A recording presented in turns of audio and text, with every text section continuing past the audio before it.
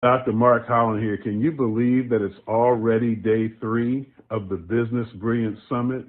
I've had such a great time working with all of the people that have contributed, and I hope that you have had a wonderful time partaking of all the hard work that was put into these presentations. Listen, I want you to connect with me on another level, www.drmarkholland.com, and just see what else I have going on. We have a lot of exciting things going on. We've got the Business Brilliance Summit that you've just participated in. We've got the Business Brilliance Conference where we do things live. We've got the Business Brilliance Academy, and we've got the Business Brilliance Coaching Program. We want you to just be a part of our Business Brilliance. Thank you so much for your participation, and I look forward to working with you in the future. drmarkholland.com.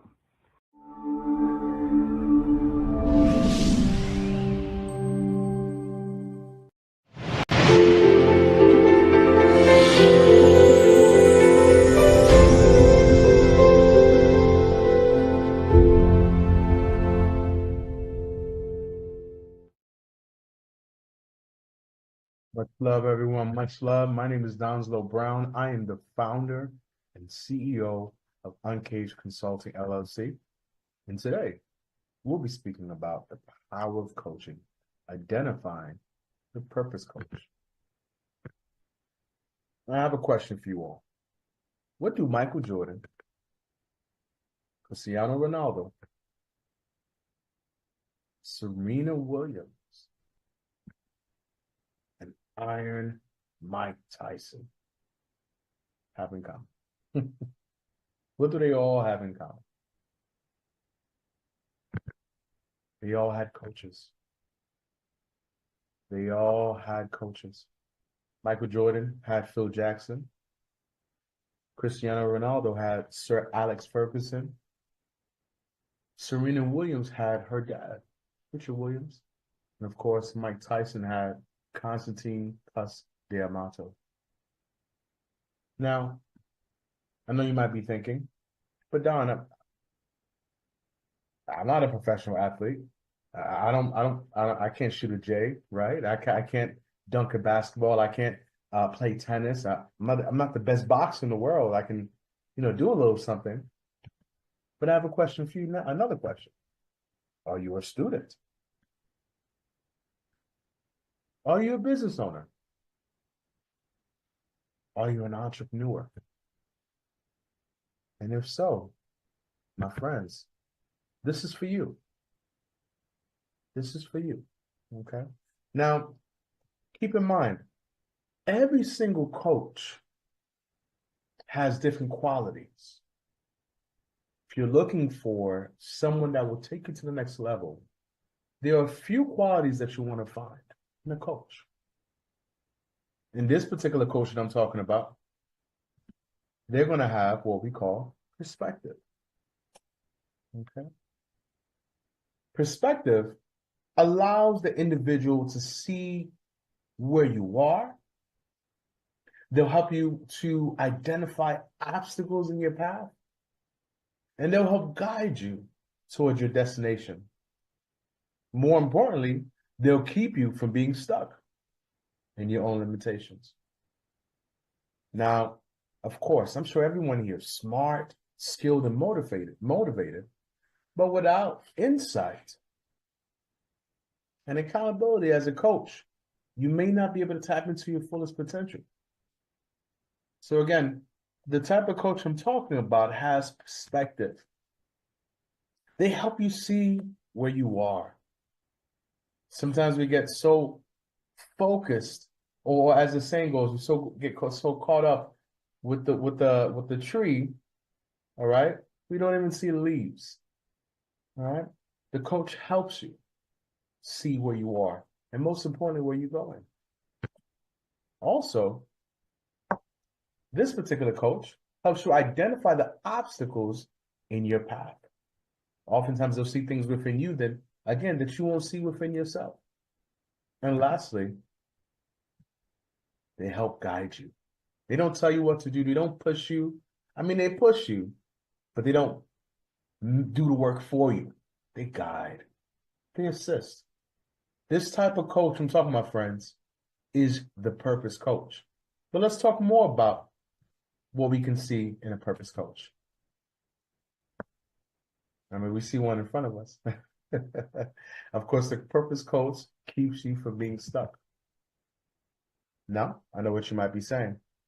Well, Donslow, I know that you're highlighting the concept of what a purpose coach is and what they do.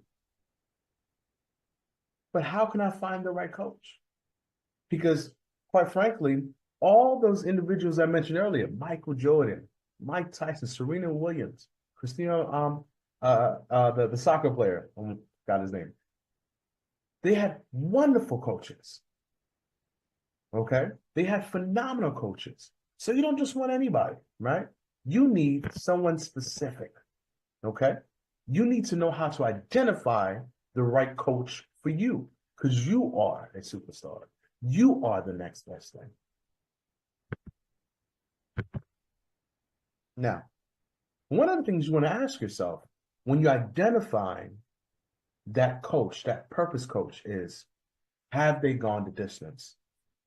Now, I remember some years ago, and I might be telling my age, this was actually quite a few years ago, I learned of a story of a young Hercules. And Hercules, he just found out his identity. He was the son of the Greek god Zeus, and he had super strength, and he had some speed to him, but he was very clumsy. And he had some things with him. He had great potential, but he knew that in order for him to become what he wanted to be, he had to basically seek guidance from his father. So he spoke to Zeus one day, and Zeus said, "You know what? I want you to be with me. I want you to be amongst the other gods, but there's some training that I want you to do." So he sought out on his journey. Okay. Again, he had possessed great power and potential. And immediately after, he was instructed by Zeus to go find a trainer. Now, mind you, this trainer I'm about to show you now, he's not super strong like Hercules, right? He's not super fast like Hercules, but he sought out this particular trainer. He was told to seek out this particular trainer named Phil, who was once known for guiding heroes to their greatness. As you can see here, Phil, my main man, Phil over here. Again, Phil was not as strong as Hercules, but he was able to take Hercules to the distance. And he trained hard, okay? And not only did he become big and strong, but he became what he was looking for. Now, I just want to reiterate, your trainer, your coach, your purpose coach may not be as much of a superstar as you are. They may not be as strong as you are, may not be as fast. And despite being weaker, Phil, this coach right here, he was weaker than Hercules, but through his own experience and insight, he was able to help train young Hercules and lead him. And at the end of the story, he went the distance. He became the hero that he knew he was.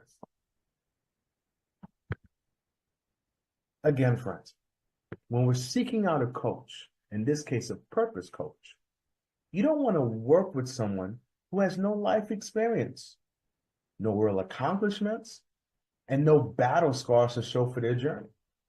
A great coach has walked the path themselves. They have failed, they've learned, they overcome, and achieve. They don't just teach from theory, they guide from experience. Next one. My question is, when we're looking for purpose coaches, do they inspire you?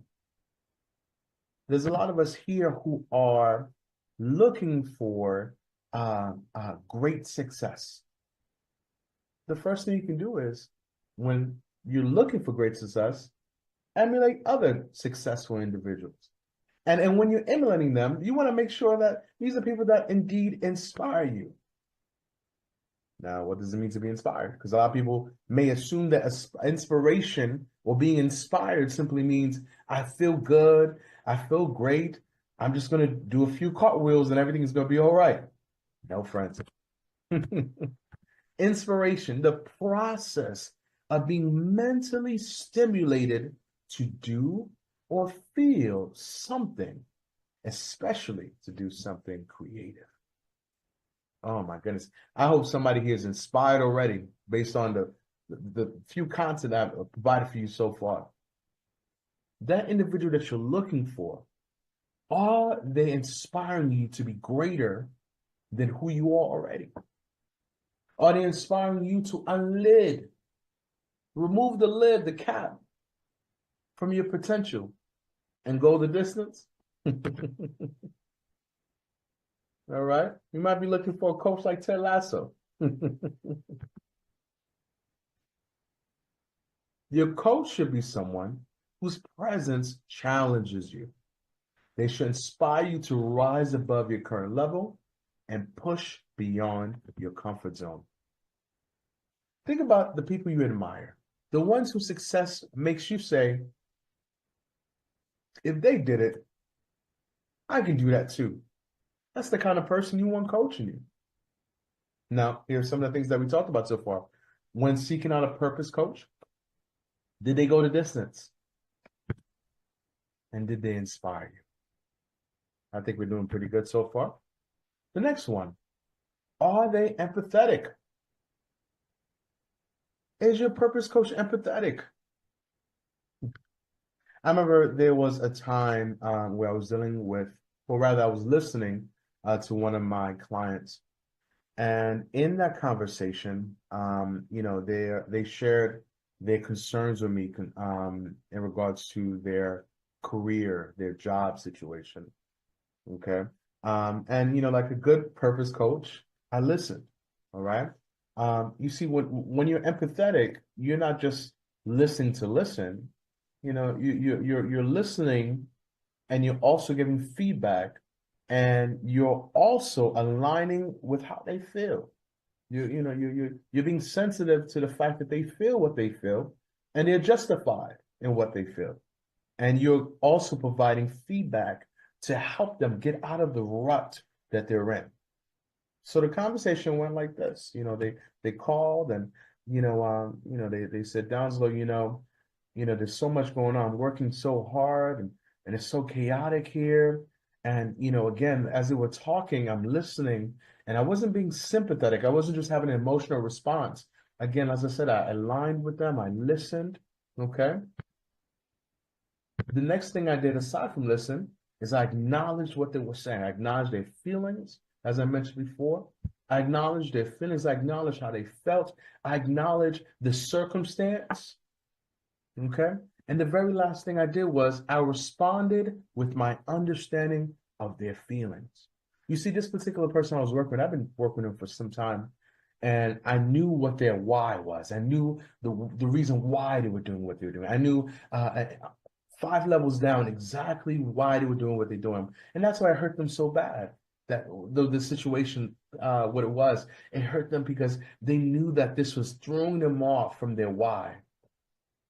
And they wanted to express their concern to me.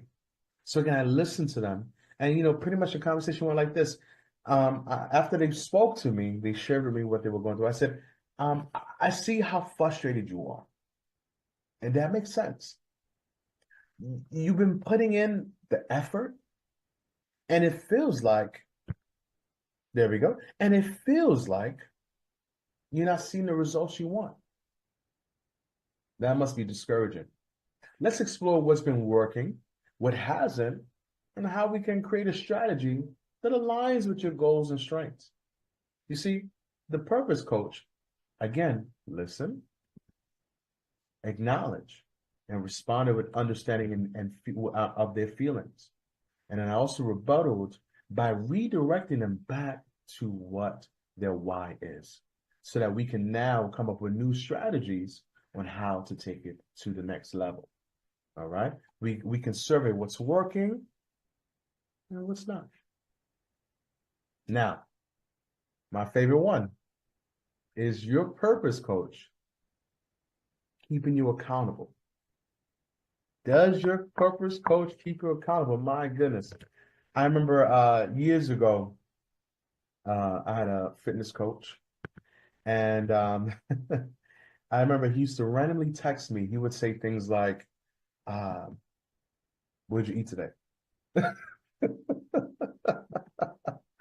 And I would ignore the text. I would ignore all texts, like, "Oh, okay, yeah," because I knew I just had something bad. And then he would text me again. "How many steps did you get in today?" And then I would respond to him about the text, about the steps.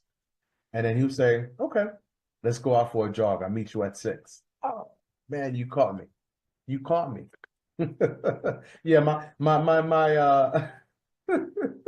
my fitness coach is much like The Rock here, right? And unfortunately, this was much like me down here on the bottom left. No, but what he did was he held me accountable because friends, the purpose coach is going to remember what you told them. The purpose coach is going to recall what you said and also remind you what you said and keep you there, keep you stuck to what you said. I told him, I said, coach, I want to lose 50 pounds. That's what I told him.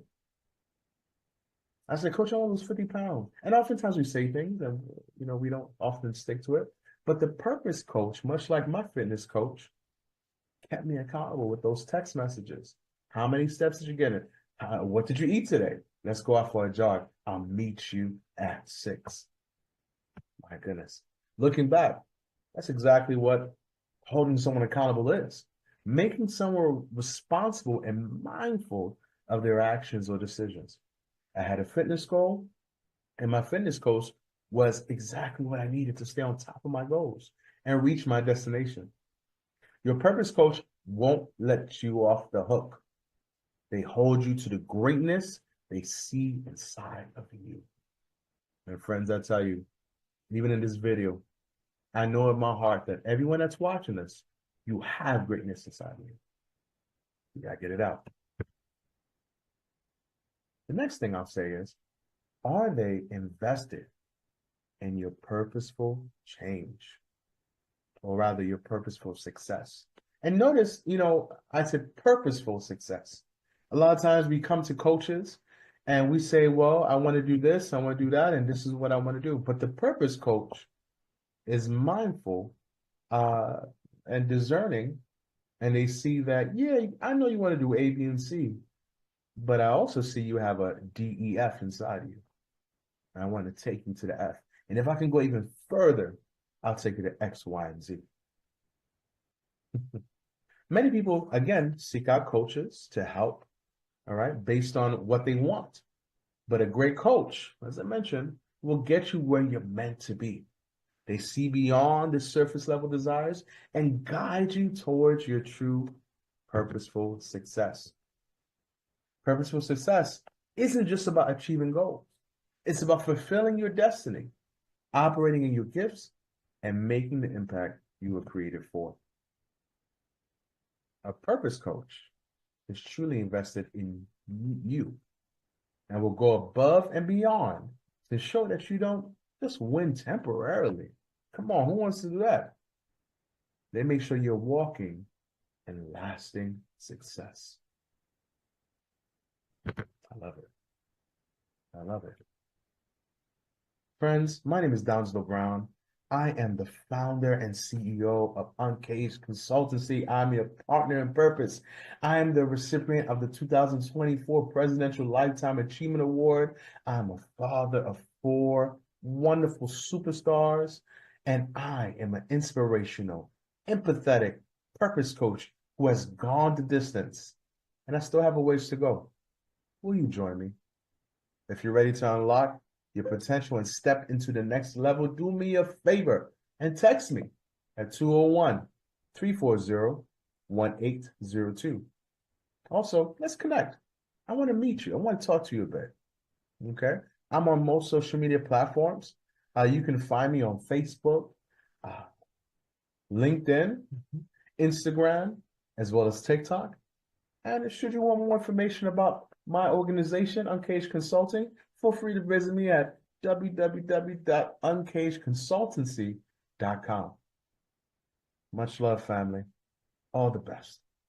I can't wait to speak to you soon.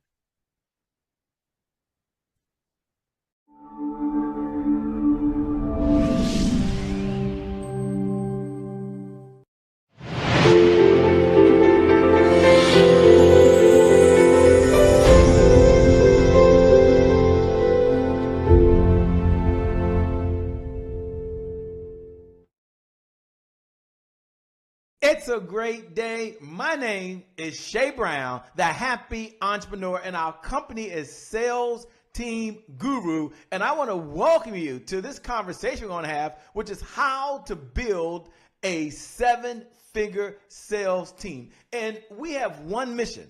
Yes, one mission. And that mission is to make sure that we're able to give you all of the revenue. The revenue. If you're out there right now and you're an entrepreneur, say revenue. No, seriously, say revenue right now. Our number one mission right now is to make sure you get all of the revenue that's necessary to execute 3 visions that you have. This is what how to build a 7-figure sales team is all about. It's not about the money. It really isn't. But it's about making sure that you have the revenue that's necessary to execute 3 visions. First, the vision for yourself.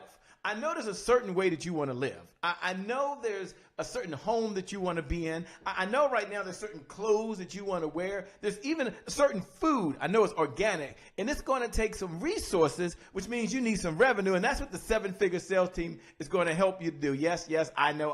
For others of you, you have a vision for your loved ones. You want to send your kids to a school of your choice.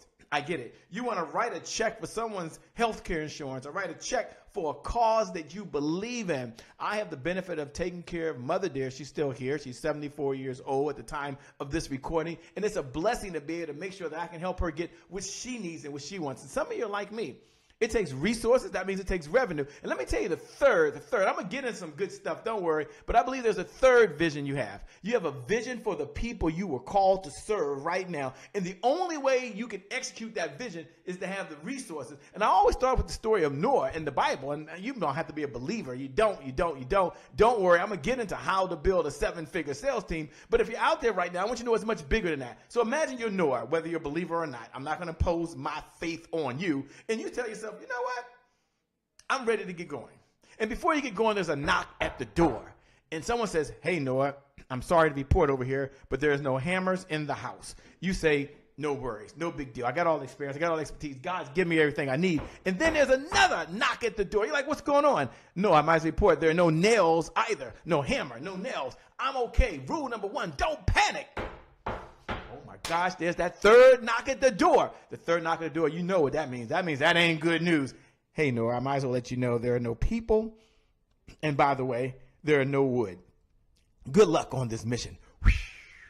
And that's you. You're tired of that. You're like, oh my gosh, Shay, if I just had the resources, I could execute the vision I have for the people I was called to serve. Well, your prayers have been answered, not because of me. It's not about Shay Brown. I promise you. It's not about Shay Brown at all, but it's all about you and how to build a 7-figure sales team. So for some of you who are tuning in for the very first time and you just meet me, don't worry, by the way. My name, by the way, is Shay Brown, the happy entrepreneur. I'm super excited, but it's not about me. Although I'm here, it's not about me. It's all about you. And I do want to lay something on you that selling will solve any business problem. Go ahead and jot that down in your notes right now. Selling will help you solve any business problem. So we're going to talk about how to build a 7-figure sales team, because right now you're like, Shay, I need a new website. It takes revenue. Shay, I need to hire a personal assistant. It takes revenue. Shay, I need to make sure I can hire a tech team. It takes revenue. Shay, I need someone to do all of my marketing. I need a coach. I need a firm. It takes revenue. Selling will solve any business problem. You need a new computer right now? Or you need a new webcam or a new camera? Selling will solve any business problem. Go ahead and jot that down in your notes right now. Selling will solve any business problem. And here's what I want you to know as we get started. All roads in business, everything you're doing right now, everything you're doing leads to professional sales conversations. So we talk about how to build a 7-figure sales team. Yeah, it's going to help you generate revenue. I get that. And yeah, it's going to help you get the resources you need. I get that. And yeah, your family's going to live the way you always wanted them to live. But all of your marketing leads to a professional sales presentation. All your Facebook ads lead to a professional sales conversation. All of your webinars and masterclasses lead to a professional sales presentation. All of your technology leads to a professional sales presentation. Everyone jot this down in your notes. All roads in business lead to one place and one place only. And where does that one place lead? They all lead to professional sales conversation. So this conversation that we're having right now, this conversation is for you right now. If you're out there, you're like, you know what, Shay? I want to make sure I'm at the right place. If you hate sales, this conversation's for you. Although you got to do all the sales right now, you hate it. You pay attention. If you don't sell right now because you're a full-time entrepreneur, you don't eat. This conversation is for you. If you're just tired of talking to unqualified leads, like Shay, if I got to talk to one more person that don't have the money, that don't have the time, that not sure if they don't want to do it, I'm so frustrated. I could be doing something else with my time, then this conversation is for you. Or maybe, as you're listening right now, you just have a vision for the people you were called to serve. If that's you right now, then I'm going to introduce you to the 4S formula, and then we're going to get started. Don't worry, I'm going to share everything that you need. I'm going to help you out, but jot this in your notes. Write this down right now. Take a picture of this. If you don't do anything else, put this in your notes. This is my philosophy. It's what drives our company, and that is systems beat goals every single time. Put that in your notes. I don't want you to miss that. Systems beat goals every single time. Shay, why is that? Because systems are duplicatable. Systems are repeatable. Systems are something you can hand off to someone else to do the work. And you think about it. If you're lacking revenue right now, it's because of your lead generation systems. There's not enough qualified folks coming in. Someone say hello. Someone say, Shay, I hear you. If right now there's not enough revenue, it's because you have a system to have the right team in place to get it done. Someone say, Shay, that's me. Or maybe right now as you're listening, you've gone to all the seminars. You watched all of the webinars. You've been to all the masterclass. In fact, you're tuning in, but yet there's no system to bring in predictable, reliable, consistent revenue because you got to do all the work and you're tired of that. If that's you, that's you. I want you to jot down your notes right now with every fiber in my body. I want you to hear me. I want you to hear me. Listen very carefully that systems beat goals every single time. So let me give you the 4S formula. Then we're going to get going. The 4S formula. Take a picture of this right now. S plus S plus S equals S. I want you to get this. I want you to get this. Let me give you a system. So it's systems plus strategy plus sales equals a successful CEO. Shay, break that thing down for me real quick if you can. I only got so much time, but I'm going to help you build a 7-figure sales team. But first, I want to make sure you have revenue. What is a system? It's a set of detailed methods or procedures of what you're doing on a continuous basis in order to generate revenue. Sales team is a system. Now, if you didn't come to this call, you didn't show up at this webinar, you didn't show up at this masterclass, you didn't show up at this summit, if you didn't show up with just that one idea that I need a sales team, then I want you to know that a sales team is a system to generate the revenue you need. What is a strategy? We'll talk about that later. That's the evergreen revenue model. The evergreen revenue model is how do you do something one time and your labor's no longer involved. And that's what a sales team allows you to do. Yeah, there's an evergreen prospecting sequence. I get it. There's an evergreen engagement sequence. You got to engage your clients. I get it. There's an evergreen sales system. I get that. But at the end of the day, that's the model that drives everything. That's the strategy that you put into the system. We'll get into that. I don't have time right now. Then what is sales? Jay, you're talking about I need a sales team. Can you break down your definition of sales so we all have the same philosophy?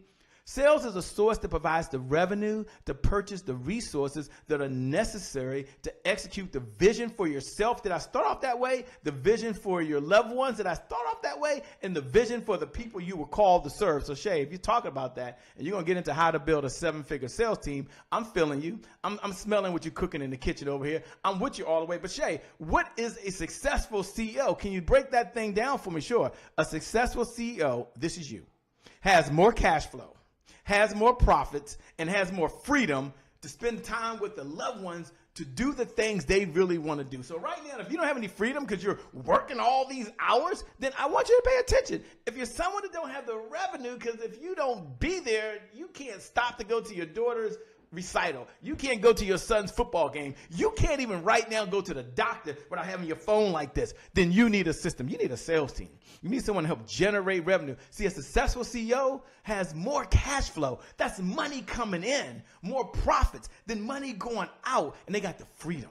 If that's you, I want you to use a daily affirmation I share with one of my clients and create the greatest breakthrough for them. I only got so much time, but I'm going to teach you how to build a 7-figure sales team. But jot this down in your notes. I am a successful CEO. Don't worry about being an entrepreneur. Don't worry about being a faithpreneur. Don't worry about being a happypreneur. Don't worry about being a mompreneur. You be a successful CEO. When you signed those papers down there at the courthouse or you went online and you came a business, A successful CEO is who you are. Put down, I am a successful CEO, because systems beat goals every single time. Jot that down in your notes. Please don't miss that. Systems beat goals every single time. I'm going to say that one more time. And please, if you're out there right now, I want you to jot this down in your notes. I don't want you to miss this. I want you to put this in your notes right now. Systems beat goals every single time. I am a successful CEO. Say it loud. I am a successful CEO. Say it one more time for me. I am a successful CEO. Here's what I'm going to do for all of you out there. I'm going to give you a free gift. It's my gift to you. And I'm going to get into how to build a seven-figure sales team right now. But I'm sensing some of you just want the playbook on how to put together the right system so you can not have to take any notes. Because I'm about to go rapid fire, okay? You don't want to worry about taking notes. Text the word team right now. Text the word, get your mobile number. I'm only doing this. Get your mobile number out right now. Text the word team. I'm going to give you the playbook. I'm going to give you the masterclass series I did, because I only got so much time on how to build a seven-figure sales team. I'm going to give you the how to build a seven-figure sales team challenge. So I'm going to work with you for 5 days and help you build your team. And then for some of you, I'm going to do a one-on-one customized session with me or one of my certified representatives. So here's what you're doing. Let me give you the instructions, and then we got to go rapid fire. Number 1. Text the word team right now. Text the word team to 202-270-1662. Again, 202-270-1662. Let me give it again. Text the word team to 202-270-1662. Now, when you text, do it right now. Do it now. When now? When now? Now is the time. When you do it now. Include your first name so I know who you are. Include your last name so I know who you are. Include your best contact number. Now, you only texting team because you're ready to have a sales team. And put your best contact number and email. For some of you, we're going to text it right to you. You can click a link. Some of you love to do it right on your phone. Others of you, you still want an email coming to you. I get it. So we'll send an email as well, because you might not be able to save it to your phone. Been there, done that. But here's my promise to you. It'll create a breakthrough. Now, I'm going to give you the 5 components of a seven-figure sales team right now. And I'm going to go rapid fire. I only got so much time, but if you're out there right now, you haven't done it, text the word team to 202-270-1662. Again, 202-270-1662. I know for some of you listening, now is your time. Now is your time. One of the things my mentor has taught me, he says it over and over again, it's really landed with me. He says, Shay, now is the time to get the team going. When's the best time to plant a tree? When was the best time to plant a tree? 20 years ago. When's the best time to plant a tree? Right now. So now is the time. Let's prepare now. So let's do it. So let me go ahead and go over the 5 components of a seven-figure sales team. Because when I ask the question to folks, what are the components of a seven-figure sales team? How do you even build a seven-figure sales team? Most folks don't even know. They have no clue. They're like, I don't know, Shay, hire a representative. And then I hire more sales reps. And I hire more people. I'm like, no, you'll never get there at that pace. So let me unleash the formula that's taken me 15, almost 20 years to learn. It's not about the 20 years, but you don't have to go through that. You want predictable. You want reliable. You want consistent revenue without your labor. Then let me go ahead and drop it on you right now. Let's go ahead and show it to them. And for those folks that texted in, you'll get all the details. Hope you did that. The components of a seven-figure sales team. There are 5 components of a seven-figure sales team. Component number 1 is a sales rep. The first thing I want you to do is make a commitment that you're going to hire a sales rep. Now, here's what a sales rep does. A sales rep works on 100% commission. That means that they go out, they understand all your products and services, they make a sale, and when they bring in the money, you get a percentage of it. So let's imagine for a moment that they go out and sell $20,000 of revenue for you that you didn't spend any time with. And yet, as a result, you paid them a 20% commission. But some of you is higher, some of you is lower. 20% of $20,000 is $4,000. So you got $20,000 of revenue without your labor. Minus $4,000, just for the example, that means there's $16,000 left in. How many out there right now are doing all the sales? And if you just had a sales rep bringing in half the revenue you're bringing in right now, or double the revenue you're bringing in right now, your business would double right now. Your problems would be solved. Put 2 hands up if that's you. Sales rep. Go ahead and make a commitment. Write down in your notes right now. I will have a sales rep. So number 1 is a sales rep. For those that texted in earlier, and I'll give you that number again, we'll help you recruit. We'll help you train. We'll do that for you. Don't worry. But you make a commitment that you're going to have a sales rep. Number 2 is you need a sales affiliate. Now, Shay, can you break down what's the difference between a sales affiliate and a sales rep? A sales affiliate understands one or two of your products. And they're a mercenary. They're only in it for the money. The sales rep understood all of your products and services. They're in it for the commission, but they like you. The sales affiliate, you got to think of Amazon. You walk into Amazon, they own maybe 30% of the products in there. The other 70%, they're affiliates of. When you get your charger, that's not Amazon. When you get the glass screen, that's not Amazon. When you buy headsets, they use the Bose headsets, that's not Amazon. And so I want you to think right now, if you're a coach, what type of affiliates do you have right now to sell your products and services? A sales affiliates are mercenaries. They're in it for the money. They're in spaces you're not in. They're in places you're not at. They bring traffic to your website you can't generate. They bring people to your masterclasses and your webinars when you're not there. They fill your virtual summits, and some of you, your live summits. That's what a sales affiliate is. So it makes sense. For some of you, if you're a life coach, it makes sense that you have an affiliate with someone that maybe does health and wellness. Here's the question. How much revenue did you generate over the last 90 days from just a sales rep? For many, zero or not enough. How much revenue did you generate just from your sales affiliates team? For many, not enough. And if that's you and you're saying, Shay, it's not enough, I understand. Let me go over the last two if I can. The next one is a sales ambassador. Now, we're going to teach you how to do a sales affiliate. I'm going to give you all of the software you need so it's none of your labor, okay? Some of you texted it earlier. I'm going to give you that number in a minute. You'll get that. The sales ambassador, they understand that they're not in it for the money. They're only in it for rewards and recognition. Rewards and recognition. They're already in your circle. And they believe in your mission. They believe in the company's goals. They believe in the company's objectives. They're not in it for the money. You cannot motivate them with money.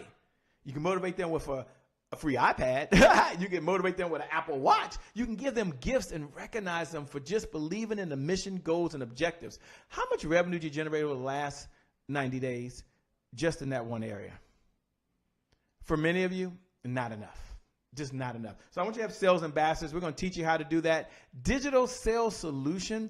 You know, this is hot right now and it's popular. A number of folks are talking about it. Yeah, you got to have a digital sales solution. You need a sales funnel. You got to bring them to a sales page. They got to buy. Folks aren't buying on their sales pages. And the number one reason they aren't buying on their sales pages is because the purpose of a sales page is just to get the information. So you need to take the pricing off sometimes a sales page, and you need to take them to the checkout page. So they opt in, they give you all their information. Then they go to a checkout page where they can see the value.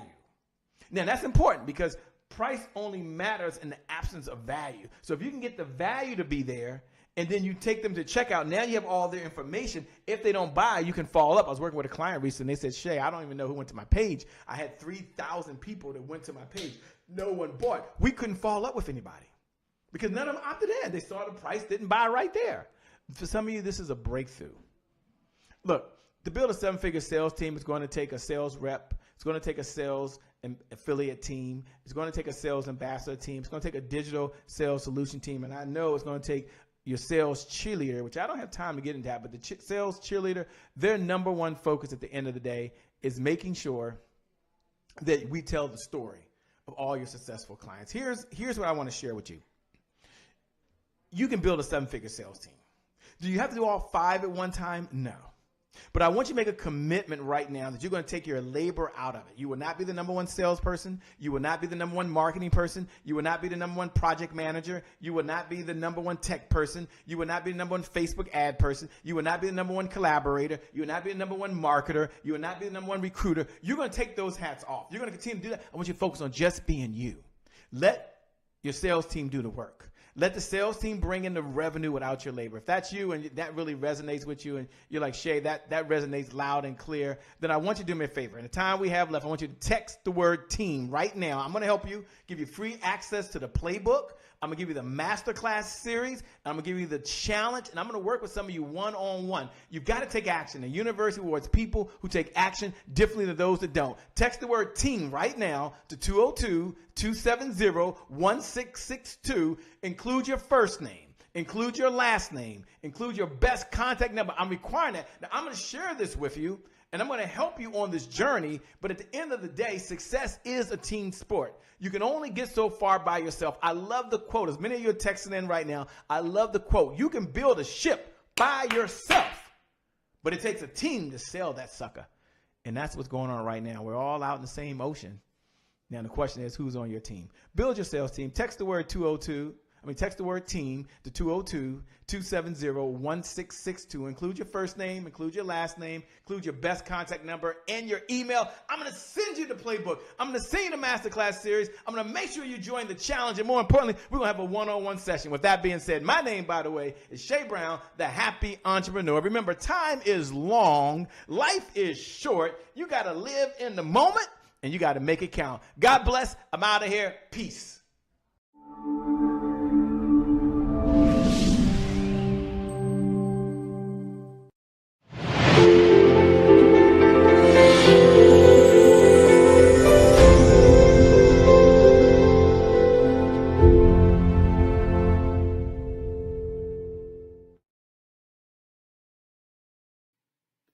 Hi, everyone. Welcome to the Business Brilliance Summit. I'm so glad that you're here. My name is Julie Duncan. I am the CEO and owner of Empowering Life Coaching and Consulting, LLC. And I'm going to be as present as I can today. I will bring my best self. That's my promise to you. And all I ask in return is that you are present and bring your best self. That way we can have some transformative experience together. I love to serve, and I promise I will do my best to deliver. I always say I get to help entrepreneurs master their mindset to unleash their full potential. Because words matter, right? So without further ado, let's go ahead and get started. I want to share a story with you to start. So at the age of 17, I only had one goal. The goal was to go to college and follow in the footprints of my dear beloved grandmother. That dream was shattered initially by Mr. King, my high school guidance counselor, because he delivered the news that I was not college material. Okay, let's stop there. I can almost hear the ooh and ahs. I'm so sorry. That's awful coming through the computer screen. But the truth of the matter is, ladies and gentlemen, I earned that. Don't feel sorry for me because I put the P in party. I would have much rather party with my best friends than sit in a boring classroom. That was my perspective back then. Anyone relate? I can't be the only one, right? But being raised by a single mother at the time, losing my brother my senior year of high school, and obviously not having the grades for a stellar college application, I was in total despair. I'm not going to lie. I was distraught. But I wanted it bad enough to dig deep into the recesses of my soul to make it happen. And this is a picture on the screen of me graduating from my master's program 10 years after completing my bachelor's degree. You see, being courageous has been my only choice in my life. Can anyone relate? So in the spirit of courage, my topic today is, are you ready? Courage, the catalyst to an unstoppable mindset. I'm very excited for this topic, so let's go ahead and dig in. So, thinking about courage, do you think of confidence when you think of courage? Do you think they're related? Maybe in the same family? Well, courage is not exactly the same as confidence. Courage is a precursor to confidence. And let me give you an example. When I walked onto the college campus for my undergraduate program, I didn't have any confidence. I was an underdog, and I well knew that. But I had enough courage to apply and get there so I could build upon that, right? And I don't know if you've ever jumped out of an airplane. I never have, but I can tell you I would need a boatload of courage on the way down in spite of the fear. Courage is jumping out of the plane and growing wings on the way down. Courage is moving forward despite the fear, not in the absence of it. I don't know anybody that's ever jumped out of an airplane and not had any fear. We oftentimes let fear stop us, but the truth of the matter is, ladies and gentlemen, fear is going to be there. It's very natural. It's part of the human condition. But courage is doing it anyway in spite of the fear, facing the fear head on. What does Nike teach us? Just do it, right? Excuse me, right? So I'm going to share a story. I was partnered with a nutrition business years back, and I still am. Wonderful products. A large school district contacted me and wanted me to come to a school board meeting and share about our tower gardens, which was a way to grow your own food, lettuce, herbs, etc. And I had no idea what I was going to be facing. The school board members were all going to be there. The superintendent of the school was going to be there. Oh my gosh. I drove over 90 minutes on a cold, pouring down rain evening. I was recovering from knee surgery. I got lost along the way. I was a first-time entrepreneur. Sales was not my MO. I was a bleeding heart social worker. I can't tell you the times I contemplated turning that car around, and I thought nobody will be the wiser. I'll find a really good reason why it didn't work out, and I'm just going to go home. But the fact of the matter is my why was really big. My kids were watching. My teammates were watching. And I was a little bit poor, to be honest with you. I was a stay-at-home mom at the time. And I knew I couldn't say no. I knew I had to keep going. So I dug deep. I showed up at the meeting. I found courage, and I gave it my best shot. And after the meeting, the administrator approached me and said, we want to market test a tower garden, and we need your help. So one courageous act built upon another and another, and pretty soon my courage had really snowballed. A year later, took a year, I was watching my family. I'll never forget this. We were at the ocean. They were all diving in the waves. It was a beautiful sunny day. There was a royal blue sky. And I remember thinking, it doesn't get any better than this. This is the best day ever, right? You ever feel that way? And my phone rang, and I heard almost yelling, "Congratulations, Julie, you did it!" The school district ordered 50 tower gardens. The company went on to tell me what my commission would be. It was over $9,000. It was a colossal accomplishment as a first-time entrepreneur, and I know it. And let me tell you, ladies and gentlemen, when that commission check hit my bank account, I have never been so happy that I found courage and I didn't turn that car around, right? Because it never would have happened. But the brain is a really funny thing, isn't it? It has a power to convince us in the face of fear, we're trying to be really courageous, that a saber-toothed tiger is in front of us and we need to stop. Why is that? Well, Matthew Wilson wrote a book called Make Life Matter, Break the Effects of the Mental Pandemic. Now, Matthew was my manager when I sold insurance for a few years. Stellar individual. His company is Agent for Life. He wrote a book to explain this. And I'm going to share this because I was blown away when I heard this. And it really explains why fear can take over. When you were created, your brain was developed to provide a few basic functions. Some refer to this as the primitive brain. It's designed to keep you safe. It creates comfort and avoids fear like the plague. Your primitive brain wants you to stay away from fear, from the unknown, and anything that does not have a clear outcome. Wow. So next time that you let fear stop you, I want you to recognize that this is normal. This is the brain's job.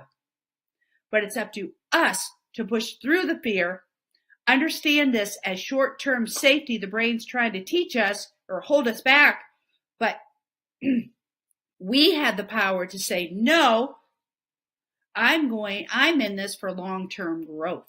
We have the power to do that. We can rewire our brain. We can push through courage and we can confront the saber-toothed tiger because it's not real. It's just made up in our heads, right? So here's the rest of the story, thinking about fear.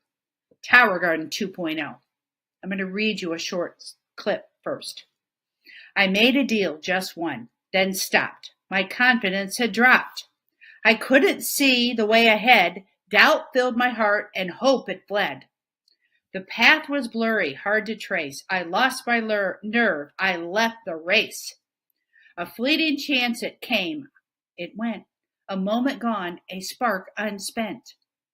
But still, I learned, though small it seems, even short dreams leave tiny beams.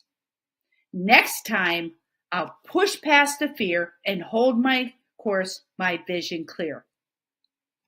Here's the truth, ladies and gentlemen. I allowed my fear to take over, and I never sold another tower garden to a school district again, in spite of my passion. Willie Jolly teaches us that a setback is a set up for a comeback. Well, guess what? I didn't come back, and I allowed the fear in my brain to convince me there was a saber-toothed tiger ahead of me, so I never talked to another school district again. Wow. So how do we find courage to move forward in life when our brain wants to keep us safe? I'm going to highlight 3 things. Number 1, you can borrow from the past. I'm sure that you've made some very courageous moves from the past, sometime in your lifetime. Otherwise, I don't think you'd be listening to the summit today, right? Look back at the times when you were scared to death and you did it anyway. Anchor in those times. I've certainly needed to do that in my life. Borrow from others. Who are the mentors? Who are the leaders in your life? Who do you aspire to be? What qualities do they have? What actions do you see them taking that are helping to move it quarter inch every day in their business? The other thing you can do is borrow their belief in you. I'm sure you have mentors, family, friends, people that believe in you, maybe even more than you believe in yourself. Borrow that from them. We call it acting as if. I certainly did that with the Tower Gardens over that year. Lastly, look at the patterns. Patterns give us a boatload of information. When did you have the most courage in your life? What was happening? What was the environment? What was the setting? Who helped you to continue no matter what? What were the fears? What made you pull back? What patterns and habits do you have in your life now that stop you or give you courage? Again, we need to look at our patterns because they give us a boatload of information. Okay, here's where we dive into a very powerful part of my presentation. Are you ready? Stay with me. Be present. Put the phone down if you haven't already. I hope you have. Put the laptop down. Let's go. We all have a story. Some are incredibly empowering. Some can be very limiting, right? So, we're going to look at your story. What's holding you back from reaching your very full potential? And I want you to hear that. Full potential. Let's say at the end of your life, you've met your maker and you're looking at your life. Did you reach your full potential? If you're not at the end of your life, there's more to do. My guess is you have not. So what is holding you back from reaching your full potential?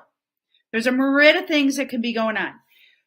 We can have a fear of being seen, rejection, failure. We can feel like an imposter, not good enough, don't have enough time. We're too old. We're too young. We're not tech savvy. It's too complicated. We're not qualified. I'm a perfectionist. It's not perfect. I can't fail. That's fatal. Right? So on a scale of 1 to 10, 10 being 0, 10 being totally held back, holding back, what number would you give it? Would it be a 10? Would it be a 10 times 10? 10 times 1,000? What number would you give it? Hold on to that because we're going to come back to it. Okay? Now we're going to pause and reflect. This is where the power lies, ladies and gentlemen. This is an exercise that I've adopted from Dean Grazioso and Tony Robbins' mastermind that I'm in. I need to give credit where credit's due. So stay with me. It's powerful. Change your story, change your life is what Tony Robbins says, and I've done it, and it's true. Okay, here we go. It's the end of a really long life, ladies and gentlemen. You're 95 years old and you get the opportunity to meet your maker. You've left this earth and you're sitting beside your maker, whatever your beliefs are. Personally, I'd be sitting beside God. You sit down and you hear, how are things going? And you think, I think I missed it. I held back. I think I never unleashed my full potential. Then what if your maker pulled out his cell phone and played you a video of the person you could have been? Where you let one thing compound another, where you made the uncomfortable decision, you sent the email, you had a hard conversation, you started the business, you said to self-doubt, I'm in control now. I'm done. You've cost me enough. Then you see this incredible person who's no longer sitting in the stands. You're not watching the game, you're in the game. You're playing full out. You fall down, you get back up. You have a win, and then you have a bigger win. and the wins start to culminate. You have a failure, but it doesn't stop you. You get rid of your perfectionism and you keep on going. The wins are snowballing, and then your kids, your family, your brothers, sisters get to see you unstoppable 2.0. They see you as fearless. You have left a legacy. Whatever you put in your mind, you do. And people are in awe of what you've done in your life, rather than watch you settle and say, I'm not good enough. It's not working. I can't do it because I can't scale my business because technology is too hard. They get to watch you go all in and play full out. How's that feel? How's that feel thinking about that? Now, let me ask you a question. If God played the video, the man or woman you could have been, and you just said, screw that story inside your head, but you missed it. You're just sitting there like, what did I do? What would be the one thing that you would want now? You didn't reach your full potential. Would you want to go back? Would you want a do-over? Would you want to find courage deep in your recesses of your soul? Would you push through that saber-toothed tiger that you think is waiting there? Now, think back to that story we talked about a few minutes ago. If you gave it an 8, 9, 10 times 1,000, that crappy little story that was playing in your head, you get to the end of your life and you realize you missed it. Now that's a 10, ladies and gentlemen. That's a 10 times a million, right? Now, how would you rate that crappy story, that fear that's going on inside your head and you missed it? Would it be a 0 or a 1 now? Would it be much less important? Would it be more important to push through it? I'm guessing so, right? Here's a cool thing, ladies and gentlemen. You get your wish granted, genie in a bottle right now. Why? Because you're here. You're living in today. You can make that decision today to find the courage to jump out of the plane, to move the needle a quarter inch, to move your business forward, to make the hard decision, to face your fears, rewrite your story, change your life, and dig deep to find the courage inside of you to move the needle. Today's the day. We've changed your story. No longer exists. Change your story, change your life. Tony Robbins. Change your story, change your identity. That no longer exists. So what if you believed, I'm possible, it's necessary? I'm quoting the famous, infamous Les Brown right now. What if you believe that? You've gotten rid of your story, you've gotten rid of the fear, you've faced it, you're at the end of your life, you say no more.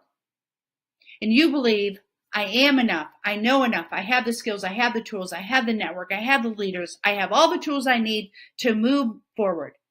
How would that be different in your life? How would your business change? How would you scale the business?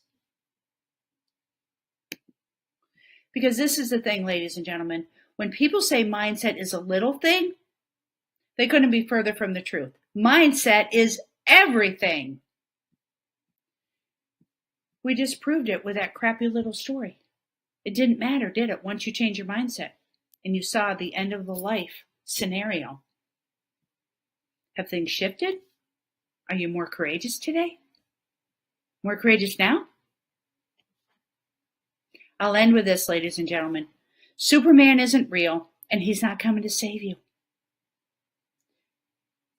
It's time to be your own Superman and find the courage within. I believe in you, and I believe you have the ability to find the courage to unlock your courage, face the saber-toothed tiger, and change your life and change your business starting today. Thank you so much for listening. I hope I've served you, and I hope you found some inner courage to unlock today. If you text the word courage to, you ready? 540-327-6374, I'm going to gift you a free courage assessment tool. You can use that you can use that yourself. You can use that with a sales team if you have a sales team. You can use it with your kids, your family, anybody. Because the bottom line is, at the end of the day, we need to find the inner courage in spite of the fear. And this is a great tool to help you assess your level of courage.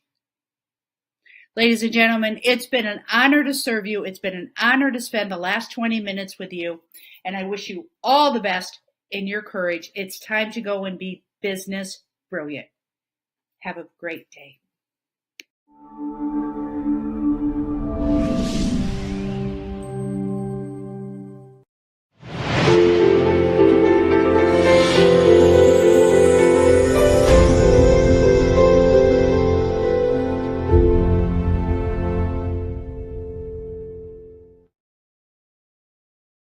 I want to talk to you today about a mindset that mends. A mindset to mend is a mindset that is committed to showing up for yourself.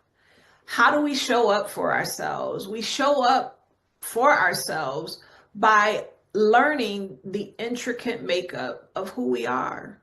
It's understanding our belief systems, the narratives that we told ourselves, and how they play like smooth cellos behind our emotions, and understanding how to regulate that in a healthy way. A mindset to mend is a mindset to heal. It's understanding that it isn't just about business or success or external things, material things, but life is also about the way that we treat ourselves. Not just our physical body, but the part of us that makes us who we are.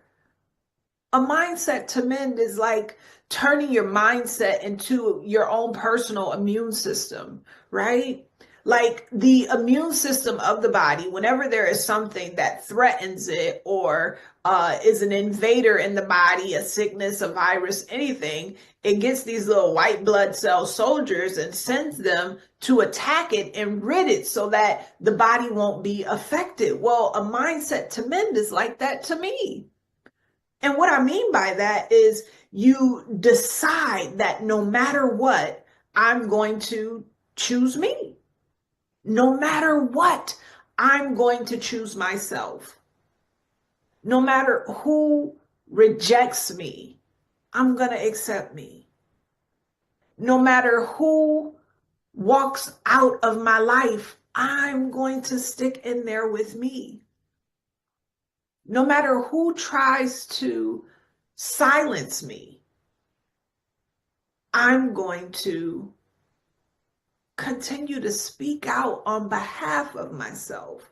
A mindset to mend is it's a mindset to value you, to value that part of you that you can't quite put your finger on, that part of you that isn't a race or a gender, that part of you that can stand the test of time, that part of you that carries purpose, that communes with the divine, that part of you. Deciding to value that above all else, above money, above things that are fleeting. But to say that you have value in every instance, in every situation, whether it was a great business deal or we lost a lot. It's understanding that you still matter.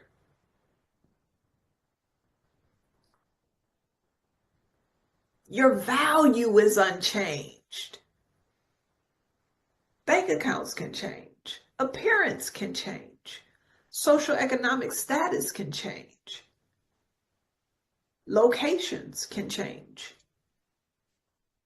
But that part of us that we can't quite touch but know it exists, you can't put a price on that.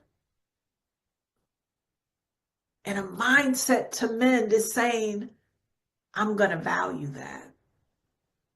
I'm going to value that.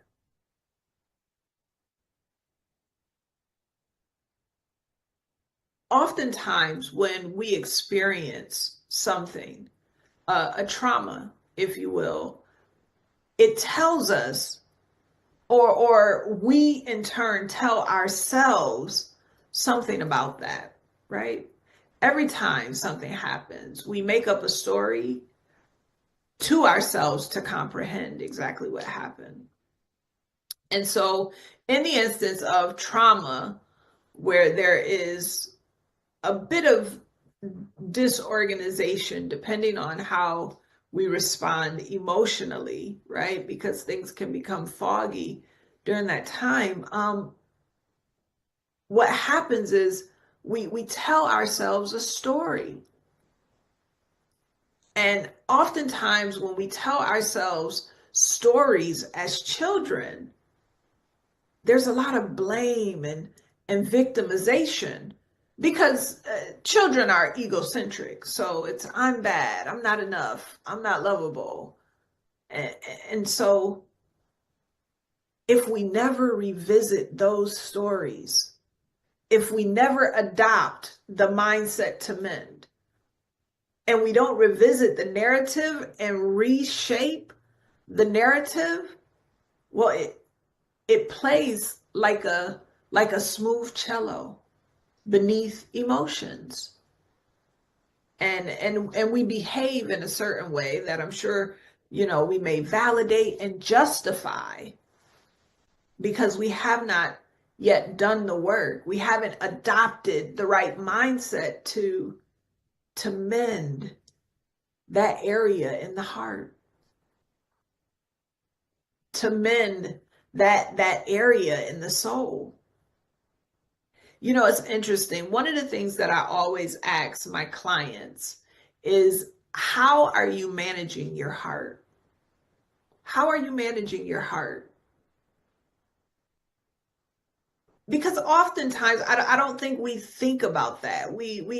I hear people say, I have scars, or my heart has been through a lot, or I'm bruised, or it's been battered, but we don't really talk about how we manage it. We just identify experiences it's had from other people. But we carry it around with us every day, all day. So I want to encourage you to begin to check in with how you're managing your heart. Are you carrying things that are weighing you down? Are you holding on to unforgiveness, anger, bitterness? How are you managing your heart? It's no small question. And so I want to encourage you to begin to manage your heart in a way that demonstrates you're a good steward. A mindset to mend chooses to love the heart unconditionally.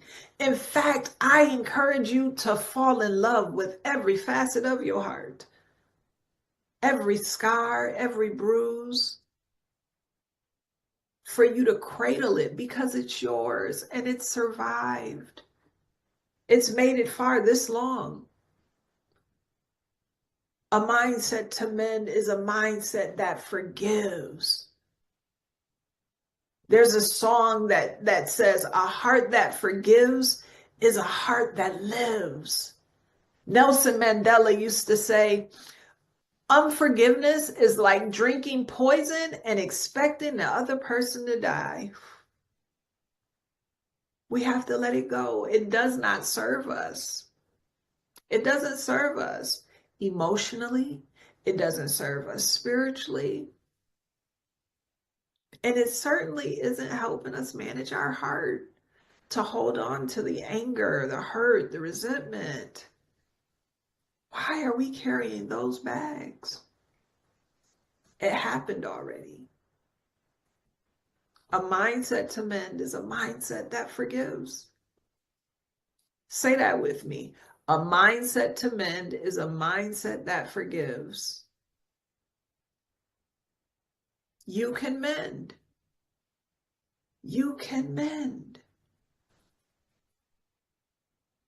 A mindset to mend also seeks to grow through education, whether you read, you educate yourself through different forms of scholars or learning.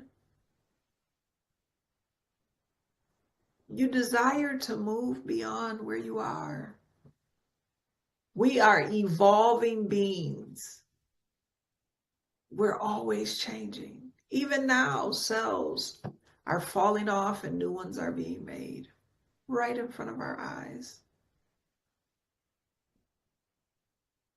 A mindset to mend seeks to learn, seeks to grow through learning, has a curious mind about themselves, about the world.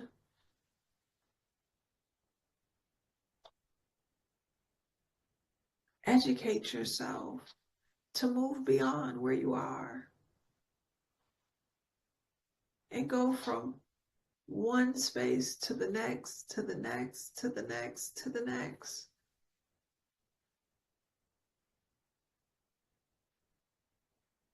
Be the cheerleader of your own evolution. A mindset to mend seeks to commit to choosing you. Therapy. If you have some hurts, some traumas that you struggle with, and you say, hey, Nicole, I really would like to forgive, or I hear what you're saying, but I don't know if I can do that on my own. I hear you. I am a licensed clinical social worker. I specialize in grief and trauma. And so I hear you. There's absolutely nothing wrong with having someone walk alongside you. There's nothing wrong with having someone walk alongside you with your mindset to mend and helping you to identify the narrative that you told yourself, helping you to completely and totally fall in love with you, helping you accept and forgive all of the intricate parts of who you are. There's nothing wrong with getting some additional support. I support it and encourage it. We do too much in this world alone. So if you can't get help, I encourage you. And there are grants so that you can get free therapy. There's therapists who offer sliding scales. And then most therapists also take insurance. So I encourage you to seek those things out. Another thing you can do is travel. Understanding that you are a citizen of the globe. You don't have to remain in one place. Go and witness the majestic things in this earth because they're so worth seeing. And there are hidden gems everywhere. There's hidden gems, I'm sure, right where you live. If you look up the place where you are and looked at it as a tourist guide, you might find some really cool things to do there. But I also encourage you to travel. Oh, travel. See the beauty in different cultures. Hear the frequency of different languages.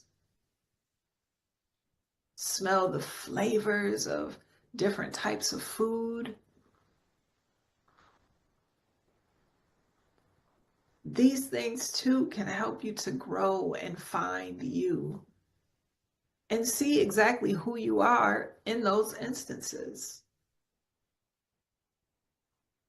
A mindset to mend is a mindset that is committed to showing up for you. Say this with me. I have a mindset to mend. I am committed to showing up for me. How'd that feel? A mindset to mend is a mindset that values you, that chooses you,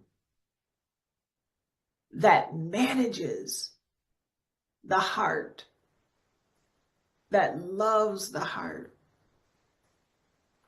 and that seeks to evolve. My name is Nicole Neighbors, and I hope that this message helped you and that you would adopt a mindset to mend, because you have the ability to win, to do anything you want to do, something that can supersede your wildest dreams. If you would just adopt a mindset to mend, heal the past pains, and take on life. There are so many things that can happen in a day, so many things that can deter you, However, if you just continue to show up for you, regardless of the things happening, how they happen, when they happen, just choose you. And you will learn every time. And every time you learn, you win. Adopt a mindset to mend.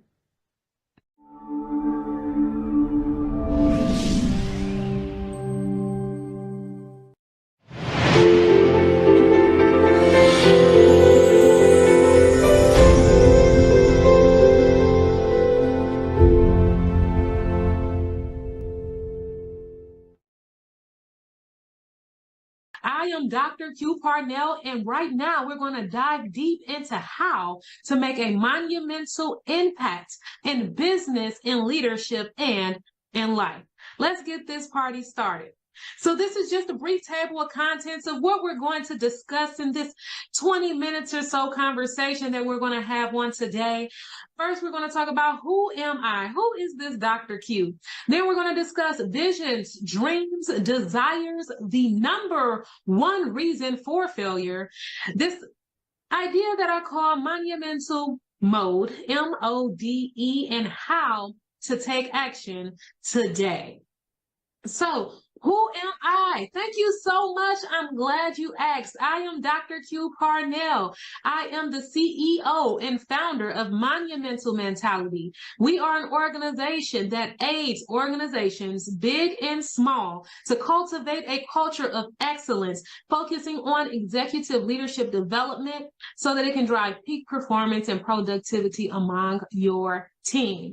I am also a transformational speaker, executive leadership coach, host of the Monumental Mindset podcast, and a clinical pharmacist by trade. Yes, I'm a director of pharmacy for an insurance organization that I still do from 9 to 5. But my passion is this. My passion is pouring into others and really helping other people cultivate the mindset for success so that they can truly make a monumental impact in leadership, in business, and in life. What is monumental? I know you've probably seen this and was like, I wonder what she's going to talk about. Well, monumental simply means highly significant and of great importance. When you hear the word monumental, certain things may automatically come to your mind, like the Washington Monument, the pyramids of Giza, maybe even the mountain with the old man faces on it, Mount Rushmore. But I truly want you to understand, highly significant and of great importance, I am monumental, and I believe that each and every one of you are monumental also. So let's go ahead and get started. We're going to discuss visions, dreams, and desires. So the first question that I have for you is this: what is the vision that you have for your life? What is it that you see? Are you truly living the life of your dream? What desire, what do you want more of? Now, and I ask you these questions because a vision, a dream, and a desire is important. But how do you really make that your reality? To do so, all you have to do is turn it into a goal.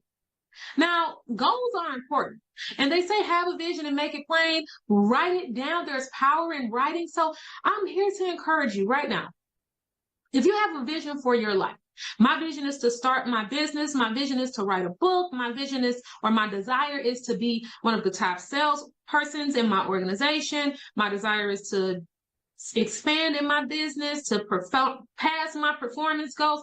Whatever your dreams, your visions, and your desires are, in order for you to truly make it into your reality, you have to turn it into a goal. Now, to turn into a goal, I like to use SMART goals. We all heard of SMART goals before. It has to be specific. What is it that you're truly doing? It has to be measurable. It has to be obtainable, realistic, and timely. You have to put a time frame on it. What's your goal? You can't have a goal and you don't have a date for it, because now you're shooting in the dark. You have to have clarity when it comes to your goal, because your mind, I say your mind is your mental GPS. If you don't know where you're going, how can you aim or lead yourself or anyone to a specific destination or goal? You have to be clear, have a goal, write it down, make it plain, and then we have to put actionable steps in place to make sure that your goal is truly achievable. Now, I know it's not just me, because this happened to me, so it had to happen to some of you as well. Sometimes when you set a goal for yourself, it can feel a bit intimidating. It can say, like, let's just use weight loss, for example, because it's easy. Let's say, oh, my goal is to lose 30 pounds. I want to be fit and fine by the summertime, right? Okay, well, saying I want to lose 30 pounds, that's like a big drastic goal. That's like, oh my God, that's 30 pounds. Yes, but what if you break it down? So if I say I want to lose 30 pounds in 6 months, so now I'm going to break that down. What does that mean it look like for each month? Now I just need to lose 5 pounds a month for 6 months. And I feel like my goal is more achievable because I've made it to a smaller piece. But you can also take that month and make it down into an even smaller bite-sized piece. How many weeks are in a month? 4. So that means I need to lose 1 to 2 pounds a week for me to lose 5 pounds a month, right? And now, what do I need to do every day to make that happen? I need to make sure I get in my adequate water intake. I need to make sure that I follow my meal plan. Whatever it is, you take your goal and you break it down. My goal is to publish a book in 6 months. My book is going to be 12 chapters long. That means each month I need to focus on writing 1 to 2 chapters a month, honing in on those chapters, editing them along the way, expanding on them. Whatever it is, for those 2 months, I focus on these 2 chapters. Or for that 1 month, I focus on these 2 chapters. And now over 6 months, you have a 12-chapter book that's ready to be published because you have a deadline, and now you didn't work it down into bite-sized pieces. Now, if I know I need to do 2 chapters a month, okay, that means it's 2 weeks I need to focus on 1 chapter, 2 weeks I need to focus on the other chapter. Now you break it down. So what do I need to do for each week? I can focus on the first 15 pages, the next 15 pages. Whatever it is that you need to do, when you adequately set a goal, you want to make sure that you can break it down into bite-sized pieces. So now you can start getting your wins and you'll feel more achievable and like your goal is right there in your reach, as opposed to something that's astronomical, way too big. It's hard to focus on it. So whatever your vision is, whether it's to start that business, whether it's to excel and exceed within your organization, build your business, expand, write your book, lose the weight, whatever that goal is, whatever that desire is, whatever that vision is, turn it into an actionable goal so that you can truly be successful. Now, I want to talk about this. What is the number one reason for failure? And I know right now this is not something that you all are going to be able to give me ideas about, but I'm going to tell you some of the ones that I hear. The number one reason for failure that I hear what someone would say would be commitment. That is a reason for failure, but it's not the number one reason. Not starting. That is a reason for failure, but it's not the number one reason. Another thing that I had was a lack of determination. That is a reason for failure, but that's not the number one reason. I want to give you the number one reason for failure. Are you ready? I hope you're ready. Excuses. Excuses is the top number one reason for failure. Excuses is the reason why you haven't lost the weight, you haven't wrote the book, you haven't started the business, you haven't met with your coach, you haven't gotten a coach so that you could build a business, you don't have the skills needed because you have an excuse. Everything is based off an excuse. What are those excuses? There's not enough time in a day. Well, let me tell you something. If anybody never told you before, you could say, Dr. Q told me this. It's a secret. There will always and forever be 24 hours in a day. As much as we would love to put more hours, more minutes, more seconds, there will always and forever be 24 hours in a day. It's up to you to maximize your 24 hours. That's an excuse. It's not enough time in a day. I don't got time. You do have time.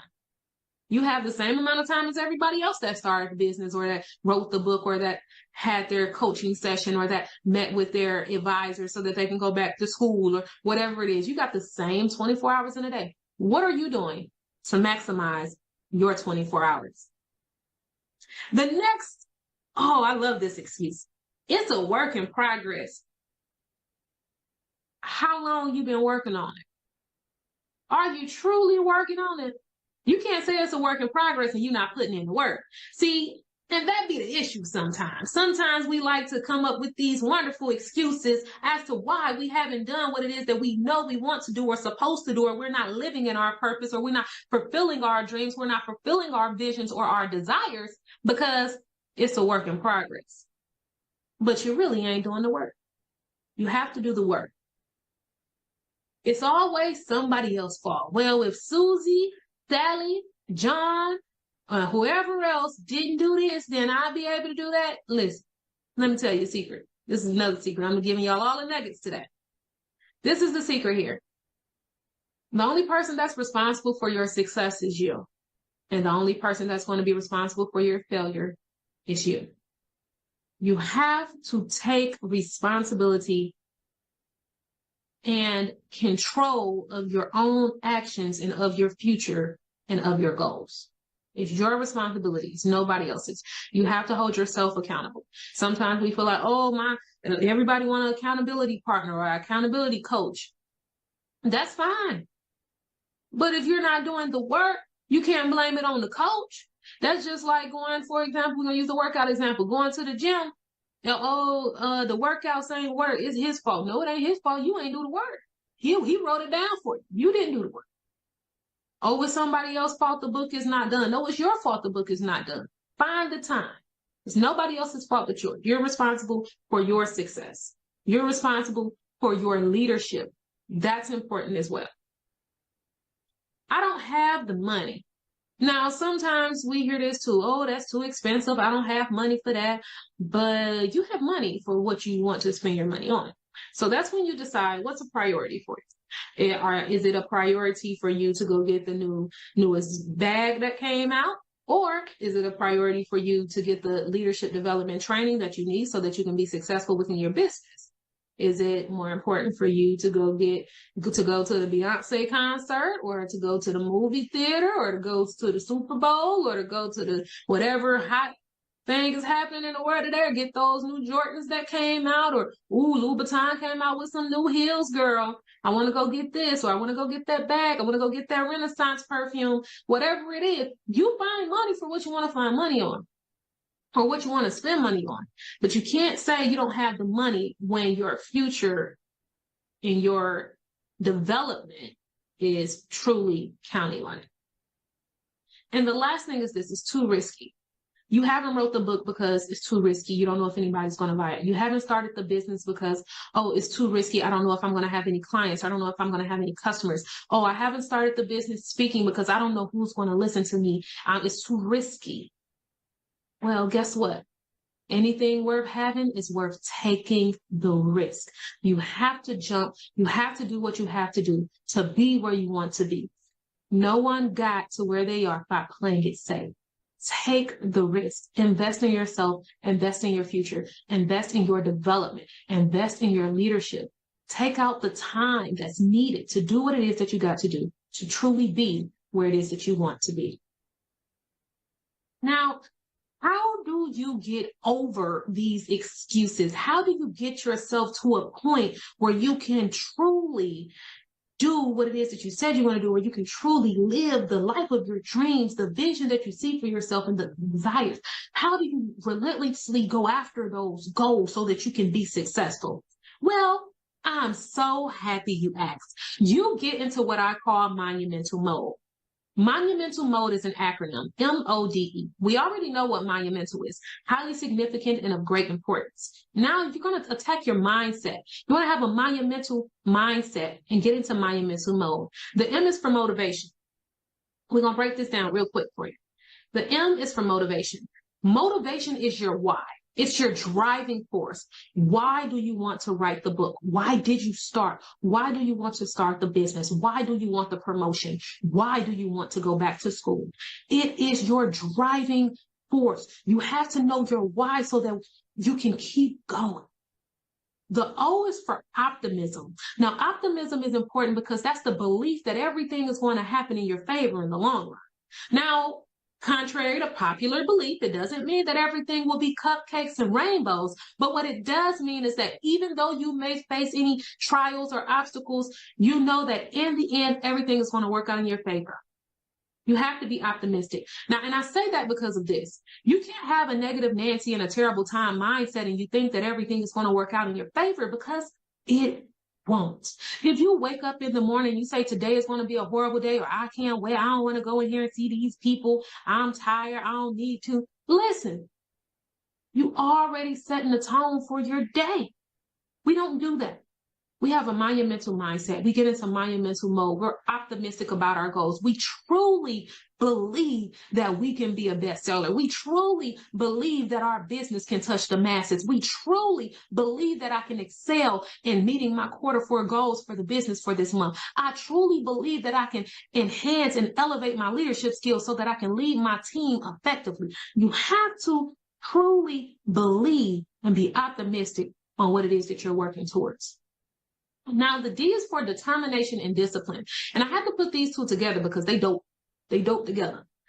Determination is the relentless pursuit to go after whatever it is that you're working on. So that means though you may have any trials, any tribulations, any challenges, you're still going to keep going. You're going to continuously go after it. You're going to keep showing up. You're going to use every opportunity that you have come across as a stepping stone for success. Determination is also understanding this. Asking for help is a strength. Sometimes, even though you may fail, when you keep going, that's determination. Asking for help, because sometimes, and I know this was me too, I always felt like, I got this. It's me against the world. I don't need nobody. I don't need no help. I don't need no. Asking for help is a weakness. I can figure it out on my own. Well, I'm here to tell you that with a mindset like that, you'll never be successful. In order for you to be successful, you have to understand that asking for help is a strength. Why would you put yourself through going through 4 and 5 different loopholes when somebody's already done it for you and all you have to do is ask the question? Do you want to get there by yourself or do you want to get there faster? Sometimes it takes longer if you're trying to get there by yourself when you can just ask the questions that's needed so that you can get what it is that you need to be successful in the long run. And discipline is showing up even when you don't feel like it. Now, discipline is important because I'm tired. The kids stayed up all night. You done been to the gym. You don't feel like working on your book. You don't feel like working on your course. You don't feel like working on your business plan. I don't feel like going into the office today. But showing up, even when you don't feel like it, is how you truly continue to be consistent, having the discipline to achieve your goals. That's when the difference comes into play. You have to have the discipline. And it's also understanding this. Though you may not feel like it, other people are watching you. Your team is depending on you. Your results are depending on you. Your family is depending on you. Whatever your why is, whatever that motivation is, that's depending on you. You have to show up, even when you don't feel like it.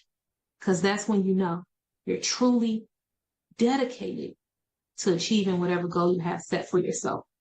And the E is for elevation. Elevation is when you rise to higher levels, rise to new heights. And I know if you haven't been on a plane before, we're going to go on a quick little plane ride today. When you get to the airport, you got to go to the baggage, check in your baggage at the front. You check it in, they put it on a big scale, big silver scale too. You can't miss it. And when you put it on the scale, there's a weight limit. There's a weight limit of 50 pounds. And if you go over 50 pounds, what happens? They're going to ask you for that cute little card so they can swipe it for you. They're going to charge you for excess. Well, we have to understand this. Sometimes we have to unpack some things. We can't take everything and everyone with us when we're going on this journey to success. When you're going after pursuing your goals, when you're going after pursuing your vision and your dreams and your desires, you can't always take everything with you. So you have to leave that negative Nancy mindset behind. You have to leave those terrible time attributes behind. You have to leave the procrastination. You have to leave the indiscipline, the slackness, the excuses. You have to leave that stuff behind so that you can truly elevate. After you check your bag in, you go ahead and sit on the airplane. There becomes a moment of stillness before the plane takes off. And all you can hear is the engine just roaring. Now hear it? That's the engine. It's getting ready. It's getting ready to take off. And when it gets ready to take off, you feel it. It takes off. You start to elevate. But the plane doesn't stop when it gets off the ground. It keeps going. And I want you to keep going. You have to stay motivated, be optimistic, have determination and discipline so that you can elevate, rise to higher heights, truly go after the goals. And guess what? After you reached your goal, you set another one so that you can rise again and keep growing and elevating each and every step, each and every way. Our goal in life is to be better than what we were the day before. How do you do that? Continuously elevating. So getting into having a monumental mindset and getting into monumental mode will truly help you excel in business and leadership and in life with going after relentlessly the goals that you have set for yourself, for your business, and for your team. So now that I've went over what this looks like, what is monumental mode, who is this lady, who is Dr. Q, and what is it that she talks about? Again, I am an executive leadership coach. I work with organizations, small and large, to truly excel in business and leadership in life. I work with clients in group coaching as well as in one-on-one. I have a free gift here available for you. This is the Monumental Mode free downloadable workbook. It's a 7-day workbook. All you have to do is scan the QR code that's on the screen, and you'll be able to put in your information, get the download, use the workbook to jumpstart and taking that action right now. You can take action today for free. All you have to do is download the workbook, fill it out, do what it is that you got to do to truly be where you want to be, to truly excel, truly exceed, truly meet your goals and desires that you have set for yourself. So who am I? Again, I am Dr. Q Parnell.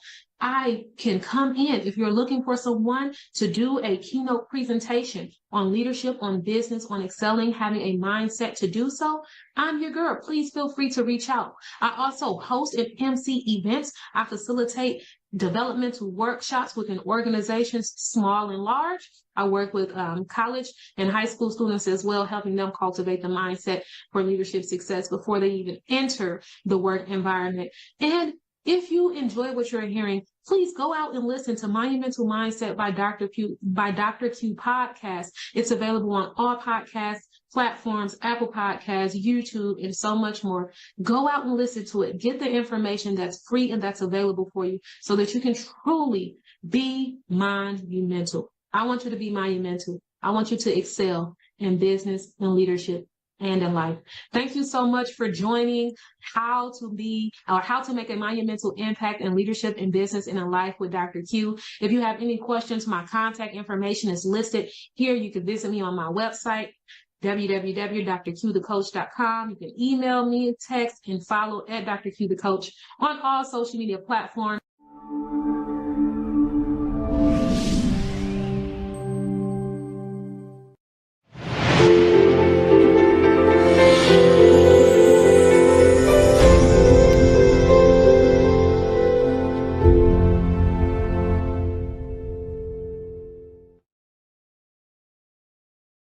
Well, greetings. My name is Lee Michael. Honored to have this opportunity to share with you, of course. My presentation will be on the 5 stages of igniting passion and releasing new levels of potential. I want to congratulate each of you for making the personal commitment and making it your business to be here today and partake in this, the Brilliance in Business Summit. Also want to thank the visionary of this event, my good friend, Dr. Mark Holland, for not only extending the invitation to me, but also providing this opportunity to share and impart. Now, for those who do not know me, I hailed out of Baltimore, Maryland, and for 45 years, I anchored a career in media, in broadcasting, in radio and television. My beginnings were humble. I came from the public housing projects of Baltimore City and was not given much chance to have an opportunity to survive, much rather succeed. But I was able to beat the odds by the grace of God and some good decisions along the way, as well as people who poured into my life. In the course of my journey, once I separated myself from my original surroundings, it included 6 years serving honorably in the United States Air Force. Thank you for your service. And also launching into an entrepreneurial enterprise called the Disco Nights. When I came out of the military, I launched a group of DJs. I just had a vision and a dream and a little bit of money that I'd saved up while in the military. And there's a lot that I could tell you about that, but I don't have the time. But suffice to say that positioned me for an opportunity to get into broadcasting. And from the time I took my first job in broadcasting back in 1980 until the time that I retired at the end of 2023, I worked straight through. I matriculated in the industry. I had an opportunity to move from different stations, but I was never without employment. And that, for those of you who are familiar, is an anomaly to be able to work 45 years consecutively in such a volatile industry as broadcasting. So I say that not to boast, but to say that to purport to how the grace of God can sustain you as well as keep you. Now, today I want to talk to you about igniting passion. The kind of passion that can take you from spark to legacy. That's what my shirt is, and that's what my platform is. I have a vision that I call Life Launch Academy, and in Life Launch Academy, we have this program called Ignite S2L, from spark to legacy. And we know that to ignite something is to set it on fire, to inflame it. And our passions need to be inflamed. Passion speaks, by the way, of desire, fervent enthusiasm. So we need to be excited and get excited about the opportunities that are ahead of us and available to us. And many times we don't take advantage of because we are asleep. And what I mean by asleep is our God-given potential lays dormant inside of us because of the convoluted experiences and influences of this life that are telling us that it's beyond our reach, and we need to understand that it's within your reach. It's within your reach, and I'm here today to help you out. And so passion speaks of desire, fervor, and enthusiasm, and my assignment today is to help you realize there is another level that is available to you, but to get there, you are going to have to get fired up. You're going to have to get fired up about what it will take to get you there, and then embrace it. Embrace the journey. And I'm here to ignite that spark and help you move from spark to legacy. Also, if you would like to get more information about my program, I'll share that with you before we finish. But I want to get started by bringing to mind an inspiring story, a movie. I'm a movie buff. And there's this story that really came to mind when I thought about this assignment that was given to me today. The film is called Into the Wild. It wasn't a blockbuster. It didn't garner a lot of attention, but it got my attention because it was an inspiring story based on true events surrounding the life of the 22-year-old student. His name was Christopher McCandless. And the plot of the story is he leaves behind all of his societal expectations to embark on a journey of self-discovery in the Alaskan wilderness. And I don't know if you've ever been to Alaska, but Alaska is a beautiful place. I never thought it would be a place that I would want to go to because of the cold. But my daughter, being in the Air Force, following behind me, found herself stationed there. And of course, My wife and I, we wanted to see our daughter, so we went to Alaska, and I fell in love with the earthiness of it and back to nature. Well, Christopher McCandless, he decided he was stepping away from his life norms and embracing a new possibility. And there is one pivotal moment in the movie that I would like to bring to your attention, which occurs when he is alone in the wild and he's lighting a small campfire.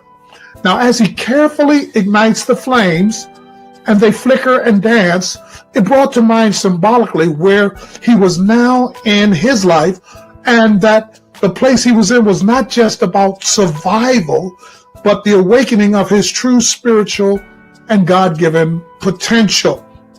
It was awakened because he dared to step out of his comfort zone. And much like the fire that he experienced when he ignited that campfire, we also need to ignite our passions and inspire ourselves to new heights. Believe that we can. If you think you can, you can. If you believe it, you can achieve it.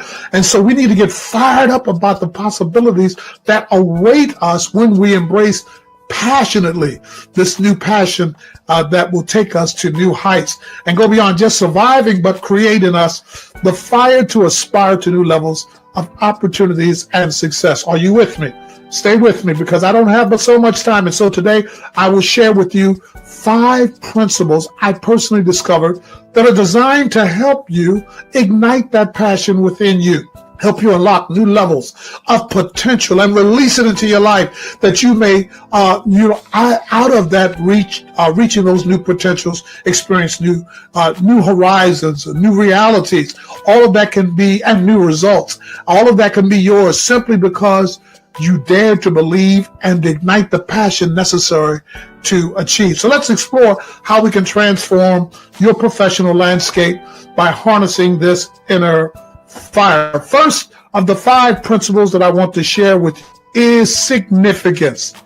Significance. Why, you might ask? Significance because you have to make the conscious decision to become more significant. You have to make the conscious decision to become more significant, not only in your life and your dreams, but also in the lives of those connected to you. I will bring to your attention offering by an author by the name of David Foster. One of my favorite readings, and I must confess, was pivotal in helping to change my trajectory toward the things that I was pursuing in life. In the book entitled Accept No Mediocre Life, he brings attention to what he calls 4 dimensions of our existence. First, there's survival. That's when you're in that place where you're robbing Peter to pay Paul, and sometimes you don't even have enough when you rob Peter to pay Paul. Amen. And you're just struggling just to get by day to day.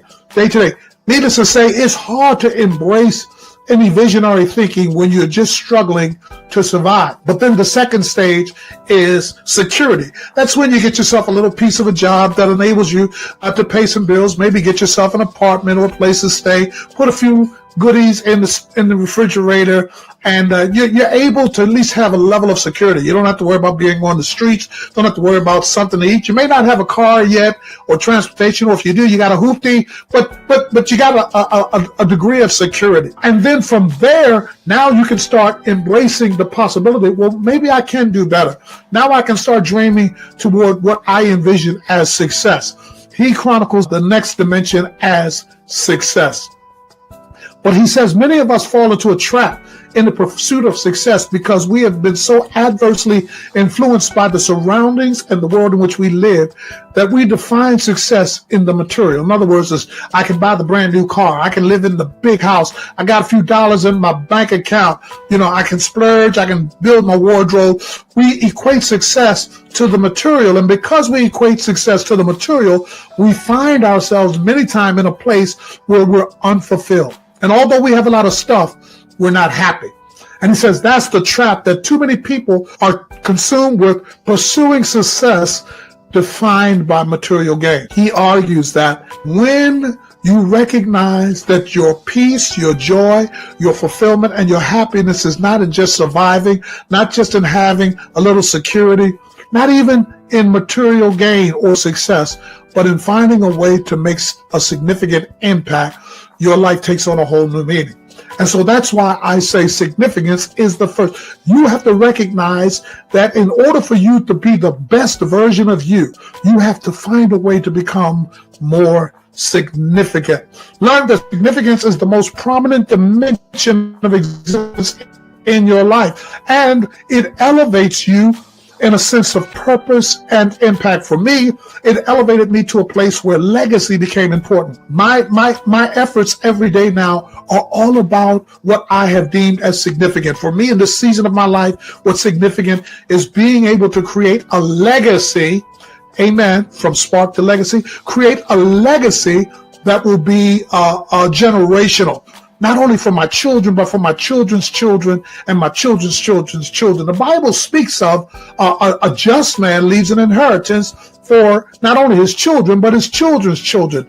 Unfortunately, in the African American community, that's far from the truth. Also, being a pastor, I see too many times that many leave this existence and their legacy is one of debt. They leave their family debt. And so the family is in a continuous cycle of trying to maintain a level of survival and security because nothing significant was done by the matriarch or the patriarch of the family.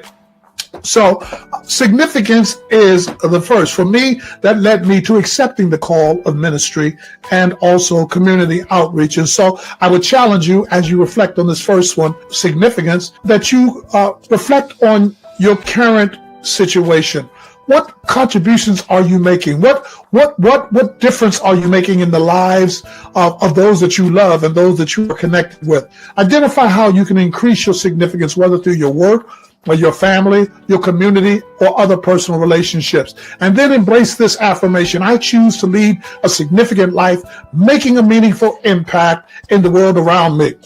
I'll leave you with this quote before we go to number 2, and that is from William James. He said, the greatest use of a life is to spend it on something that will outlast it.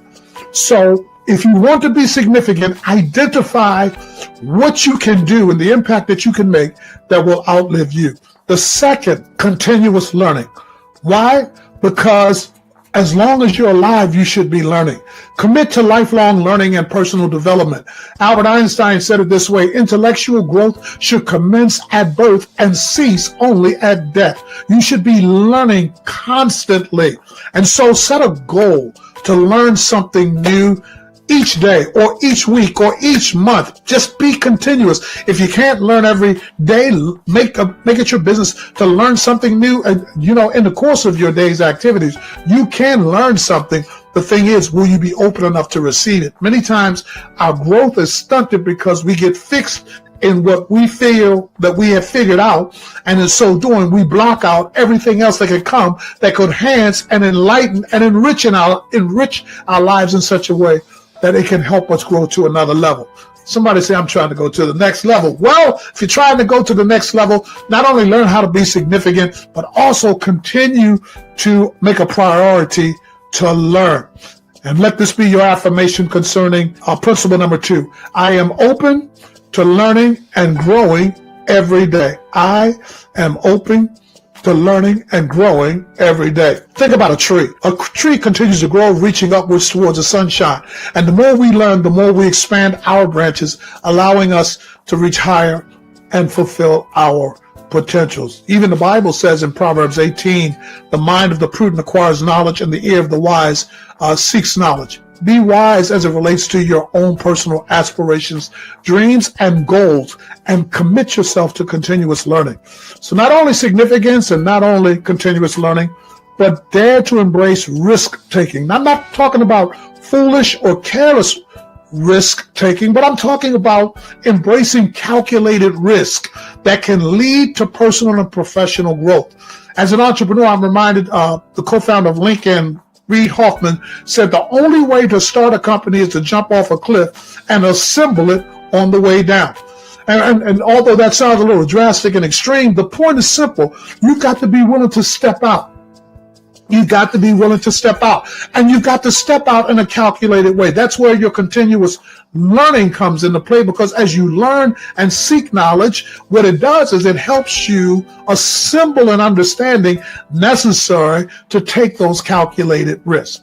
Am I making sense? You walking with me? Man, I'm excited about this because somebody's getting ready to step into a new level, a new possibility if you embrace these 5 principles for igniting passion and releasing new potential. And so, call to action: identify an area in your life where you can take a calculated risk that can expand your possibilities, and then take the first step.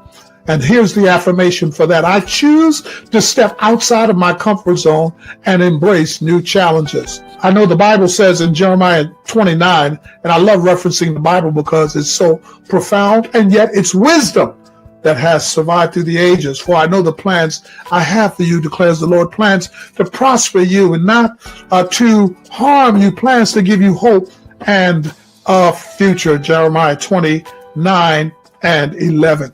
God wants you to prosper. No matter how you look at or identify God, the supreme consciousness that orchestrated everything is available to you and wants to use you as a conduit to demonstrate his power. And all you have to do is make yourself available. Can 2 walk together except they be agreed? Well, let's move to number 4 because my time is drawing short. Not only learn how to be more significant, not only commit to continuous learning, not only dare to take a risk, calculated risk, but also never underestimate the value of building connections. Fostering meaningful relationships can inspire and empower you. You are the sum result of all of the relationships that you have. George Fraser said this in his offering, Success Runs in Our Race, that he stepped into a whole new level of conscious awareness of his potential when he recognized that everybody that he knew was a part and had relationships with and had met and established relationships with were a part of his net. And all he had to do was connect them to make it work. And so your network provides you the resources and the connections to potentially go beyond your own expectations. Learn how to put your net to work, as Fraser would say. Reach out to some of the people that you know and that you share common ground with and ideas with, and see how you can collaborate those shared ideas. Affirmation: I build strong connections that enrich my life and expand my horizons. Well, we're down to number 5, and I've got about a minute and a half, and that is resilience. Understand that resilience is your greatest weapon. Develop the ability to persevere through challenges and setbacks. Angela Duckworth said this, and I quote in her book Grit, that passion and perseverance are key drivers of success. Passion and perseverance is key drivers. The book of James affirms it. It says, count it all joy when you go through trials and diverse temptations, knowing that it is developing patience. So let patience have its perfect work. In other words, allow yourself to develop in the area of your patience and resilience, and it will get you there. It may not define how long it will take, but it will get you there. And so your affirmation and call to action is reflect on the challenges that you have gone through and that you may be going through even right now, and see them as a different way. See them as an opportunity for you to develop your resilience. You can take a licking, but you keep on ticking. The Bible says a just man can even be knocked down 7 times and he gets up. Why? Because of the resilience in his spirit. Amen. And there is resilience in you that needs to be awakened. And if it is awakened, the world needs to look out for what is about to be released in you and through you. Well, that just about does it. And so, my friends, like Christopher McCandless ultimately discovered a new passion for life that took him to a place he never considered he would be, I would suggest to you that you're embracing and applying these 5 stages for igniting your passion will do the same for you. I am thoroughly convinced, because of my personal experience with each of these stages, that as you embark on this journey and ignite that passion and release those new levels of potential, you will be able to experience things that you never thought you could experience that will go beyond your expectations. I leave you with this. If you want someone to walk with you along the way, I do life coaching and consulting.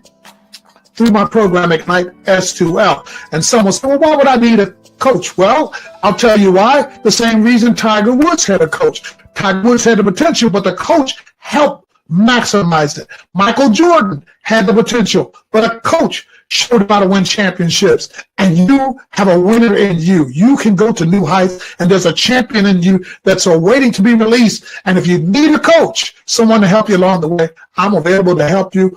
You can see my information at my website on the screen. Look forward to it. Let's go to the next level together as we embrace those 5 stages of igniting passion and releasing new potential. God bless.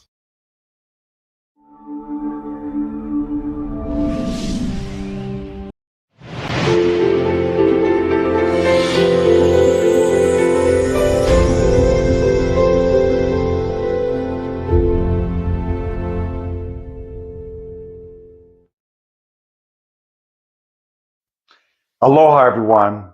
I am Dr. Carl, also known as Dr. Resilience. And indeed, I'm honored to be a part of this Business Brilliance Summit hosted by the visionary Dr. Mark Holland. During this summit, I'm going to talk today about anchored in resilience.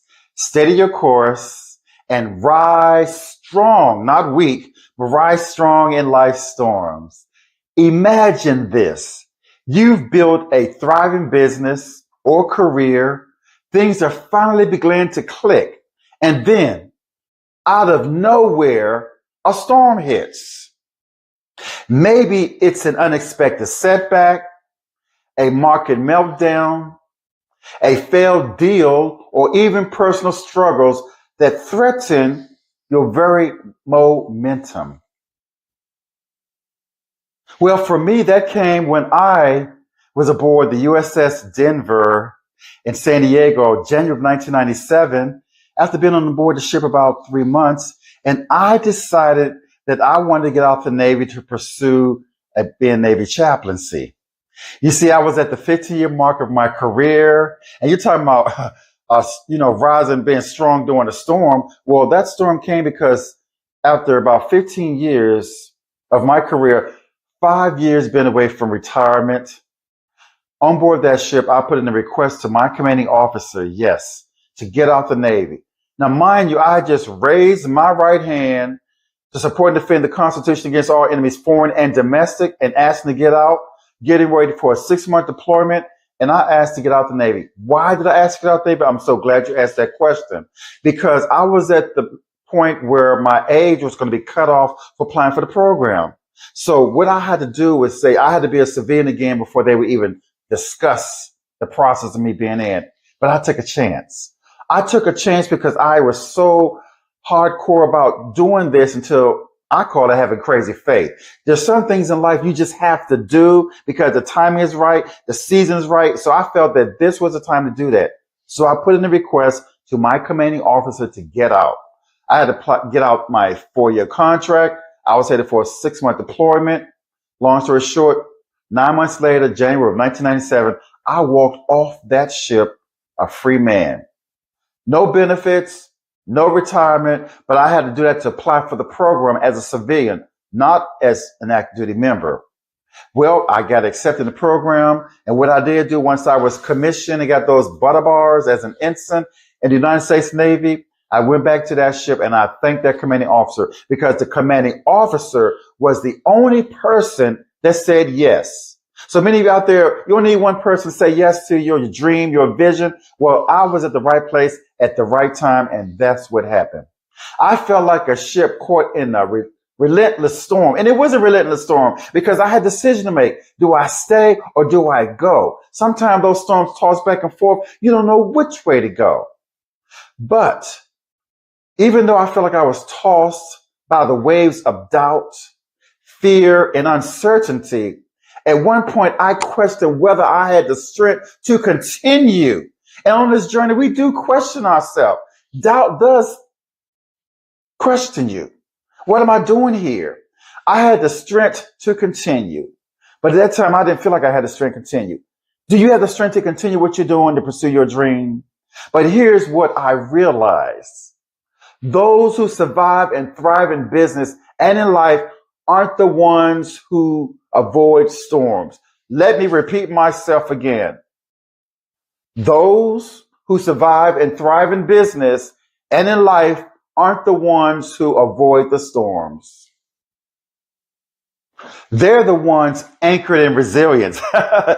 They are the ones anchored in resilience. The leaders, the entrepreneurs, and the visionaries who refuse to let the winds dictate their direction. They adjust their sail. Somebody say, sometimes you've got to adjust your sail. Yeah, say it again. I see your head shaking. Sometimes you just need to adjust your sail. Stay the course and emerge stronger. Why does resilience become a non-negotiable in business? Resilience is non-negotiable when it comes to business. In today's unpredictable world, resilience isn't a luxury. Let me repeat myself again. In today's unpredictable world, resilience isn't a luxury. It's a necessity. Let me underscore it again. It is a necessity. Market shifts, competition intensifies, and setbacks are inevitable. Let me say it again because I was getting happy about that. Resilience isn't a luxury. It's a necessity. Your market's going to shift. Competition is going to intensify, and setbacks are inevitable. You see, without resilience, business fail, leaders burn out, and dreams fade. But when you're anchored in resilience, let me say it again. When you are anchored in resilience, you don't just survive. You innovate. You adapt, and you lead with confidence. I'm feeling so good. I'm going to say that again. When you're anchored in resilience, you don't just survive, but you innovate, you adapt, and you lead with confidence. Today, I'm going to share 3 actionable strategies, 3, not 2, not 5, but 3 that you can implement right now. Somebody say right now today. In your journal, your book, say right now, 3 strategies to help you to ensure that no storm, no rejection, no failure or crisis can knock you off your course, because you do not want to get knocked off your course. So the first one again is set your anchor. Set your anchor. Define your unshakable purpose. That's what we're talking about. If you set your anchor, you're learning how to define your unshakable purpose.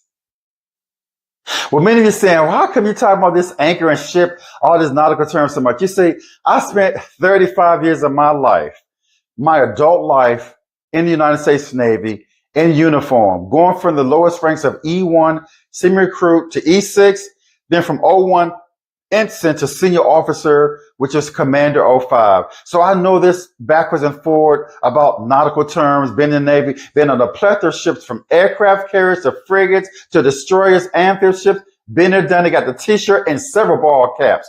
So that's why I'm able to talk from an expertise about resilience and anchoring, navigating through those storms, because I've navigated several storms on board the ship. You see, an anchored ship doesn't just drift. I'll say it again. An anchored ship doesn't just drift because it's connected to something deep. Somebody say connected to something deep. I am connected to something deep. Ooh, I'm getting so happy, patting myself on the chest real hard to make me calm down. Are you anchored to something deep? Because I've been on ships when we've been anchored out in the middle of the Mediterranean, the Pacific Ocean, and doing port calls. The ship had to drop an anchor. I'm not talking about foot or feet of water. I'm talking about fathoms of water where the anchor drops to connect to something deep. Are you connected to something deep today? In business, your anchor is your purpose. Somebody said purpose. Write in the chat, write in your notebook, whatever it is, but say, is your anchor in purpose? So that's your why. Your purpose is your why. When setbacks come, and you know what? They will come. They will knock at your door. Setbacks will come. When setbacks come, this is what keeps you from giving up. Don't give up. Somebody said, don't give up the ship. Don't you give up your ship. Be the captain of your ship. You learn to steer your course and speed. And so as we continue, you're going to find out about how to do that in my strategies. Say action step number one.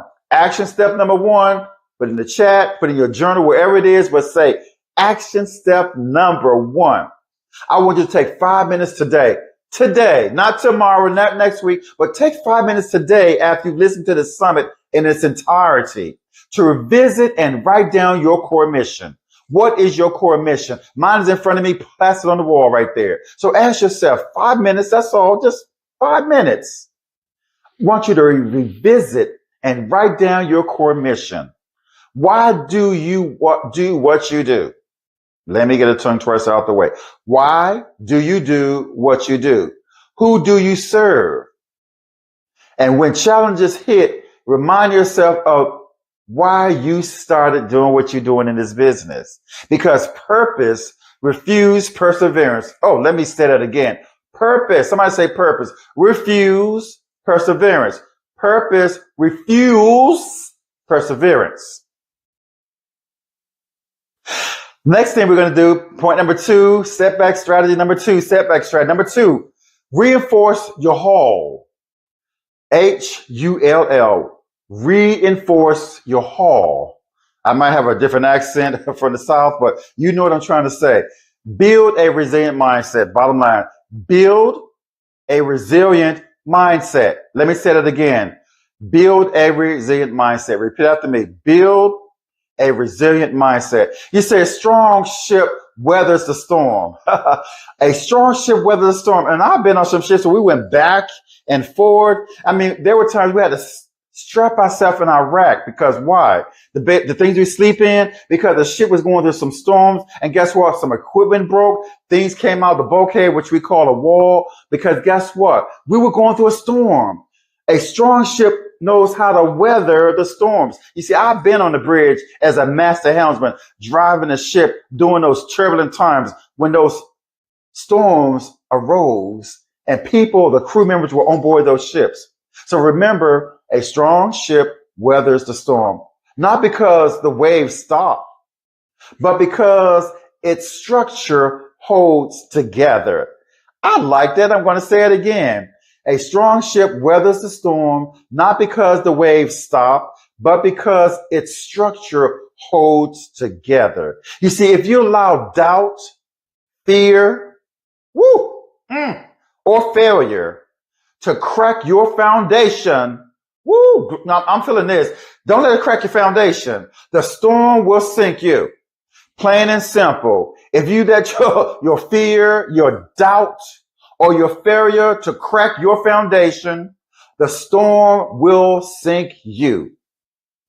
So how are we going to take action on that? I'm so glad you asked. So what's the action step you need to take for that? Reframe challenges as opportunities. Reframe your challenges to opportunities. Instead of asking, why is this happening to me? I've done it before. Ask, what is this teaching me on this journey of business, entrepreneur, and leadership? What is it teaching me? Also, what is teaching you? Next thing I want you to do, I want you to create a resilience mantra. You said, what? Yes, create a momentum or resilience mantra. A mantra. It's just a short phrase that reminds you to stay steady when things get tough.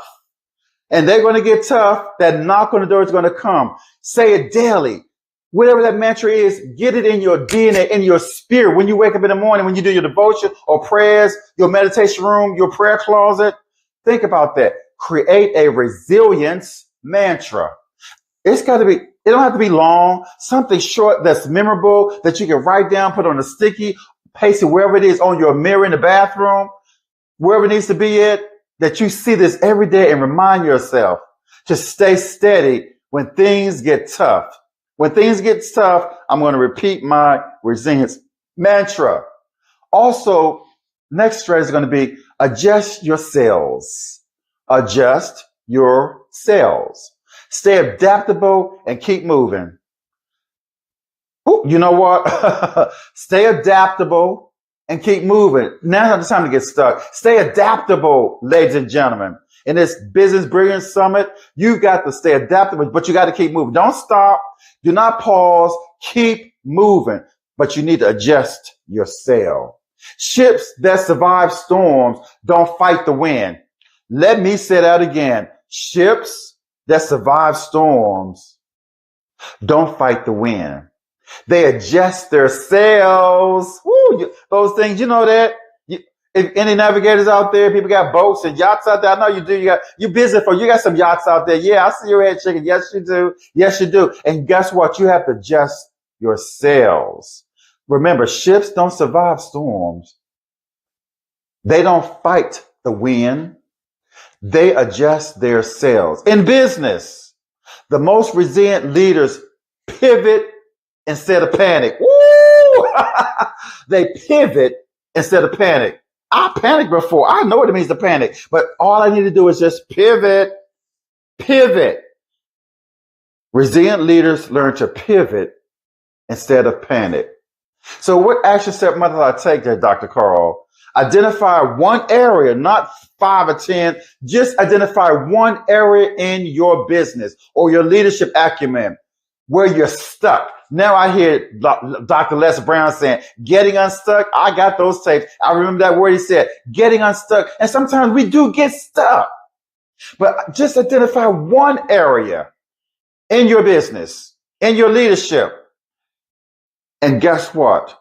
Pivot. Identify that area where you're stuck in. Instead of resisting change, ask, what one small shift can I make today? I need to make a shift. If you need to make a shift, raise your hand. I see it all over the place. I need to make a shift in my leadership, in my business, as an entrepreneur, because guess what? Things are going to happen, but just learn how to identify just one. Identify one area in your business or leadership acumen where you feel like you're stuck. Instead of resisting that change, ask, what is a small one shift, the S word, the shift word that I can make today? And also along those lines, you need to stay connected. Stay connected with who? Not Billy Bob. If there are any Billy Bobbers here, I don't want to offend your name, but stay connected with mentors, with coaches, or support network of like-minded people, because the strongest leaders don't navigate alone. Woo! Let me say that again. Stay connected with mentors, coaches, or get your support network, because the strongest leaders don't navigate alone. You see, on the ship, when I was doing on board a plethora of ships, on the bridge, you had the navigator, you had the helmsman, the lead helmsman, all these people in the powerhouse, the quartermaster, the lookout, all these people making up the team. Why? Because they're strong when they're together. They want to navigate through those Panama canals, through the straits, whatever it is, those turbulent seas, and during an emergency crisis. One person cannot do it alone, leaders. Who is on your team? You know who's on your team. Do you need to reevaluate that? Because remember, the strongest leaders don't navigate alone. In closing, I want you to closing today. It is time to anchor yourself in resilience. It is time, ladies and gentlemen, to anchor yourself in resilience. I don't know how many of you have visited the ships lately, but them big anchors, special aircraft on both sides, those things drop. Your ship ain't going nowhere. So it's time to anchor yourself in resilience. You have two choices when storms hit.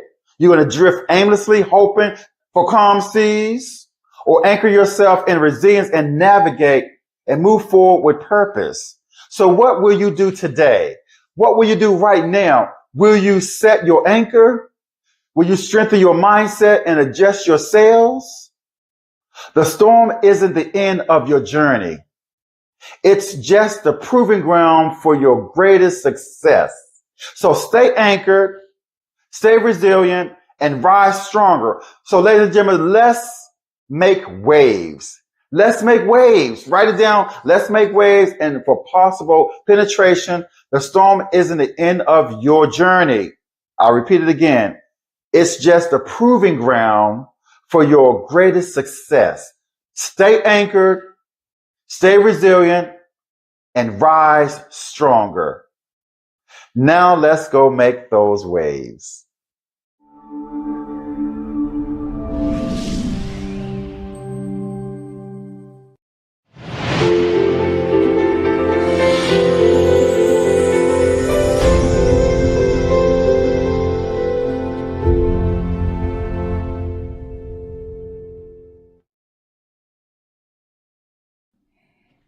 Hey, everybody. I'm Dr. Juanita Daniels Johnson, and I am excited to be a part of this Business Brilliance Summit. I really love the name of it, Brilliance. When I think about brilliance, I think about intense light, and I think about excellent.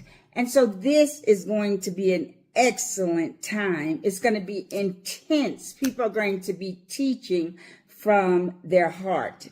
But anyway, my topic today is going to sound a little strange, but it's study to mind your own business. And it comes from a scripture that was written by St. Paul. Some people call him the Apostle Paul. And it's from 1 Thessalonians 4:11. And that's exactly what it says. It says, study to mind your own business. So I ran across that scripture and I really began to look at what it said. It was like study. Sometimes we have to study to mind our business, pay attention to it. That's what that means. Sometimes we can get distracted and caught up in so many other things, and then we're not really intense when it comes to our own business. So what I did was I decided to look at the greatest businessman that ever walked this earth. And we know him as Jesus Christ. So I started to follow his life, Jesus Christ's life. And if we notice in the scriptures, that's where I'm getting my information from. He was a carpenter. And I thought it was really ingenious that his occupation on earth was a carpenter. Because when you're in carpentry, you have to be meticulous because you are developing and building something.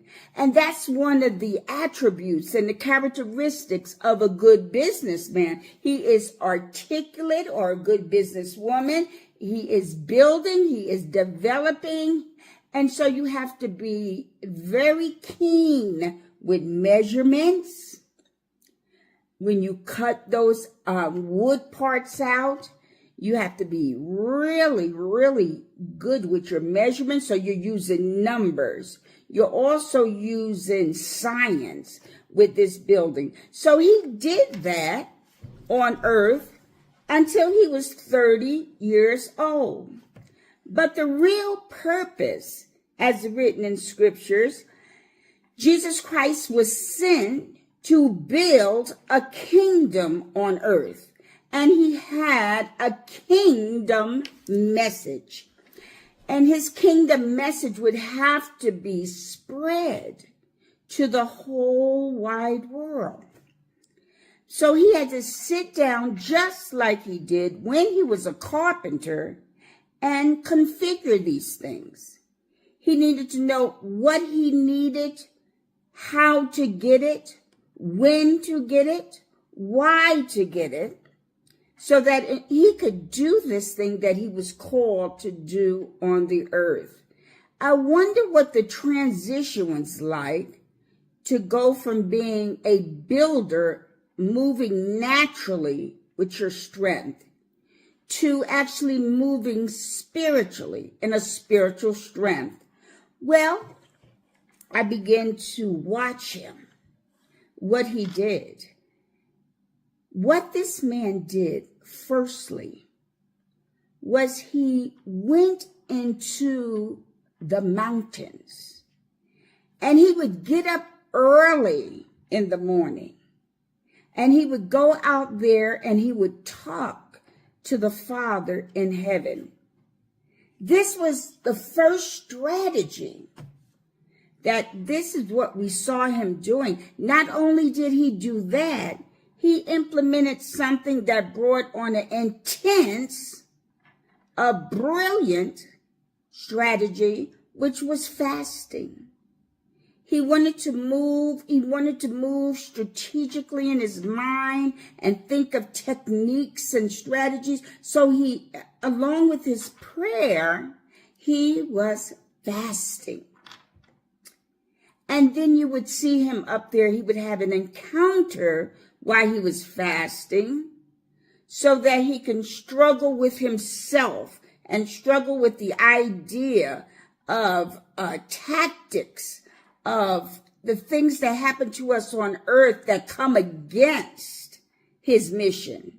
So he had to first learn those techniques, those things that he was going to say to himself, his self-talk, his self-love. He brought on all of his learnings so that he could deal with those obstacles and overcome those obstacles that he would naturally face in his business. In business, sometimes we are going to have struggles. And so we need to know what our plan is for those struggles. So that was the first thing he went up into the mountains to do. He had some alone time. And so that is the first strategy we see with the businessman that actually was the greatest of all times. He had a prayer life and he had a fasting life. And there he planned. There he prepared. He prepared himself. He prepared a plan. When he set aside time for himself, he could think clearly. Sometimes when we set ourselves aside, we need to set everything else aside in business and zoom in and focus and really have a timetable for when we're going to set ourselves aside. We have to really plan, or like I said, obstacles will get in the way. So when he planned, the next thing he had to do was, in his plan, he had to figure out who is going to be a part of this with me. That is what was going on. Who will be a part of this with me? When should I get this started? How will I get this started? He began to know that when he was talking about his who, he's going to need some powerful people working with him.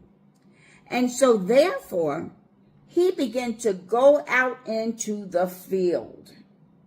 And he knew exactly what he was looking for to work into his business.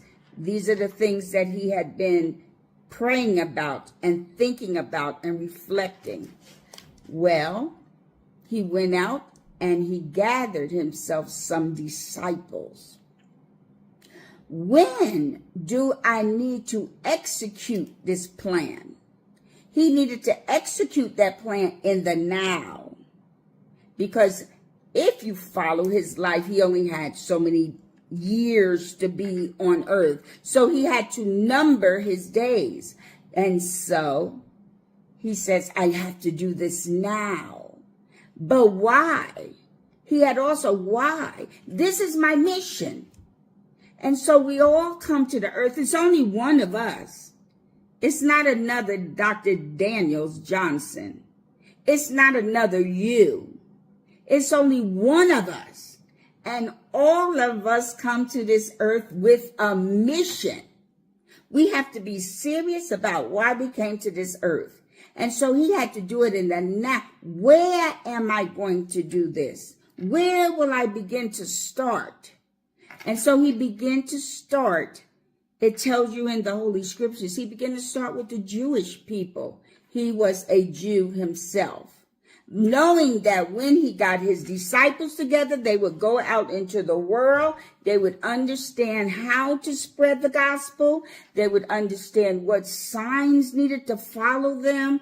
And this is what he did next. He trained them. What am I going to do with these disciples? I'm going to train them with my message. I'm going to train them with my product. His product in his business was his kingdom business. He came with a message. And so how am I going to multiply this? I am going to have my disciples. I am going to put my message in their heart, and they, when I leave, because he left in 3 years. That's why this was intense. It had to be done. And this is this business summit that I'm feeling, this business brilliance. We are going to be brilliant in this season. We are going to be crafty in this season because it's the season for it. Yes. We have to know what, when, how, why, and then we have to put it all together because it's urgent. Brilliance means it's effective. It's a strategy for the time is now. The time now, your faith. Yes, you were sent for such a time as this, so we can do this. And so what he did was he empowered them. They went out with the message. He was multiplying himself. And so that is another strategy that we do in our business. We don't want to be the only one that knows what we're doing. If we're going to have a business, we're going to be fruitful. We are going to multiply. We are going to look for spreading our message and spreading our products all over the universe. And this is what he did. And so we want to remember today that if you have a business, you have to study. You have to study that business. You have to educate yourself. You're never done with educating because the world is continually changing. And so we always want to educate ourselves with more, to learn more, to do more, to challenge yourself to meet more people. Because with people, you get ideas. Ingenuity comes, brilliance comes. So it's always good to make friends with people and to be kind to people. Because like I said, we are all unique. So every one of us has something to offer. But even as Christ did, he watched. He went among them. So we must network. We must go to various conferences. We must go to various meetings. And we must meet people and shake their hand and show ourselves friendly. Because you could be looking at your next executive, your next person in your business. And so you're watching. So if you notice with him, he went out and watched. It's people. We must first have a people business. If you're going to be in business, you must enjoy people.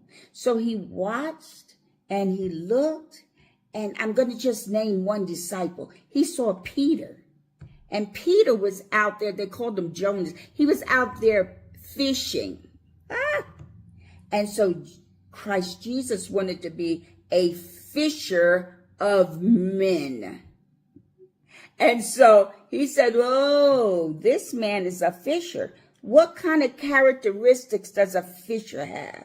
He knows how to wait. He knows how to wait until the fish come to him. This man would be good in my kingdom message business. So he chose them.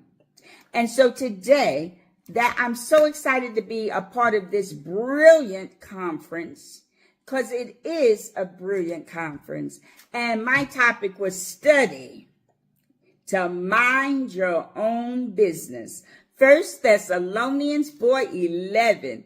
You know, I've been teaching that and saying that to different people, and they laugh. But if you notice, if you study to mind your own business from morning to night, you could get so much accomplished. You can get so much accomplished.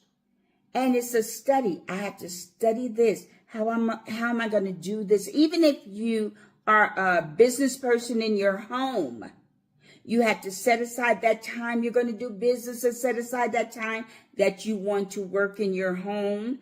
If you're a wife and a mother, you have this business, You have things to do in your home. So there's always time to take care, to mind over your own business. And so I am so grateful to be a part of this with Dr. Mark Holland. He is so generous, and I hope he'll have me back again. And then he is a mentor to us. And Les Brown has been a mentor to him. And I have been an author in the book, The Comeback with Mr. Les Brown. He is a legend. But we need mentors in our life. I have two great ones, actually three great ones, Les Brown, Dr. Mark Holland, and Dr. Dwight. And these are my mentors, Dr. Dwight Riddick. I didn't say his last name, but we are praising God today, and we thank God that your business is going to be brilliant. It's going to be intense light upon it. You will be a light that is sitting on a hill that cannot be hidden. Thank you for having me. I am Dr. Juanita Daniels Johnson, and God bless you.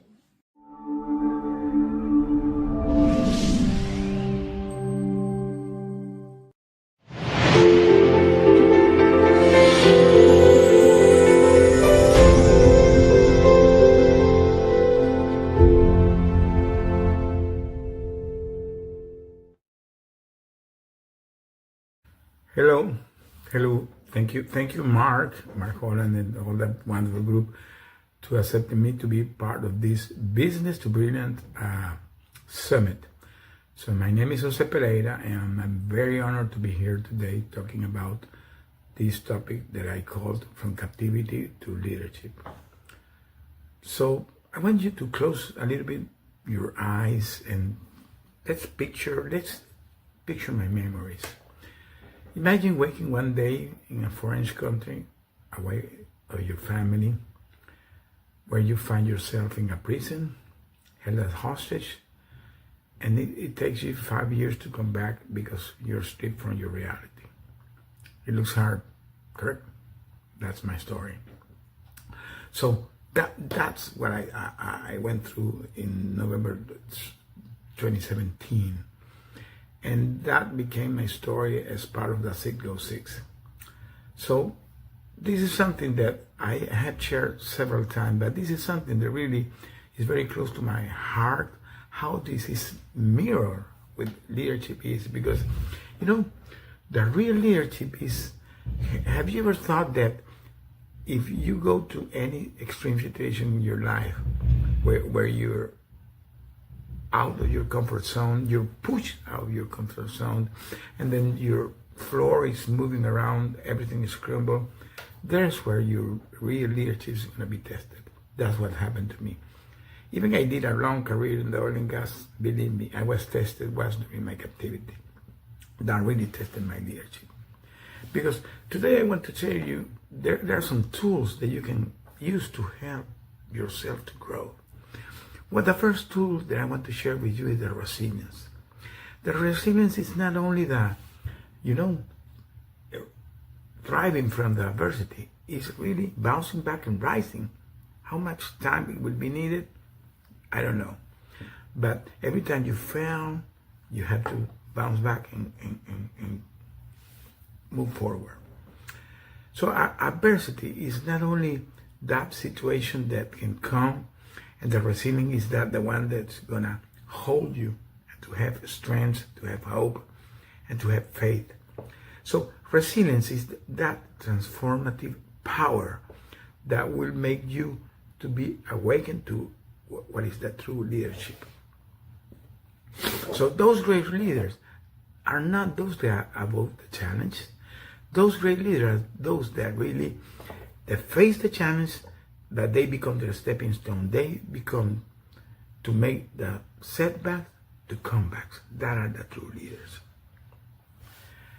So where is your business today? What is your need? How you feel about your business? You cannot control the circumstance, because remember, life will always give you challenges, because that's what life is. But what you can control is the way you react. What you can control is this, your mindset.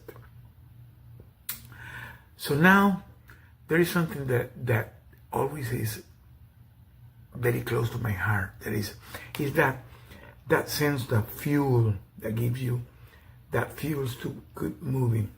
That no matter what is your circumstance, no matter where you feel, how you're facing things in life, that will not mark you. You're not going to be marked by your circumstance, because you have something that is called the determination. When you have determination, you can get anything in life. And the other thing is, be purpose driven as a leader. Be intentional. Get away with your prison cells. Because believe me, you don't have to be a physical hostage. You can be a hostage of your own beliefs. Because I went through a hostage situation, a physical hostage situation. You don't have to be there. But sometimes the mental hostage situations are even worse than being a physical hostage. Sometimes you're trapped in your own beliefs. So I'm here to tell you that you have to make your mind be free. You need to have the proper mindset, no matter what circumstance you're going. And the other thing that you have to take care is be focused, my friend. No matter what circumstance you're having, be focused. Don't lose the calm and be focused. Because you will never know where the answers are coming from. And sometimes you have the answer in front of you and you don't see it. Sometimes maybe you will not have the answer, but you will find the path. You will find clarity. So that's why it's important you be calm and focused. And you need to be positive. Mindfulness. Mindfulness is everything. Having a positive mindset, no matter what dark circumstance you're having, be positive. Be positive. And be intentional. And when you do this, that will make you have a more clear path. Take care of your well-being, your physical and your mental well-being. When you're having any situation in your business or in your life, that doesn't give you clarity. You don't see the things with clarity. So when you take care of your well-being, your physical and your mental health, taking care of yourself, having morning walks, expressing gratitude, be connected to the people that really cares. Connect with the people that love you. Take care of them. Make that strong connection. Don't make things alone. When you do this connection with your mental and physical fortitude, and you do all what we have been talking, and not only that, connect with your mental spirituality. Connect your spirituality. Part of the things that will make you grow is connect with that spiritual higher power that for me is God.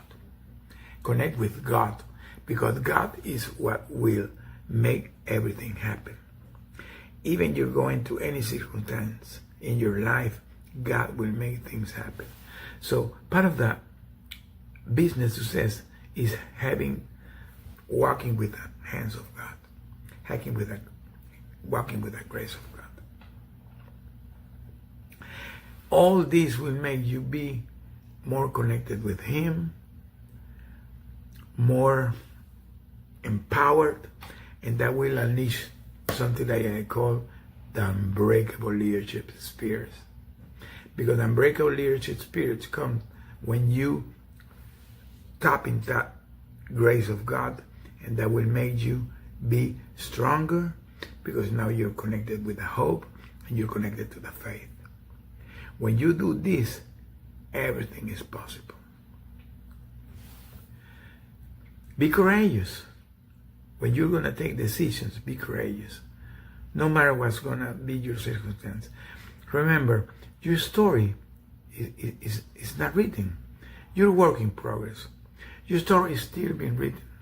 It's not finished. It's not finished. So don't see yourself like you're the end of the road. And that will make you be more successful. I'm here to say that no matter what circumstance you're going, that will not mark you. That will not be what will be making you be successful or not. What will be make you successful is that great connection with your higher spirituality, that is God, having the positive mindset, being connected with the people that really support you, taking care of yourself in the physical and in the mental way, and be calm and focused and finding the purpose and why you have to do things in life. When you find that purpose, when you find that mission, everything will be possible. So I'm here to say that if you really want to be successful in your business, you have to walk through all these elements, because that's what I did. I went through this hostage situation that I'm going to say you don't have to be there. That's why I'm here to say you that I'm here to help you, because when I decided to become a leadership and resilient coach was because I discovered that I had the art of survival. And I learned it in the wrong way. That doesn't care.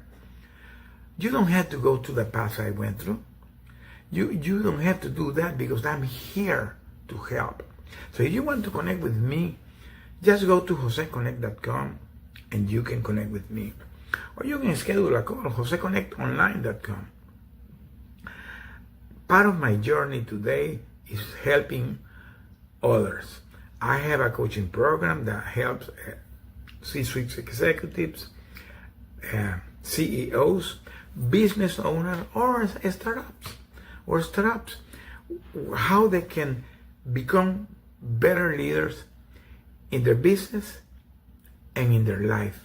Because not only being a great leader, being a great person, being more empathetic, being more connected with your team, being more human, and not only that, having a better communication with them. When you do these things, you will become a better leader. Believe me, when you make a human connection, you're going to be a great leader. And that will make you be a brilliant leader. Because those brilliant leaders are those that connect with the people.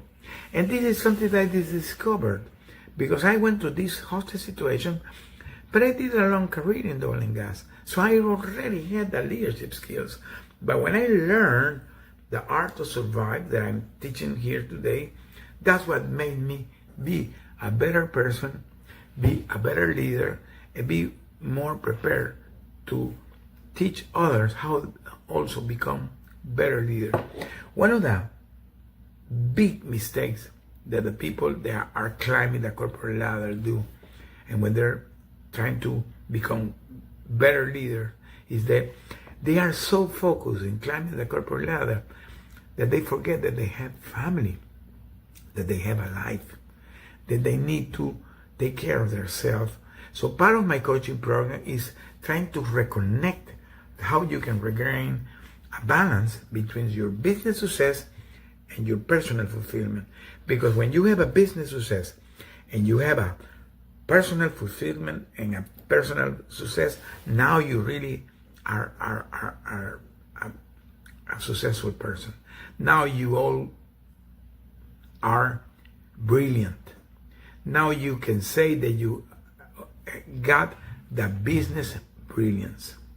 So hearing me today is that be determined, be resilient, be adaptive at the situations that you're going to be facing.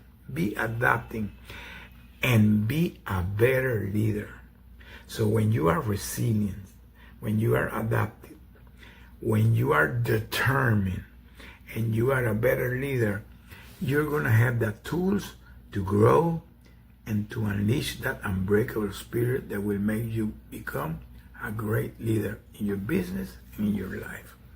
So saying this, I'm here to say that don't do things alone. Look for a coaching, look for a mentor, look for somebody that helps you. Don't become victim of your circumstances. Don't become a victim of your beliefs and your own mental captivity. I'm here to help. I created this coaching program because I went through this.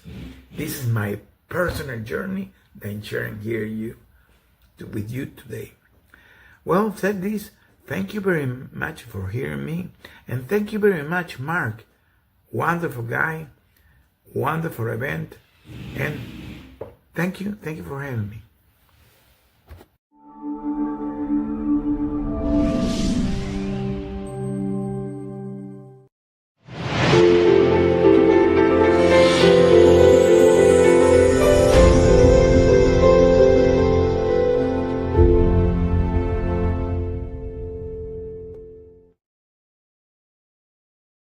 Good afternoon, everyone. My name is Dr. Janelle Harvey. I am the owner and founder of Harvey Nonprofit Consulting Group. We provide workshops and assistance with filing Form 1023 for nonprofits and individuals throughout the United States. We also provide fund development consulting to agencies. So I am so honored to speak today, particularly to those who want to make a lasting impact on their communities by establishing a nonprofit organization. As you know, starting a nonprofit is a noble endeavor, but sustaining it, that's where the challenge often lies. There are many passionate individuals and organizations that set out with great missions, only to struggle with funding, leadership, and long-term viability. You know what? Let me give you an example of that. Shirley Chisholm, she was the first African-American woman elected to Congress, and she was the first woman to seek Democratic nomination for presidency back in '72. She ran a remarkable campaign. It was groundbreaking, it was inspiring, and it was deeply rooted in community awareness. Her candidacy mobilized marginalized communities. It even challenged the political establishment, and it sparked conversations about race and representation. However, despite her widespread grassroots support, her campaign faced a critical challenge, and it was the lack of funding. Chisholm's campaign was fueled by passion, determination, and a commitment to justice, but financial constraints made it difficult to compete against well-funded opponents. She once famously stated, "I ran for the presidency despite hopeless odds to demonstrate the sheer will and refusal to accept the status quo." You know, this same resilience is necessary for nonprofit founders who embark on their mission to create meaningful change despite financial hurdles. So what is her blueprint? And what can we learn from her as nonprofit leaders? The first is community engagement. Chisholm inspired grassroots movements and mobilized volunteers, nonprofits, and others. She had a strong support network.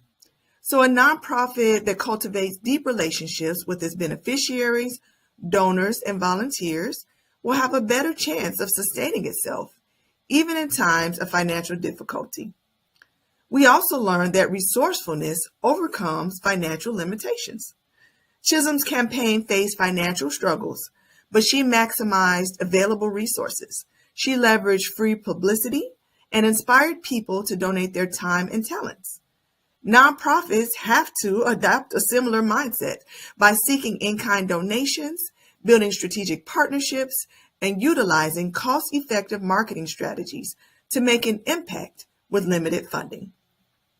We also learned that storytelling elevates a mission. Chisholm's authenticity and powerful messaging helped her to stand out despite financial constraints. So, nonprofit leaders, you have to prioritize storytelling to connect emotionally with donors and stakeholders, to make your cause relatable and urgent. It's also important to diversify funding strategies to ensure stability. So Chisholm struggled with campaign financing, and her journey underscores the importance of diversifying revenue sources. Nonprofits should not rely solely on one funding stream, but instead explore grants and corporate sponsorships, crowdfunding like Indiegogo, membership programs, and earned income to ensure financial stability. Finally, from this dynamic woman, we learn persistence in the face of adversity. Chisholm's historic run proved that passion and perseverance can break barriers.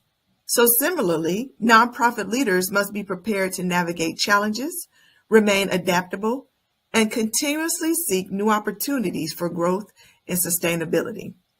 Shirley Chisholm's campaign was a testament to what can be achieved with a strong vision, engaged supporters, and an underlying commitment to justice, even in the absence of substantial funding. Her story serves as an inspiration for nonprofit founders, demonstrating that while financial resources are important, strategic planning, community involvement, and relentless determination are the true drivers of success. By embracing these lessons, nonprofits not only launch effective organizations, but they can sustain their mission too.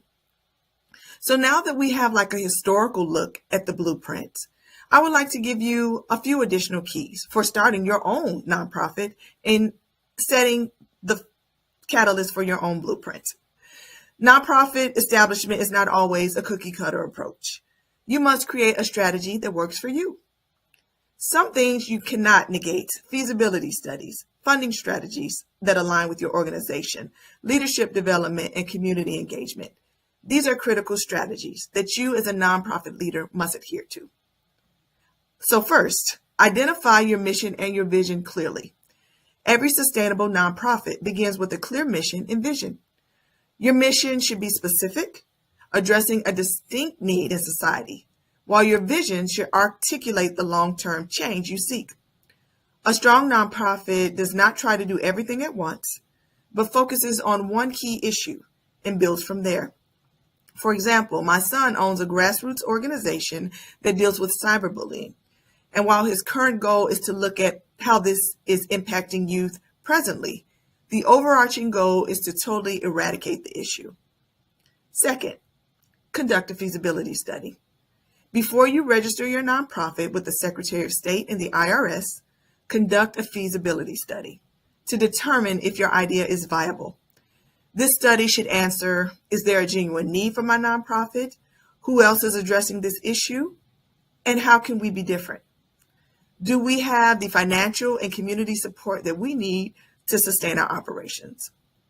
So a feasibility study should include research, interviews, and surveys of particular or potential beneficiaries, donors, and partners. The goal is to ensure that your nonprofit is needed, that is unique, and financially sustainable. You also want to develop a strategic plan. Once you've confirmed your feasibility, create a strategic plan that outlines how your nonprofit will operate. This plan should include short-term and long-term goals. What do you hope to achieve in a year, in 3 years, in 5 years? An operational structure. Who will run your nonprofit? Who are the key team members and board members? A funding strategy. How will you generate consistent revenue? And metrics for success. This is imperative, especially when you're seeking funding. So how will you measure impact? Without a strong strategic plan, your nonprofit can easily lose focus, leading to financial and organizational instability. Building a sustainable funding model is one of the greatest challenges that nonprofits face, as we've explored with Ms. Chisholm. Many organizations rely too heavily on one source, such as grants, only to collapse when that funding is no longer available. So diversifying revenue is key to sustainability. You know, our nation was on high alert recently when the president announced that there was a freeze on some federal funding. Be sure that you have a diversified strategy, and this means that funding for your endeavor comes from several sources. Successful nonprofits use multiple funding streams, such as grants, government grants, private, even corporate grants. individual donations, crowdfunding, major donors, and even recurring gifts. Corporate sponsorships, so partnering with businesses whose mission aligns with yours. All corporations have corporate responsibility. You also can have earned income if you're a creative, where you sell products that you create. You also want to assemble a strong leadership and governance presence. A nonprofit is not just based on you as an executive director. You must have a skilled board of directors and a leadership team to work with you to ensure your long-term sustainability. Your board members should bring expertise in finance, law, fundraising, even nonprofit management. Too often nonprofit leaders recruit board members because they're friends or family, but you want professionals who can provide strategic guidance. It's also imperative to engage the community and form partnerships. Sustaining a nonprofit requires strong relationships with the community, donors and volunteers, and other organizations. Community engagement should not be an afterthought. It should be at the core of your nonprofit when you establish it, when you're creating your mission. So some ways to build community engagement are hosting community events, creating volunteer programs or volunteer recruitment fairs, building partnerships with schools, businesses, and faith-based organizations, measuring impact, and adapting. You want to stay relevant and effective, so your nonprofit must continuously measure its impact and adapt. So this includes tracking key performances through what are called KPIs, key performance indicators, things like how many people did you help, how many donations did you receive. You also want to gather feedback from the community, whether it's through focus groups or surveys. All of your decisions should be data-driven. So use reports and research to scale and refine your program. Sustainability isn't about doing the same thing forever. It's about growing and evolving and improving while staying true to your mission. So going forward, let's remember some of the lessons from Shirley Chisholm. I began mentioning one of our nation's most inspirational leaders, Shirley Chisholm, and she once said, "You don't make progress by standing on the sidelines." She fought for justice, she challenged the status quo, and she worked tirelessly to support nonprofits and advocate for marginalized and poor communities. However, her funding struggles were a harsh reminder that even the most revolutionary movements require financial stability, strategic planning, and strong leadership. However, her life is a testament that once we identify a need and we have a heart for change, we can take the steps to start movements and organizations that result in empowered communities. So as you embark on your journey to start or sustain a nonprofit, remember, conduct a feasibility study to ensure your idea is viable, develop a strategic plan with clear goals, diversify your funding sources for long-term sustainability, and assemble a strong leadership team, you and your board of directors. Engage your community and build partnerships, measure your impact, and be willing to adapt. The blueprint for a sustainable nonprofit is not just about passion. It's about strategy and resilience and commitment. When you apply these principles, your nonprofit will not only survive, but it's going to thrive, leaving a lasting impact on generations to come. Now, I don't want this to be our last encounter, so please visit me at drharveyWrites.com. I also want to give a free 60-minute consultation and a copy of my book, Start and Sustain Your Nonprofit, to one viewer. So please email me at harveynpogroup@gmail.com. You can also visit me on LinkedIn at Dr. Janelle Harvey. Have a wonderful day and Godspeed as you go forth to make a positive impact on your communities. Thank you.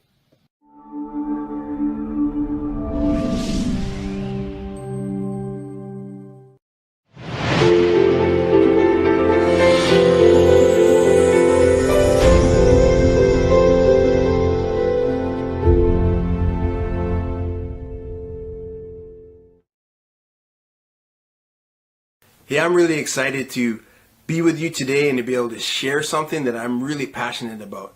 And it's how to achieve your personal impossibles. It's something that I've been able to do, and I'm sharing with other people so that they can actually achieve their personal impossibles too. So in this video, I'm going to share with you how to turn your personal impossible, how to turn that goal into a GPS for success. I'm going to show you the foundation for success, how to create a foundation for success so that you're building your success on the right principles and using the right skills and attitudes to be able to achieve it. And before we get to the end of this video, or right near the end of this video, I'm also going to share with you a success secret that really helped me bring all of this together. So my name is W.T. Hamilton. I'm an award-winning author. I'm a speaker, a mindset coach, and also an entrepreneur. And what I've been able to do is take those ideas that I've had, these personal impossibles, and turn them into a tangible reality that I could enjoy and experience and do. A lot of people ask me, what is a personal impossible?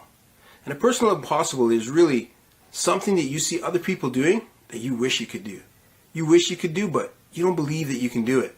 You're afraid to actually do it. It's a fantasy for you. I'm going to show you how to take that fantasy and turn it into a reality. So what's the first step that we got to do? We got to understand that when we set goals, we usually set a goal and it's like a material thing. You want to make more money, you want to be more successful, you want to be something generalized, and it's really hard to tell whether you've actually achieved that goal or not. I've had that situation before where I've been successful and I didn't realize the success that I had because I didn't know how to celebrate it, didn't know how to recognize it. And so once I hit that level, I'm already trying to get to the next level, not even appreciating and having gratitude for the level that I got at. So how I fix that, how I change that is the same way that you're going to fix and change it for yourself. I decided I wanted to become an award-winning author, and I wanted to experience what it would be like to win an award, to walk up on stage and to receive that award, to be at a ceremony. What would that ceremony be like? Who would be there? How would I feel? What was the sounds? The lighting, being on stage. What would that whole experience be like? I started to build that experience in my mind as an event and as a memory that I hadn't lived yet. And I really built that in detail to where I really felt like I knew what it would be like to actually accept that award and actually go through that whole experience and that whole process. And then what I did was I wrote it down.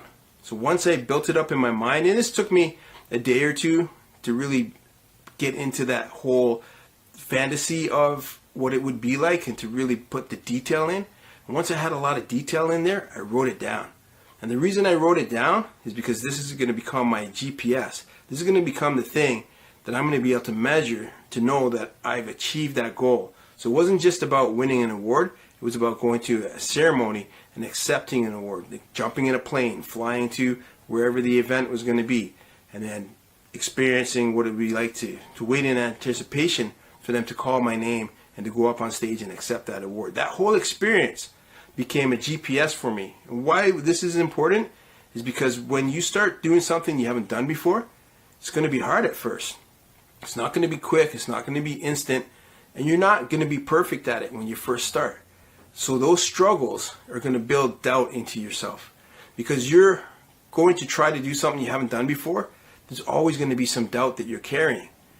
And so having this as an idea, having this as a vision of an experience that you want to have, it really becomes your GPS. Because when things start to get tough, when things start to get hard, you think about, okay, what's my end goal? What am I trying to do? Why am I doing this? I'm doing this because I want to experience this end goal.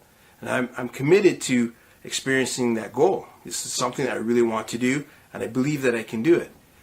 And so the thing to do once you got that first concept down and you're really starting to see yourself actually doing it, is taking the first step. The first step in whatever it is that you want to do. So in my case, to win an award, the first step was to write better books. So I had already been writing books, but I wasn't writing books that were at the caliber that I felt like I could put into an award competition and I could win an award. So the first step was to start writing better books, really honing in my craft, getting better at my craft. And the way that you get better at things is by experiencing things, trying things out, and you build the skills, the experience, and with that skills and experience comes the knowledge, and that knowledge starts to build belief in yourself. So as I would write books and I would get feedback on what I was writing and feedback on how I was doing, that feedback would start to build up the belief that, I can write an award-winning book. So as I built up that belief, it also shrunk the doubt, because the doubt is this thing that's going to stop you and block you from doing things that you could do. So you really have to start doing these baby steps to be able to start believing that you can actually achieve the goal that you want to achieve. And the more that you believe and the less doubt you have, is the further that you will go. So here's a couple of keys that I want to tell you about. One key is, I didn't tell people what my dream was, what I was trying to do. Because the less people that know, the farther that you'll go. Because you have your inner doubt, your self-doubt, but then you also have the outside doubt. People that try to give you advice and try to tell you, hey, you know what, I seen someone try to do this and it didn't work out, or you need to do this first. It might be you need to get a publishing agent, or you need to get a manager, or you need to do all these different things that wasn't in my vision. It wasn't part of my goal, my dream. I didn't care about having a manager or anything like that. So my focus was on writing a better book, entering it into book clubs to get feedback, and if I got positive feedback and really good feedback, then I knew the book was good, and then that would give me the confidence to put the book into some book competitions. But building that belief was by baby steps, doing the little things and acknowledging when things went right. And the more that I felt like I'm on the right track and things are going right, is the more confidence that I got, until I got to the point where I believed without a doubt. So you have to acknowledge that you're going to have self-doubt at first, but that's normal. It's okay. Self-doubt is okay, but there's ways to work through that self-doubt to build up that belief. And that's the first things that you got to work on. Once you have that vision, you have that GPS for your success, you know what your end goal is going to be, because you're building it as an experience. And now you start to do the baby steps to build the belief that you actually can do it and you have the abilities to do it. So the second thing I had to do was build the foundation for success. And the foundation for success is having patience, persistence, and perseverance. Patience, for me, was one of the hardest pieces of the puzzle, because patience means you put some momentum in something, and then sometimes you have to step back and you have to wait and let that momentum build. And the waiting is hard to do, because the waiting means stuff might not be happening for a little while. You might have put it out there, and then it has to go to a book club. In my case, for writing a book, it has to go to a book club. Then I have to wait for people to write reviews and give feedback to say if they liked the book, if they didn't like the book, what they liked about it, what criticism they had on it.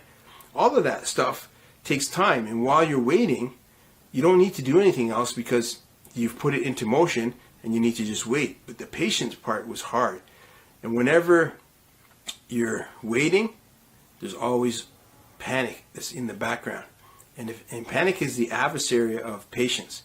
And if panic takes over, then you start to scramble and you start doing things that basically are going to block your momentum. And it's going to maybe take you in a different direction. And all of a sudden, you're not following your GPS for success anymore. Now you're panicked and you're off in a different direction trying to do something that probably is not going to help you go in the direction that you were already going, which is the direction of your dreams. So patience was a big one that I had to overcome and really had to master to be able to achieve my goals and dreams. The second thing was persistence. And persistence is in your habits and in your routines, constantly doing those things. So even if you're not always taking action in the marketplace, you're taking action mentally, you're taking action spiritually, you're doing your routines, your meditations, your affirmations, whatever it is that you do that helps you to stay focused on your goal, you're doing those in a consistent way. And then perseverance is when things get hard, that you're staying focused on that end goal. You're staying focused on the belief that if you do all the things that you're supposed to do, you're going to reach that goal. You promise yourself you're going to reach that goal, and you're going to stay focused on that goal no matter what's happening. That's perseverance. So those three things really are the foundation for your success. And if you master those things, you're going to start to see more success in your life, and you're going to be able to really achieve these personal impossibles, these things that you thought you'd never be able to do. And 3 months later, you're starting to see you're getting momentum in it, and you're starting to see a little bit of success. And 6 months after that, you're seeing, oh, your life is totally different than what it was. And you're really moving forward in that direction, and you're working toward that goal, and you really can see that goal now, and you can feel that goal happening, and you have gratitude for it. So one of the things that I did was really celebrate the small wins, all the small little things that would go on autopilot that I didn't have to think about and work on all the time. Those things I celebrated the most, because that's when things were starting to get easy. Because after the struggle is when easy starts to take place.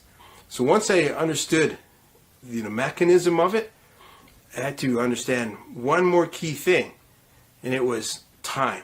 I had to understand that when you decide to do something new that you've never done before, all of these different circumstances, situations, opportunities have to align to this new thing that you want to do. Where you are right now has got you, that's the skills have got you to where you are right now. And your mindset and your focus on this new thing will create new opportunities. But they take time to develop. Sometimes they take longer than you hope for to develop. And that's where patience comes in. That's where patience is a key piece to be able to allow yourself to sit back and wait for that momentum to catch up to your idea, to catch up to the direction that you're going. And an awesome thing that I found was I didn't have to have the whole thing figured out step by step by step before I started. All I needed was that GPS. I knew what that experience of what I wanted to have happen would feel like and look like and be like. And then as I focused on the first step, the idea for the next step would just pop into my head. And sometimes the idea for the next step, I had no idea about how it would work or what it was until I was building momentum, and all of a sudden it was like a light bulb moment. Hey, now you should do this. Now you should reach out to podcasts and go and talk about your book and promote your book. Now you should, look for your book competitions and see what book competitions you think you could actually have a chance at winning. And these ideas started to give you the rhythm and the timing for when to do the next thing. I call it inspired action. When you get these inspired action ideas, then you take action on them. But when you're doing forced action and you're just trying to make things happen, that's where you find the most struggles and roadblocks. So I want to share with you the other key thing, which is the biggest success secret that I discovered. And this success secret you're going to love because it's really awesome. Is a secret that helped me, turn mountains into pebbles. It helped me to remove obstacles that were in my way. And it was very simple. I understood that this universe, this reality that we live in, wants us to succeed. It gives us not just the ideas, but all these different opportunities to be able to make what you want to have happen, as long as you stay focused on it and you believe that you can do it. And that's what the vision is. The vision is believing that you can do it and understanding that it's going to happen for you eventually if you stay focused on it long enough.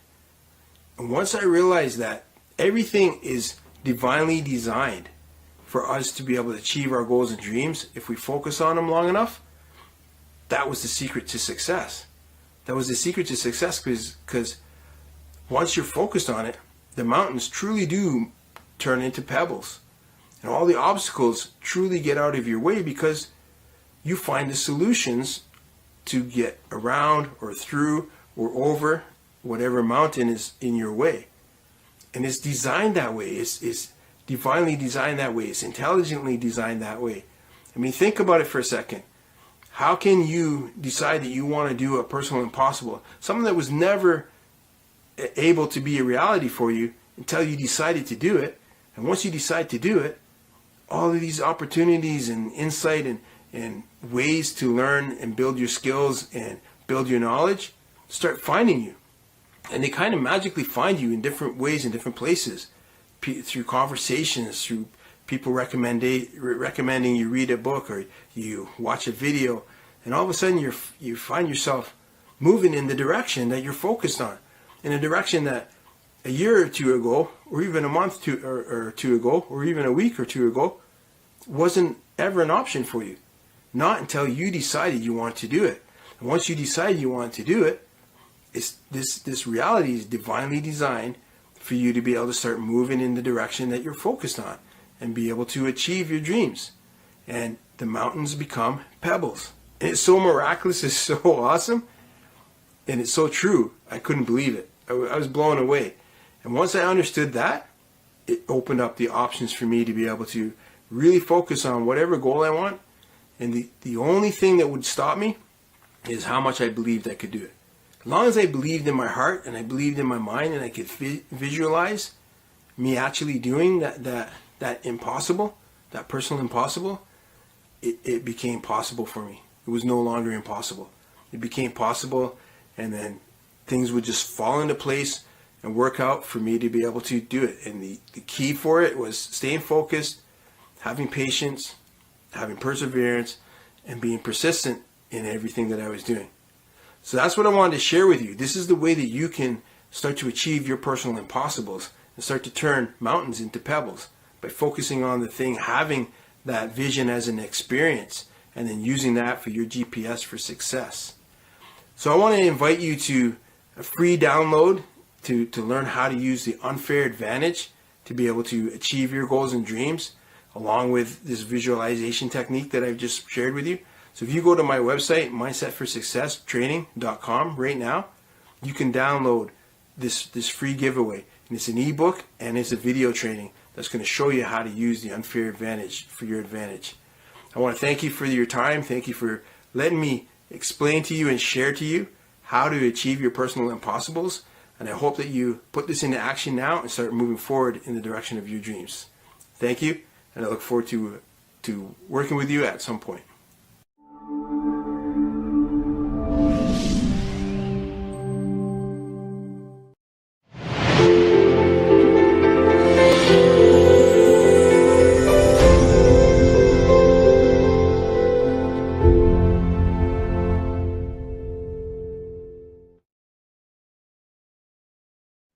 Hello, visionary leaders and fearless entrepreneurs. I am Dr. Marcia Whitaker, and I am honored to be here at the Business Brilliance Summit, a gathering dedicated to kindling the innate potential within each of you.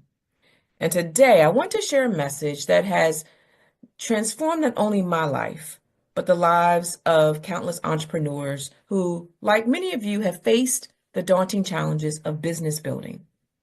Now, my journey as a life and business coach, specializing in life coaching for business builders, has taught me that the secret to success lies not just in strategy and processes, but in the embodying a powerful metaphor, the lighthouse effect of business building. So I want you to imagine for a moment the steadfast lighthouse standing tall on a rugged coastline. Its light cuts through the darkest storms and the thickest fog, guiding weary ships safely to shore. That light, it represents the inner power each of us holds, the capacity to be a beacon of hope, of clarity, and of inspiration, even when the seas of business are rough. Today, I invite you to embrace that inner lighthouse, to show up, to shine like a unique brilliance, and to serve others with passion and purpose. And so the first thing I want to talk about is the lighthouse metaphor, the guide through the storm. Now, lighthouses just aren't buildings with bright bulbs sitting up top, but they're symbols of resilience, of guidance, and of unwavering commitment. They are built to weather the fiercest storms, to stand firm against the crashing waves, and to illuminate the way for those who are in need. Similarly, as entrepreneurs, our journey is full of uncertainties. those late nights, those setbacks, those unexpected turns, and the fierce competition. Yet, like that lighthouse, you have the power to stand tall, to be a point of reference and a guide, a reliable guide that others need through their struggle. And so I want you to consider certain aspects of the lighthouse. Okay, so I talked a little bit about resilience, but resilience in times of adversity. Just as the lighthouse endures the turbulent weather without wavering, you too must remain steadfast when faced with those business challenges. And I want you just to think about the ones that come to mind. What challenges? Maybe it's the finances. What about it's the help? What about it is the content? Whatever it is, you're able to stand and weather the storm through resilience. Okay. The next is a beacon of hope. The light from the lighthouse offers hope to lost sailors. And so if you think about those ships that are out in the ocean, even though they can't see the lighthouse, they can see the light. Okay. And so in business, your vision and your authenticity, that light is here to inspire your team, to inspire your customers, and even to inspire fellow entrepreneurs who are looking to you for support and encouragement. And then there's guidance through uncertainty.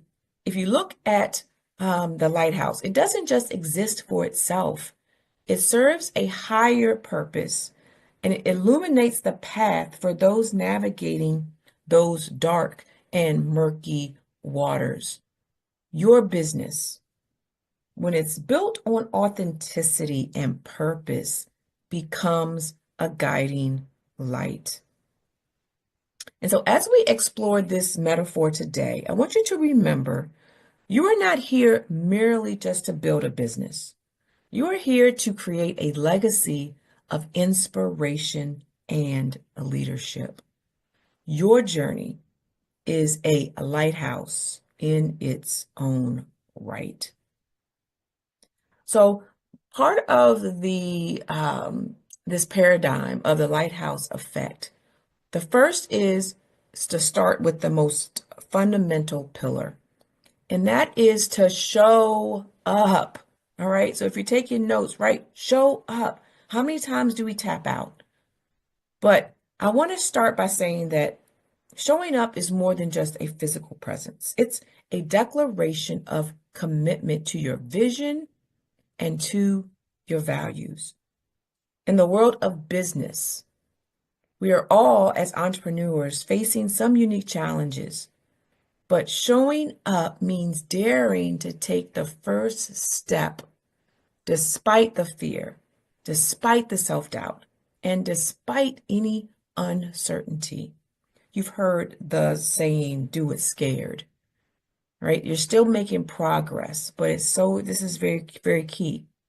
And so we have to make sure that we are practicing consistency over perfection. Okay? It's better to be consistent than for it to be perfect. Every morning, the lighthouse doesn't wait for the perfect weather to decide whether or not it's going to shine today. It simply stands and it works through every storm. Right? I'm going to say that again. It simply stands and works through every storm. Similarly, commit to showing up every day, regardless of the obstacles that are before you. This consistency builds trust. It builds trust with yourself. It builds trust with your team, and it builds trust with your customers and or clients.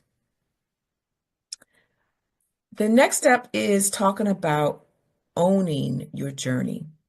To show up is taking ownership of your story. Your unique experiences, your challenges, your triumphs are the very fuel that's going to drive your authenticity and your success. And so I want you to recognize that each step you take is part of your personal legend and your business's narrative. It's what matters. If you fail to take that step every day, what you're going to end up finding yourself, you're going to find yourself not reaching your destination.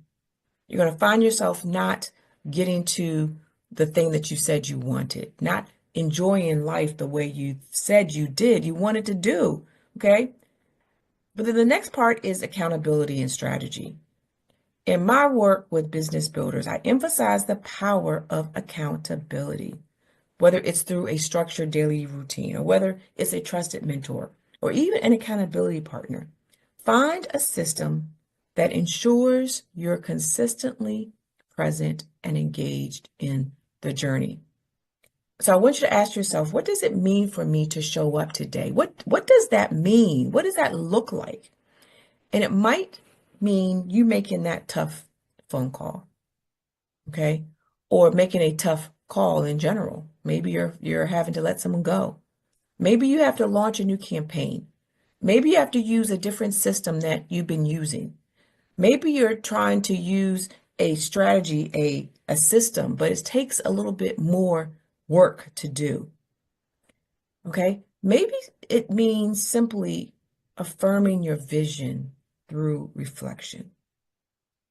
When you commit to showing up fully, you are laying the foundation for the brilliance that will soon follow. All right. So the second step in the lighthouse effect is that you shine. All right. To shine is to let your inner light, whether that's your talents, your passions, your authentic self, to radiate out into the world. I remember living muted. I remember living closed in. But then once you allow that light out, your shine is your story. Your shine is that unique combination of experiences and the insight that sets you apart in this business world. And so I'm going to ask you to embrace your authenticity. The world doesn't need another cookie cutter business, okay? That you're going after something because you saw it worked for someone else. It needs your unique voice. And so embracing who you truly are with all of the strengths, all of the vulnerabilities, that is what makes your shine authentic. That's why you hear about some people who, can go from zero to $1 million overnight, okay? Because they have tapped into their unique skill, right? Their unique brilliance. You trying to replicate that is not going to get you those results. You have to look within and take what's authentic to you, and now you use that in your story to elevate. Okay? The other thing as you're shining is that we have to cultivate confidence. Like the unwavering beam of light from the lighthouse, your confidence must be steady and resilient. Now, confidence isn't about being arrogant, but it's about trusting in your ability to navigate the challenges, to light up even in the darkest corners, even when no one else is going, even when you're not sure if it's going to be received. But this self-assurance inspires others to trust and follow you. Imagine that ship that has gone out to sea and is coming back. They are depending on the lighthouse to shine to get them back home. Okay? When they can trust that every night you're going to be shining, every dawn you're going to be there, that gives them power to now make sure they can get back to shore. Okay? The other part of shining is strategic storytelling.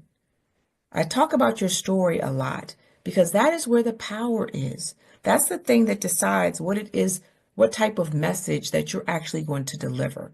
That's going to decide what impact you have, And so when you use it to build an authentic platform that resonates with your audience, that is where the transformation comes.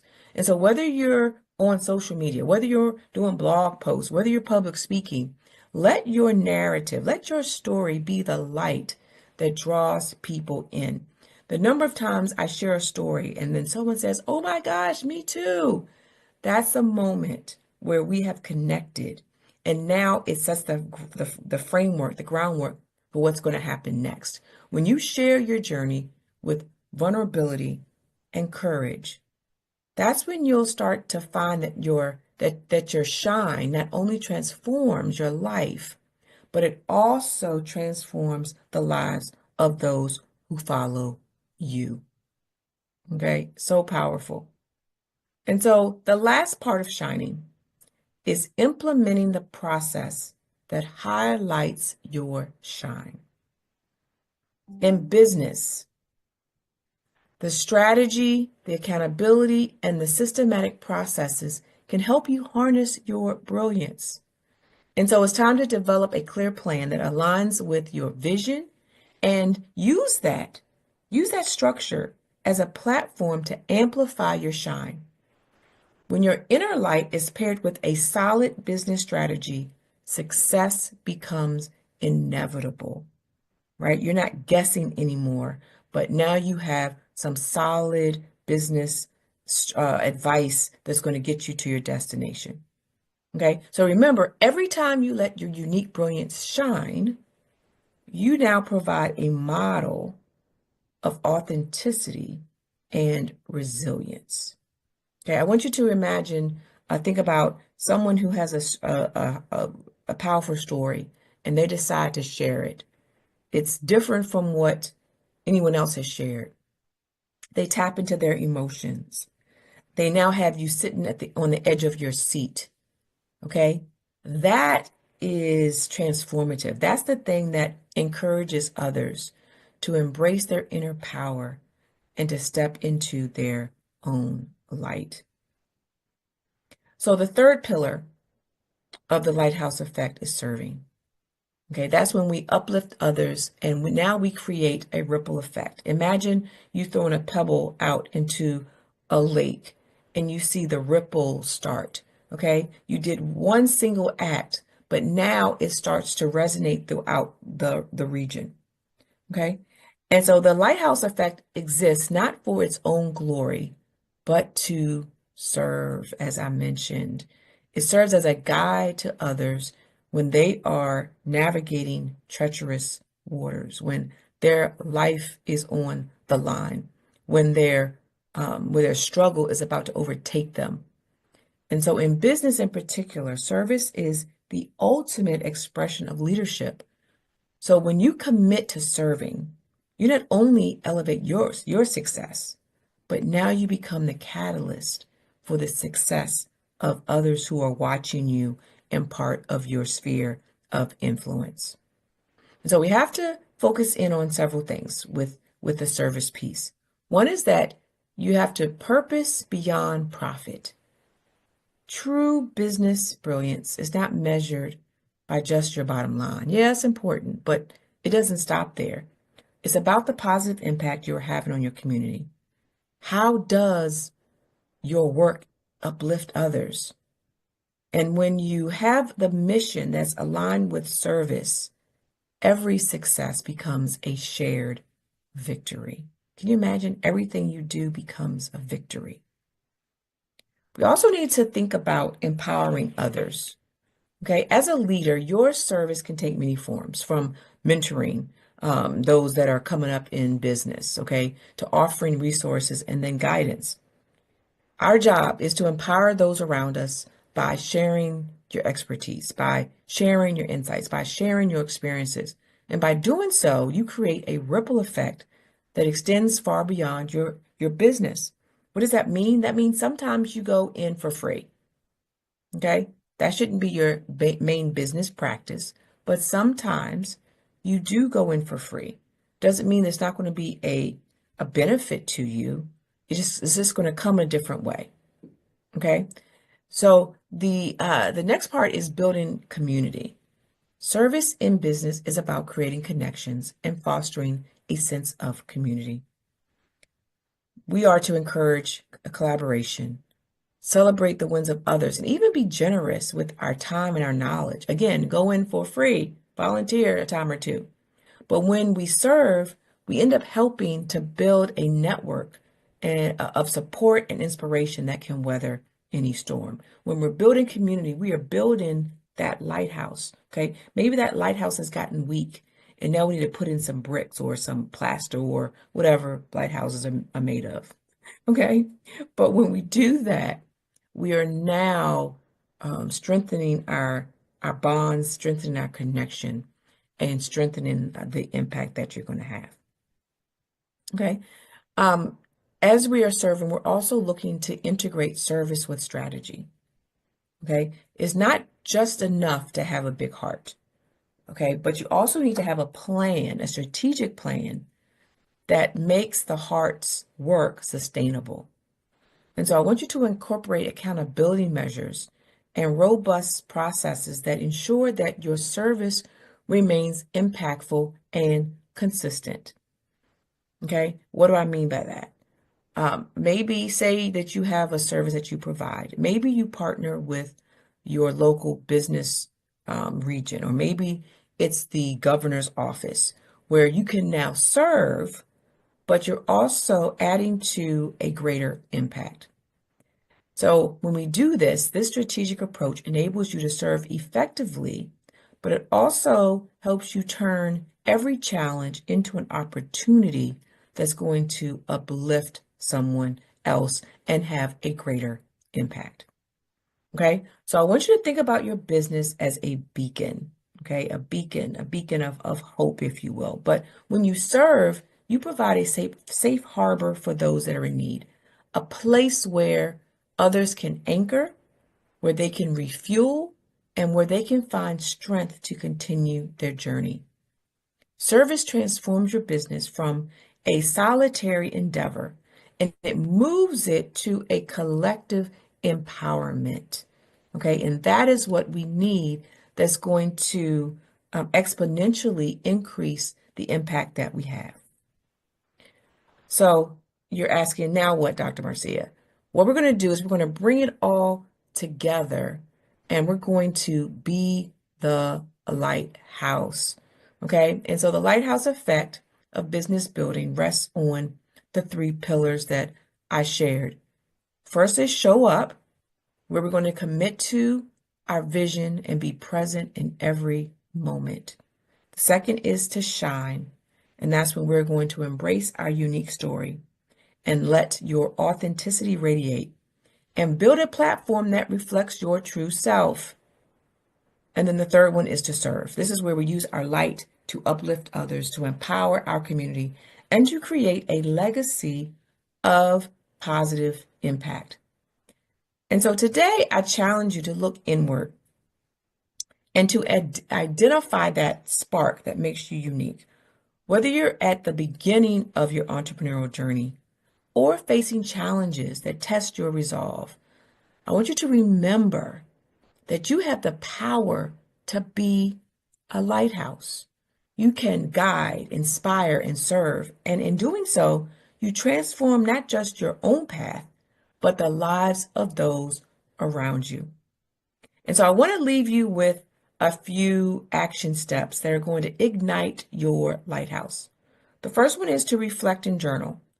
I want you to take a few moments today to write down one way you can show up more consistently in your business, whether that's knowing how much you spend on certain items, whether that is making sure that you are covering all the areas of your mission. And then I want you to identify a small, actionable step that aligns with your long-term vision. Okay? The next action step is I want you to celebrate your shine. Make a list of your unique strengths and past successes. Now, I want you to think, how have these moments shaped your journey?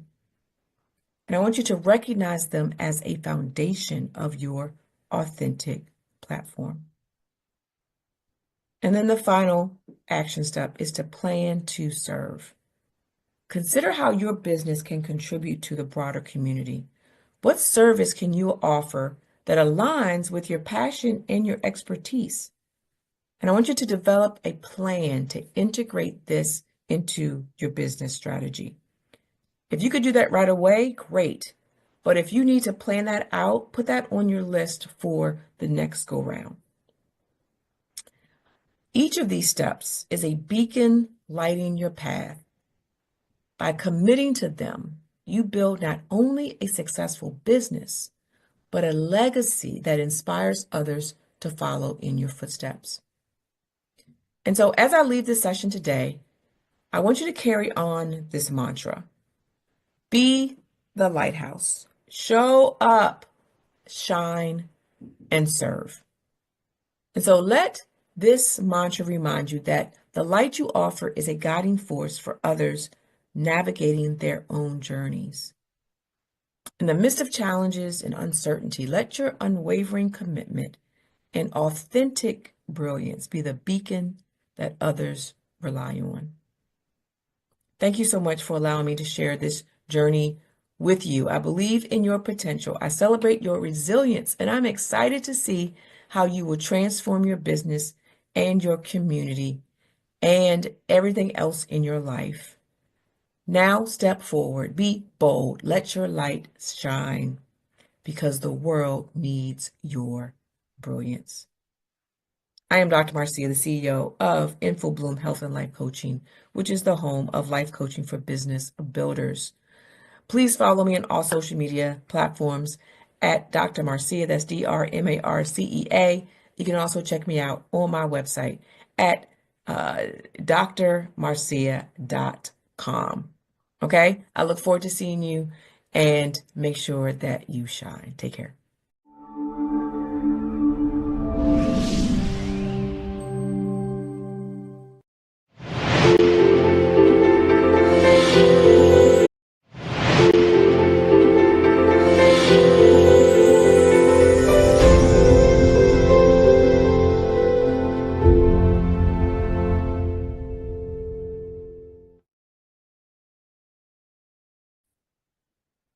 Good morning, good afternoon, whatever time it is that you're watching this, happy day to you.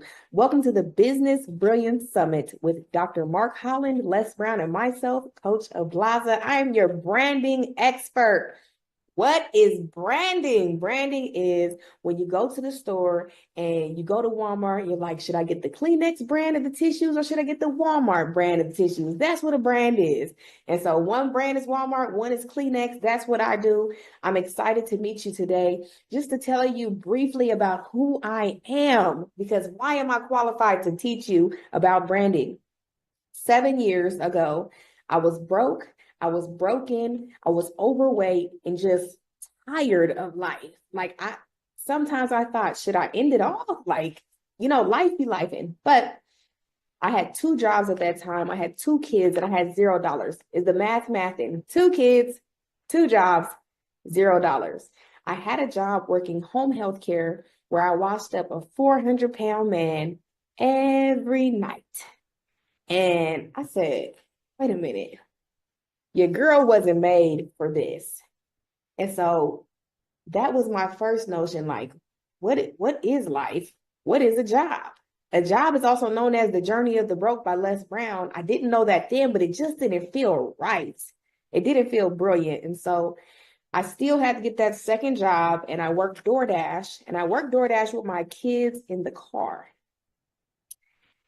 And I would go to the door to deliver the food. Sometimes they would answer, and I'm looking back at the car and I wondered, are my kids okay? What kind of feeling is that to have a job, you're still broke, and the kids are in the car while you're working? It's enough effort, enough work to do without the kids. So that was my life. And I want you to guess, what do you think I did next?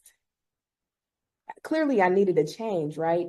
Well, next, what I did was I got a better job, because society will tell you if you're not making enough money, get another job, go for another interview, but they're not teaching you to start your own business. And that's another reason why we do Business Brilliance, to help you, whether you're an entrepreneur, you're a coach, consultant, or speaker. We're here to help you today to build a brand, to build a business that will sustain you and sustain your family for years to come. My number one goal is generational health, wealth, and mindset. And so at that last job that I worked, I lost my job during the pandemic. So about 6 years, 5 or 6 years now, that last job that I worked, I was introduced to a routine called the Rule of 5. That Rule of 5 changed my life. And when I had a poverty mindset and I listened to people that had a mindset, had more money than I had, they said, just do it. I was like, that sounds too simple. You can do anything you put your mind to. That sounds too simple. But I'm telling you today, I'm going to break it down so simply that you're going to be able to brand your business. You're going to be able to hire somebody to brand your business. Maybe pink collar brands, I don't know. But let's get to know each other. Let's get locked in. I'm excited. Let me share my screen with my presentation. All right.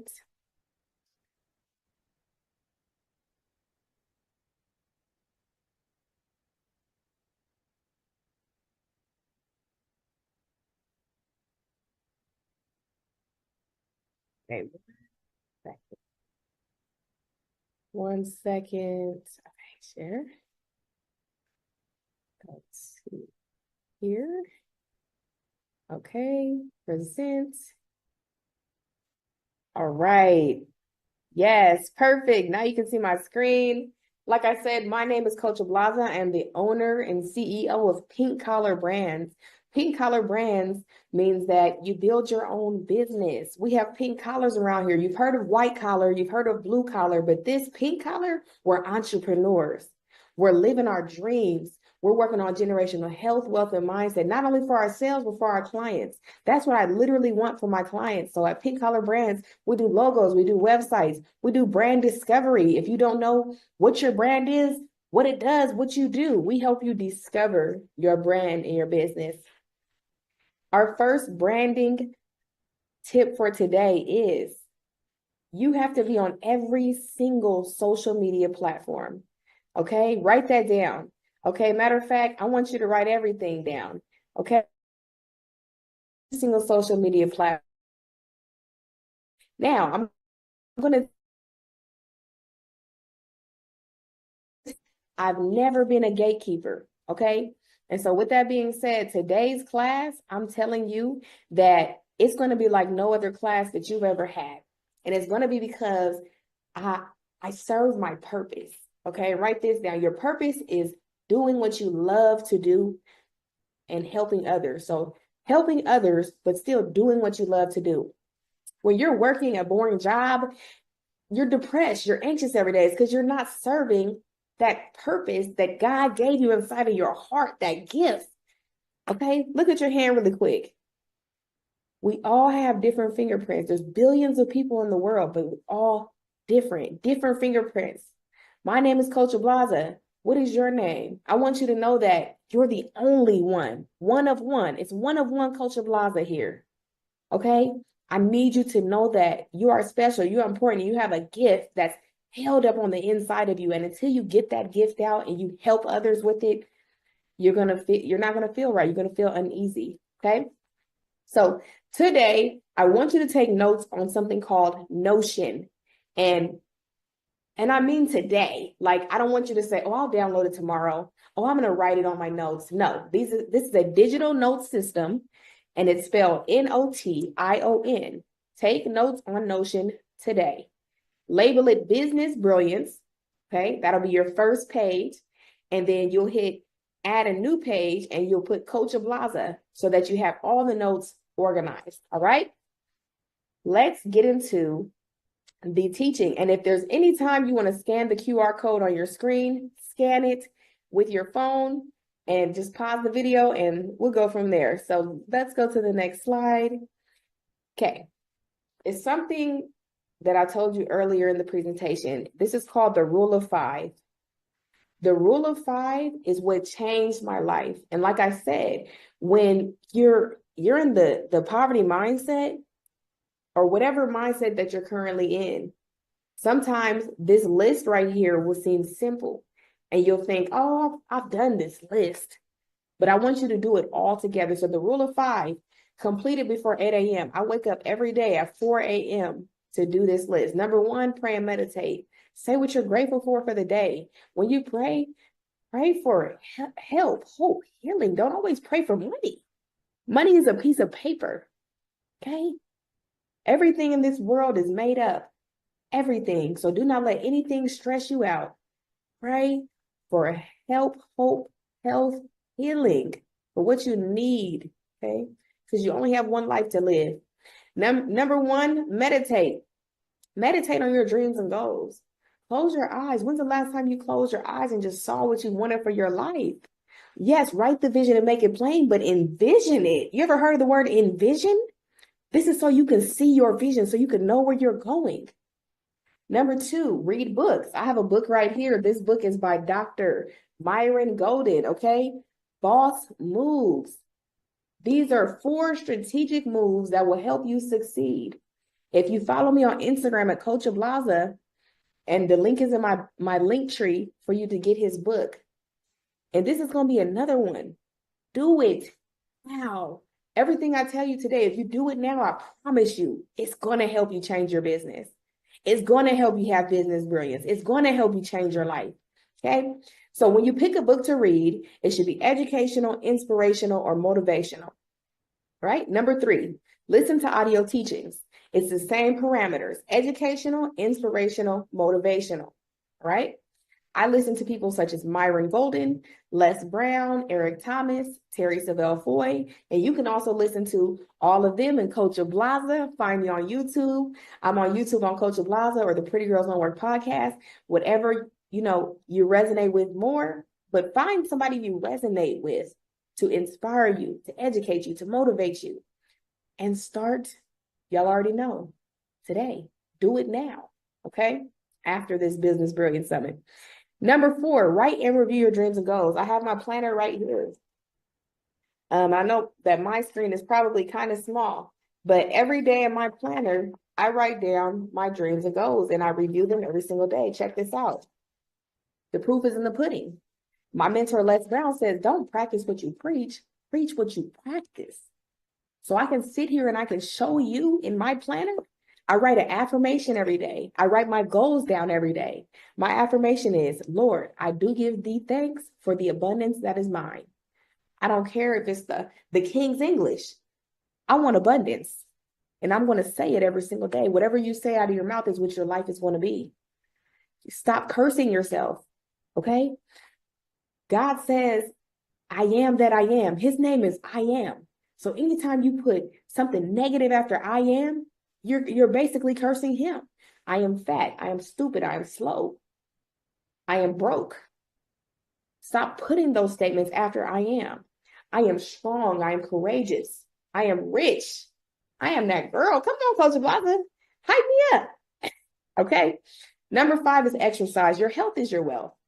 There's no money truck behind the hearse. So if you do steps 1 through 4, you're making money. You're living life. You don't have 2 kids, 2 jobs, $0 like me.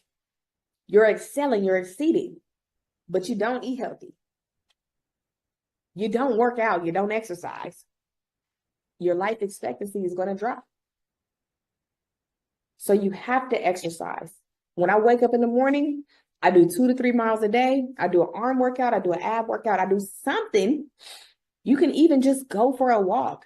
I'm telling you today, 15-minute walk. Let's do it. Every day, do a 15-minute walk. In 21 days, it'll be a habit. And in 21 days, you'll be ready to go to 30-minute walk. I used to do 5 miles a day. It's kind of dark in the morning, so I don't do it currently, but I did 5 miles a day at 5 a.m., the 5 a.m. club and the rule of 5. All right, let's move on. But I just wanted to share with you the rule of 5, because if you do not have mindset, you cannot focus on your skill set. When you don't have a mindset and your mental health is bad every day, nothing else matters, right? We have to be healthy and mentally stable to do anything else. All right. So welcome to the Brand Better Now Masterclass. Dr. Mark Holland knows that I'm your branding bestie. I'm his branding bestie, okay? And he asked me, what can you bring to the Business Brilliance Summit? And I said, the only thing that I focus on is branding. So let me bring the branding. You know, I dabbled in a little bit of the mindset because I love mindset as well. And I know that it's vital because it changed my life and it can change yours today. My name is Coach Ablaza. I'm from Pomona, California. I have a bachelor's in business from Wilberforce University. I'm a CTE certified teacher. What does that mean, Coach? career and technical education. I can teach Canva. I can teach cosmetology. I can teach whatever I want to teach. But I know about everything on how to teach, so I'm certified. I'm a creative brand director. What does that mean? Creative brand director means I'm creative in creating your brand. I don't want your brand to look like everybody else's brand. I don't want your brand to look like Walmart. I don't want your colors the same as everyone else's brand. We're doing it creatively. I'm a motivational speaker with an emphasis on mindset. I'm a content coach and creator and a serial entrepreneur. Today's topic, content, branding, Canva. Now, we might have 3 topics, but these are all under the branding umbrella, okay? This is where you can connect with me. As I told you earlier, you need to be on every single social media platform. There are planning suites where you can schedule your posts to go to every platform so that you do not have to do it manually. One of them being the speakerconnect.com. Okay, here's coachofblaza.com, Instagram, TikTok, X, YouTube, Facebook. I'm on all of them. Now, y'all know I keep it hot. If y'all don't know what hot is, it's honest, open, and transparent, okay? That's how we're going to keep it today. Let me keep it hot. Instagram is my favorite platform. However, my audience may be on TikTok as well. And so TikTok is kind of like my Achilles heel right now. When it got deleted, I was like, whew. And it came back the next day. I said, oh, I have to post on TikTok more. I do have a social media planning site inside of my own personal software. And so as long as you guys commit, let's be accountability partners. Let's post on every platform together, okay? But you can find me on every platform and also on LinkedIn. If LinkedIn is your preference, I'm your boss friend. I'm your business bestie, okay? Now, I want you to think to yourself, what brand is this? Okay, this brand is Nike, all right? What brand is this? Walmart. This one, Target. Some people like to call it Target, okay? Mercedes-Benz. Now, this is Pretty Girls Don't Work. I have a female community for female entrepreneurs where I help them build their brands and their content. Pink Collar Brands, this is my branding agency where we brand motivational speakers so they can use their voice to inspire and impact. It's a little hard for motivational speakers to book gigs when they don't have a social media presence, they don't have a social media footprint, okay? So what I want you to do is actually right here in this moment, I want you to Google yourself. Are you Googleable? Are you able to say, hey, I popped up. Let me Google myself. Let me Google myself. Hold on. Let's see. Coach Blaza. Okay, it went right to my website. Hold on, y'all. Google yourself while I'm doing it. Okay. Everything we do, we're doing it right now. Okay. When I Google myself, my website comes up. Okay. It's only one Coach Blaza, right? It's only one me. But when I Google it, it's there. It's not that it's not there. When I go to the images tab, my images come up. If you didn't find yourself in Google, it's time for you to build a brand. And that's why we're on the Business Brilliance Summit. We have different certified speakers that are going to teach you inside of their niche on how you can build your business. And I'm going to teach you how to build your brand today. Okay, so what is your purpose? What is your niche? Your purpose is serving others, doing what you love to do. So what do you love to do? Society has told you that you can't make money doing what you love to do. Oh, well, I like to decorate cups with stickers like this. Okay, let's make some money. Oh, well, I like to make lipstick. Okay, let's make some money. Whatever you want to do, you can make money doing it. You just have to love to do it because you don't want to quit. Okay? What is your niche? You have to niche down. If you're doing water bottles, who is your target audience? Is it people that work out? Is it children? Is it adults?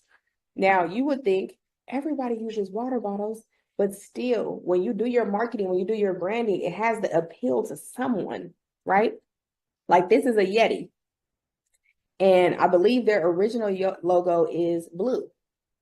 Now, blue somewhat appeals to men. However, maybe it means it has something to do with water, right? Blue also means trust.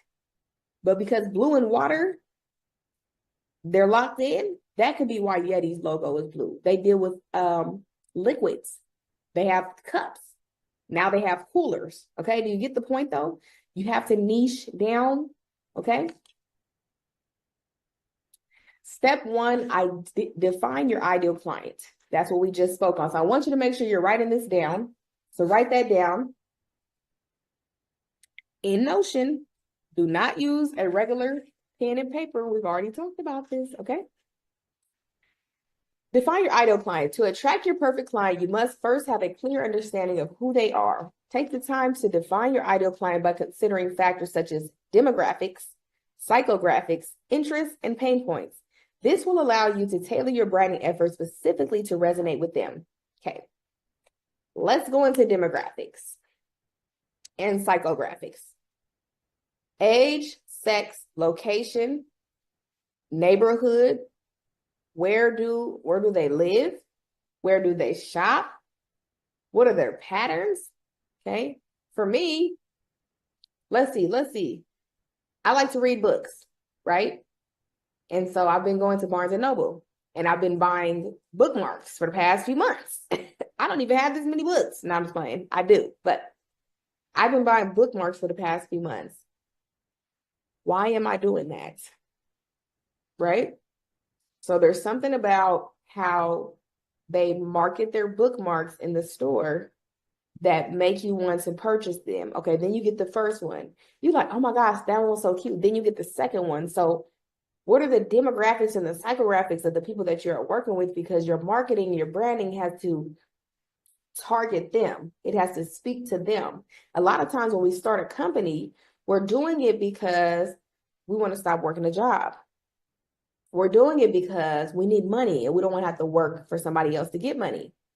However, you have to figure out what is your ideal client's biggest problem. Write this down.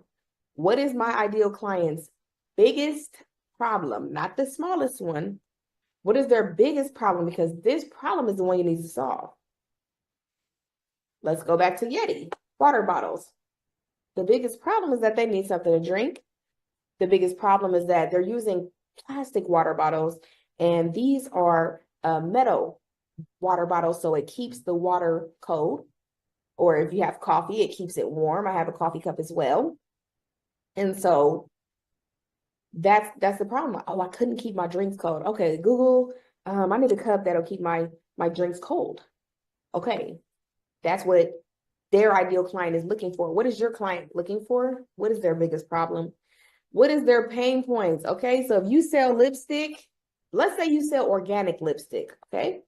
If you sell organic lipstick, the biggest problem for your audience may be that they're allergic to regular lipstick. There was a time when, after the pandemic, we didn't go anywhere. I didn't wear lipstick for a while. And so I believe that my lipsticks got old and the chemicals in them got old. So when I put them on, I would have a chemical reaction. But there's people having chemical reactions, and not just because the products are old, they're having it because something in it they can't have. So if you make organic lipstick, that's their pain point. I can't wear lipstick because I'm allergic to regular lipstick. I'm allergic to the chemicals. Okay. All right. Here is a brand board. Write that down. We want you to make a brand board. Now, what I've been telling clients and just people that I meet lately is that when you have a business, for example, you make lipstick, making lipstick should be your main priority. Okay. Nothing else should be your main priority. Not making your own flyers, not building your own brand. Okay. And that's because you're the SME or the subject matter expert on your brand or your business, not on graphic design, not on Canva. However, with that being said, it is always important to have a brand board. So whether you do your brand board or you hire someone to do this as well, this brand board will help your graphic designer, your branding agency build your brand. So it tells them what your logo is. It gives them an alternative logo. Sometimes logos do not fit properly on every product. So while a logo may fit good on this water bottle, it might have to be smaller for this lipstick. Okay, so see how small their logo is? Now, you're going to add pictures that are relevant to your brand. So you can do a brand photo shoot and then add your pictures to this. In the brand photo shoot, you want to have the brand colors on. As you can see right here, the colors are brown, green. They have the colors on inside the brand photo shoot. Brand colors, I'm going to blow this up. I think I can. Hold on. Okay, it's not blowing up, but hopefully you can see it. So they have green, tan, another shade of green, and pretty much like a brownish type of color. Right here, these codes are called hex color codes. They are a series of numbers and letters that let you know the exact color that you're working with. When I started my business about 6-7 years ago, my color has always been pink. But I did not know that you needed these specific color codes. So with that being said, I might just use any shade of pink. You're not supposed to do that. You need to keep the same hex color code. So on Canva, on Shopify, on Google, these are universal codes, and these numbers and letters will be the same everywhere you go. You just have to add them into the new system. Next is going to be your fonts, also known as typography. When you go to Walmart, their logo is the same font every time. When you go to Target, their logo is the same font every time. I want you to start paying attention to everywhere you're going, seeing the brand, seeing the colors. How do those colors make you feel? Do they make you want to buy something? Pay attention to all of this, right? And so the font should match the brand. I wasn't today years old, but when I found out that the fonts mean something, it got a little bit deeper for me. And with that being said, so this is a boutique, and boutique is in a fun and flirty font. What if boutique was in a bold font? It wouldn't match the brand, okay? And so even your fonts matter. They should represent your brand. Step 2, craft your brand identity. Write this down. Your brand identity is a foundation for your branding efforts.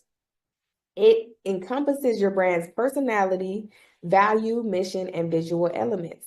Develop a compelling brand story and choose brand elements like your logos, colors, typography, and tone of voice that align with the preferences and aspirations of your ideal client. Ensure that your brand identity reflects the unique qualities that set you apart from your competitors. Okay, let's break it down. What is a logo? A logo is, this right here. A logo is the logos I showed you in the beginning of the call, the Nike check mark, world renowned. Everybody knows what it is. What's their slogan? Just do it. What's your slogan? Right? Nike is known for being an athletic brand, workout clothes. And so their slogan is relevant to that. Just do it. Like, come on. Like, oh, I was thinking about working out today, girl. Just do it, girl. Right? Next is going to be colors. Who do you serve?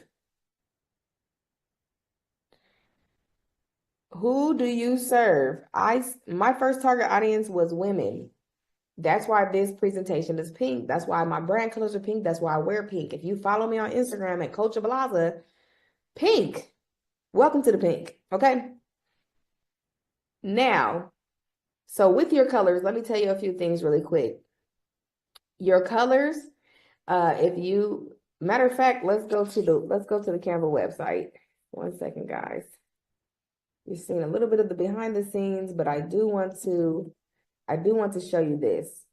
Whenever you're building a brand, because I know when you're starting your brand, or even when you're in your brand, you might not always have the capital or the money to fund branding or rebranding. So this is for you. There's something called a color palette generator on canva.com/colors. You're able to upload an image and you're able to pull the colors out of the image. We have the pink, we have the orange, etc. Okay. So I tell my clients, I tell my students that when you pick your brand colors, it needs to represent the audience. And at times, it can also represent your why. So say you used to watch the sunset with a loved one. Put the sunset in here. See if it's a relevant color to what your brand is. But put your why inside your brand, because we never want you to quit. We never want you to give up. Your why is why you started. Your why is why you'll keep going. Next is color palette ideas. If, say, you have female entrepreneurs as your target audience, you'll type in pink. And in the color palettes, it will pull up all types of palettes. Okay. So when I get a new client in my branding agency, Pink Collar Brands, I ask them, who their target audience is, what they're selling, what they're doing, what they're providing, what's their service, what's their product. And with that being said, I will come in here. And so if they say, okay, brown is my color, I will type in brown in the color palettes, and then I will find browns. This one right here, fire. Let me just click on one of them. Scooping ice cream color combination. So what if this will be a good one for like an ice cream shop? I think that an ice cream shop would need a pop of color though. This is almost giving me cappuccino coffee shop, but this is what they called it though, scooping ice cream, because it looks like that, right? That's the colors out of the ice cream. However, when you go on this page, you'll hover over, copy it, take it back to Canva, add it into your brand kit on Canva, okay? Next part of the canva.com colors is color wheel. If I put my color in here,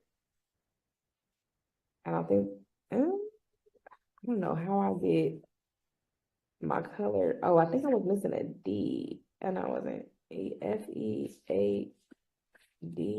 Okay, anyways, y'all, I'm just gonna click right here. Okay. So I was looking for pink though. Okay, there we go. There's a pink. So, my color is pink, right? And so for years, I didn't use the same hex color code.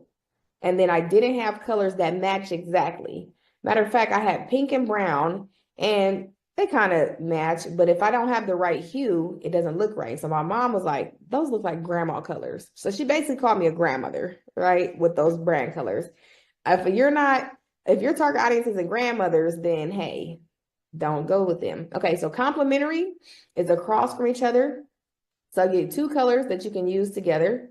Monochromatic is two colors on top of each other. So monochromatic, they go well together, but they're very similar. Analogous, this is three colors that match. Triadic, three opposite colors that match. So the previous one was three of the same hue. And then tetradic, okay? These are four colors that match. If your colors do not match, you do not need to use them, okay? End of the story.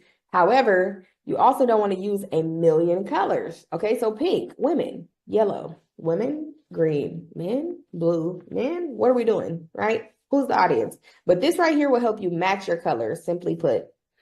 Next is color meanings and symbolism. So if I type in the color blue, for example, blue, read more about blue. Blue is a color that's associated with royalty, art, military, business, and nature, okay? I know from being a branding expert that blue also means trust, okay? Blue also calms you down. Blue is the color of water, okay? So canva.com colors is the website that we're on. Make sure you tap into that. Let me go back to my presentation. Okay. Now, also your tone of voice matters. So I have a brand that's called Pretty Girls Don't Work, okay? With Pretty Girls Don't Work, what that means is we work smarter, not harder.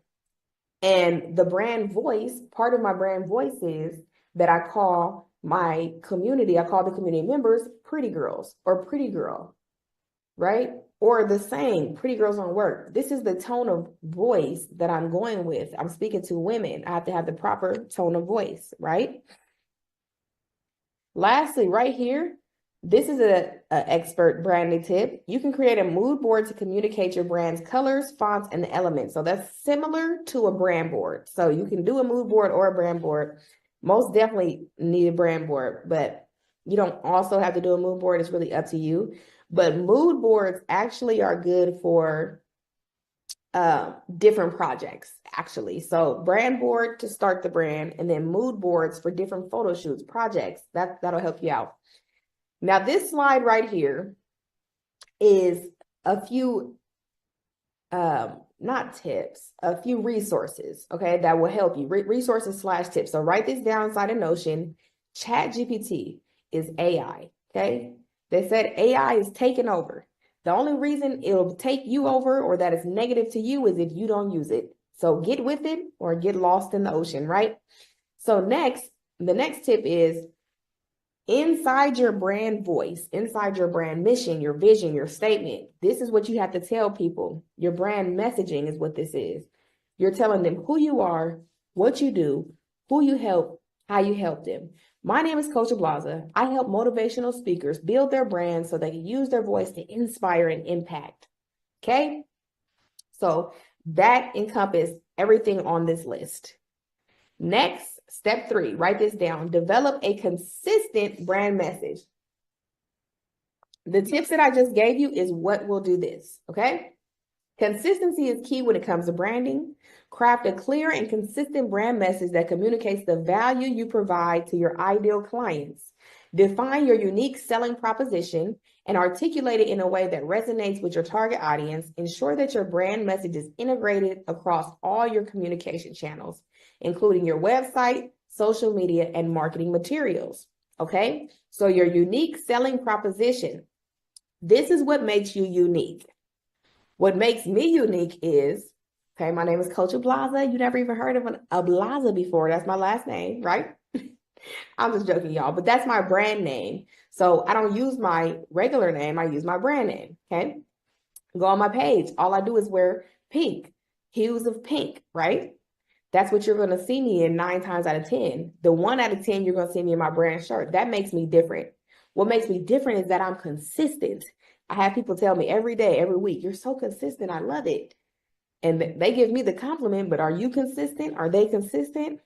Time will tell. Okay. So what makes you unique? If you make lipstick, but it's organic, it's vegan, that makes you unique.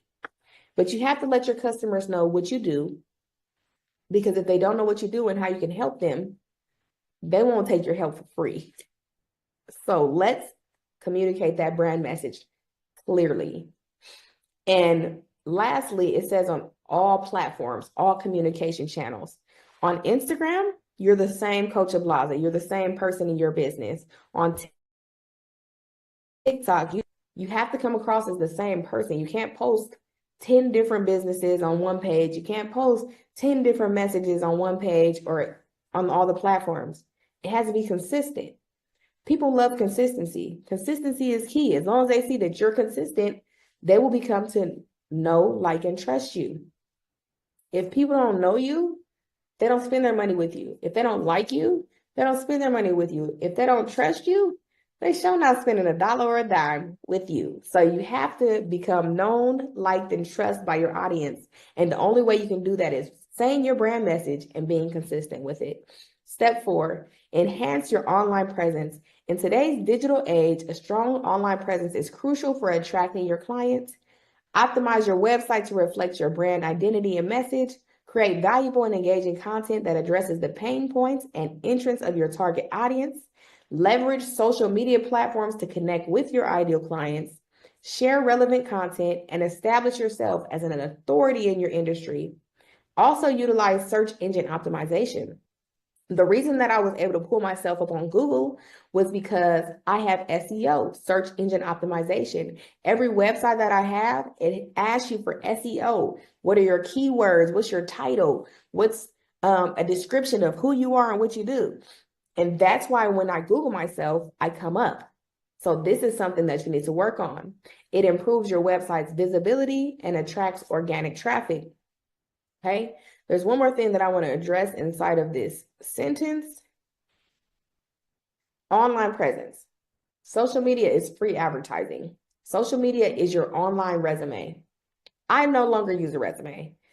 I meet you, follow me. Follow me on the spot because I want you to see who I am and what I'm doing and why I'm doing it every day. So you have to have an online presence. People go to your, I actually know people that are probably wealthy, maybe millionaires. You go to their page and they're like, what is this? And because content is currency now, content is coins, it's your credibility. So you have to have credibility online. Okay, write this down. Step 5, engage and nurture your audience. Building meaningful relationship with your client and with your audience is essential for attracting and retaining your perfect clients. Engage with your audience through social media interactions, comments, and direct messages. Offer valuable insights, answer questions, and provide solutions to their problems. Create opportunities for two-way communication, such as webinars, live Q&A sessions, or an email newsletter. But above all else, focus on nurturing your audience by providing consistent value and building trust over time. Relationships matter. I just told you that your audience needs to know, like, and trust you. How can they know you if you never engage with them? They comment on your post, you never comment back. You never like the comment. You never answer messages, right? So you have to engage. You have to talk to your audience.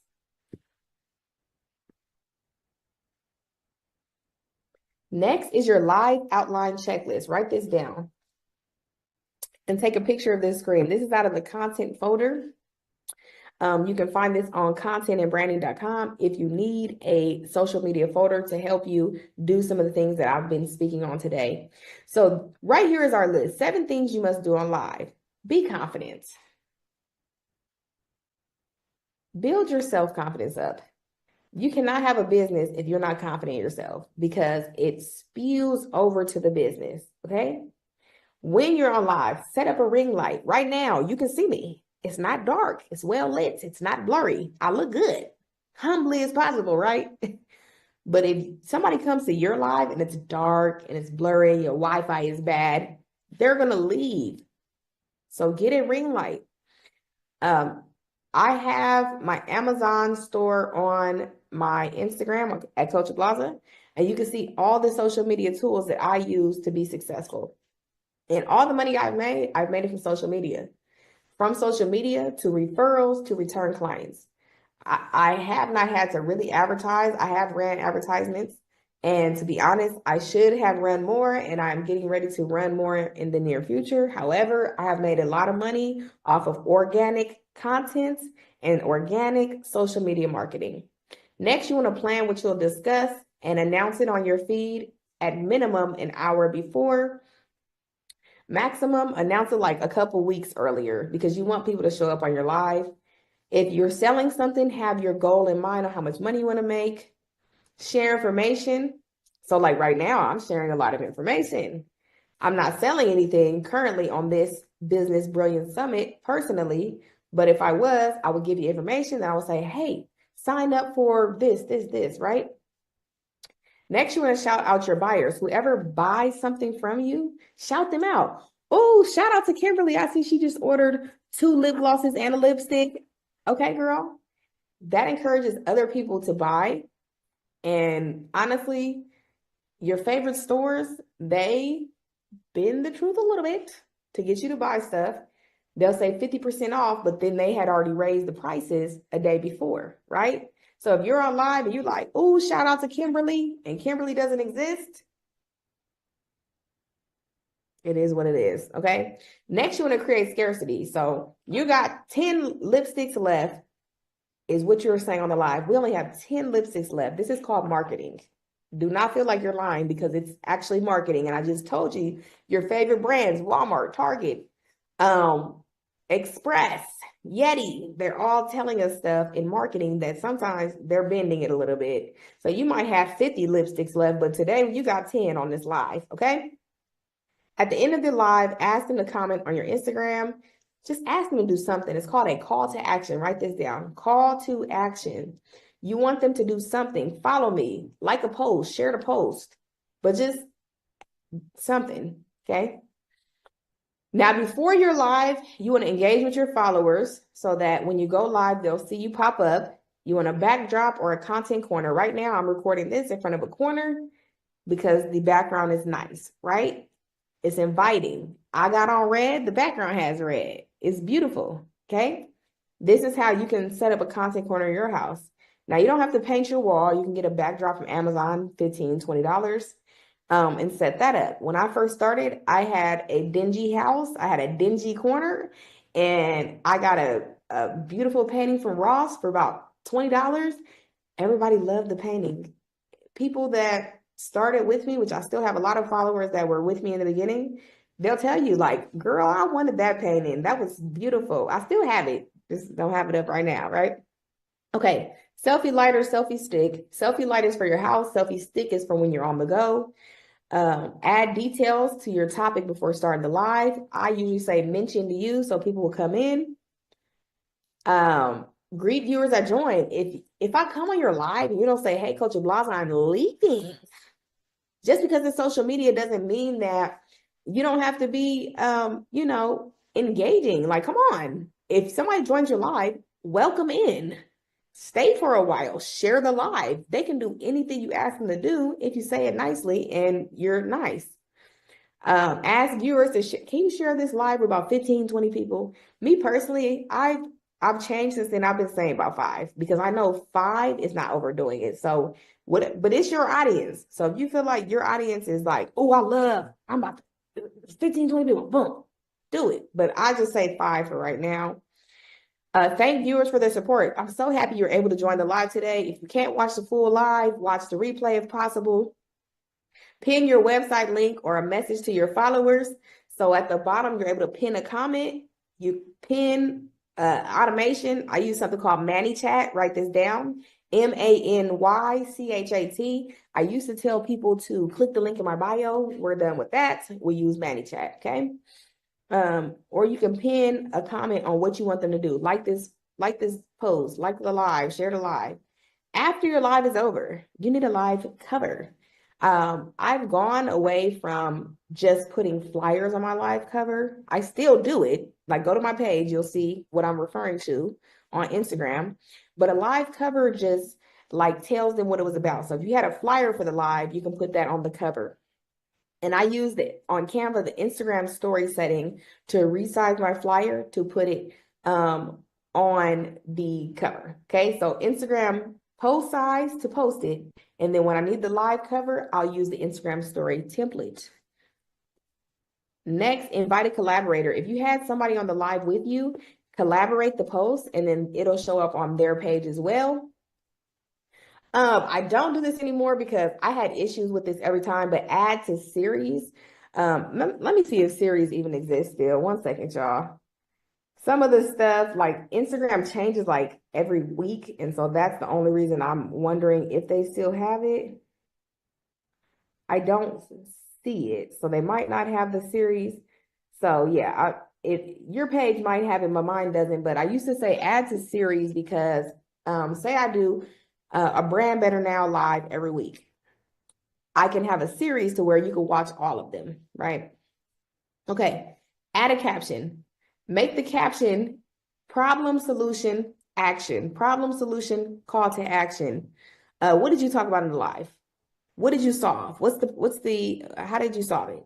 What is it? What's the call to action? Call to action could be watch this replay now if you need help with your brand. Okay, simple. Hashtags. Use branded hashtags. Use your hashtag. For example, Coach Blaza. Branding agency. Hashtag pink collar brands. Hashtag pretty girls on work.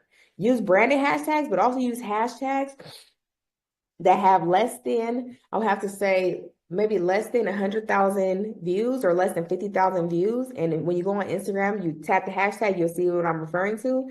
Some of them have millions of posts on them. We don't want the ones with millions. We want the ones with about 50,000 or less views. Let's say like 25,000 is not bad, but people can follow hashtags and so they can see your post through the hashtag. So you might have posts pop up and you're like, I don't follow them, but the hashtag is how it got on your page. That can be your marketing strategy as well. Next, when you go live, have a specific topic. I want you to screenshot this or take a picture of this with your phone. I'm giving you free live topics right here. And you're going to add it into your details. This still exists on Instagram. And so how rejection can help you grow. This is the same part that I was saying to put mentioned you in, because mentioned you, they're like, oh, you mentioned me? Like, people don't know how social media marketing works if they're a regular consumer. So when you put mention you, you're like, oh, did they mention me?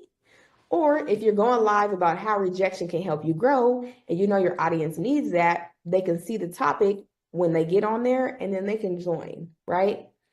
And then one more is, let me see, 3 things that are inspiring me today. So the Business Brilliance Summit could be inspiring you today. Coach of Plaza could have inspired you today. You're inspired to build your brand today. You can go live today and say 3 things that are inspiring you today. So I'm challenging you, go live today, send me the live. If I don't get on the live, I'll get on the replay and I will comment and I will say, hey, I see you. But don't forget, when you post the post, use the hashtag Business Brilliance and Business Brilliance Summit so I know that that's the live that we're doing, okay? Because I want to watch it. Next, you need a weekly and a daily content plan. This planner is for weekly content planning. This is what I was talking about earlier. This is called the content folder at contentandbranding.com.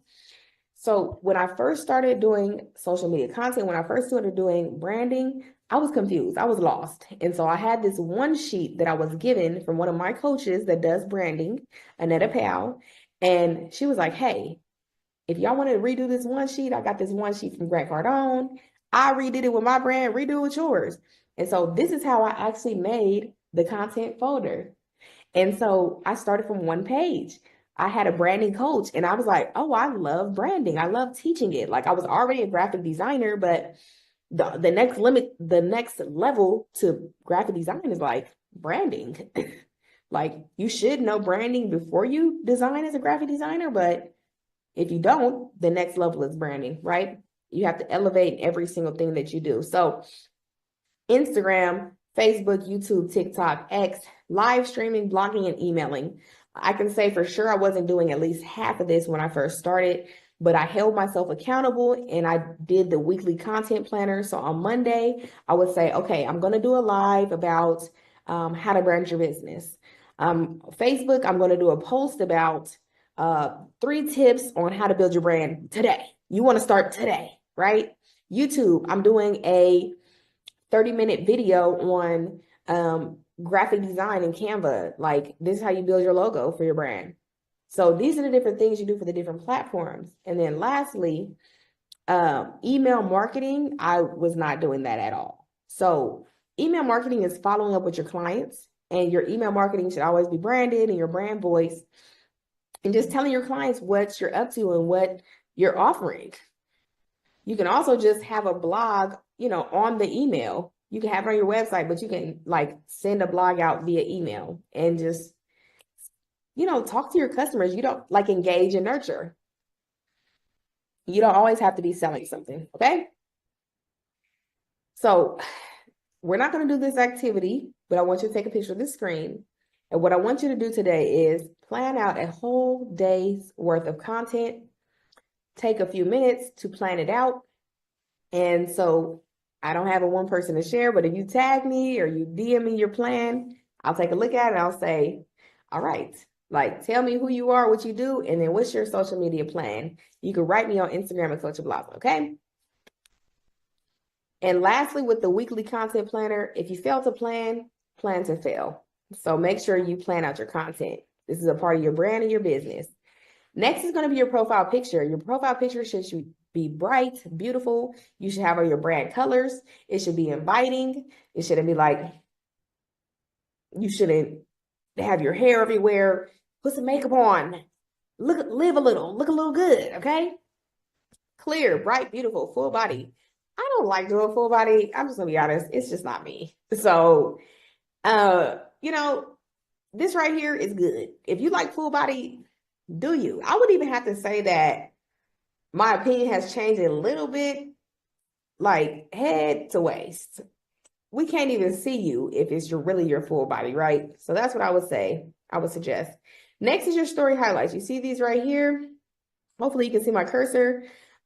These story highlights stay on your page until you take them off. And so these story highlights should tell people who you are, what you do, who you help, and how you help them, so they're not confused on what you're offering. Right here is your bio. Your bio should also tell people who you are, what you do, who you help, and how you help them. Reason being, when people go to your page and you want them to follow you and they don't know who you are and what you do, they're not going to follow you. We want the people that you want to serve specifically to follow you. So I help speakers build their brand. You see that right there? Boom, bop, bow. Follow me now. Picture quality, okay? What phone do you have? If you don't have a phone that has good picture quality, ask somebody else to take your pictures. Ask to borrow a phone. Get a new phone, but do something. I know there's a lot of stuff that I'm giving you today that you're like, okay, I have to invest in that. But let me encourage you and just say, if you have to get one thing a week, if you have to get one thing a month, bi-weekly, every 2 months, whatever you can't do, you must do. Just buy one thing at a time and get the job done. But just know, whatever you can do, you must do. Sometimes we tell ourselves we can't do something, but in our mind, we have to tell ourselves, I must do it. I don't have another option. Tell yourself, there is no plan B. Society is going to tell you, they have all these norms. It's always something. You better have a plan B. When it rains, it pours. You don't need a plan B. You need to know what you love to do and who you're going to serve with it and what their biggest problem is. Okay? So I know I went off on a tangent, but natural light, good camera. Don't take the picture sideways. Let me show y'all. Don't take it like this. Don't take it like this. Take it like this, depending on the platform, right? Most platforms, your picture is going to fit if you take your picture like this. Please, if your pictures don't look good, they're not going to like them. They're not going to look at them, and they're not going to care. Like, I'm keeping it hot, honest, open, and transparent, y'all. Can I keep it hot? What's up? Next, Canva. Most of the stuff that I taught you on today, I use Canva to use it. Canva is from Australia. It's a graphic design platform. It is about $112, $120 a year, or you can pay about $10, $12 a month. If you have the budget for the year, invest into the year. When you tell yourself you can't afford something, you're saying that you're not worth it. I'm telling you today that you are worth it. Your family's worth it. Your why is worth it. Generational health, wealth, and mindset is worth it. Make the investment into you today. Or you can use the Canva free plan. But I'm telling you, when I first started, I did invest into a lot of things that I could have used for free. But Canva is not one of them. So make the investment. Invest into yourself and think, how can I afford it? Okay? Write an ebook. Think of an idea. It just takes one idea to create something to be able to afford Canva. Okay? $10, $12 a month. Give somebody an Uber ride. Do something. Okay? Brand colors. They should be beautiful, bright, 2 colors. Wear your brand colors. For example, pink and brown. This is the grandma colors. Okay? We're full circle today. We know each other. We're boss friends at this point. So what are your colors? I want you to take a few seconds or just take a picture of this page and figure out your brand colors today. Don't feel pressure though. If you don't know your purpose or what you love to do, it's going to be hard to pick the brand colors, okay? So we went over this previously on canva.com/colors. I invite you to go on canva.com/colors to get your brand colors today. If you do know, I'm serving women. They're 40 to 55. They like these type of products. They like to shop here. I know their psychographics. I know their demographics. I know what they love. I know their biggest problem. These are my colors. Let's do it today. And just make sure you write this down in Notion and take your notes. Okay, Canva is good for logos. That's where I made this logo. That's where I made this digital download. I have a client, his name is Calvin Baldwin. I've published about 3 books for him on several platforms, Amazon, thebookpatch.com, Ingram Spark, that's the Walmart distributor. But this is one of his books, Amara's Adventures. I used ChatGPT and Canva to design his book. And yeah, you can use Canva to design anything that you need as well. Next is these Fortune 500 companies' logos. What do you notice about them? They're simple, not too many colors. If they have 4 colors, the colors match. Look at Google. It looks good. looks copacetic. A lot of my people, we get really busy with our colors, okay? And I'm not just saying it's just my people, but I want to tell you today, keep it simple, honey. Keep it simple. The proof is in the pudding. These people right here are Fortune 500 companies. They've been around for a long time. Copy the right cat, okay? Don't copy their name. Just look at the colors and see, okay, that's simple. It's a strategy that works. Red, passionate. Blue, trust, okay? It's simple. Blue, calmness, okay? You can make ebooks on Canva. Let me tell you a quick tip on how to make an ebook on Canva and use ChatGPT. Tell ChatGPT, I want an ebook on the 5 steps to branding better. Give me the table of contents. Once you get the table of contents, you copy the first tip, put it in ChatGPT. Now I need 3 paragraphs on this topic. You can write an ebook in 24 hours. You can design it on Canva.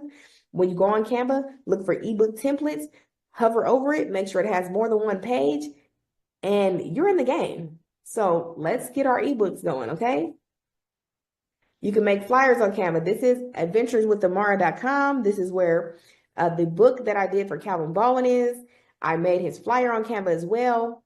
And it even just seeing this flyer excites me. So I know that the people that have purchased this book so far, they get excited. But you can make exciting flyers with your brand colors on Canva.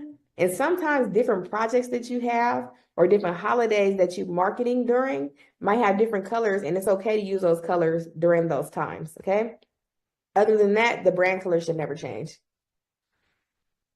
This is the content folder that I taught from today. If you need help with content and branding, by all means, scan the QR code here. We have a weekly and monthly content calendar, social media tips, engagement questions, live topics. And it helps you interacting with your audience. It helps you get clear on content and give your audience tips. Conclusion, okay? I had a great time with you today. I want to let you know that the compass in your life is your mindset. Where it points, your actions follow. Work on your mindset. Do the rule of 5. Invest in yourself and work towards finding your purpose in life, because if you love what you do, you will never work another day in your life. Purpose is hard work. That job is hard work. Okay? This is me, coachofblazaspeaks.com. If you need a speaker on branding or mindset, visit coachofblazaspeaks.com. I'll be happy to serve you today. Next is the Brand Better Now ebook. If you're on the Business Brilliance Summit, you're like, ma'am, I don't even know what branding is up until today with you, Coach Blaza. Scan this right here or go to brandbetternow.com to get your branding ebook so I can help you brand better today. It's free only today for you on the Business Brilliance Summit. Dr. Mark asked me to bless his people. Hopefully you got something great out of this. Okay, let's connect. This is the infamous Instagram that I talked about in the beginning. Love me some Instagram, y'all. Only write me on there. But I am on every platform. Scan this so we can connect on Instagram. I'm happy to connect and meet you today. Lastly, this is our Strive 25 workbook. If you're one of the people that in the beginning, I got you with the mindset piece, and you're like, I'm living the same year over and over again. I'm depressed. I'm anxious. I'm fearful. I got fear in my heart about what I'm doing. Striving 25 can help you, because striving means not quitting, not giving up this time. And so scan this QR code if you need help with goal setting, if you need help with your mindset. This is really a blessing. I just taught a class the other day at my co-working space, the Bebop Center in San Bernardino, California. This co-working space is for women. So I taught a class for women the other day, and I've done the workbook before, not to the fullest extent, but I did the workbook with the women in the class. And I was just like, this is sensational. Like, I know I made this, but like just doing it from start to finish and being able to focus and hone in on it, it was amazing. Okay. Did I say anything that helped you today? Please scan this and leave a review. Okay, I'm here helping my business bestie out, Dr. Mark Holland. But if you scan this will help me get reviews, but real reviews. Like, tell me your real opinion, and it'll help me book more engagements to help more people, because that's my purpose. I don't have a job. I don't have a plan B. This is all that I do. So help me. This is my payment for today. If you want to bless me, tip me, leave this review. Okay. I want to say thank you, thank you, thank you. You didn't have to be here today at the Business Brilliance Summit. You really didn't. And thank you for investing your time, because I know the summit was of no cost to you, but investing your time is important because you cannot buy time and you cannot get it back. So thank you for investing your time into me and to learn about building your brand today. I'm so proud of you for being here. You could have been anywhere in the world, but you're here learning how to build a business with brilliance and build a brand. This is me, Coach Ablaza. If you want to keep in touch, support at coachablaza.com or my website, coachablaza.com. So what I want to say today is thank you for attending the Business Brilliance Summit. I want to encourage you today, wherever you're at in this process, you can do it. You can, you will, and you must be demanding. You can because you're capable. You will because you're strong, and you must because they're counting on you. Who is counting on you to have a brilliant business, to build your brand, to inspire and impact, to serve your purpose, doing what you love to do? My kids are counting on me. Generational health, wealth, and mindset. My speakers, our clients are counting on me for the same thing for them and their family. Okay, somebody's counting on you, even if it's just you. You deserve a good life. Life is to be lived. You only get one life. So come on, let's live today and let's have a brilliant business. Once again, Coach Ablaza, lovely meeting you here today. Bye-bye.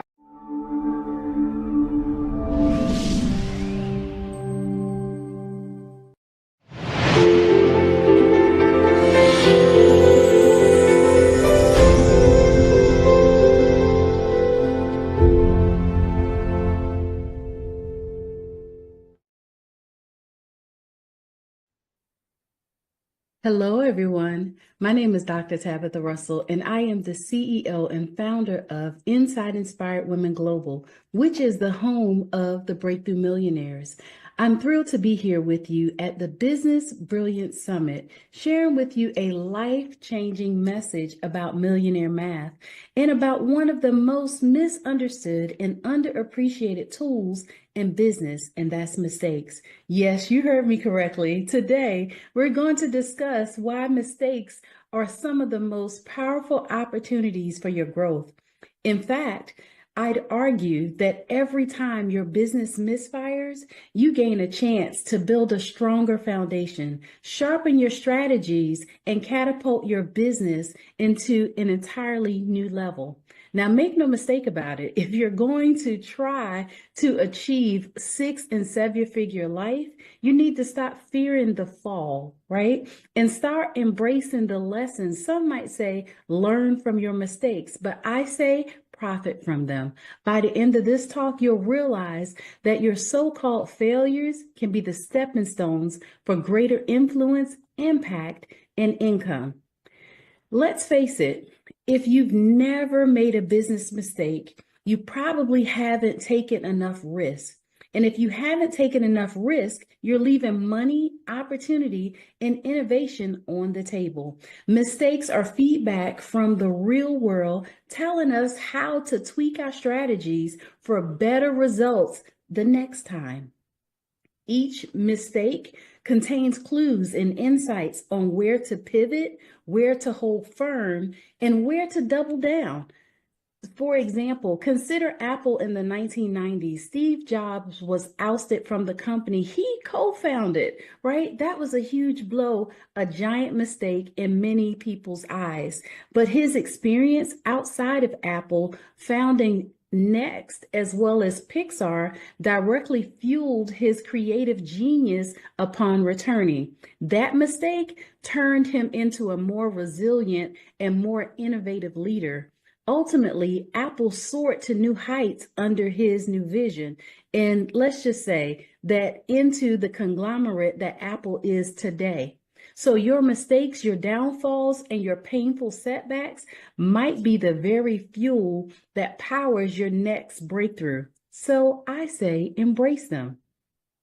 Now, we're going to talk about a couple of different lessons on today. So lesson 1 is to shift your mindset. And the key here is to adopt a failure-friendly mindset that sets the foundation for every successful entrepreneur. So the first thing is that you want to reframe your errors, right? Instead of saying I failed, say I found a gap, right? You didn't fail, you discovered something that doesn't work. So focus on the solutions and not self-condemnation. The second thing is pride versus progress. I know nobody likes to say, oh my gosh, I failed. I fell flat on my face. Can I just say that I've learned to embrace that? Like this very message that I'm talking to you today really changed my life. As an entrepreneur, I made one decision, one mistake, right? I brought in a partnership, had just got this $1 million contract, thought that I was on top of the world, getting ready to go and live the dream life. Well, little did I know that somebody else wanted my business a little bit more than I did. I didn't know what I didn't know. In that one decision, I lost $500,000 and ultimately everything that I owned. Can I just say, nobody, especially me, wanted to talk about that at the time. And there was nobody in my circle that I could go to help me to navigate that business transaction that I had going on at the time, right? I didn't know that I needed an attorney. I didn't know that I needed an accountant. I didn't know that I needed to make sure that my contract had a contract, right? So with that being said, each time a plan flops or a client unsubscribes or a product doesn't sell, run a quick post-mortem, right? Write down what went well, what didn't go well, and what's the next step.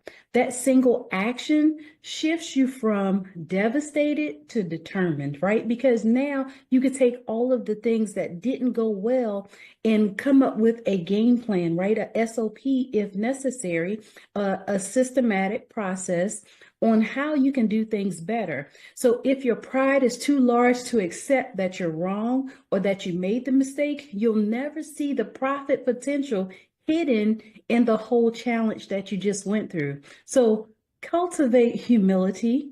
And then the third thing is to collect data, right? Not drama. So when something goes wrong, measure it. Ask, why did this outcome happen?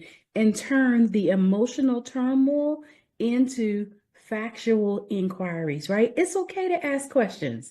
It's also okay to do deep dives where necessary.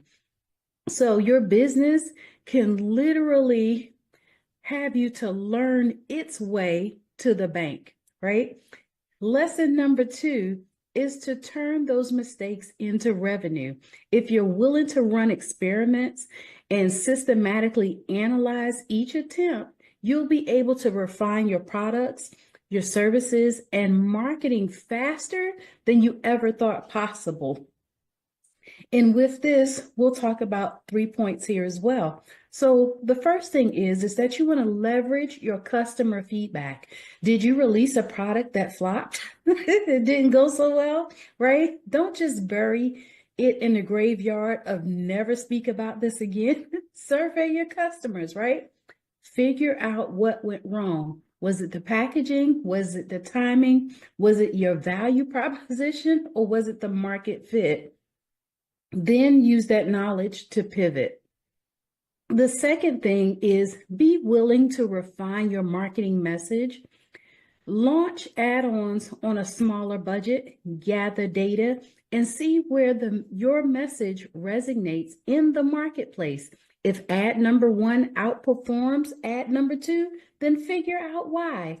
And that why is your key to scaling. Every result, good or bad, is a mini gold mine of consumer psychology. And then number 3, if you're going to fail, fail fast, right? Fail small and then scale big. The beauty of mistakes is that they can be cheap if you catch them early. So test your idea on a small segment, right? Measure results and then refine. This approach can be or can prevent catastrophic losses and pave the way into your multi 6 and 7 figures real quick. And lesson number 3 here is Beyond strategy and tactics, your personal identity as a business owner must be resilient enough to withstand the setbacks. The greatest entrepreneurs are those who bounce back after a gut punch, right? Because they know who they are and what they stand for. So you want to build a resilient identity. That is lesson number 3. And so the first step to this is separate your self-worth from your business outcomes. So if your project bombs, and it doesn't mean that you're a failure, it means the approach needs rethinking. It needs potentially some restructuring and refining. So resist the urge to wrap your identity into your profit margins, right? You are bigger than any single campaign or product. And then number 2, you want to cultivate mental toughness. Entrepreneurship is not for the faint of heart, right? Start each day with a routine that grounds you. So meditation, journaling, exercise, and gratitude, most of all, those habits strengthen your mental armor, allowing you to see mistakes as merely part of the process. It's hard to see a mistake, or it's hard to be negative when you have gratitude in your life, when you're constantly saying, you know what, I am so thankful that that product did not work and it only affected 1 client or 2 clients. Can you imagine having hundreds of thousands of clients and your product then flops, right? That's a big recipe for disaster. However, if you learn in the smaller stages, that allows you to be able to now grow exponentially as you are building out your business. And then number 3 is storytelling power, right? The mistakes you survive from become the stories that connect with your audience on a deeper level. And so people gravitate to authenticity and vulnerability. Sharing your failures and how you turn them around creates trust and reliability. For many years, I would not even talk about my journey and how many times I moved or navigated life in general as I was building my business. And just merely from me losing everything naturally became a blessing of a lifetime because I practiced gratitude, right? And I was not okay, but I learned how to be okay with not being okay, right? And so with that, I just continue to keep going until I figured out all of the ways to get my business off the ground and make it flourish. So now that we've established the importance of leveraging those mistakes, let's move into 3 key essentials that will help you to be error-proof in your business, or more accurately, make the best possible use of those errors so you can live the 6 or 7-figure life of your dreams. So number 1 is a systematic review and pivot. I love talking about the pivot, right? What is it? It's a recurring process of evaluating your every initiative, your campaign, or product launch to pinpoint what worked and what didn't. Every step along the way in building your business, you want to make sure that you are evaluating what is happening in the business, and you want to make sure that you're right on task. How it helps? It helps you to create feedback, a feedback system and a feedback loop, so mistakes can't hide. You catch them, you learn from them, and you pivot immediately. If you're managing and you're measuring what's working and what's not working along the way, it becomes very evident on how you can pinpoint where the origin of the mistake happened. And then practical implementation. So you want to schedule weekly or bi-weekly brief meetings with your team, or even with yourself if you're a solopreneur, right? Ask direct questions. What unanticipated challenges arose in the process? Where can we optimize cost, marketing, or delivery? And what's our plan to fix these issues before the next cycle, right? Before you get the next client, before you send out the next product, what can you do to alleviate the challenges that you just faced? And then number 2 is you want to have clear and focus key performance indicators, often known as KPIs. What is it? It is the measurable metrics that matter most in your business, whether that's client acquisition costs, average sales price, or website conversion rates. How it helps you? It helps you by monitoring these metrics so you'll quickly detect anomalies. If something's off or if you're assigned to investigate potential mistakes, you'll be able to see them and it will be evident. I like to practice daily and weekly KPIs. Did we hit our mark? Did we talk to enough people? Did enough people sign up? Did we get enough people into our nurturing system? What is happening? And that allows us to be able to pinpoint where we can back into the challenge and identify how we can improve things. So practical implementation. So you want to pick the top 3 to 5 key performance indicators that truly drive revenue in your business and growth.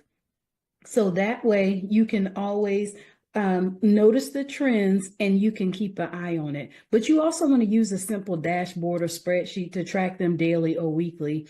And so when the numbers dip, ask why. Spot the problem early. Turn a budding mistake into a profitable pivot.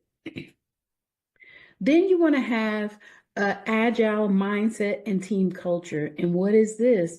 This is a culture that prizes swift decision-making, open communication, and rapid course correction. And how this helps you is that in a rigid environment, mistakes can be fatal because people hide them. And in an agile environment, mistakes are quickly identified, they're shared and addressed, reducing negative impact and accelerating improvement. So, as we're talking about practical implementation, encourage your employees or your partners to speak up when something's not working. You will also want to foster open brainstorming sessions where no idea is dismissed outright. One of the things that we've done over the course of time is that we would whiteboard all of our meetings. We would put up there what works, what doesn't work, and then the system of what we're going to do going forward.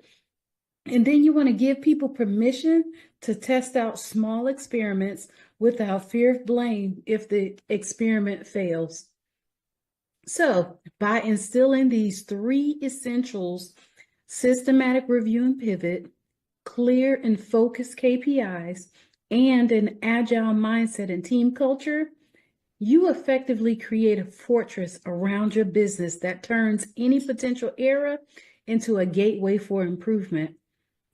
Now, let's talk about the best part, right? Living the 6- and 7-figure life. So how does all of this translate into that dream lifestyle? Whether you're eyeing your first 6-figure milestone or you're pushing into the 7-figure territory, consistent profit growth by learning quickly and adapting, you'll see fewer big crashes and more steady growth. That is so super important because as you are building out your business, it's going to help you to go to that next level. So mistakes caught early become course corrections that save or earn you tens of thousands, if not more. Also, you get to have some peace of mind as you're going through this, right? An error-proofed business or entrepreneurial approach means that you can rest easier.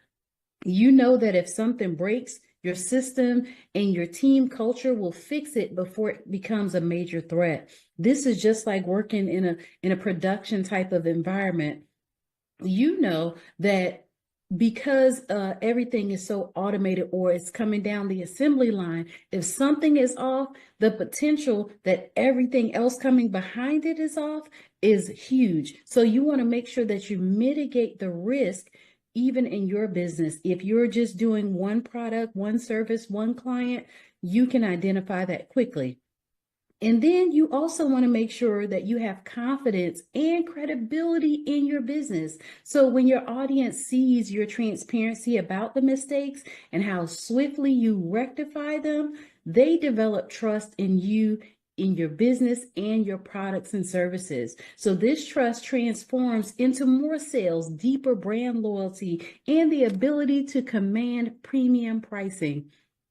As well as, we don't want to forget scale at will. A well-oiled, continuous improving business model can be replicated. It also can be franchised or expanded with minimal risk.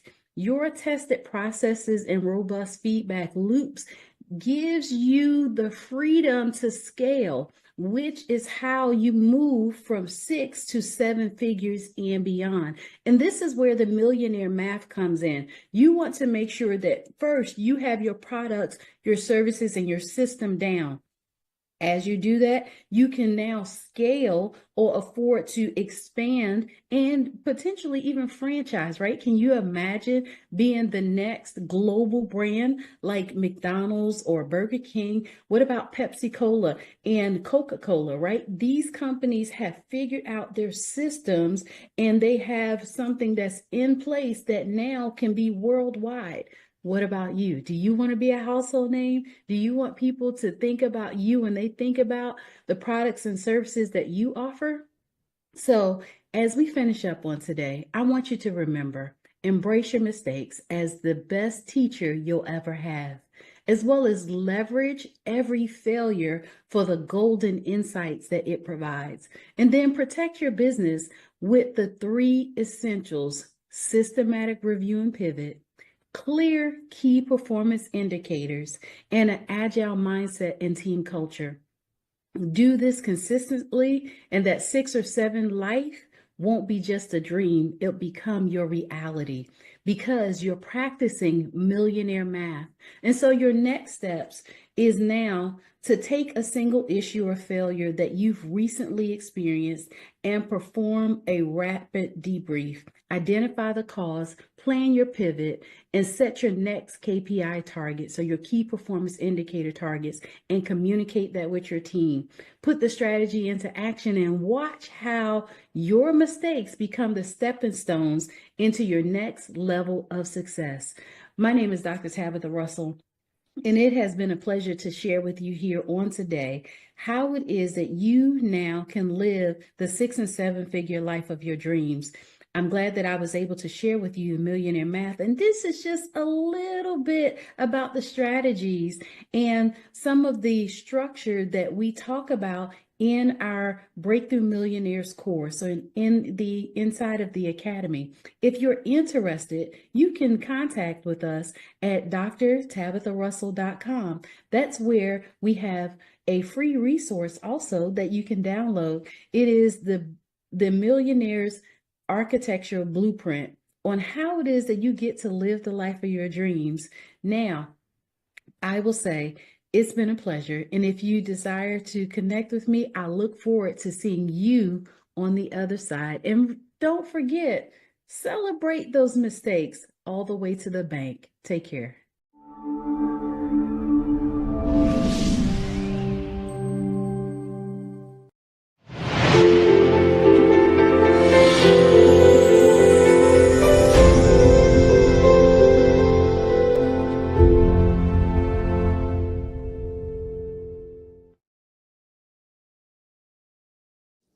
Welcome to Gig Work Gone Wild. I am Dr. Shamika Walker, your gig work queen. Today, I'm going to be sharing my story and teaching you my roadmap to finding 6-figure success and freedom and flexibility through gig work. Let me start out by letting you know how I initially got involved with gig work. It all started when me and my husband decided we wanted to purchase a home. We went to our finance advisor.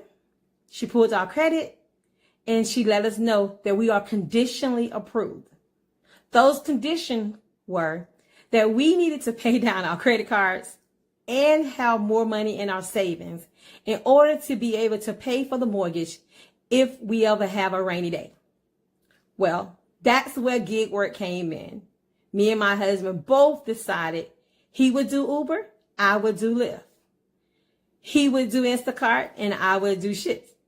So that's how our journey started. And during that short beginning, we was able to save what we needed to save while we continued to work our regular job. It just started out as just a side hustle.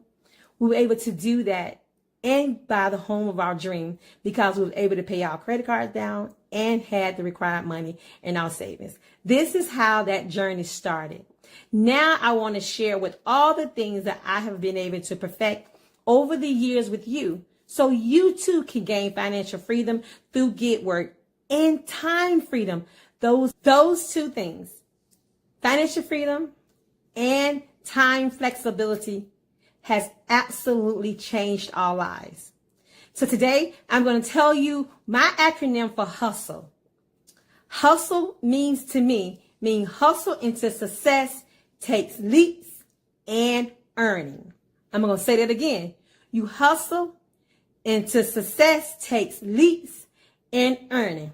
Shamika, Dr. Walker, what do that mean?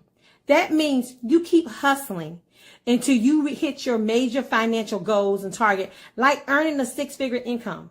Whatever that goal is for you, you keep that hustle up no matter what. Today, my goal is to empower you to maximize your earning, scale your hustle, and build long-term wealth using gig platforms such as Uber and Lyft and Shipt, and a lot more. Get ready to learn to build solid financial foundation, create multiple streams of income, and invest in your future.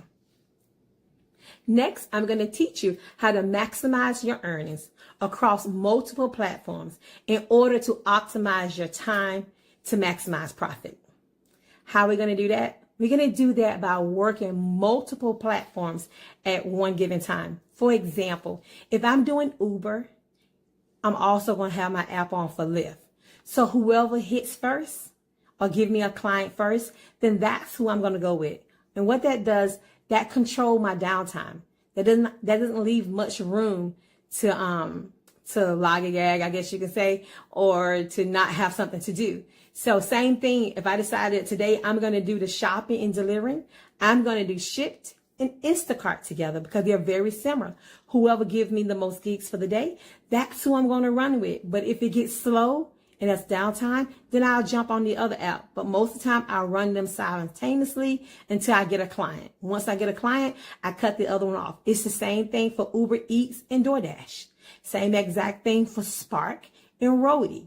You have to have a pattern or how you're going to work those together. So I work similar ones together in order to maximize my profit and not to have much downtime. That's very, very important. Do not put all your eggs in one basket. You have to have a backup plan so that your day goes smoothly and you can reach the goal that you're trying to reach that day, in which we're going to talk about setting goals, attainable goals next. Before we get to setting goals, I just want to share a little bit more with you about optimizing your time in order to reach maximum profit. And what I meant by that, if you're doing Uber and Lyft, you want to make sure that you know your surrounding, you know the events that's going on in the area in order for you to maximize profit. For example, if you're going to do the ride share, then you want to maybe go out during early morning traffic whenever people are trying to get to work, when they're trying to get home, because those are the times that you're going to maximize your profit during those times, because you know people need to get to work and you know they need to get home. But if you're doing delivery service, then you may want to focus more on breakfast time, lunch, and dinner, because that's when people are going to be ordering food in order to service those clients more, and you're going to make your more money. The same thing with the shopping and delivering, which, let me tell you now, my favorite of all 8 of these apps is Shipt. I love to do the shopping and delivery. And with the shopping and delivery, what I've learned over the years is the best time to do that is Friday through Monday are the busiest days. Let me tell you why. Because everybody on Friday, they're preparing for the weekend or for whatever event they have on Friday night.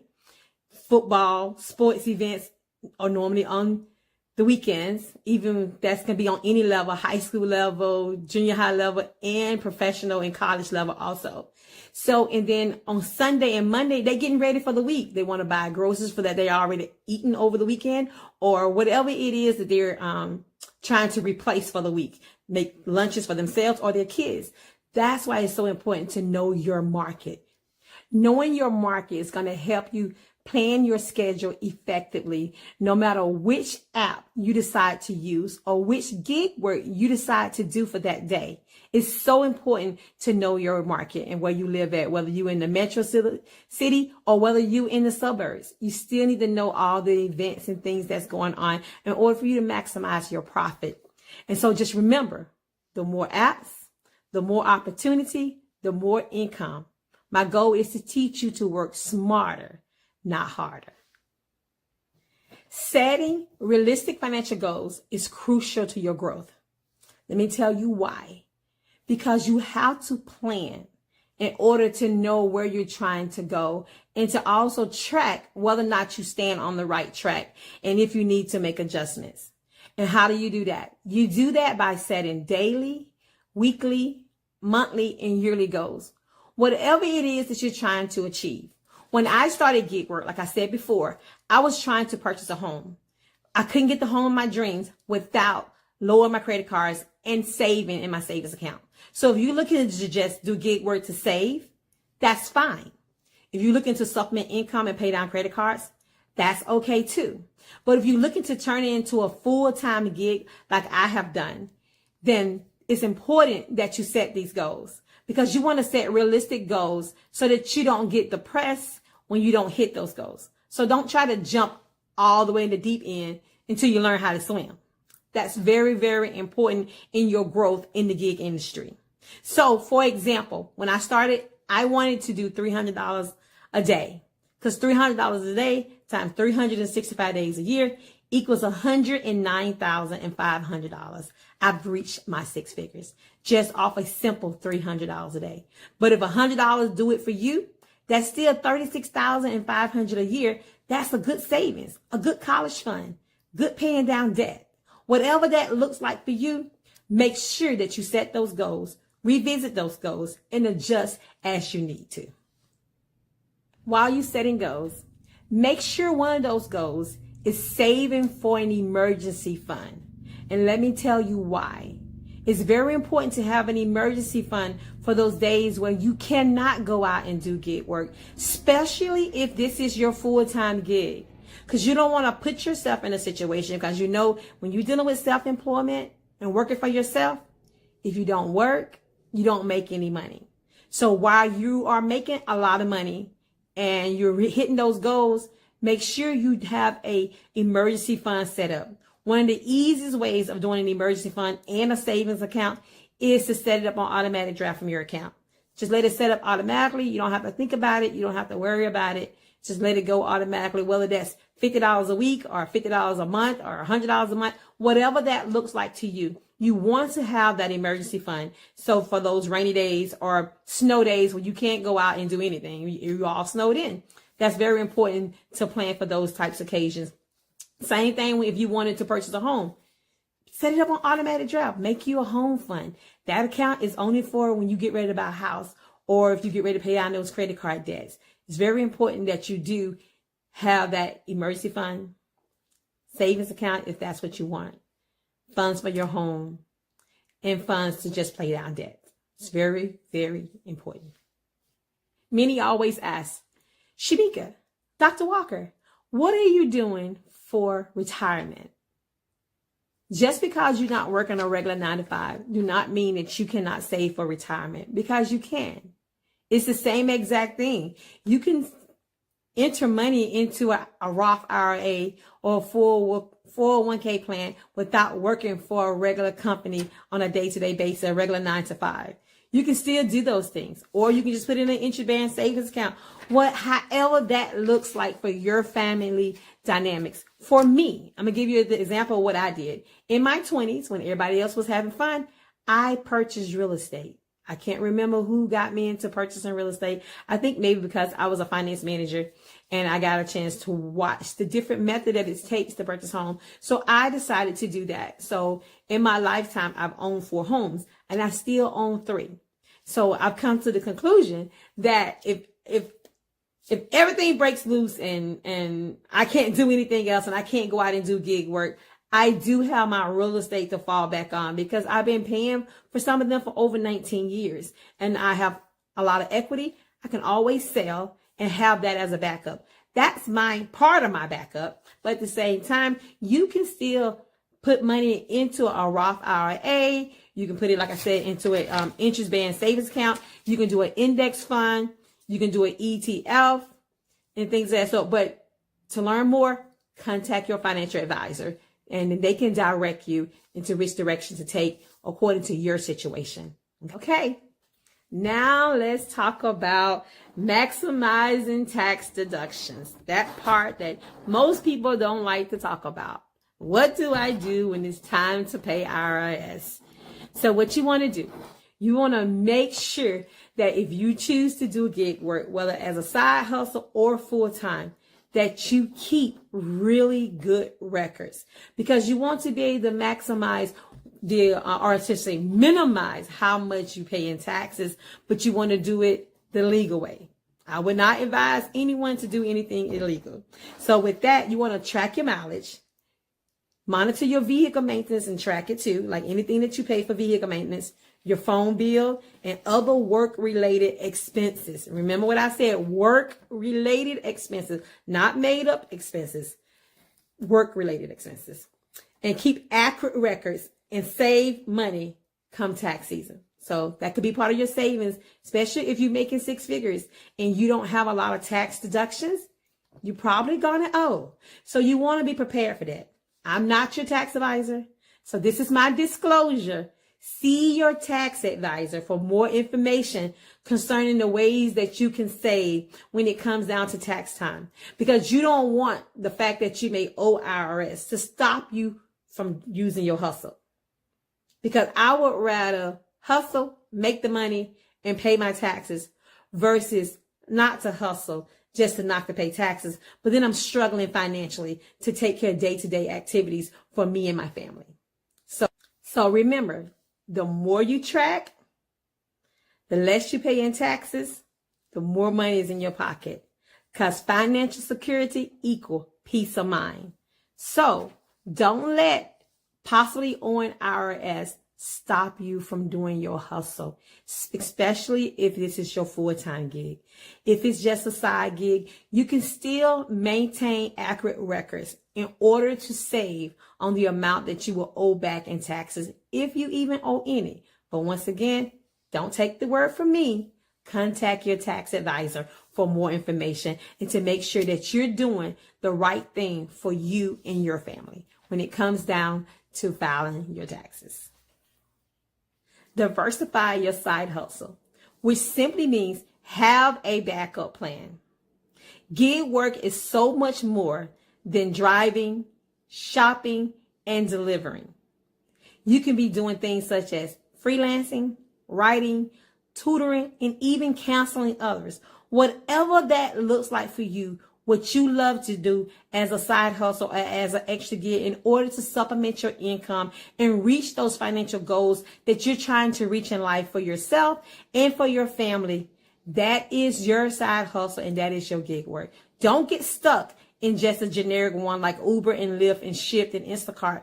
There's more that you can do and more that you can bring to the table, because it's so important that to add multiple streams of income, you must build your portfolio in order to gain financial stability. And you do that by having the more hustles, the better. Don't get stuck in believing that you only can do one or two. You can do as many as you're capable of handling, and in many that brings you the joy and the satisfaction in order to gain financial freedom. You decide on what that looks like in your life. Like for me, having that backup plan, like I said, I bought real estate at a young age. Therefore, if all else failed, I would sell. That kind of rhymes, didn't it? If all else failed, sell. That is my part of my backup plan. But I do work multiple streams of income so that I always have a backup plan. So that's why I say it's so important to diversify your side hustle so that you have a backup plan to be able to reach all of your financial goals, especially if you want to have that hustle that allows you to make six figures and now becomes your full-time gig, your full-time job, so that you are successful at reaching all your goals and your targets when it comes down to financial gain and taking full advantage of having the flexibility of time. Remember to stay consistent and be patient. Success takes time. If you want to build a six-figure income with gig work, you must be patient. You must be disciplined, and you must be consistent. That's very important. Celebrate every win, even the small ones, because the small wins turns into big successes. So just like the scripture, one of my favorite scriptures is Zechariah 4:10. It says, do not despise these small beginnings. Do not despise these small beginnings, for the Lord rejoices to see the work begin. So even if you start small, you must trust the process, stay the course, and make adjustments as needed. It's so important. Small always turn into big successes. Okay, let's recap hustle. Hustle into success takes leaps and earning. Your way to success. Remember, number one, maximize your earning by using multiple platforms to always be earning. Number two, optimize your time. Work during peak hours and use tools to work smarter, not harder. Number three, set realistic goals. Break down your goals into manageable targets daily, weekly, monthly, yearly. Number four, build an emergency fund. Automatic savings to protect yourself in slow periods. Number five, maximize deductions, track expenses, and save money on taxes. Number six, save and invest. Set aside for long-term goals and grow your wealth. Number seven, diversify. Don't just rely on one hustle and more. Add more to the mix. The more, the better. And number eight, be consistent and be patient. Stay disciplined and the results will follow. You must trust the process. So join me in solidifying your future through gig work. Gig work has gone wild. So until next time, I am Dr. Shamika Walker, your gig work queen.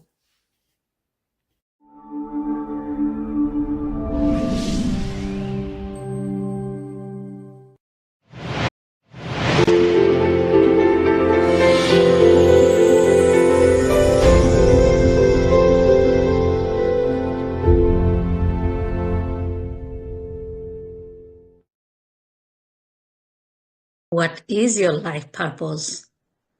How do you use your life purpose to help others?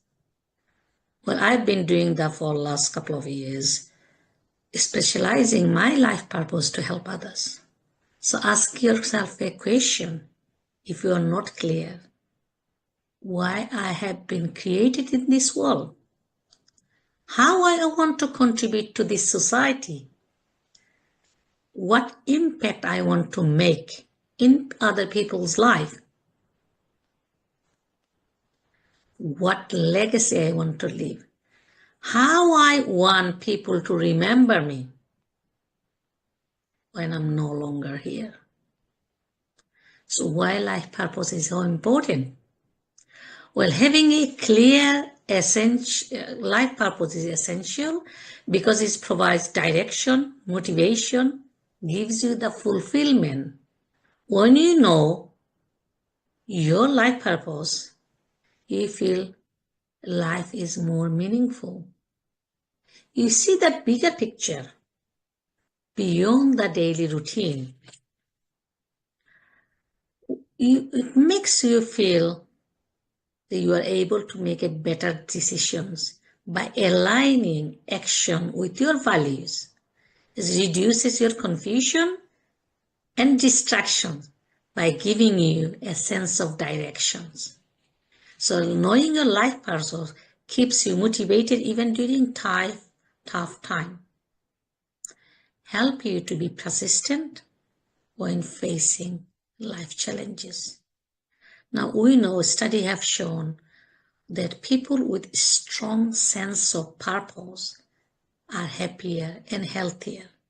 And purpose-driven people experience less stress and anxiety. And often your purpose is connected with how you help others, whether through volunteering, through daily interaction, or through your work or your businesses. Because living with a purpose allows you to contribute to the society, as we mentioned before. And also it helps you constantly improve yourself and evolve as a person. I know it helped me, and which I will tell you a bit about my story. Living with a purpose also ensures that your life has a lasting impact. People remember you, those who live intentionally and make a difference. So true purpose involves serving others. For example, you can serve others through your career, through your work.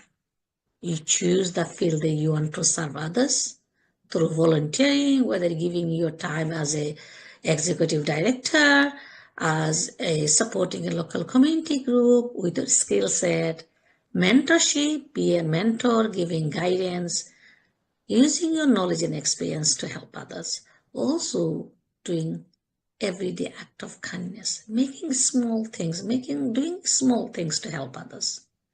Because making an impact through helping others helps you too.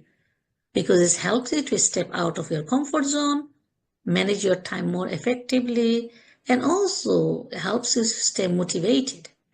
So I'm now going to share how my life purpose helped me. Now during COVID, one of the organizations I was networking with put a message on the internet saying, what you want to do? And without thinking, I said, I want to be a speaker. Within the 6 months, I stay connected. I started do daily habits, created daily habit, doing daily things to help myself to achieve my dream. And I was inundated with referral from friends, ex-colleagues who are support women who were going through domestic violence. And we know during COVID, domestic violence was really high because one of the reasons was close proximity, where both couples were under one roof 24/7 with children, with families. And that doesn't help when there is already tension on domestic violence. What I found throughout those time is these two things that stop this woman from doing things they really want to do, achieving things that they want to achieve in their life. One is lack of financial knowledge and lack of finances, and the other one was lack of self-confidence. And that time I promised myself, regardless of whatever happened, I want to help women around the world to become economically independent. Because when they become economically independent, they are in a better place to make better decisions and live the life they deserve in their term, not by other person's term. 2 years ago, over 2 years ago, September 2022, I was, among other 20 women, I was one of the women become part of a book project called Strong and Free Volume 2. Now, our publisher said, we're not taking any proceed. We're going to give every penny we raise through this book to a charity which helps women in sub-Saharan desert of Africa to become independent business owner. Now, without me knowing it, because I had the vision, to help women to become economically independent. My first dream came through this project, that I just took the opportunity, be part of the book project, and we launched the book, and I became first-time best-selling author through the book too. So it's not just helping others gives you your fulfillment, but also I help myself to become first-time best-selling author through the book. Well, I wrote my own books. I became author with other people as a co-author too.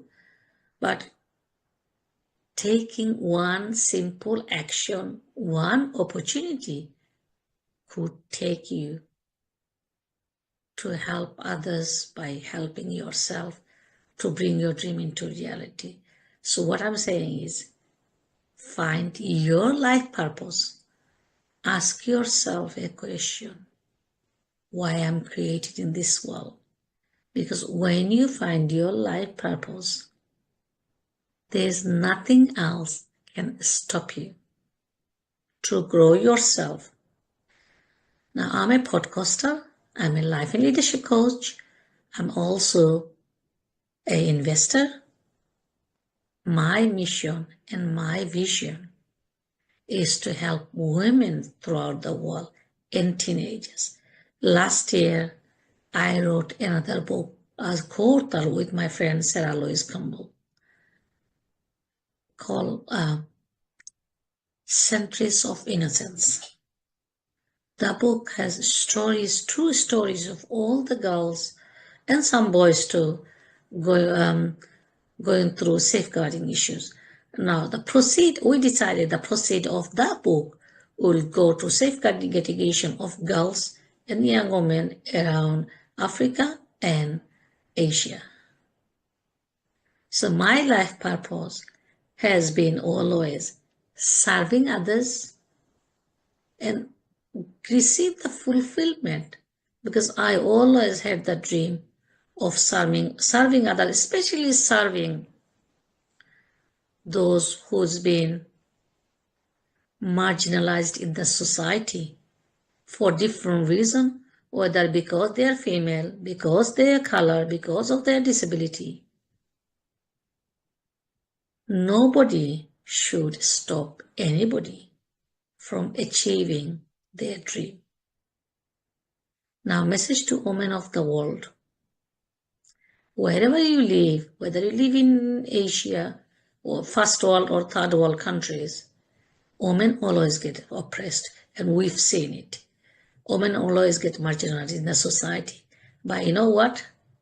That must not stop us from achieving our dream. So always use your life purpose to achieve your goal, achieve your dream. Because you know, when you're making an impact in the society, gives you the happiness. You feel fulfilled because you're making an impact. Now, I do a free podcast with anyone who got a message to share. A message that will teach others, that will uplift others, that will boost their self-confidence so they can fulfill their life purpose. You'll find me on YouTube channel, Parul Begum, Life and Leadership Coach. You can also find me LinkedIn, Parul Begum, and Instagram, Boost Your Confidence Academy, Facebook. I've also have Boost Your Confidence Academy and Parul Begum. I always say, life is too short. We only have one life. Take actions and fulfill your life dream. So a couple of pointers for you all. Think about what action, what goals you want to achieve in life. Identify opportunities to serve others. Start small and build slowly.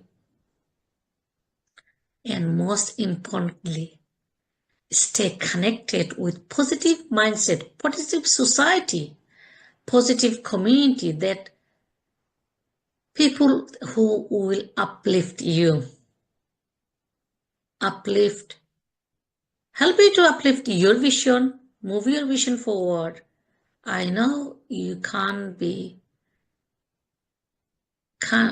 divorce your family, but you can divorce your friends, but you can limit the time you spend with your family. Those especially who do not support you with your mission, your vision, your goal. So always stay around with positive people. Even your network, you have two types of people. You have people who share your dream, but also people who not always supporting and motivating you. I've always chosen people who motivates me and move away from people that did not support me with my dream. So don't forget to walk away from even huge big networks that you belong to who does not support you. And I'm talking about bullying, harassment. There's things happen in the society and in a community that you want to be a part of it. I've walked away from a lot of people in my life, a lot of professional people too, who does not uplift, who did not uplifted me, instead who bullied me. So always think about why I have been created in this world, what I want to do, who I want to help, how I can help, who I want to support, and how I can fulfill my dream with supporting others.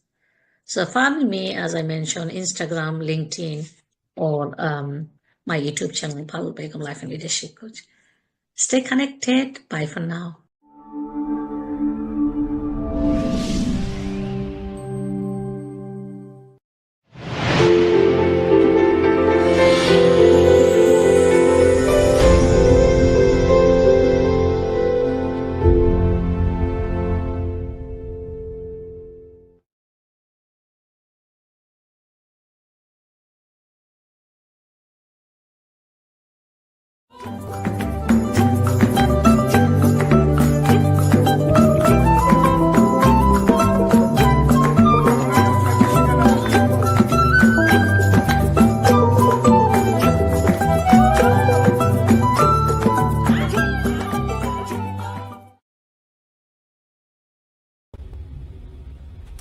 Good afternoon. It's such a pleasure to be back with you all. My name is Michael Hyacinth. I am the host for the Glimpse of Africa author series, and today we get an opportunity to hear a very powerful story from the author Rebecca Deng, discussing her book, What They Meant for Evil, and how a lost girl of Sudan found healing, peace, and purpose in the midst of suffering. Rebecca, it's good to meet you.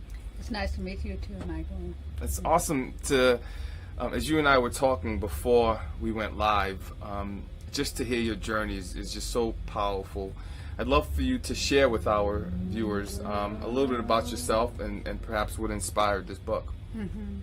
Yeah, first of all, I think what inspired to write this book, I would really credit it first to some of my friends and college professors that have told me, have you ever thought of writing? And so over the years, they asked me, when I read your writing, you are a natural writer. And I'm like, well, how can that be? Because when I arrived in 2000 as an accompanied refugee child from Sudan, as a part of the Lost Boys of Sudan, most people don't know there were 89 girls that came, and I was one of them. Wow. And because I was an accompanied refugee child, I had to go through foster care system. So with that, you know, like when you just come, I came from Africa at 15 in a continent where I had a black privilege. I was never a man of my skin or anything. I never even thought of it. There was war going on, but I never thought of my skin. And then coming here, and then, you know, I'm an immigrant, I'm a refugee, I'm an ESL student. There were just a lot of things. So when I start learning English, I thought, like, you know what, there is a part of Africa or part of our history that is not covered. Most of the time you see news covering only the brokenness, but before something break, it had to be put together. It had to be together. Yeah. So I was like, maybe one day I would write. And then it was one night, there was a news on TV about the U.S. border, the children being separated from their families. And it hit me at that time. I just literally had a flashback of me being ripped apart from my family and my village being touched down. And I grabbed my iPhone that night and wrote about like 25 pages. Wow. Just like coming back, my experience coming back. And then over time, I keep recording it. And then my hope was that I keep it as a journal. Because when the war come to my country of Sudan, now South Sudan, all our materials and like our possession and belonging were burned down. And then I lost both of my parents to the war. So I have nothing about them beside what people tell me. Okay. So I was like, you know what, I need to write and record my story. Yeah. So do you think that just your experience potentially was what they meant to be evil, because of you actually had to figure out your way out of this, and it was either evil would be your answer or it would either be positive? Yeah. Well, for me, the title came, what they meant for evil was really, it's based on the history of Joseph, where his brothers was like jealous about him and his gifted skill, and they want to kill him. And later on, they were blessed through the brother. Correct. Well, the Sudan government that was persecuting my people from the south, you know, like we are Nubian people, all civilization, but then we were discriminated again as being different people, either based on economic, religion, or whatever, you know. If you go back and read the story of Sudan, you will learn all different kind of why the war came about. So being a tribal person that was, you know, discriminated and almost persecuted, where I had to run and was in a refugee camp, I was like, all of these things, these people or policies or international whatever war crime, they were meanting evil against me. But because of God's grace or the Creator, I'm where I am now. So what they meant for evil, and then what they meant for evil too goes further than just those actors. It goes to my inner self, like what I have almost meant for evil for myself, to like accept it, all of those names. Like you are immigrant, you are a refugee, you will never like graduated from high school, you are a girl, so your thing when you are when you had your first period is to get married. I have to combat every single thing that was meant for evil against me. Wow. So yeah, that's where the title come from too. Wow, what a very powerful story. And I know you said you were one of the, how many girls a part of the Lost Boys? 89 lost girls that came. Wow. Do you stay in touch with many of them? I do, actually, and one of my hope one day is really to investigate where we are. Wow. I don't, you know, because we were resettled all over the United States, wherever the family opened up their home, that's where we went. Some went to Boston, I came to Michigan, some went to California, some went to Philadelphia, so all over the place.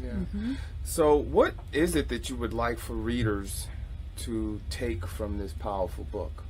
Yeah, so what I want the readers to take away when people see my book, what they meant for evil, is either they classify it as a religious book, or they see it as super heavy book, which it is. But this book have a lot of things. You will laugh, you will cry, and it cover just the expand of humanity, of human life. You know, from my beautiful village being set in a. And what was the name of the village? Do you remember? The village was called Duk Padiet, and a small sub-village called Arwai Mayan, and it is in my book. So it is, the place is on Sirte, which is like the world second largest swamp in the world. Really? So it's green all year round. Wow.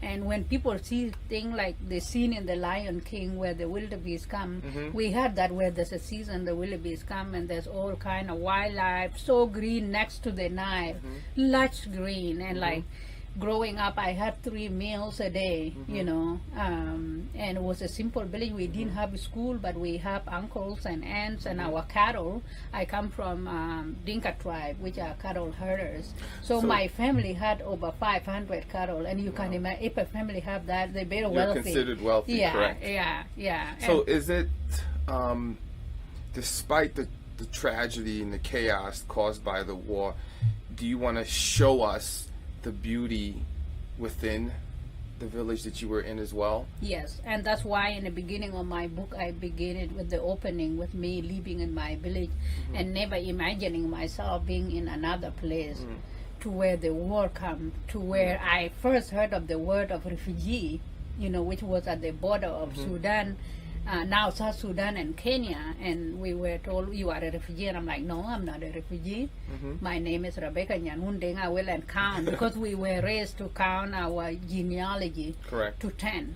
And they're like, well, you are a refugee now. Not only are you a refugee, it will not even say you are a refugee, you will just be given a number. Wow. So you go from knowing your genealogy to being a number, and then living for 8 years in Kakuma refugee camp. It's so interesting. I mean, it just goes back to the history of America, where many of our ancestors, you know, were enslaved and having to now, you know, during the Emancipation Proclamation, figure out where their journey is and who they are, and trying to figure life to the current, you know, existence of where we are in the state in this country of America. I'd love for you to just share with us how we can get a hold of you, find out more information, because this book is so beautiful and it's inspiring, and it just invites us into your world, and we'd love to be a part of it. Yeah, thank you. You can find me on Twitter, Rivka Deng. Rebecca, Rivka is Rebecca in Hebrew, or on Instagram. I'm on Facebook. So you can find me in those places. I just want to add to the audio of What They Meant for Evil was narrated by C.D. LaLoca. He's the leading voice in Lion King musical. Really? And he is a South African princess. So That I is so remember awesome. getting a phone call from New York, and it's like, this is C.D. LaLoca. I'm like, C.D. LaLoca? I don't know. It's like, do you know the Lion King? I'm like, that's my favorite. It's like, I'm going to narrate your book, and I just want to call you and connect with you, hear your voice before I go to the studio. Wow. So that is another cool thing. And also the book, What They Meant for Evil, got a star review from Publishers Weekly and was endorsed by Kirkus. Kirk Cousins? Yeah. Wow. Or Kirkus Review too, which is another Okay. book magazine, but Kirk Cousins, yeah. Kirk Cousins. Did you get a chance to meet Kirk Cousins? Yeah, we actually went to the same high school. Really? Yeah. Yeah. It's a small. Yeah, it's a small world. It is. Yeah. From Sudan to Grand Rapids. To Grand Rapids. To Holland first. To but now, Holland. yeah, to Grand To Rapids. meeting Kirk Cousins. Yeah. Rebecca, it's a pleasure to meet you. I wish you all the best. Thank and you. I look forward to seeing this movie. Yeah, thank you so much. I hope the movie come out. Awesome. Yeah, Thank you. Thank you. Thank you, everyone.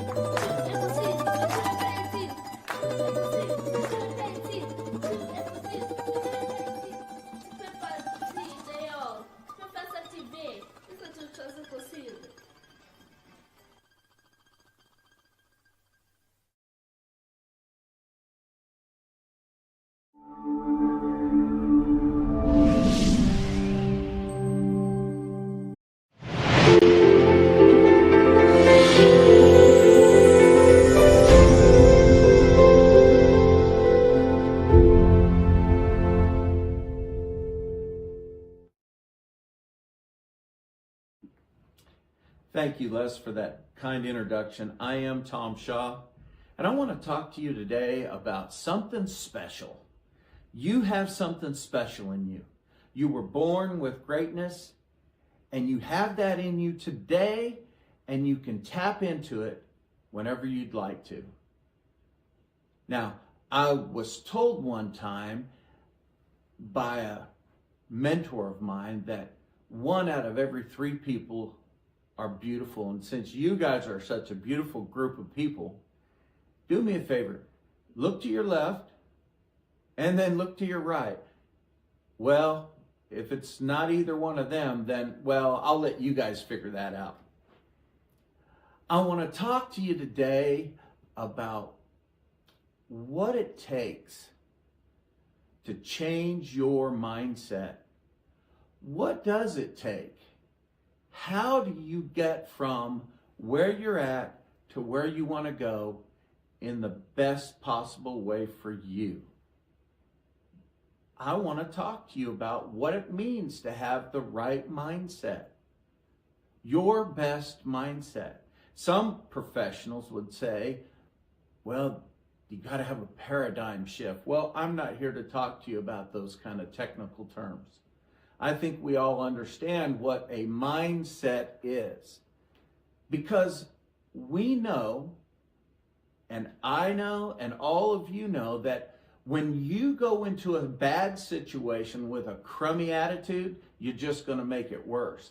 But if you go into a good situation and you have a great attitude, it will be even better. And the reverse is applicable. So here's the deal, folks. You and I are no different than one another. I've worked hard to get where I'm at through the events that have happened in my life. I've been molded and changed and had to figure that out. And I want to talk to you about that today, because part of my story is relatable to what it means to have the correct or the right mindset. You see, ladies and gentlemen, I had dreams and hopes, and I hope all of you do too, because otherwise I don't think you would be here in this room. You've taken the time and paid the money to get here, and you're here for personal reasons. But when I was 16, I was a really good athlete, and I was playing football and baseball, and I had everything going for me. All the right things in my court, right? But I had dreams. And my dreams were I was going to go to college and be a running back in college, and I was going to win the Heisman Trophy. And after I won the Heisman Trophy, I was going to go to the NFL and play football in the NFL. But those dreams changed for me. And I had to change. And here's how those dreams changed. See, when I was a little kid, I had a problem. And the problem I had was I was a chronic sleepwalker. I would get up and go into other rooms, open the refrigerator, do things in the refrigerator I wasn't supposed to. I would leave the house. My mom would have to follow me. And when I was 16 years old, it happened. I slept, walked out of the house, got in the car, and I drove off in the car. Nobody else was hurt, but I had a very traumatic accident. I had a spinal cord injury, and I became paralyzed from the waist down. Well, somebody found me, and they got the ambulance there, and they took me to the hospital. Of course, my parents got there and a few other relatives. And before you know it, they're talking about, we got to do surgery and we got to get this guy fixed. But the doctor came in finally with the x-ray, and he's putting the x-ray up underneath one of them old-fashioned x-ray boxes that hung on the wall with a backlit. And here's what he said. He said, sorry to say this to you guys, but Tom will probably never be able to have children again, ever, and he will never be able to walk again. Well, one of my uncles went completely off on the doctor, started yelling and screaming, you don't know Tom, you don't know Tom, don't tell him that, he's not going to listen to that, you don't know. And they had to escort him out of the hospital, and then he and my father left, and well, they got drunk, and they lost a truck. I don't know how you end up getting that drunk and lose a truck, but Eventually they found it and everybody was okay. They got me into surgery. I just wanted them to kind of get out of the room so the doctor could go to work. When the doctor got me put back together, now I was in the ICU and surgery. I don't know how long I was in there. It could have been 5 days, 14 days, I don't know. I lost track of time. But here's what I do know. When I woke up in my regular hospital bed, in the regular hospital room, flat on my back, I was a little bit groggy and I didn't kind of know what was going on, didn't know how the surgery turned out or anything, right? But my mom was there, my hero, the person that was always there for me. And I said, Mom, why did this happen to me? This doesn't happen to people like me. Why did it happen to me? And she said, sweetie, it doesn't matter why this happened to you. All that matters is that you focus on healing and getting better. And then she said something that I will never forget, and I say this to people all the time. And she said, sweetheart, I want you to know, this too shall pass. This too shall pass. What I had to do in that moment and during that time period, laying flat on my back, I couldn't get out of bed. I couldn't use the restroom on my own. I couldn't move my legs. Paralyzed from the belly button to my toes. I had to make a decision.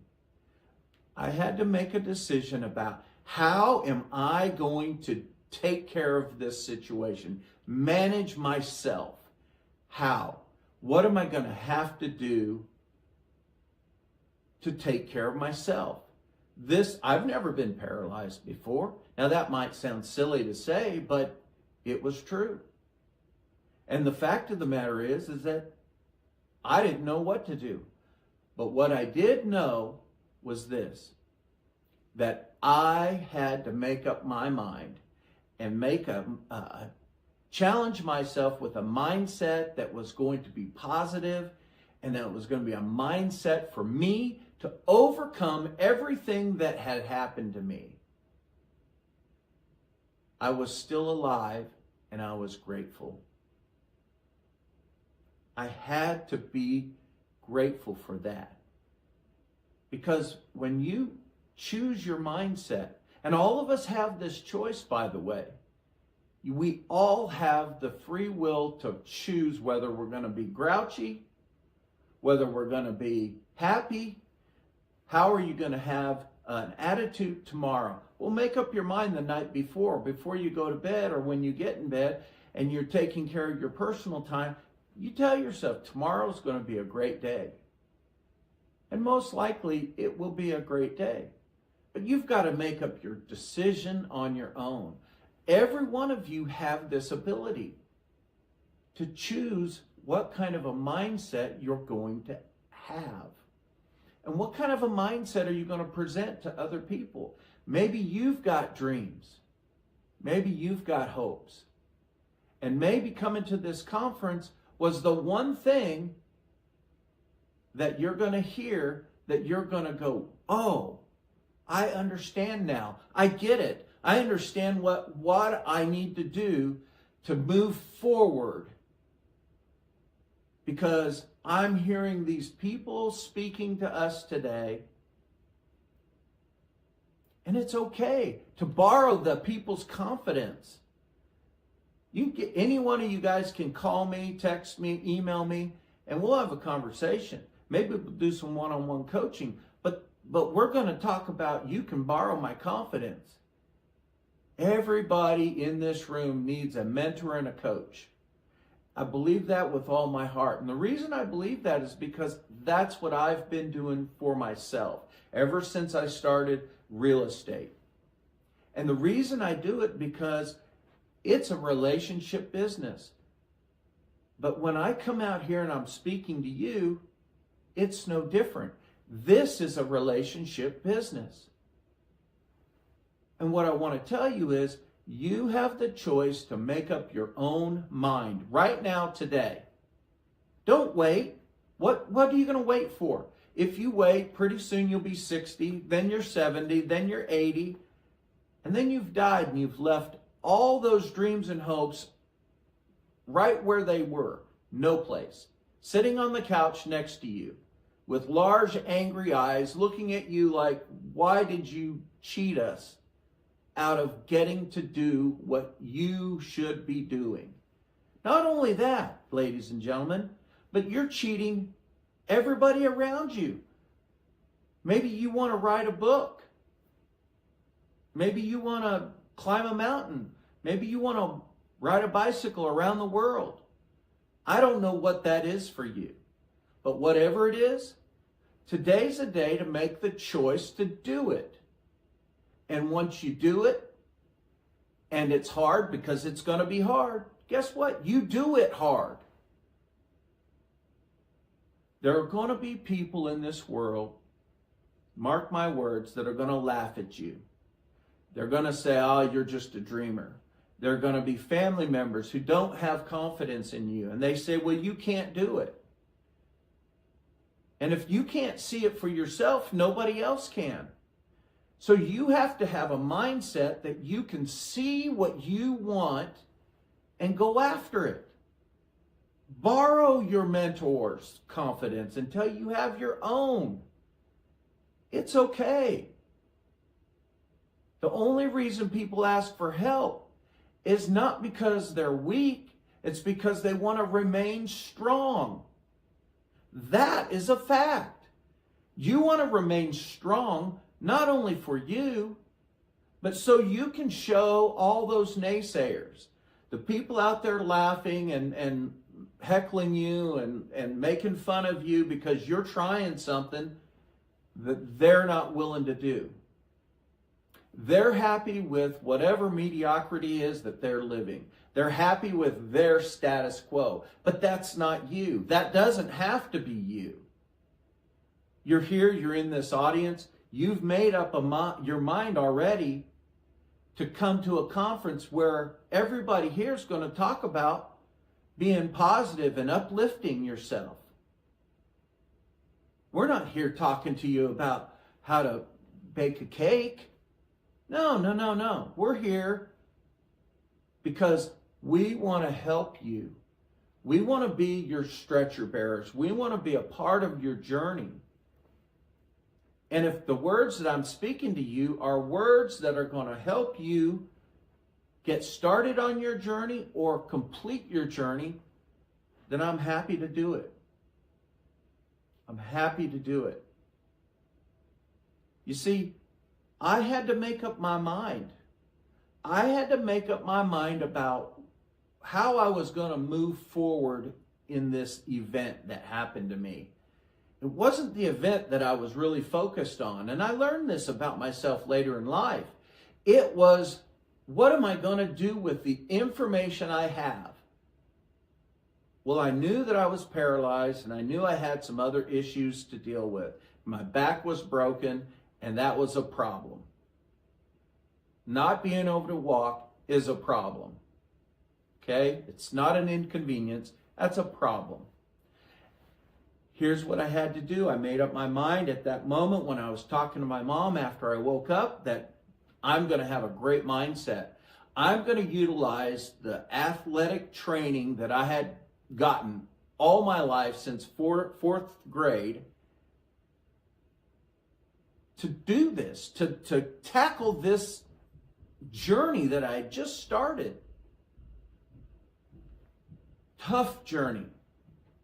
Then shortly after that, I find out that I'm going to go to rehab.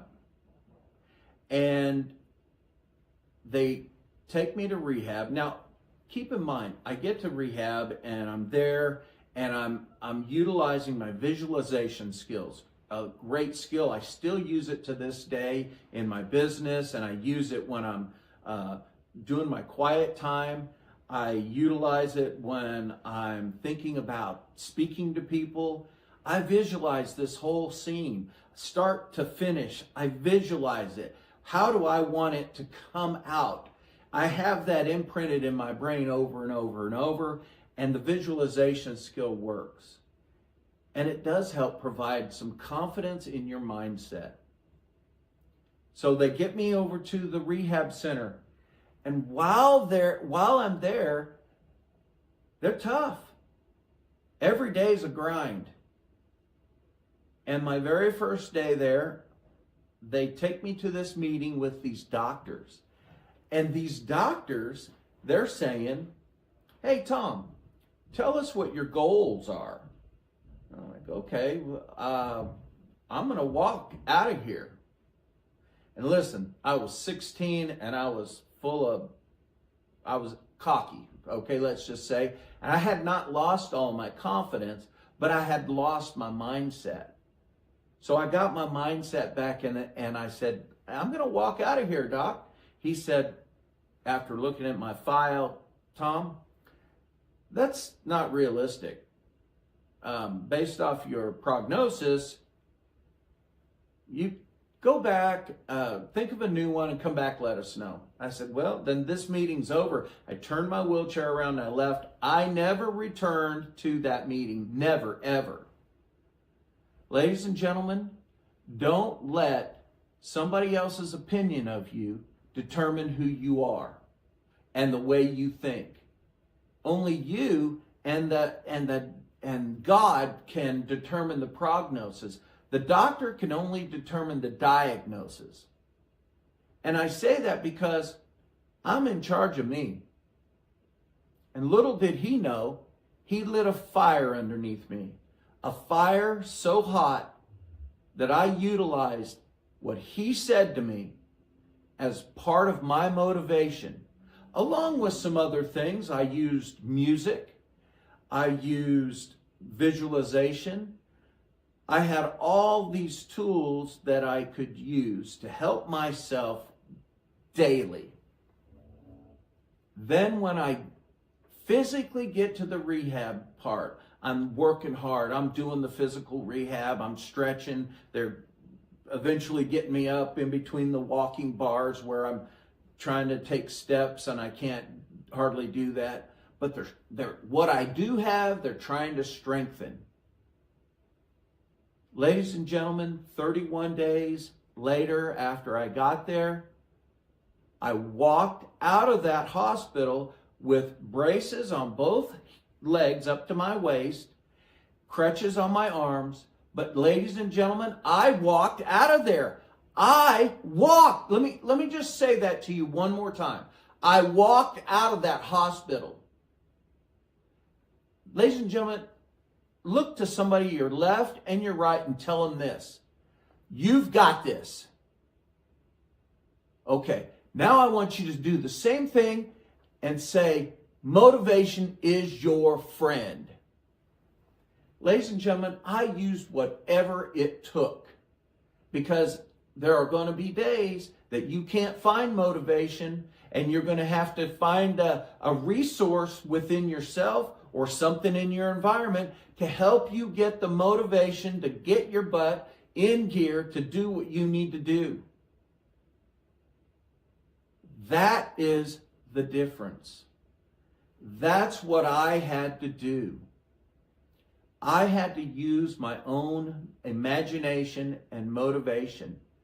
For example, I'd be laying in bed, and this is prior to being able to move my feet or legs or anything. And I would visualize my big toe moving. And one day, I'm laying there. My grandpa is at the foot of my bed. And he said, I think your big toe just moved. Did you move your big toe? I said, well, I don't know, Grandpa. Maybe.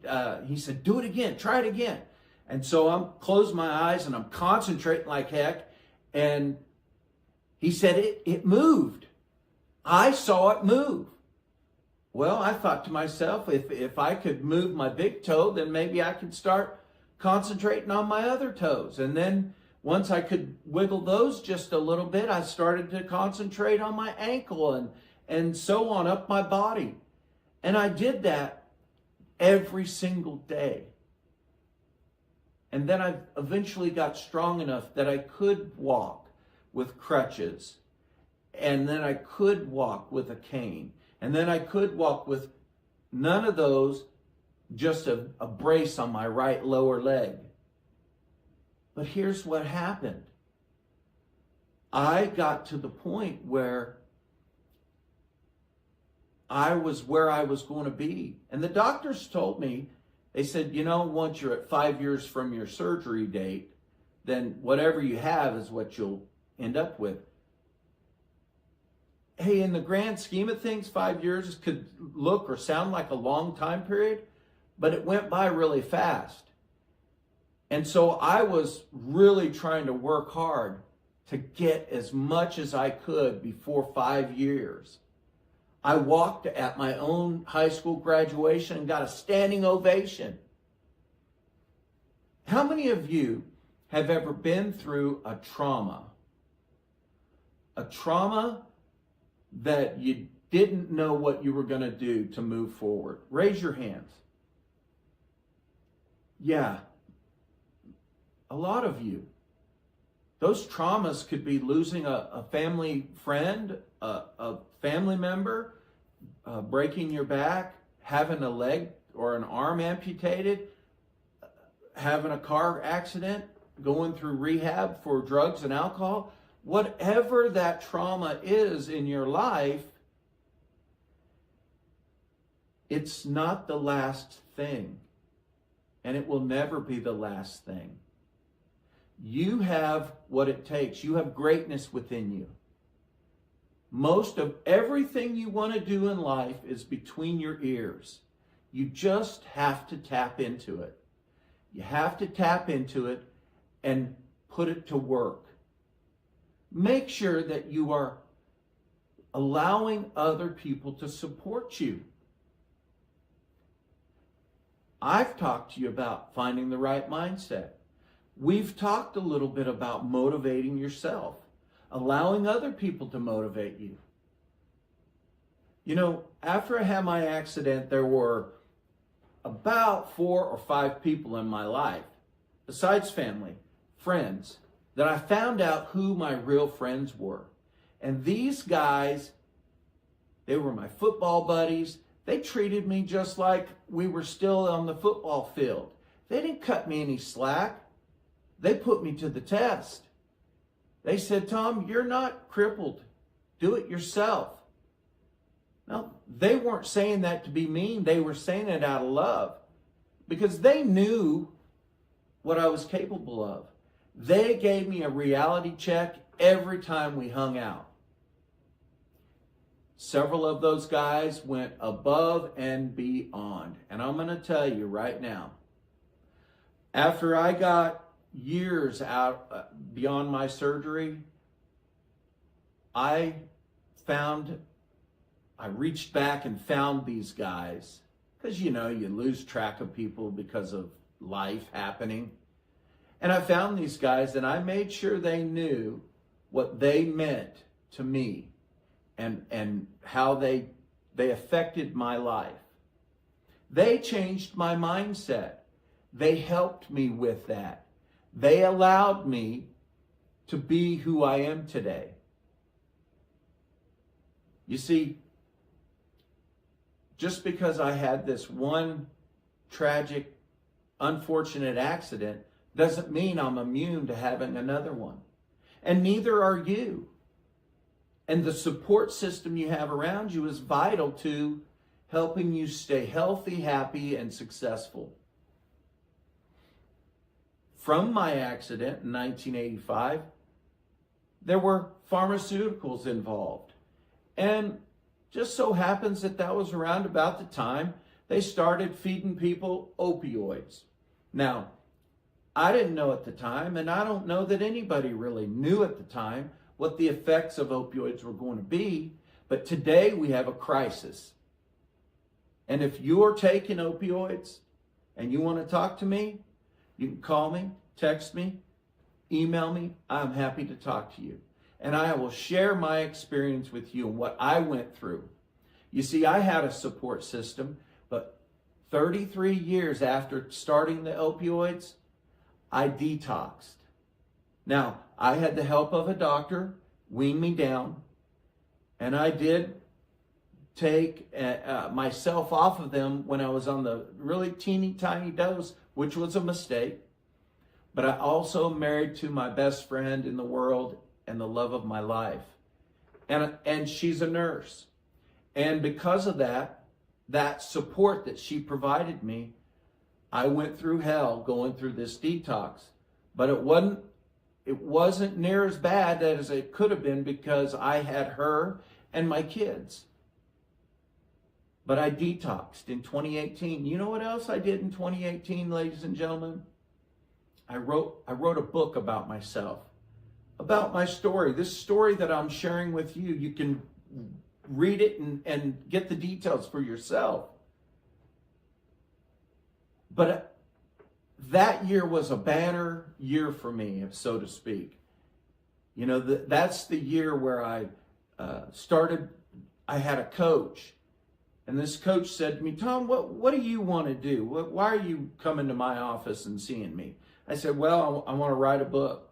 I just detoxed off of 33 years opioid addiction physiologically, and I want to write a book, and then I want to ride my hand bike 50 miles, and I want to raise money for a foundation called Steps of Faith Foundation. Well, he said, well, what's that? It's a foundation that provides artificial limbs for people who can't afford them or are underinsured. And so here's what I did. I had this hand bike. And he said, well, have you trained? I said, no. He said, when's the last time you rode the hand bike? I said, well, maybe 2 years ago. He said, I just don't believe that this is going to happen. You're kind of setting the bar a little high for yourself. Now, if you buy my book, I want you to pay attention to the foreword. This gentleman wrote the foreword to my book. And in there, he admits that he was wrong, that he doubted me, but I proved him wrong. Ladies and gentlemen, I rode 50 miles multiple times. What did I do to get there? I trained daily. I rode the trails. I rode on the paved streets. I rode and I trained. I had the right mindset. I had the right motivation. I was doing it to help other people. Sometimes when we help other people, we got to go through a little bit ourselves, because that's how we discover ourselves. We find out through these sorts of things that it's okay to go through some stuff. Life's going to happen whether you like it or not. Your parents might get a divorce. You might have a heart attack, or your dad might have a heart attack. Somebody in your life might get cancer. God forbid any of those things happen, but it's part of life. It happens.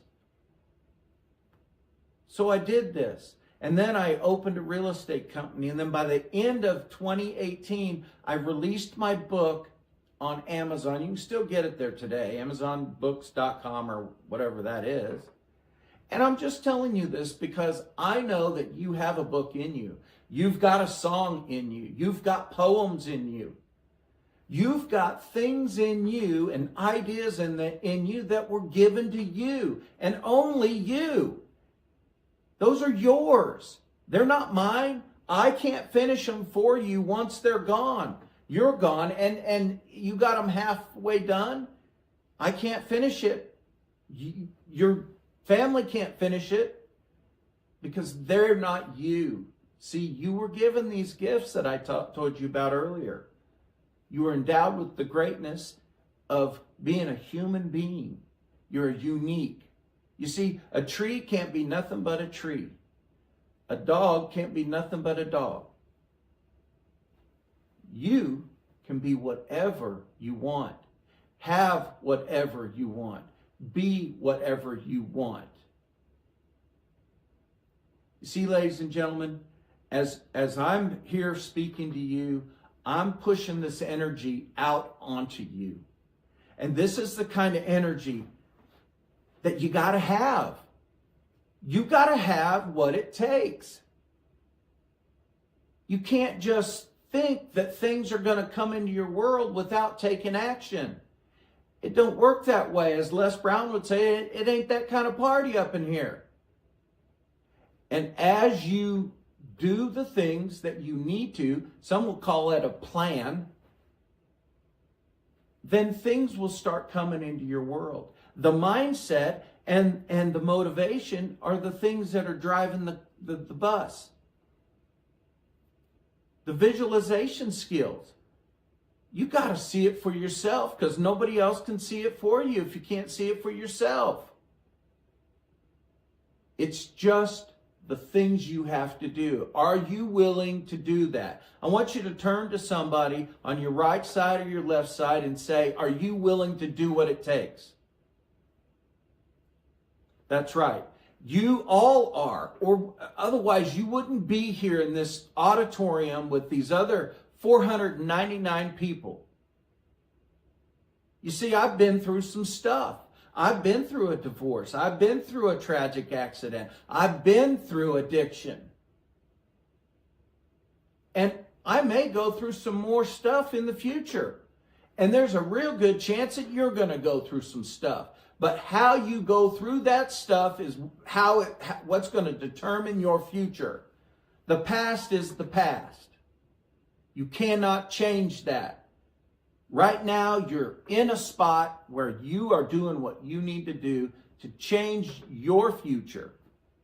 Now, is that what you really want to do? Or did you just come here because you wanted to come to a big event? Believe me, there are a lot of people in this room that are going to leave here, and for 2 days, they're going to be hyped up and they're going to be ready to rock and roll, and then nothing. You have got to be willing to do what it takes. And I'm not just saying that. I know it for a fact because I have done it. It's not about millions of dollars. It's not about glamour shots and rewards of those sorts. It's about, what do you want? What fills you up? What is going to help you become the person you want to be? That's what's important here. That is the biggest thing here. Change your mindset. Allow other things in your life to motivate you. The smallest of things and the biggest of things. Be grateful. Share your gratitude with people you love, people you know and work around. Most of all, would you do me a favor and share your gratitude with strangers? And here's why I'm saying that. Because it uplifts their day. And more than that, ladies and gentlemen, it uplifts you. It puts you in a higher state, a better place to be viewed. And your shoulders go back and you're full of confidence because you could see the joy that you just brought to somebody by saying, wow, that is a fantastic pair of shoes. I love your coat. I love how you handled that. And so, ladies and gentlemen, here's what I would like you to do. I would like you to close your eyes. I'd like you to close your eyes. And as you close your eyes, I want you to visualize. I want you to visualize that there is a string above you. And this string is dangling from the ceiling. And everybody in this room has one right above your head. And I want you to visualize that there's this $1 million bill. And I don't know if they make $1 million bills, but just go with it, okay?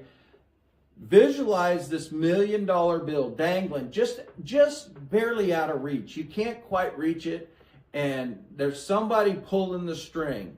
You try to reach it, and it goes up a little bit, and you just can't quite get it. And if you do reach this $1 million bill, what do you get to do with it? There's rules. There's always going to be rules, ladies and gentlemen. One of those rules is this. You got to give it to charity, some of it. Let's say half. Now, some might say half would be Uncle Sam, but we're not talking about that right now. We're talking about you helping an organization better their position to help others.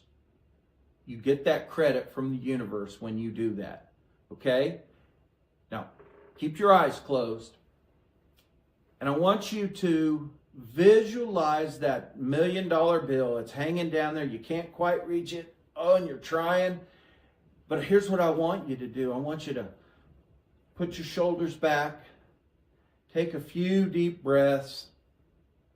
And then I want you to sit straight up. Really straight, stiff, wonderful posture. Kind of feels good when you do this because you're just in a really good position physically, right? And then I want you to lean, whatever hand you use, get it up there.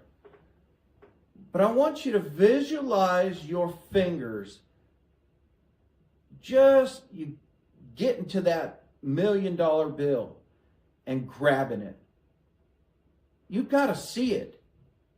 You've got to see it for yourself.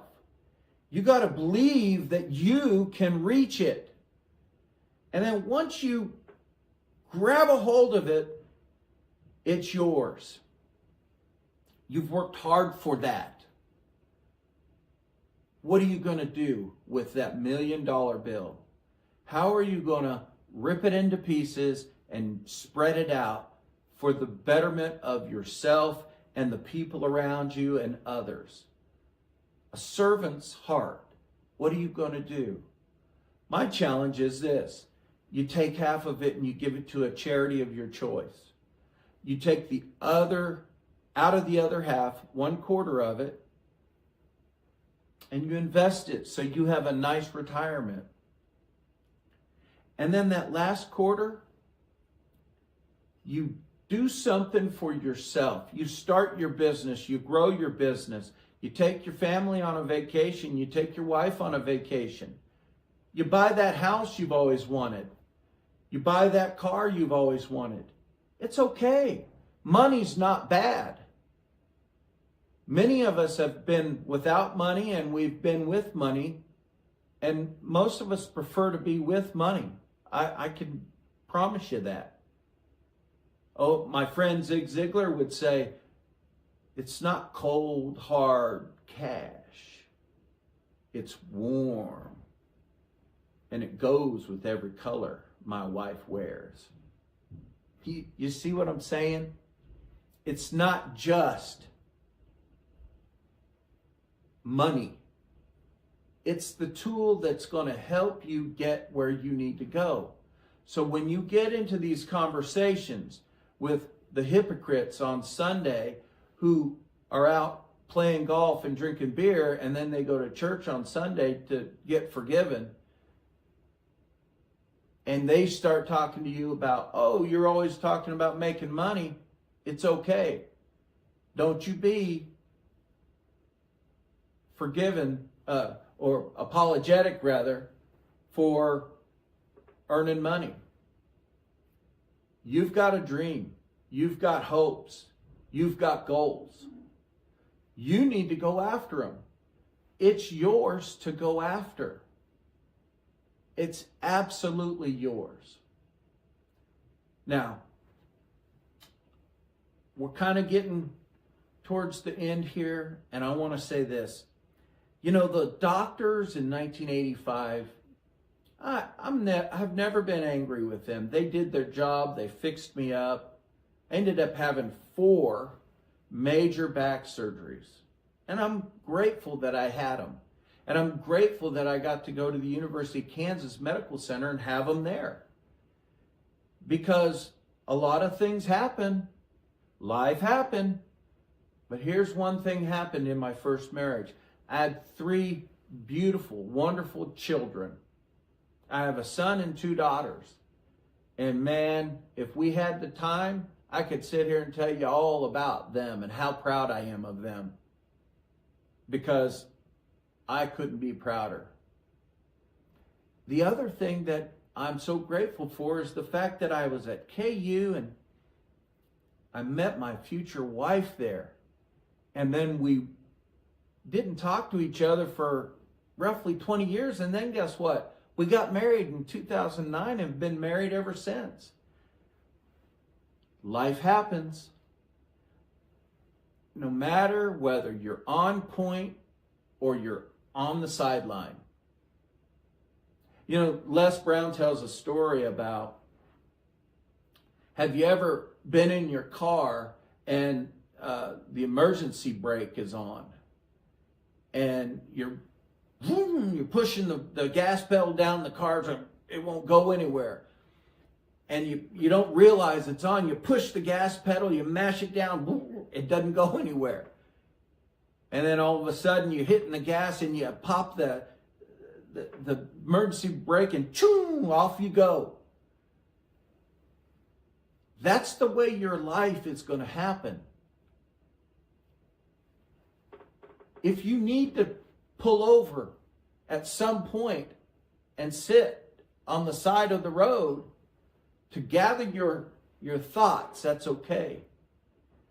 Most every speaker in the world that I've ever listened to, and whoever I will always listen to in the future, and including me, will tell you this. Great things happen to people when they get quiet. When you get quiet and you don't have the noise of the day in your ears and in your eyes, you're not looking at your phone, you're not looking at the TV, you're not listening to family talk about life and the bills and all these things that go on all around us. You're not doing all that. You're just sitting quiet. And I'm going to recommend to you that you do this every day. 10 minutes, 15 minutes, do a half hour. Some people incorporate meditation. Some people incorporate reading the Bible. But not me. I just sit quietly. And I'm not trying to give too many details, but I like to do it while I'm taking a shower. Because that's a comfortable place for me. It's warm. The water is soothing. And I can just think clearly. And there is 100% chance nobody's coming into my bathroom to bother me. And if that happens, there's probably an emergency. But you got to take the time to get quiet. Great things happen to people. That's how people figure out what the title of their next book is going to be. That's how people figure out that they want to try something that they don't think's been done before. Maybe part of it's been done, but you want to improve the process. You know, I never thought that when I was in the 7th grade and they introduced Apple computers to us, that we would all be carrying around a computer in our hand with an Apple on it from that very same company 40 some years later. Life happens.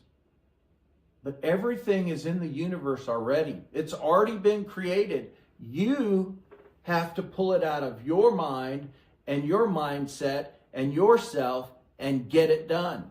Because that's yours. That's yours to give. And if you don't do it and don't give it to us, you've neglected us. And we want what you have. A lot of people die at age 36. They just don't get buried until they're 65 or 80. All those dreams and hopes are standing around your deathbed with angry eyes looking at you saying, we could have been something. Why didn't you do us? Use us. Make us happen. And that's the way it's going to be, because that's how it is. And I'm saying, you have an opportunity to make a choice. Make a choice. Does everybody in the back hear me? make a choice. Make a choice to change your mindset. Make a choice to allow motivation to come into your life in many, many ways. You read something, you see something, you hear something. It's okay to be nostalgic, be motivated by things from the past or words from people. It's okay. It's not going to hurt you. Imagine this. Imagine you have this idea in your head that if you don't tell it to the world or try and get it out there, something terrible is going to happen and the world is going to implode. It's that big of a deal. It's that important. You have that in you. Zig Ziglar says you were born and endowed with the seeds of greatness within you. We all were. We were all given a gift of life and a gift of being able to think and choose with free will. You all have that. I suggest you all use it. I'm passionate about speaking to people. I want my message to be clear that it's not about what you don't think you can't do. It's about what you don't know you can do because you haven't tried it yet. Get off the couch right now, today, and try it. Be mindful. Be mindful of everything that you want to do. Is it going to cost money? Probably. Everything does nowadays. It always has, but even more today. Is it going to be hard? Yeah, it's going to be hard. Well, then do it hard. Work hard. There are a lot of things that happen in people's lives that they accomplish not because they had the money, but because they worked hard at it. And they stayed dedicated to it. They fell down 7 times. They got up on the 8th time and they kept going. Because along the way, you're going to get banged up, bruised up, and bumped up. And that's going to happen. That's the part that's called life. You're going to fail your way to the top. You see, the problem with most people's thinking is that they don't believe that it's crowded at the bottom. Well, I'm here to tell you that's where it's most crowded. You're in thin air at the top. There's not a lot at the top. Not a lot of people up there. It's not crowded. You want to get there, be there? You got $1 million idea? Then treat it like it's $1 million idea. Go for it. Don't just sit there and allow yourself to be second to nothing. Those people I talked about earlier who are saying, oh, come on, man.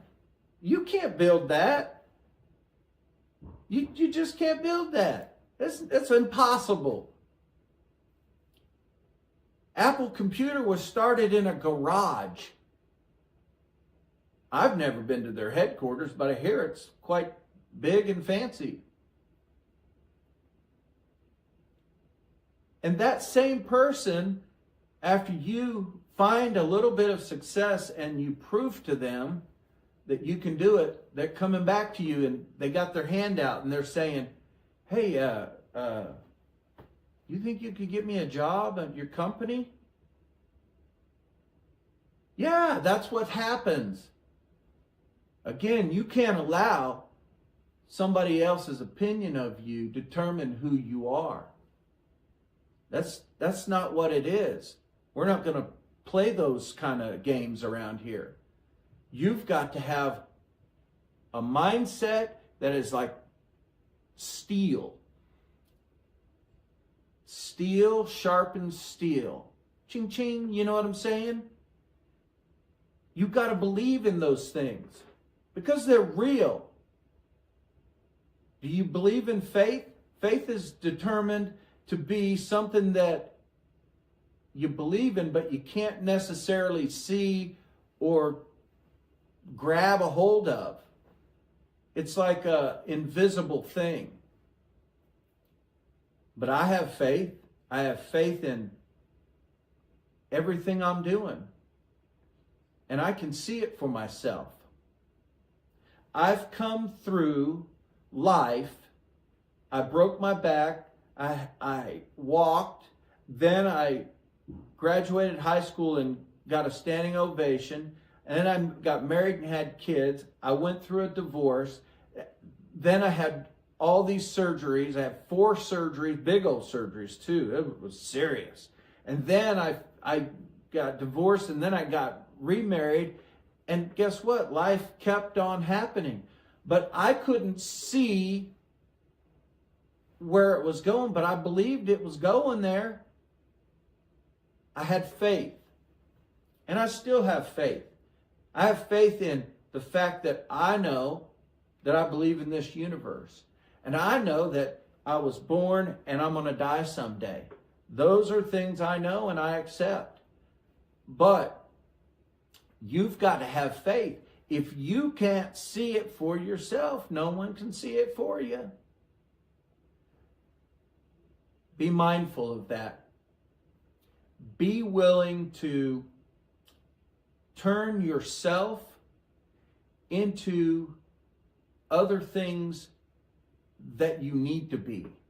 Because you're going to have to wear a lot of hats when you're trying to make yours or fulfill your dream. Some of them are going to be simple. But if you're trying to create a business or build something or do something major that's going to affect the entire world, that's important. And you're going to have to wear the business hat, the marketing hat, and the stock person hat, and the guy that gets the screwdrivers and hands it to you. You got to do all these things yourself, because these other people, they can't see your dream. They don't know how you want it done. Go after it. Don't sit here another minute today and think you're not going to go after it. And don't think that it's going to be easy, because it's not going to be easy. It's not. And a lot of people are going to face Murphy's Law over and over and over again. And for some of you, Murphy's waiting out in the parking lot for you. And, you know, you're going to get smacked upside the head. You get over here, you know. And it's going to happen. That's the way life happens. But you've got to stay grounded. This is your dream. You've got to stay in a mindset and have the right motivation with the right support system and the right amount of faith to get what you need and what you want. There are people in this world that are okay with just accepting what's happening right down here at the bottom. That's not you, folks. I can see it in your eyes. Every one of you in here, I can see it. And I can see it for you, because I believe in you. And if you need to borrow my confidence to get started, then I invite you to borrow it. Now, I want you all to just take a deep breath. Close your eyes and imagine this. You're breathing deep, and you can feel the energy in the room already. I can feel it. I hope I'm adding to the energy. But I want you to close your eyes, and I want you to take a deep breath. Inhale in, out. I want you to imagine all your dreams and successes are already completed, and you've successfully gotten what you want out of life. But wait, there's more. You're not finished. Keep your eyes closed and keep breathing. I want you to feel the energy of the people around you. They're passing energy over to you and back and forth, and you're giving them your energy.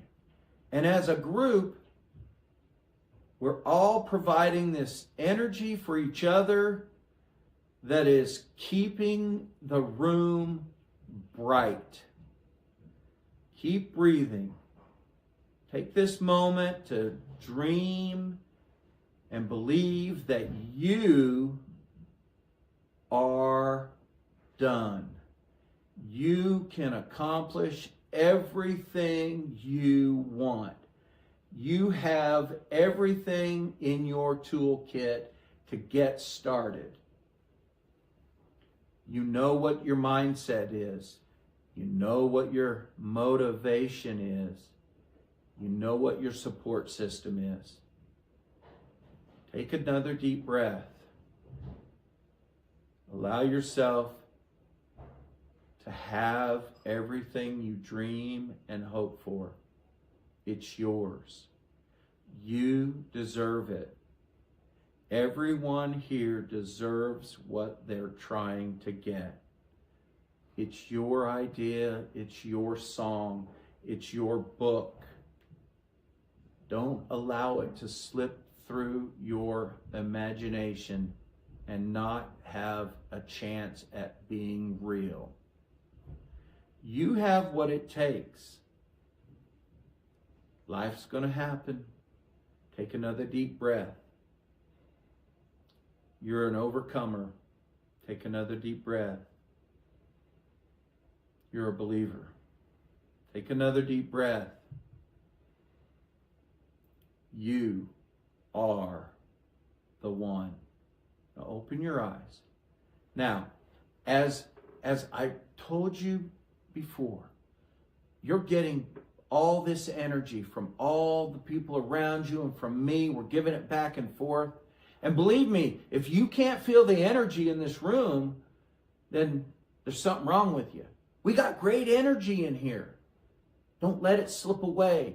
Carry it with you through your day, your week, your month, your year. Don't let it ever stop. People ask for help, not because they're weak. They ask for help so they can remain strong. Utilize your support systems. Find new people to bring into your support system. Network.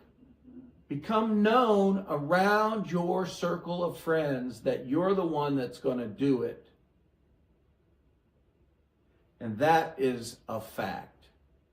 Now, I'd like everybody to stand up and relax your shoulders, take another deep breath, and with power and conviction, I want you to repeat after me. Rise up! Rise up! Rise up and live! Thank you. My name is Tom Shaw, and I love being able to speak to you and send this power to you so you can go forward and make a difference, not only in your own life, but other people's lives also. Thank you, and have a great rest of your seminar.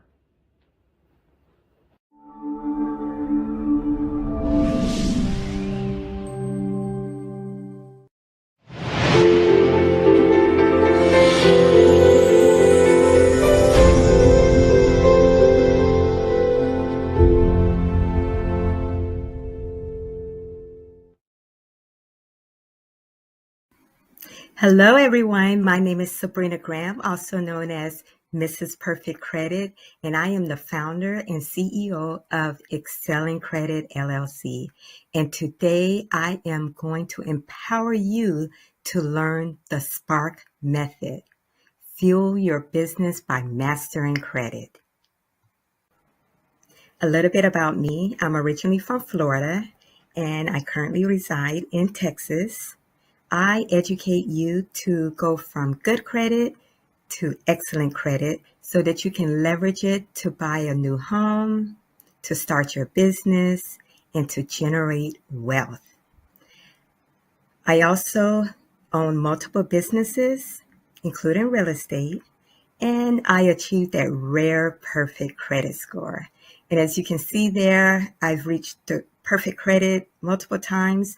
I pulled down these two to show that at one point I was at 847 and I just needed those points, which I finally got to hit that perfect 850 credit score.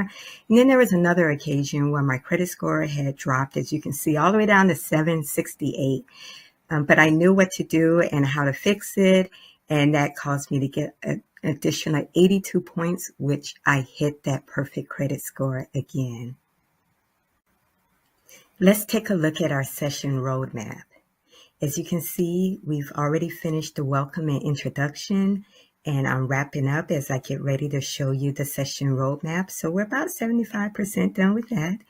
And then next we're going to go into the power of credit. And I am going to talk to you about the power of credit and how you can leverage it to fuel your business.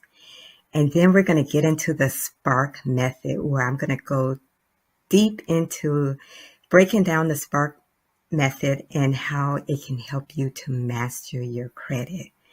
And then finally, we'll have my final thoughts where I give you a summary, thank you for joining, and provide my contact information. Let's talk about the power of credit. Believe it or not, your credit is an untapped resource. A lot of people say, get out of debt, stay away from it.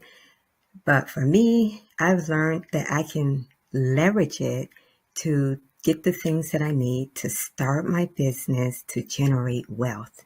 You get so many funding opportunities with your credit. I remember when I first was starting a business and I got my business plan together, because that's what they say, get your business plan together. I went to the bank and I'm super excited, full of hope. And I'm like, here's my business plan. Can you give me startup funding? And they said, no.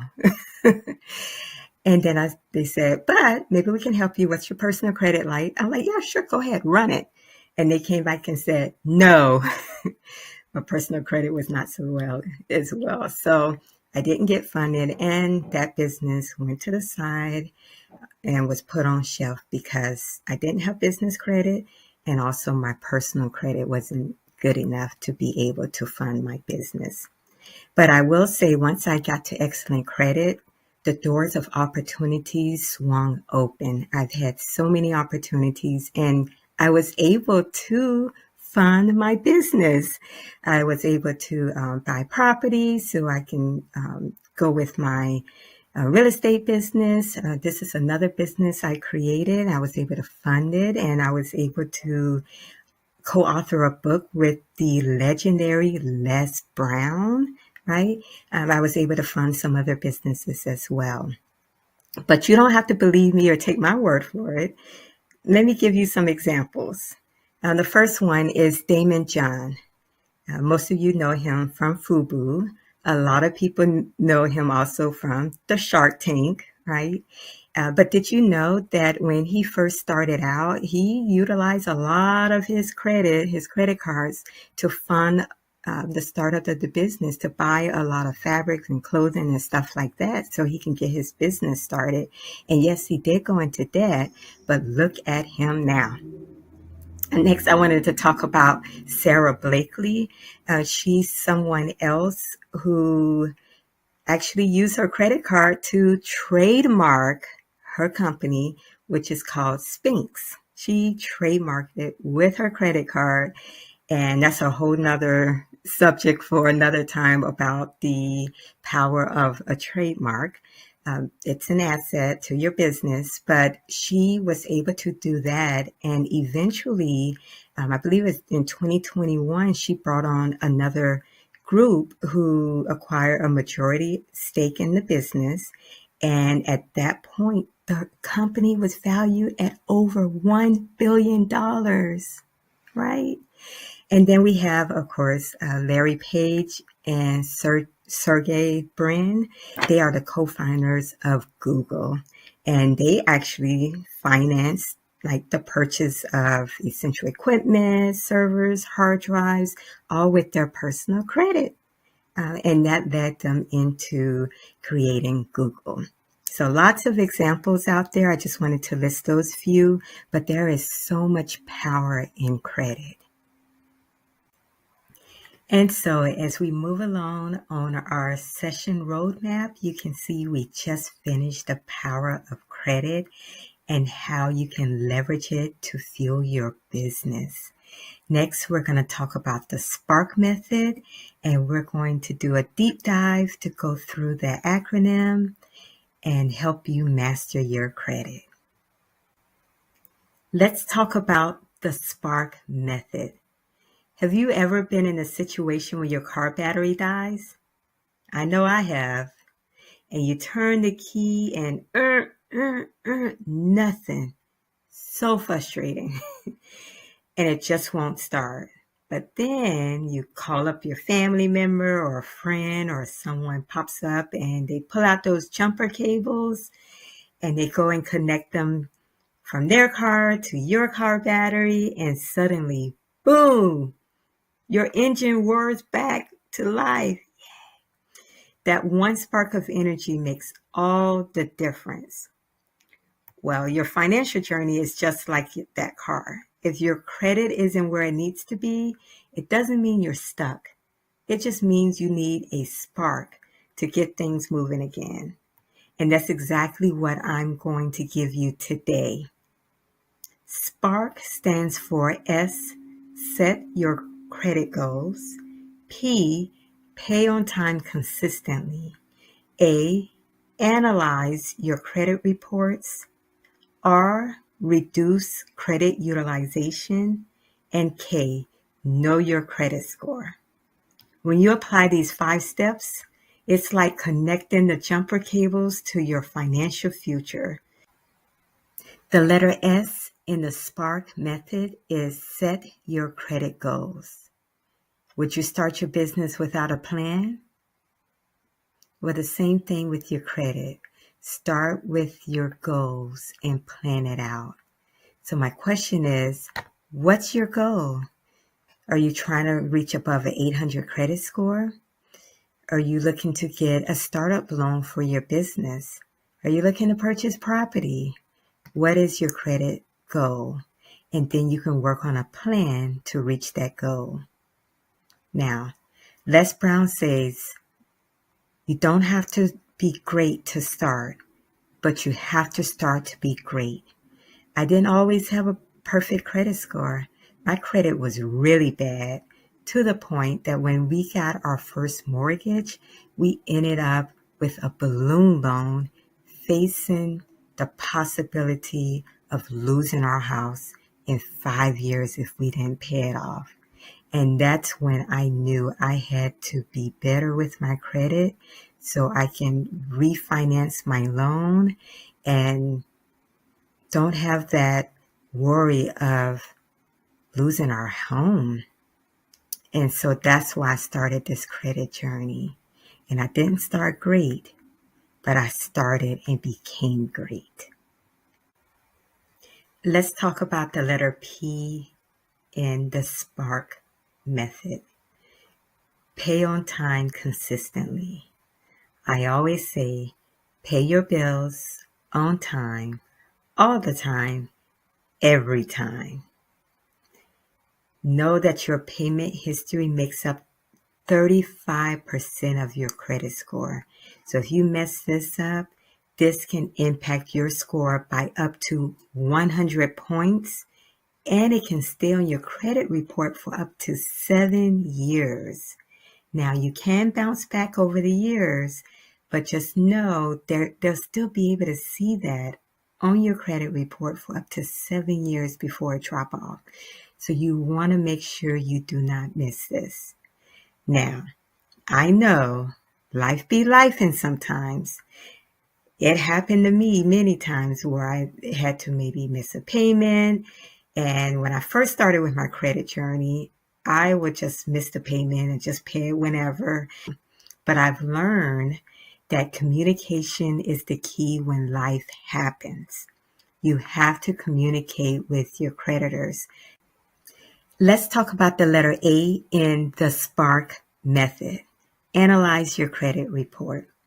Do you review your business financial statements? If not, you should be. It includes key information to let you know if you're getting a profit in your business. And if not, you can look at the ways that you can tweak it to make sure that you start getting a profit. So our credit report is like that business financial statement, but it's for our credit. What you're going to be looking for is common errors that kill your score, like incorrect balances, duplicate accounts, fraudulent accounts. And then you also want to look at it because it's going to feed into your action steps when you set up your plan. Let's talk about the letter R in the SPARK method, reduce credit utilization. And what credit utilization is, simply how much credit you use versus your total available limit. So let's say you have a credit line of $10,000 and you have used $5,000 of that credit line. So your credit utilization is 50%. Now, know that the credit utilization makes up 30% of your credit score. So it's important that you get this right as well. And it is standard that you should keep it under 30%. But I recommend you keep it under 10% to get you over that 800 credit score hump. And to reach a perfect credit score, I recommend you keep it under 5%. This was a key factor for me reaching that perfect credit score. And just know, if you really think about it, this credit utilization is 30% of your credit score. And earlier we talked about pay your bills on time. That was 35%. So the two of these together, that makes up 65% of your credit score. So that's why I'm focusing on these two items, because that is the bulk of your credit score. You have to get these right to master your credit. Let's talk about the last letter in the SPARK method. It's the letter K. Know your credit score. So, what's your credit score? Now, you may have that answer. So my follow-up question to you is, when was the last time you checked your credit score? It could have been like 750 last year, but what is it this month? Did it go to 700? Did it get to 800? Because it's very important for you to know that it can fluctuate month to month. And if you don't know what your credit score is, find out what your credit score is. And you need to know what affects your credit score. So when you're checking your credit score, I recommend you checking it at least monthly. Therefore, you start to learn and understand what affects your credit score. Plus, if it all of a sudden drop 1 month, then that may signal you that you could be experiencing fraud or something happened. Maybe you missed a payment and didn't even realize it. And so your credit score can kind of let you know what's going on in your credit report, so you know to check that. We are at the last review of our session roadmap. We just finished talking about the SPARK method. And remember, it's S, set your credit goals. B, pay on time consistently. A, analyze your credit reports. R, reduce credit utilization. And K, know your credit score. Master these 5 steps and your credit will become an engine for wealth. And remember, credit isn't just about what you qualify for. It's about the doors it will open. And so on our roadmap, we are heading towards my final thoughts. I'll give you a summary. Of course, thank you for joining and give you my contact information. Here's my final thoughts. John Hope Bryant says, nothing changes your life more other than God and love than moving your credit score 120 points. And let me tell you, when I got to excellent credit, I had this new swag about me. Yeah, I remember when I walked into a car dealership, the finance manager came out and said, give her whatever she wants. She's qualified. And I walked out with a 0% interest rate for 7 years. And so what I want you to do today is take action. Pick one SPARK step from the SPARK method and commit. Either you do the letter S and set your credit goals. You may say, I already have credit goals. Well, you may want to look at it, see if you need to tweak it. Maybe you do a new credit goal. Or go with the letter P. Pay on time consistently. You may say, you know what? I'm not good with paying my bills on time. So go online or make a phone call and make that payment today. Or pick up the phone and speak to your creditor and work on a payment plan. See what you guys can do to get you back on track. Maybe you need to go with the A. Analyze your credit report. When is the last time you pulled it? Maybe this is your item that you do today. Pull your credit report or look at it. Maybe you haven't really analyzed it. Take a look at your credit report. You may say, I already done that. Then I would say definitely do the letter R, and that is to reduce credit utilization. Look at the amount that you owe compared to the limit that's on the card or the loan, and look at ways that you can reduce your credit utilization. Now, I do have a YouTube video that helps you understand how to calculate your credit utilization rate, and that's going to help you out. Or, last but not least, the letter K. Know your credit score. You may say, you know what? I don't know what my credit score is. So I recommend today, check with your bank, check with your creditors, see if they offer free credit monitoring. If not, you can go to my YouTube channel and I have a way for you to find out your credit score for free. Or if you want the bells and the whistles, you can pay for it as well. But there's a lot of free options out there. So pick one, do it, and commit to it. Okay. And then last, stay in touch. Add this to your action plan as well. Subscribe to my YouTube channel. I have a lot of information out there.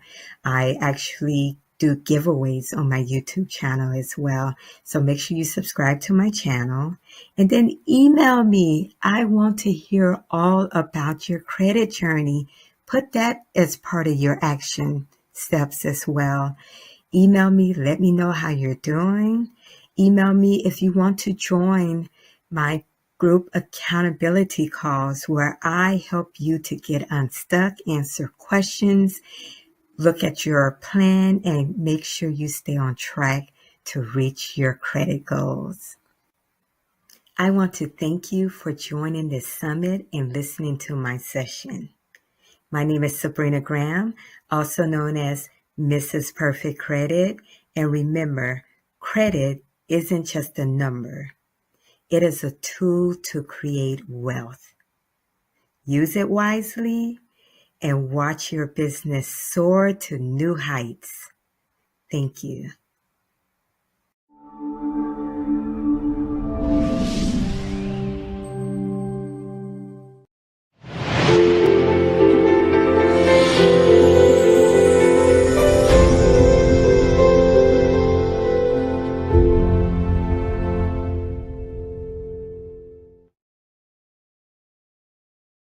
Hey everybody, this is Cliff Beach. I'm the author of Side Hustle and Flow, and the companion audiobook that just came out, Side Hustle and Flow, Shape Up. And I want to talk to you today about shaping up and how you can hustle harder, healthier. When I started as a business person 20 years ago, I worked in digital marketing and several different jobs as a musician and entertainer. And throughout the years of learning hustle, what I call the Hollywood shuffle, a lot of times out of all the balls that we're juggling and the hats that we wear, we often drop our health ball first, which is detrimental to us for several reasons, which I'll go over today. I do believe that as solopreneurs, as entrepreneurs, you owe it to yourself to be able to put your mask on first before helping anybody else. And health is super important. Health truly is wealth. For these 5 reasons, I'm going to use the acronym of SHAPE, SHAPE, to be able to explain to you 5 points that are going to help you get on track about not only being about your business, but being about your health concerns. 5 years ago, I became sober because I had multiple health issues. I had type 2 diabetes, high blood pressure, and high cholesterol. And as we age, we start to notice that the body and its metabolism starts to slow down. For many years, as I said, as a solopreneur, entrepreneur, being able to run your businesses and wear so many hats, you're eating late, you're up late, you're not sleeping as much, you're not exercising as much all the time because you're filling and stacking the deck in your calendar with things that are keeping you full in terms of being fulfilled on your business side. But the health is super important. So the first acronym in SHAPE, S for START. You need to be able to start your plan of attack, as you would with starting a business, with your health first. And so as I say start, the first thing that I had to do is, 1, decide that I was going to be able to be finally about my health. Not only about sobriety, but really tackling diet and exercise. And to do that, 3 years ago, I decided to have a dietitian come alongside me to be able to help me learn what I needed to eat for my body. Just like people have to learn how to dress for their shape and for their body type, you need to learn how to eat and exercise for your body type. But by starting, I always say, why not you? Why not now? You can live your best life and have the impact that you want. Because if you're hustling harder, healthier, you can get faster and farther by building that stamina. And you've already learned as an entrepreneur so many great skills of setting goals and delayed gratification that are going to help you in this health journey. So when I started with a dietitian, I decided right after the July 4th holiday to start July 5th. The reason why I tell people to start now is you have to get off someday I'll. Someday I'll lose the weight. Someday I'll get in shape. Someday I'll have the body and the look and feeling that I want. If you don't make that should a must in your life and change that verbiage to say, today is the day that I start. People are often trying to solve tomorrow's problems with yesterday's information. You have to start. Mel Robbins in her book, The 5-Second Rule, says 5, 4, 3, 2, 1. You have 5 seconds to determine and decide that you're going to start on that action point. Let's say that that's going running. 5, 4, 3, 2, 1, you need to have the shoes on and be out the door. Because there's a myth about motivation that it's going to always be there and you're going to have the feeling to want to do it all the time. Most of the time, you're actually not. It's about building the consistency and building those tiny incremental habits. But today is the day, if you haven't started, to start. Decide to start on that fitness journey, on that eating plan. Because what that's going to do is going to stop the inertia that normally happens. For instance, there was a guy who wanted to do a project and paint a room for his daughter in his house. And he had to figure out what was the next step of something he could do to get him on that path. So he was with a coach, and the coach said to him, what is keeping you from painting the room? He says, I don't know what color my wife wants the paint to be. So the coach said, why don't you go and ask your wife what color she wants to paint? Go text her now. So they texted her. Wife replied, I want yellow as the color for the walls. So they ordered yellow paint. The paint came, and then by having the paint, knowing the color, he was able to actually get the project done. And your health is the same way. Once you decide to start and you figure out what you need to know and what you need to collect, you're going to be on that journey. The next part of starting is going to be able to check your numbers. You need to go to the doctor or have a body fat scale, something that's going to give you the numbers to know where you are, to know where you're going. In the same way in Los Angeles, if I was trying to map and figure out how I drive to New York City, I would need to know I'm starting in LA and my goal is to be in New York. Then from there, the map can tell you all the different paths to get there. So if you follow my journey, your journey and mine may be different, but ultimately we can still get to the same destination at different times. You'll be able to make choices, but knowing where you are and where you're going, it allows you to be able to start and eventually to finish. And lastly, with starting, the most important thing is that you're going to suck at the beginning. You don't have to be great to start, but you have to start to eventually become great. And so now I'm just getting you with mindset, knowing that you can do it, believe that you can. Your faith and your belief will heal you in time. But get off the couch, get the running shoes on, and start making the plan to get healthier today. The next thing that we're going to talk about is H, which is hustle. Now, as a business, I have learned to hustle and hustle culture. I love Damon John. I love FUBU. I love guerrilla marketing. I love all those things that add that hustle to us. But you have to realize you have to hustle at the right things, at the right time, for the right reasons. And you don't know today what right is for you. You have to just ask the self-reflection questions to be able to know if it's working or not. In the same way, scientific method, you have the hypothesis and then you run the sequence and you look at the data and decide, is this working for me or not? Is it moving me towards the goals or not? So now that we've started, it's really about hustling. And when I say hustling, it means figuring out what you want to do. What kind of diet do you want to do? I did a Mediterranean diet, which worked really well for me. I lowered my carbohydrate intake, which really worked for me. But you're going to figure out on that journey what works for you. And by keeping a journal, it's really great to scribe what you're doing, what's working, what's not working, what I want to change. Because ultimately, it's going to be a consistent and constant battle as we go through this health journey. So get about hustling. It works if you work it, but you have to work it and you have to do the work consistently and you have to show up every day with the mindset that I'm just trying to get incrementally better. Tiny habits, baby steps, slow and steady will win the race. As we then now have started and we have the hustle really on, the A is the most important, which in the middle of the sandwich is adjust. You're constantly making ebb and flow adjustments as we fly this plane home to our health destination. In the same way as a plane is constantly recalibrating and calibrating, micro changes helps it to stay on course. A plane doesn't just go from A to B. It doesn't go from LA to New York in one swoop. It's constantly adjusting and recalibrating little micro things that you don't even necessarily notice or feel. But if one of those or multiple ones of those is off, you'll end up in a completely different city, a completely different destination. And this is the same thing that happens as we're going through our journey. So as I mentioned previously about journaling, I did the Daniel Plan by Rick Warren and a bunch of doctors, and what was amazing about that is it allowed me to always ask those same 3 self-reflection questions. What worked really well today in my diet? What really worked well in my exercise? What didn't work so well? And then from there at the end, what do I want to do to adjust for tomorrow?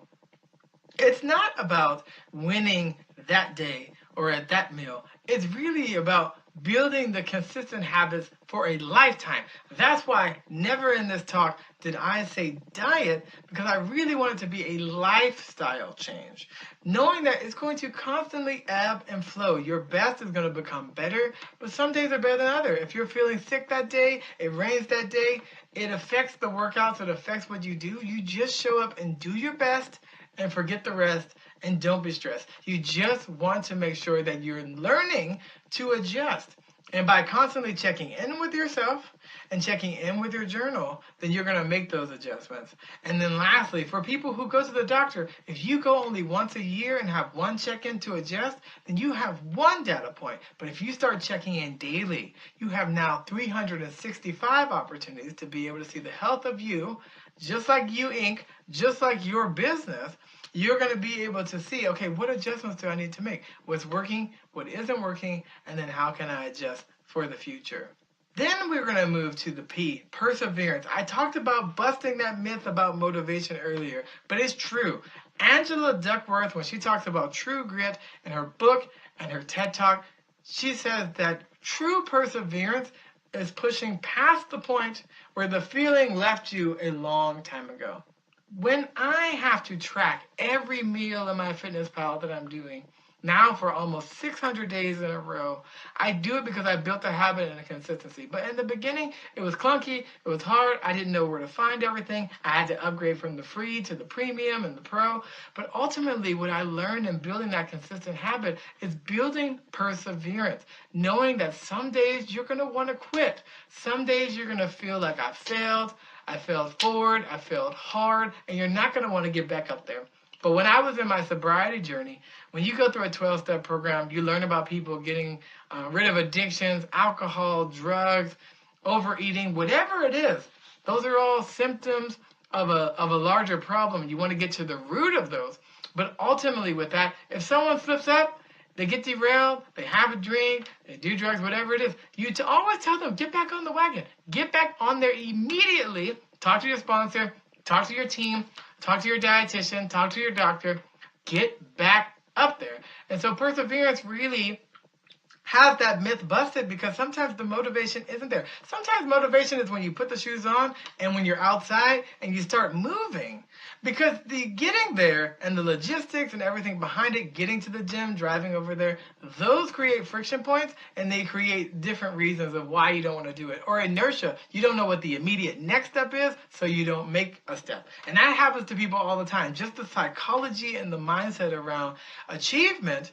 If you create too many barriers, frictions, etc., so if you know the gym doesn't work for you, then do the workouts at home. I did a whole year of P90, P90X, P90X2, P90X3, because when I was doing the workouts at home, or during the pandemic when I was doing workouts at home, it allowed me to be able to get up and immediately take action, right? But not every day I wake up, I want to do that. Even as a musician, not every show I want to get up there and perform, but the show must go on. And that's when you tap into that deeper part of yourself, the part that says, you know what, I made a commitment to myself, I made a commitment to my team, I made a commitment to my accountability partners, I made a commitment to my health. Because if I'm going to drop any of the balls, the last ball to drop is health. Not the first, the last. And with that perseverance, knowing about delayed gratification, really knowing that this world needs more crock pots than microwaves.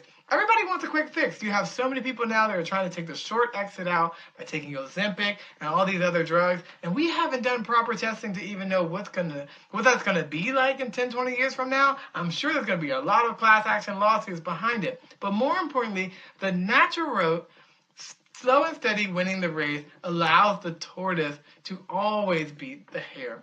Doesn't mean that sometimes you can't get a leg up or a boost, but ultimately this is, again, about a lifestyle change, about something that you can live with the rest of your life, because it's going to take time. It's going to take multiple steps to be able to get there. You didn't gain all the weight in one day. You're not going to lose it all in one day. And so you're going to have to then always have this mindset of like, I need to persevere. I must follow through on the commitments that I said. I have to, as the 4 agreement said, be impeccable with my word. That I said I was going to do it, I'm going to do it, I'm going to follow through. And that is going to help you to be able to persevere, again, when the motivation or when the feeling to actually want to do the thing is no longer there. And then finally, in our acronym, E, evolve. The evolution was so important to me in this whole process, because we talked so much about the doing. Am I intermittent fasting? Am I tracking my calories?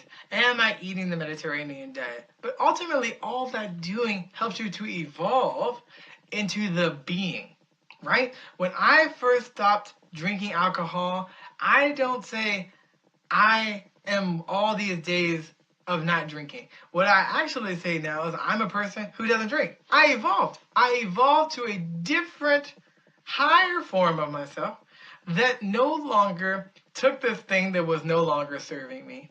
And with alcohol and with drugs, it's easy and clean cut. But with food, food is killing people in the same way. And so we have to evolve. I had to evolve to learn not all Western medication is helpful or beneficial or teaches about reversing these diseases or even doctors studying nutrition. I had to evolve to know that I had to become my own best advocate. And as Lissa Rankin said in Mind Over Medicine, I had to write the prescription for my own life. And when we continue on those evolutions, I had to learn about food and how it metabolizes with the body and how certain exercises and when you eat and how you eat and how much you eat. That was a lot of evolutions, many evolutions that helped me become healthier. And it doesn't happen all at once. It's just like when you plant a bamboo tree. You water it, you nurture it, you let it grow. 5 years, you don't see anything. When I first started losing weight, I didn't see the significant difference in my body in photos. That took many months of perseverance to get there. But the evolution is slow. The evolution is maturing. The evolution is constantly evolving. Again, you don't want to use yesterday's information to solve tomorrow's problem. So as a kid, I learned about the food pyramid. And then we debunked that myth. We learned that people had paid money and lobbied and there was no medical science and foundation behind it. It didn't actually work. People didn't need those 6 to 11 of simple carbohydrates. They needed other types of food. Now I'm learning from studying gut health, you need 20 to 30 different fruits and vegetables each week so that your body and your microbiome, the second brain, is being able to grow and evolve. And so as we start to see medical science and technology and things that are rapidly changing every 12 to 18 months, there's a new iPhone, there's a new app, there's always something. It can be very overwhelming. And so I wanted to make a book to be able to condense all those resources into one. But really, I just want to get people on the precipice and the launching pad of learning what works for them by trial and error. It doesn't mean do exactly what I do and you're going to get the exact same results, but success definitely leaves clues. And so as we start to wrap up our talk, I want to go back and reiterate the 5 points that we talked about to really get you to be able to shape up and live your best life so you can go out there, you live like no one else, or later you can live like no one else. The S in the acronym was for starting. You want to be able to start and decide, why not you? Why not now? Today is the day. Get off someday out. Then the H is for hustle. You have to get after the hustle because, again, it works only if you work it. And that means making your SMART goals. And those goals mean you have to be specific about it. You can't just say, I want to lose weight. You have to say, I want to lose 50 pounds in 5 months. Gives you a time, it gives you a goal, it gives you something to measure, and again, you can't manage what you can't measure. Then from there, we have A, which is adjust. You're constantly journaling and adjusting through trial and error, figuring out what works well, what didn't work well, and what do I want to change and adjust as I move forward. It's going to be a constant battle, constant journey. Then P for persevere. Remember, it's going to be some moments when the feeling and the motivation isn't there, but that's when you have to tap into that deeper sense of self and say, know what, I committed to this, and I know it's going to be a delayed gratification, and I know I may not always see it and perceive it, but something is working like that bamboo tree. 5 years of watering and nurturing it, eventually it shoots up 90 feet because it grew an amazing system of roots that built a foundation for it to grow.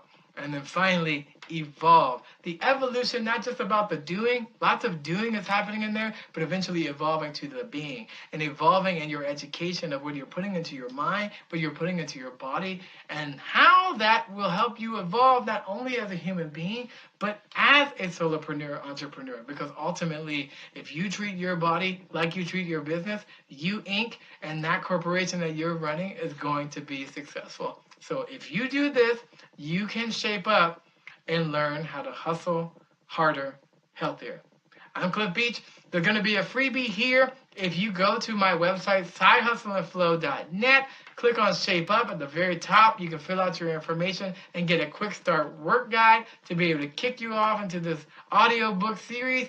The first book, Side Hustle and Flow, also helps you on the business side, learn how to have a healthy business. Shape Up helps you have a healthy life. And together, I do think that we can all hustle harder, healthier. You can go there. If you need the short link, bit.ly/ShapeUp25 will get you to the quick start guide.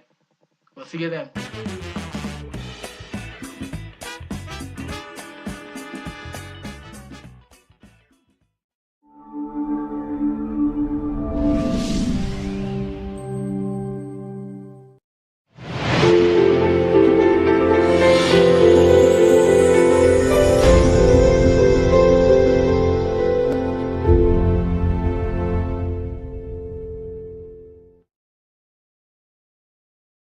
Hello, hello, hello.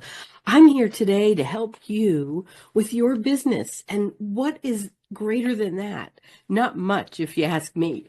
My name is Alicia Pisani. I'm an author. I've got books that can help you. I've got courses that can help you. I'm a coach. I do work toward business success. And today, that's very different than it was 10 years ago or for our parents. So let's dive in, shall we? I'd like to share something with you that's very important. It's a secret that's going to help you. You're going to actually be able to launch your business and grow your business, sustaining any challenges that you might face. And isn't that exciting? Think about that. Imagine a challenge that you're facing today. Take a moment and think about that. Now, this presentation is going to help you to sustain your business. I've mentioned that already. I wanted to go over things with you and tell you what we're going to talk about. We're going to talk about mindset. We're going to talk about growth. We're going to talk about strategy. And these are the things that are going to help you. Now, one of my favorite quotes are, life is either a daring adventure or nothing.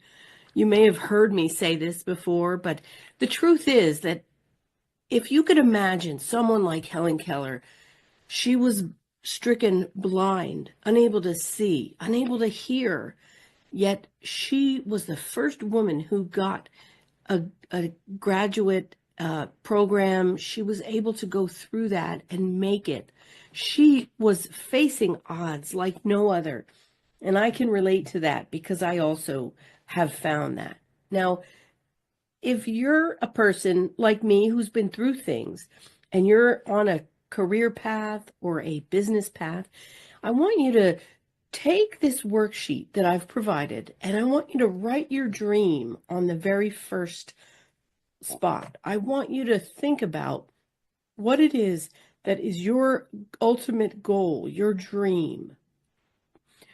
Now, I've had dreams and some of them I've accomplished and some of them I haven't, but it's true. People see me as a CEO, a best-selling international author, a resilience expert. I coach people thousands of hours and I'm trusted for my success guidance. But it wasn't always this way. I was presented challenges in my life and I learned that I have to ask for help. Not because I was unable, but because I'm understanding that business is hard. You can't do it alone. Are you with me? Willie Jolly said, a setback is nothing but a comeback. And it's so true. I want you to think of this workshop today, this talk as a workshop, not just a talk, but a workshop. And because life is a series of setbacks, I'm here to teach you to overcome. As I stand here, I want you to know that I was given a chance. I could have given up.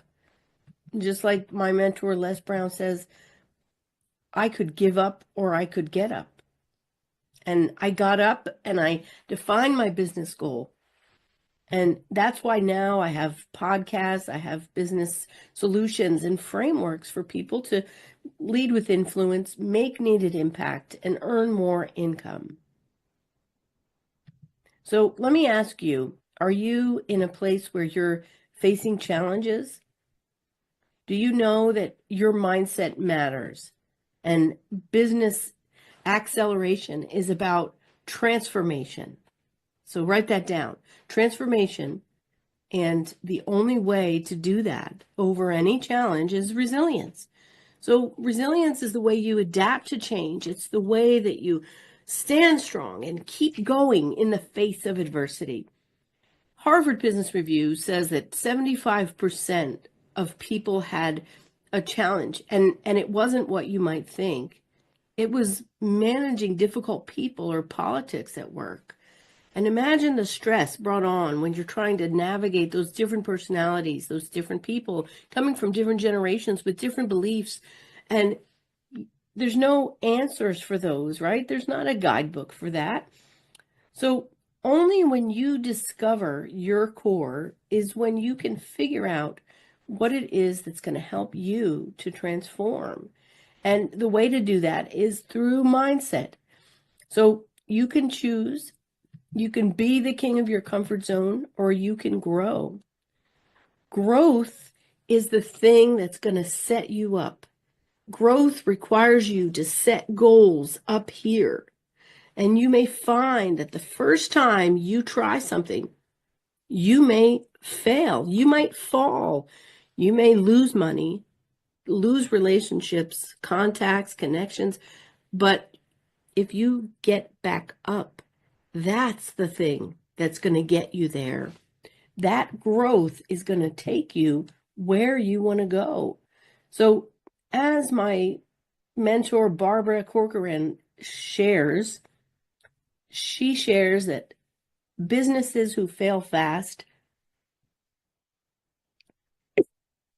leaders who fail fast, are the ones who are going to have the fastest growth.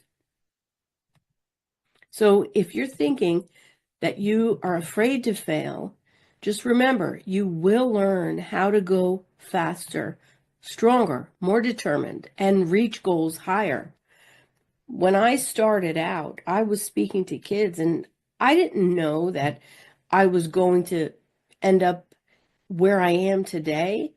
Now I'm speaking to corporations and leaders, and I didn't know I would succeed.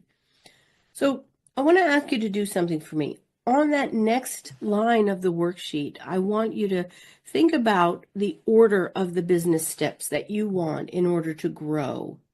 Think about the steps that you're going to end up with and get you further along in your path. It might be operational, it might be connections you need, it might be research, more information. You might need to figure out that thing to take you to the next level. So if you think you might have some of those things, put them down, order them 1 through 5. They could be simple, such as you need a podcast, you want to start a book, you need additional income, maybe you need to make partnerships.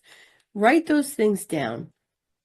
Accomplishing things without planning is going to lead you to a path where you're either going to be burnout or you're going to fail altogether.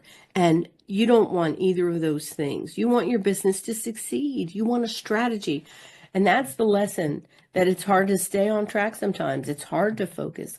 But what I want you to do is think about how lucky you would be if you landed in the right spot. Did you ever have a day where things are just going your way?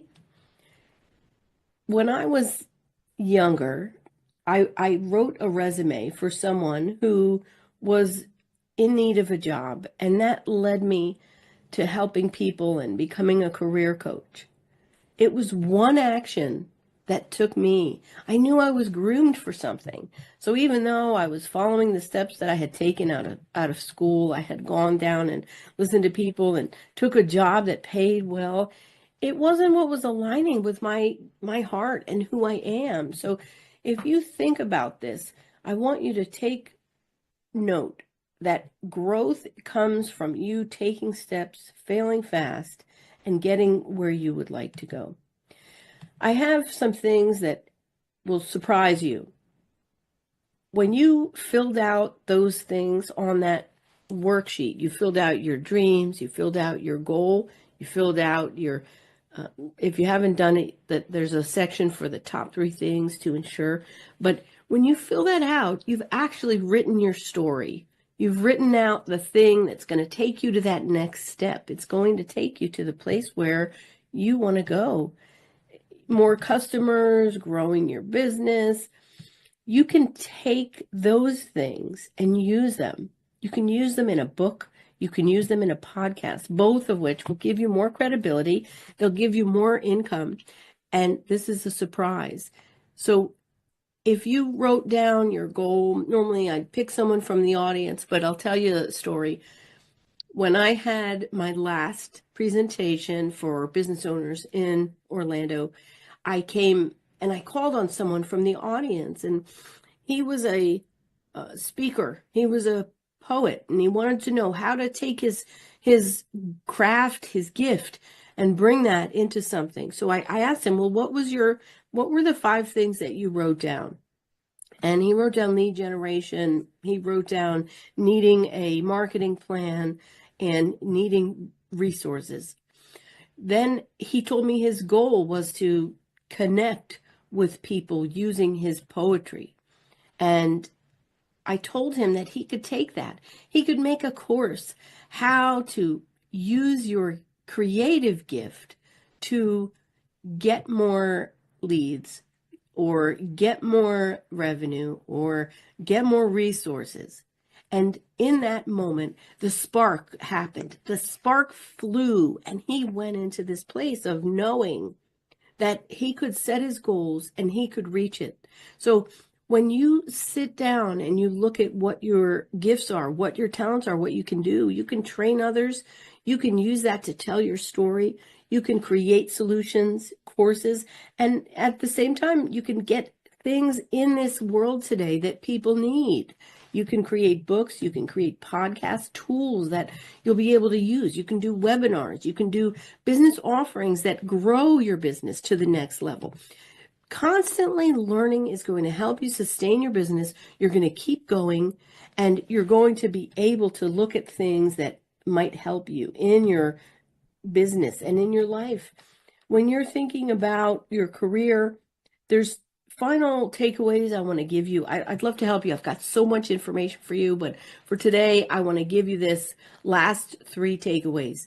You need a strong, unique brand to get customers and then get more customers.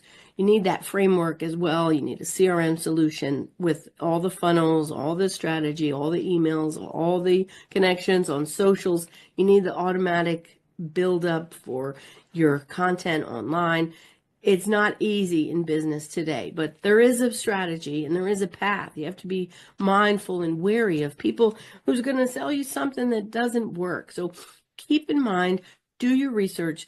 The next thing is market research. When you think about marketing, and we've already said you need a strong brand, you need to market that brand. And you can't be someone with different messages and different platforms. You need to really focus, use your strategies. There's ways to do ads and click tests and different things over short amounts of time with short amount of money that can help you to really know what your customers want.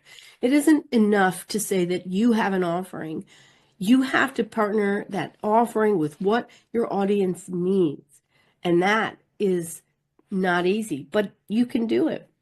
So the third thing I want to offer, the strategy that's going to help you, is to collaborate with others. Figure out the thing that is going to complement your offer and partner with people that have that. So when you know your problem you solve, you know who needs your solution, you know what sets you apart and what your irresistible offer is, you're going to then figure out who you can partner with.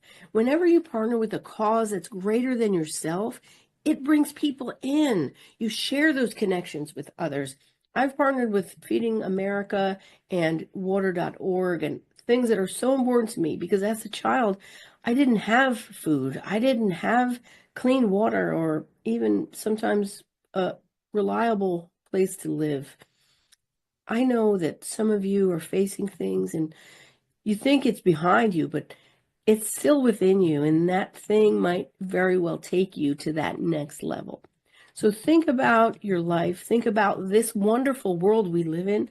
Think about the things that you can do to elevate your business, your brand. Use this goal and connect with me because I can help you to do things that will get you farther faster. If you've got questions, let me know. I would love to work with you.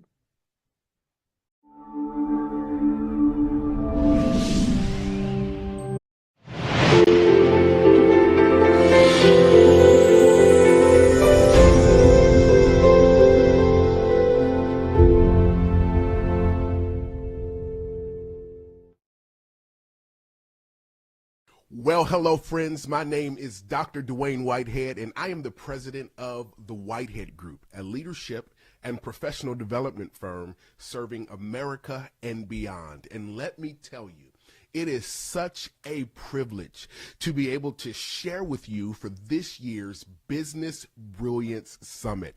And I have to shout out my good friend, Dr. Mark Holland, who has gathered so many thinkers and leaders and trailblazers in one space to share and exchange, because I truly believe that this space makes us all better. Today, I want to add value to you using my experience as a creative and a business leader. I like to think of myself as a creativepreneur.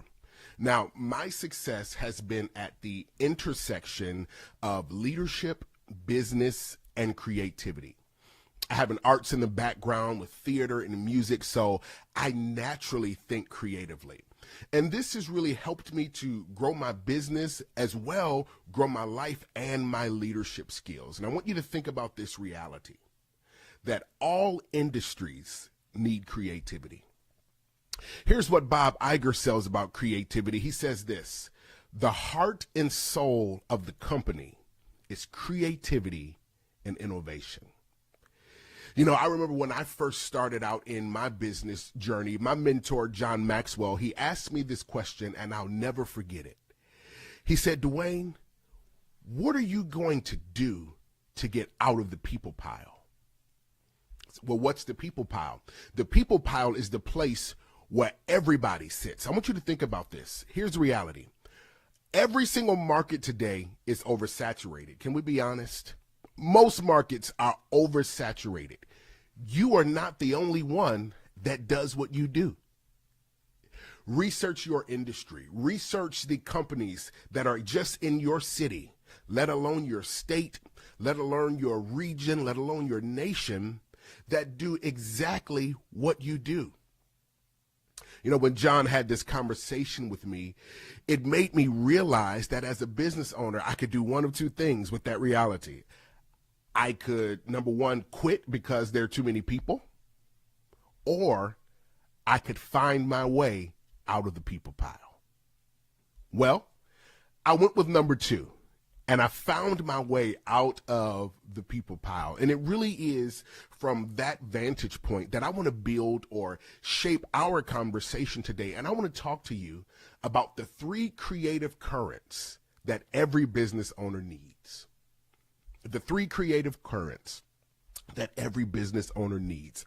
And this conversation will add value to you, whether you are a new business or perhaps you have been in business for a while and you just need to refresh and maybe even reevaluate.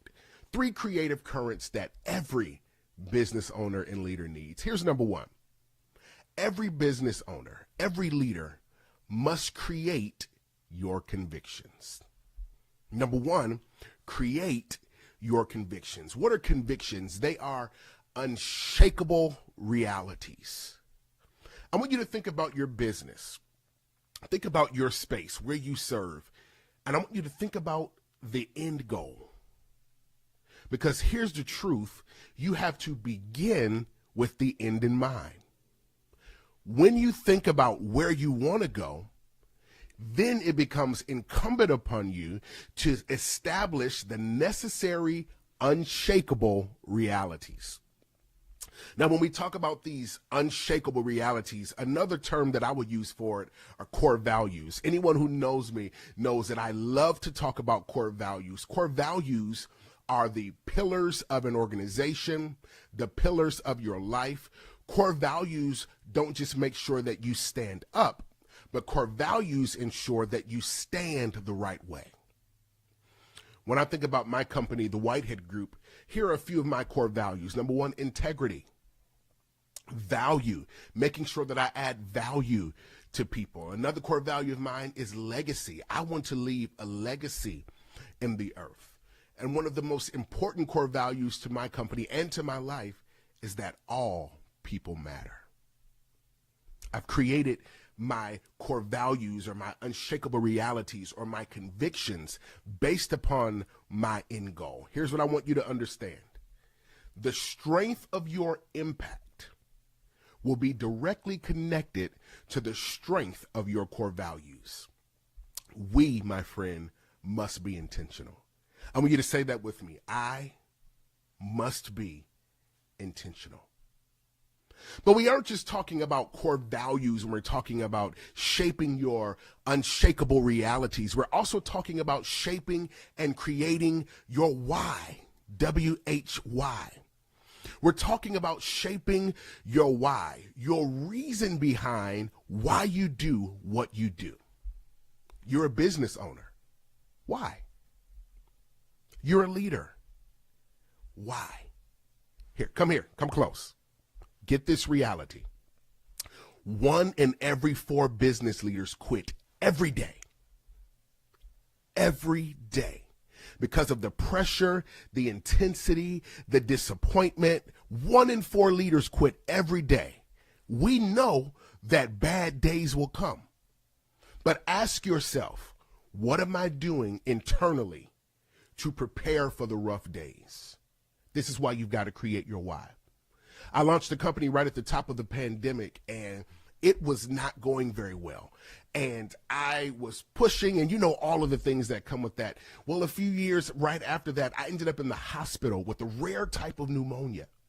And they connected the type of pneumonia. The first thing that they said was people my age shouldn't even get it. And they connected it to stress. And I knew that it was directly connected to the new business that I had launched because I didn't prepare for the rough days. How do I prepare for the rough days? I create my why. Why am I doing this? Why did I launch my company, the Whitehead Group? I'm doing this because I am called to add value to the lives of people. It's really that simple for me. It's not that deep. It's not that profound, but it's my why. It's my conviction. It's why I'm sitting here talking with you today, to add value to your life. That's my why. Now, I coach leaders and business owners all the time, and when I start, I always start with creating our convictions, our unshakable realities.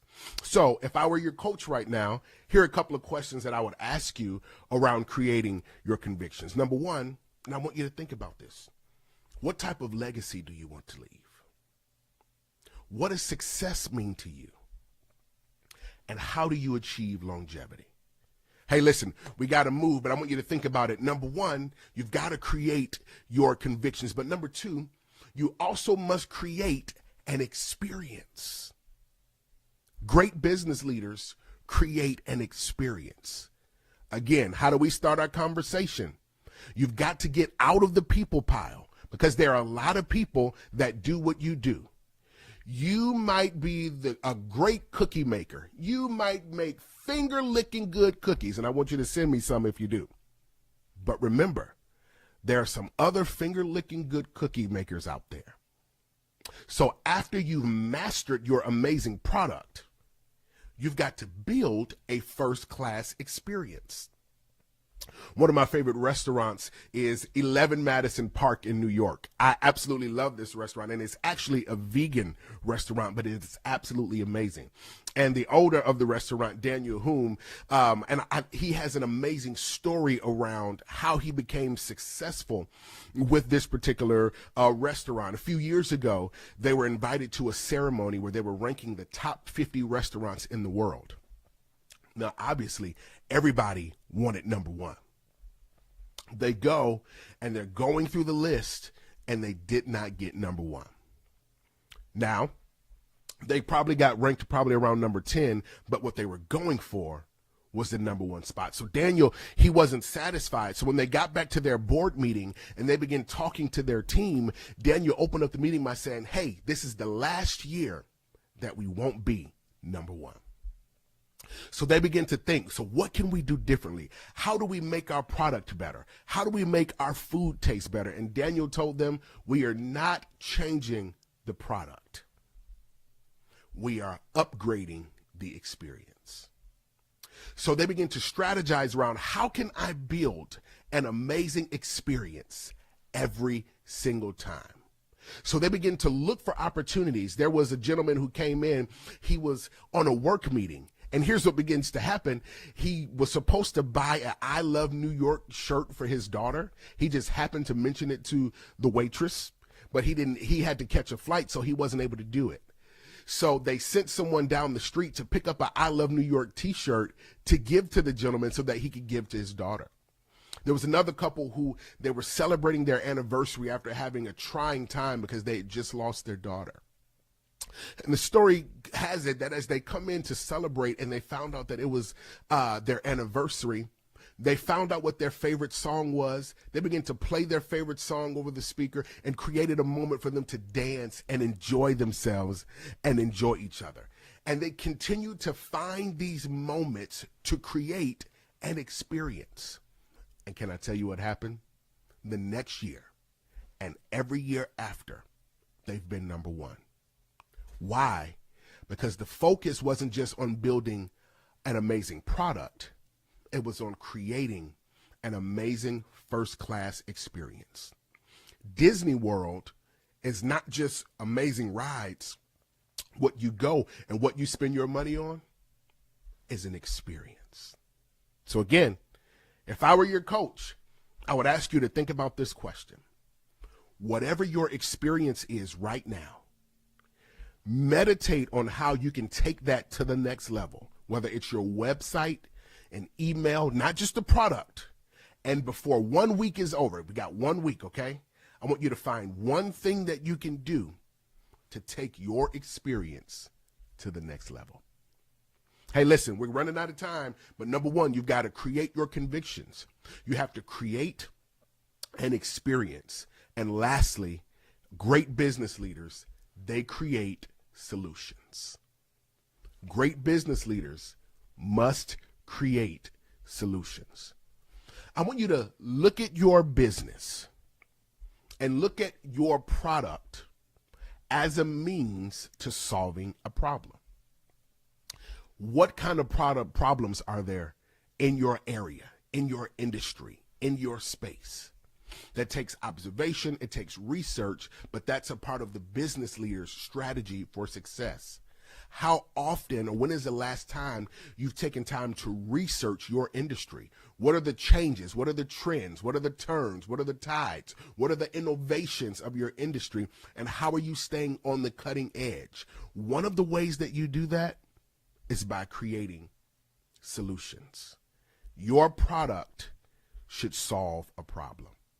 Maybe you're in the cosmetology industry, and perhaps that your product solves the challenge or the problem of self-esteem issues. Maybe you're in the financial industry, and the problem that you are solving is the wealth gap in education and financial literacy. You may be a singer or a musician. Music speaks to the soul. Music creates the dominant thought of a generation. Eras and generations are defined by music. They always say, if you ever want to teach a generation a principle, put it in a song. So with all of the challenges that are happening in society, maybe you're a singer or a musician. How can you take a message and solve a problem in your area or in a generation or in a space? Because leaders solve problems. Great leaders look for problems, and they use critical thinking, they use research, and here's our word, creativity and innovation to solve problems and to bring upgrade. You ready for our coaching question? Again, quick recap. Number one, great leaders, they must create convictions, your core values, your why. Great leaders must create an experience. After I've built an amazing product, it must be undergirded by an amazing, first-class, unforgettable experience. And then great business leaders, they must solve problems. Here's our coaching question. I want you to think about this. What problems exist around me? How can my business solve those problems? Because here's our reality. Businesses that solve problems never run out of business. I want you to get it. Businesses that solve problems never run out of business. People that solve problems never run out of work. because they will always be able to put you in a place because they know that you'll bring upgrade. Can I tell you, and we're coming to the end of our time, but I am completely convinced that as a result of this Business Brilliance Summit, that your business, that your trajectory, that your leadership is about to grow in insurmountable ways. You are sitting in a high-powered environment that's going to give you ideas, that's going to give you motivation and mobilize you to get to the next place. And again, I just have a simple message for you. We've got to get creative. We've got to create our convictions. We've got to create an experience. And we must create solutions. Again, my name is Dr. Dwayne Whitehead. Again, I am the president of the Whitehead Group, a leadership and professional development firm, and we come alongside businesses and leaders to help shift their trajectory to get them from where they are to where they want to be. And it is such a privilege to be able to share with you, to be able to empower you, to be able to add value with you and learn right alongside you, because I believe it's best when we grow together. You know, I've created a space where I have the privilege of adding value to leaders on a monthly basis on my platform called The Huddle. The Huddle is a monthly newsletter that I send out with tips and tricks, if you will, paradigm, worldview, and then I also make sure I send you a free resource every month that supports your growth. Going into 2025, one of the things that I said is that I am going to find as many ways as possible to add value to people just like you. Because again, my why is to empower and to add value to people like you. I am a person of value that adds value and multiplies value to other people. So I would love for you, you're going to see a QR code that's going to come up on the screen. You can scan that QR code and you'll see the website at the bottom as well. And you can sign up for my monthly newsletter, The Huddle, where I will be able to empower you. I'll be able to coach you. I can answer your questions. We can talk, we can chat, but ultimately it will upgrade your life. Can I encourage you with this last bit of information before our time is up? You are one decision and one piece of information away from the life that you envision. Be creative and let's scale together. Until next time, I'm rooting for you. Have a good one. Bye-bye.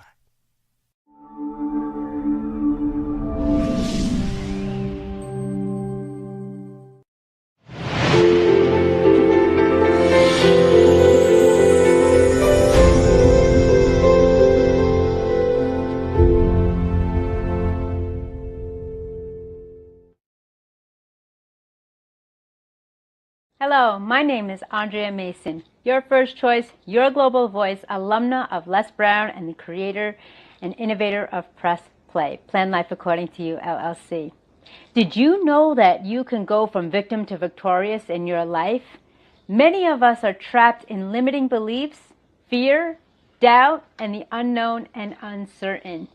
I'm here to tell you that you have the ability to take the pen in your own hand and rewrite your own story. When we are younger, our story is told to us, but at what point are you ready to tell your own story? I have been able to successfully transform my life of victim of abuse, bullying, outcasted, and isolated, and go from victim to victorious with the proper mindset, healthy relationships, grounding, self-awareness, and professional and personal improvement. I'm here to share with you how you can do the same. Come with me and join me on the path less traveled, the life transformational journey that I call Choosing to Press Play. Plan life according to you. Hello, my name is Andrea Mason, your first choice, your global voice, alumna of Les Brown and the creator and innovator of Press Play. Plan life according to you, LLC. Did you know that you can go from victim to victorious in your life? Here's what happens when personal transformation arises. What happens is we have the ability to rewrite our own narrative. How do we do that? Well, let me share a little bit about myself and my personal narrative that was pre-written. I was an adoptee of Colombia, South America, weighing in only at 11 pounds at 11 months old. That's a pound per month. I didn't know nor have any documents, records, or pictures of my family. So I came to America with a blank slate. And then I realized we get caught up in our childhood traumas. Do you remember one of yours? That person that bullied you? That time you made a mistake and your parents caught you and reprimanded you? What about that time you were taking a test and you felt that you had all the answers only to realize that you failed? Or that first time that you stepped on the athletic field and missed the winning score? These are the narratives that are written for us but don't have to define us. These childhood traumas can bring us drama in the futuristic conditions that we have if we don't face them head on. I'm here to tell you that with the proper mindset, when you take the pen in your own hand and you start writing your own personal narrative, you have the ability to create amazing things. These traumas, your history, is only a chapter within your life story. So are you ready to take the pen in your own hand? Are you able to take the trials and tribulations and turn them into triumphs? Are you able to take the mistakes you've made and make them into miracles? And are we defined by our past, or do we have the ability to make a choice, to take the chance and step up to the challenge and write a new page? Every single day, start your day with gratitude attitude. Be grateful and focus on what you have as what you don't have. The greats say energy flows where focus goes. Where is your direction? Where is your vision? Where is your mindset? And most importantly, where is your heart? Sometimes our heart gets us hurt. But if you follow your heart and not the herd nor the hurt, that's when you define true happiness, joyfulness, and success. Are you ready to step to the next level and break away the shackles of your past? Turn that page onto another chapter? This is your opportunity here. You have the ability and strength to make your story your own, to build a new legacy, and to take the losses of life and turn them into lessons. These lessons are going to lead you on the path less traveled of leadership, authenticity, and integrity. And somebody's listening, somebody's watching. So take the step today. Choose to press play. Plan life according to you. Here's what happens. Have you ever stopped and thought about that everything, your areas of improvement and your gifts and skill sets are already there to help you and empower you to elevate your next level to professional empowerment? Think about it. Think about the traditional teachings of Montessori, where the individual is utilizing their passion and gifts to thrive and strive towards success. What is it that you have, an area of skill set that is an improvement that you're the go-to person? As my mentor, kindred spirit, and coach Les Brown says, make sure that you are not the go-to person and you have nobody to go to. Paraphrased, of course. This is truly key. We all have the gifts within ourselves. With the Creator, our belief systems and our positive mindset instills these attributes that allow us to thrive and to make great strides in the world. When was the last time you took a moment? Write it down. Put it down in the chat. The top 3 qualities that everybody goes to you for. The top 3 qualities that you enjoy doing. This is an opportunity of a lifetime for you to truly expand and explore your personal and professional abilities. This is called personal transformation.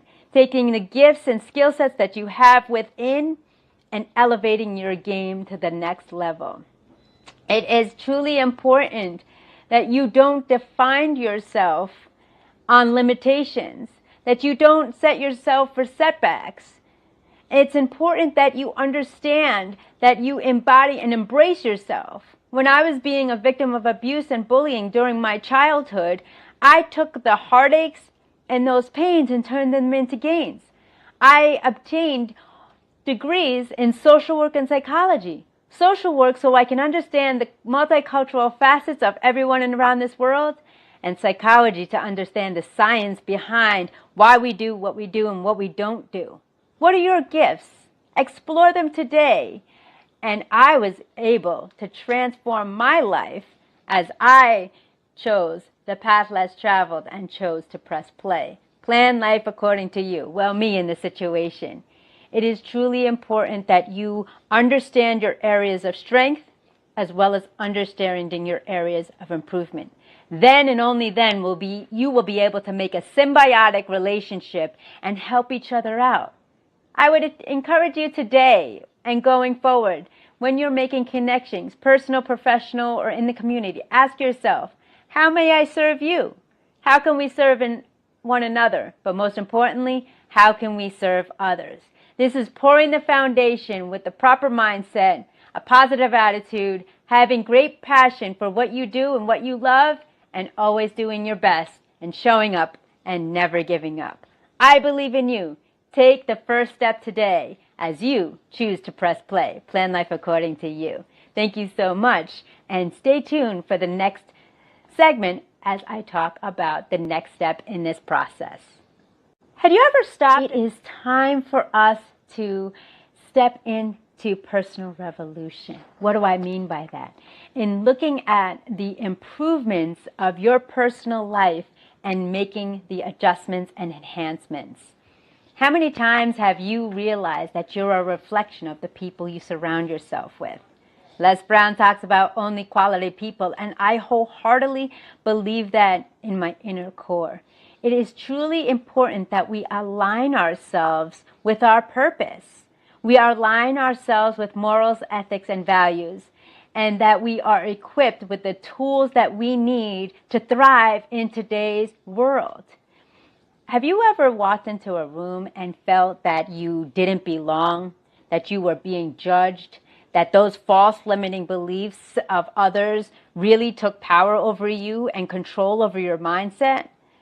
Well, it's important that you understand other people's opinion of you doesn't become your reality. Another quote from my friend Les Brown.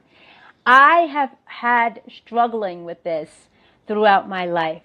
I felt that I didn't fit in. I felt that I didn't have the gifts, skills, and talents of my peers, and I had to do more. I could do better. I had to try harder.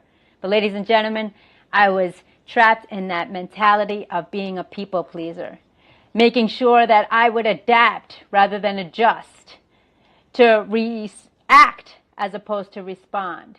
And this is truly important when you are developing yourself, as well as making sure you're establishing healthy relationships. These relationships are important and significant because they are a reflection of you. Think about the top 5 people you surround yourself with. Are they successful? Are they happy? Do they want your best interest at heart? This is going to give an idea on a scale on where you stand in the world. Not to compare, not to contrast, but to get an idea of the energy and frequency that you're developing in your environment. It is truly important that you maintain healthy relationships in all quadrants of life. Personal, professional, familial, spiritual. Because this is going to help you thrive in the times ahead. I remember as I was able to nurture my inner self and truly have a better understanding of self-awareness, then I was able to be selective in making healthy choices of the people I surround myself with, the information I obtained, and all that embodies me throughout my life. So I ask you, take a look of your environment, the messages you hear, the people you surround yourself with, the environment, the nutrition, the beverages, and the activities that you do. And that will help you gain better knowledge, and have a stronger sense of how to build a healthy relationship as well as a healthy environment. It is truly key to have self-awareness so you can create the best life for you. Take a step and a moment today and take inventory. Be honest with yourself, for it is truly key to self-love yourself, and most importantly. Do you understand or have the idea of what mental resilience means? It means mastering your mindset, making sure that what is in your mind is not just matter, but the matter in your mind matters most. Are you able to have corrective vision, clarity, determination, drive, and dedication to pursuing what's truly important to you? We are creatures of comfort and creatures of habit. And 9 times out of 10, we are our own worst critic. And we're not making the conscious decision to move forward with the proper mindset. Our mind is a muscle. And if we work it correctly, nurture it, comfort it, give it rest, and invest in it properly, then we can have a fulfilled lifestyle. What does that look like, you say, Andrea? Well, we are what we think, we are what we eat, and we are what we surround ourselves with. The late, great Bob Proctor says, dis-ease cannot withstand an emotional, healthy mind. The late, great Bob Proctor, I'll repeat that.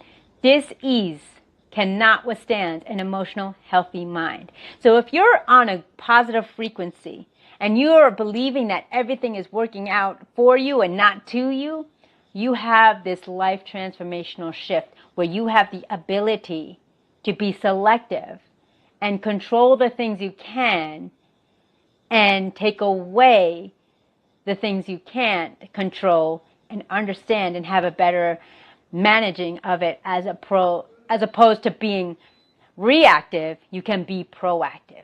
This is truly important and key when you are working on overcoming life's adversities.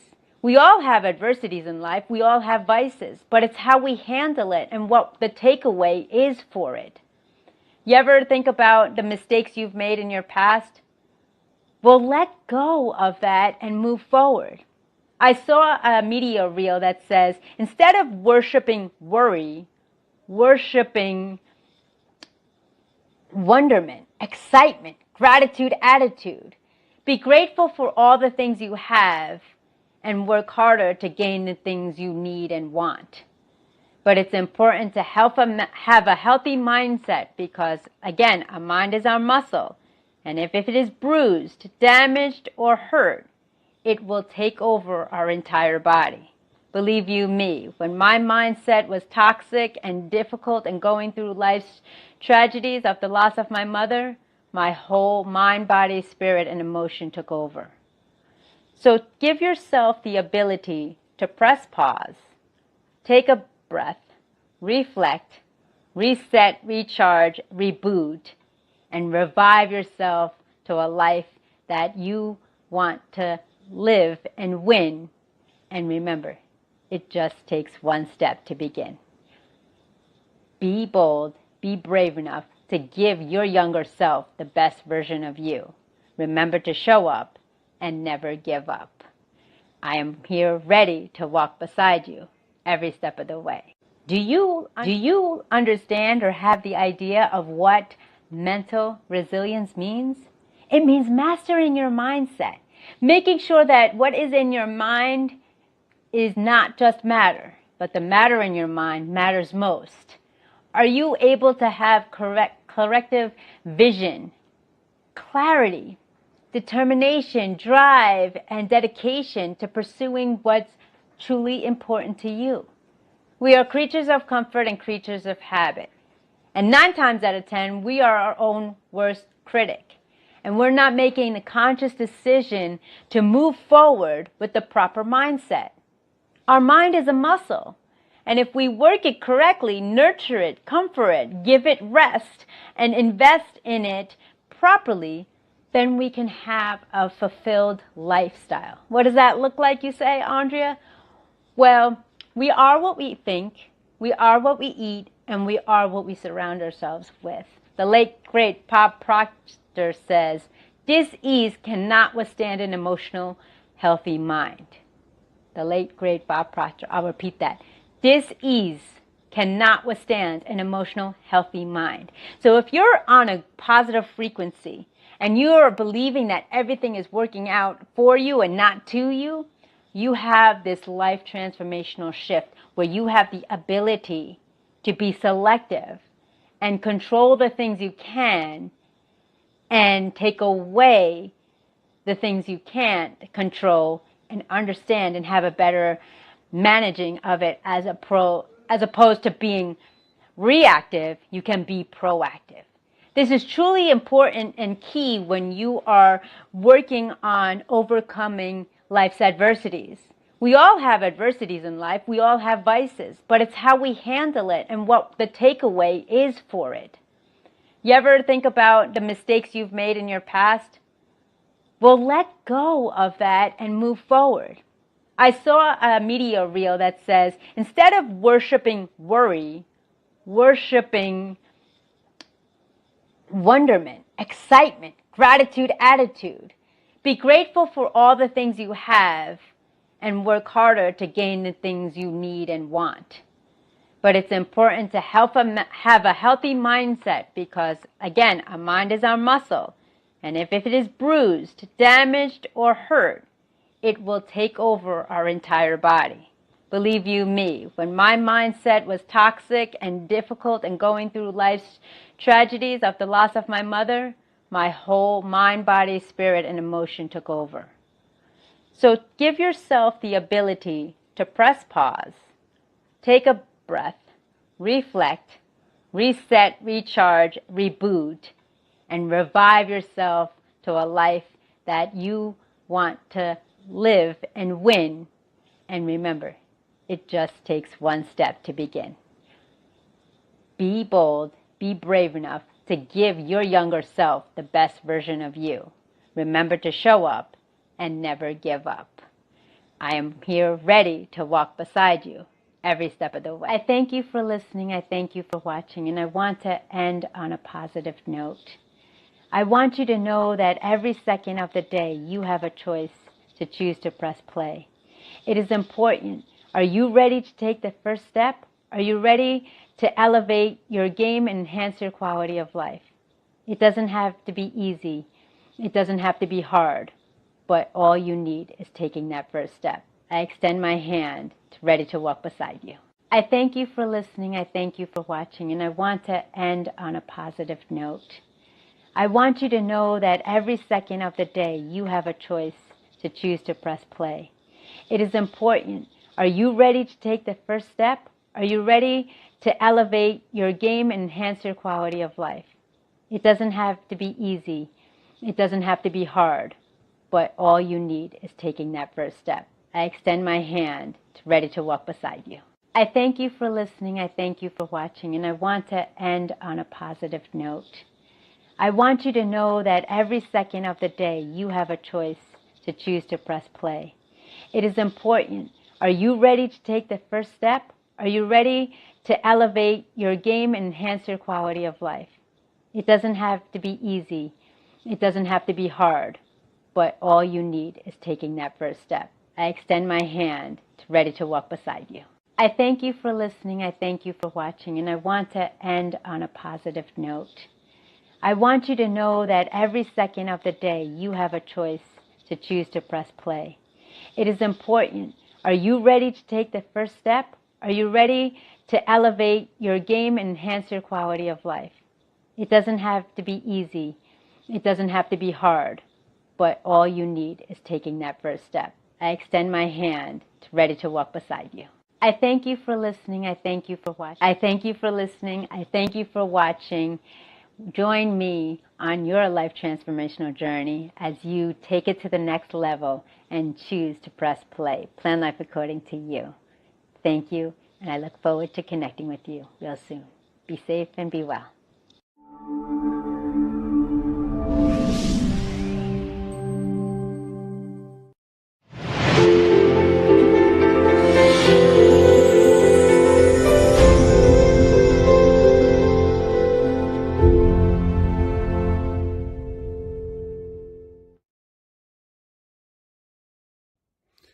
Hello, and welcome to this presentation on Distract, Dispute, and Inspire.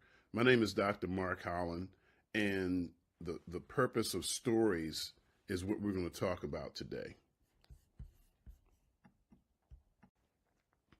Before we talk about our lesson for today, I just want to share with you the larger picture of what this is a part of. I am the founder of the Business Brilliance Summit, the Business Brilliance Academy, the Business Brilliance Conference, and the Business Brilliance, say that 15 times, coaching program. And I'm glad that you're a part of it. Now, this particular lesson on storytelling comes from the third level. We have 3 levels of presentation within our program. We have the personal development, which includes things like mindset, health, emotional intelligence, finances, and such. We have business growth for those that want to start a business and need help in those areas. How do you automate your business? How do you grow your business? How do you increase your sales? And then we have the third component, which is leadership, which is communication and networking. Now, this particular lesson about storytelling comes from pillar number 3 on networking. Now, when we talk about the purpose of stories, it's a couple of things that are going on. Stories serve to distract, dispute, and inspire. And we're going to drill down on those 3 elements. And remember this as you develop your story. Everyone has their own unique experiences to share. And what you want to do is really drill down and get the emotional components of stories that you have that you want to share so that you draw the audience into your story. And as you draw them in, they can see themselves in your story. So in effect, it's not all about you, even though it is about you. It's about how what you have experienced can impact and disrupt what others may be experiencing, although it might not be the same thing that you're experiencing, but it's an element of that story that will connect with the audience. And when it connects, it allows you to draw them in. No matter where you go, if you're going to talk about storytelling, one of the most important elements is audience perspective. Now, what do we mean by that? We mean if you're going to a real estate agent's office, understand how real estate people think, understand the lingo they use, understand what you have in you that connect us with what's in them. So pretty much 3 things. Why should the audience care about your story? At the beginning, connect with them. Tell them a little bit about yourself that may connect with something within them, some personal story about not going too deeply, but about how you had a conversation with your wife or your kids or your uncle, something that all of us can relate to. And then there's an essential question that they're asking. As they're looking at you, they're saying, why should I listen to Mark Holland or whatever your name is? Put your name there. Why should they listen to you? So you're trying to establish credibility. So understanding your audience is a key component. And the way you do that is you do a survey before you go to the presentation. You arrive early. Once you get there, you talk to John over in the corner who's been with the company for 30 years. And you ask John, what are some of the hot buttons around here, man? What's going on? What are y'all excited about? What are you not so excited about? And so after you're able to do that, then you go up to your presentation and you integrate that. And isn't John surprised and doesn't he feel empowered when you say, when you're in the presentation, you say, I got a chance to talk to John. I understand he's been here for some years and we talked about so-and-so and this, that, and the other. And then you're building rapport with the audience. So why should the audience care about your story? Why should they listen to you? And the way you get that going is you understand who they are, excuse me, before you get there. Now, here are those key points we talked about, the breakdown of the purpose. Distract. Why do I want to distract? So I want to capture the audience's attention. I want to draw them into my story long enough to get them to forget about what they're going through. So if I can get you to forget what you're going through, if I can make you laugh, if I can even make you cry, if I can draw you in to what I'm doing, then I'm distracting you from your current situation. Now, once I distract you, there's another step. I want to dispute your current beliefs about your situation. Let me give you an example of that. I was in a situation where I was feeling pretty powerless, and I called, this was when I was in college, and I called my father, and I said, Dad, I don't know what to do. I'm confused. I understand the work, but I'm not into what I'm doing here in college. I'm very close to, and I listed the whole litany of things, and he said, Mark, what are you going to do about it? So he distracted me. I wasn't expecting that question. I was expecting to be able to just complain, and he listened, then get off the phone. But once he asked me what was I going to do about it, he distracted me. He said, wait a minute, there is something I can do. And he disputed the thinking, the current thinking that I had at the time was, I'm a victim. I'm 19 years old. I'm here in school. I don't have any power. I don't have any money. But he said, wait a minute, what do you want to do about it? And then to get him off my back, I said, well, Dad, I think I want to go to Hampton University in Virginia. He said, good. I want to pick you up tomorrow at 6 a.m. Be ready. And I said, what do you mean? I've already started school. Long story short, he distracted me from my situation. He disputed what was in my mind a fact, which was not a fact, that I was powerless. And then he inspired me to do something. He said, what do you want to do? And when I gave him something, even though it was something that was really to get him off my back, that's what it was. Even though that was the case, he used that to inspire me. And we went to the school, and long story short, I'd love to talk to you about the whole thing one day. We drove down to Hampton University the next day. I transferred schools. This is where I met my wife. This is why I have my business. This is why I was in ministry for 24 years. When I made that change from that one question, what are you going to do about it? It distracted me. He disputed the situation, and then I was inspired to do something different. That's how you want to utilize your stories. Now, many of you know, you may not know, my mentor is Les Brown, and I work closely with him, and one of the things he talks to me about and talks to many about is how he was in the Georgia Dome, and he spoke to 80,000 people. Now, before I get into that, let me give you the backstory. His mentor had to get him out of the bathroom, and this is something that he laughs about today, because when he looked out there and saw those 80,000 faces, he was terrified. And yes, the Les Brown you're thinking about. But I love when he shares that, because when I feel my butterflies, I'm like, wait a minute, my mentor, who's one of the greatest to ever have done it, felt the same thing. Now, that's a larger scale than I've been able to reach thus far. But our job is to do what he did. He came out of that bathroom. By the way his mentor got him out of the bathroom, he said, do it for your mother. So he distracted Les. And then he disputed Les's current thinking that there was nothing he can do. And he said, do it for your mother, because he knew how much Les loved his mother. And he came out and did a fantastic job. And so when he got in front of these 80,000 people, what was his job? Remember, our purpose in every story that we do: distract, dispute, inspire. One person, 10 people, 50 people, 80,000 people, same purpose: distract, dispute, and inspire.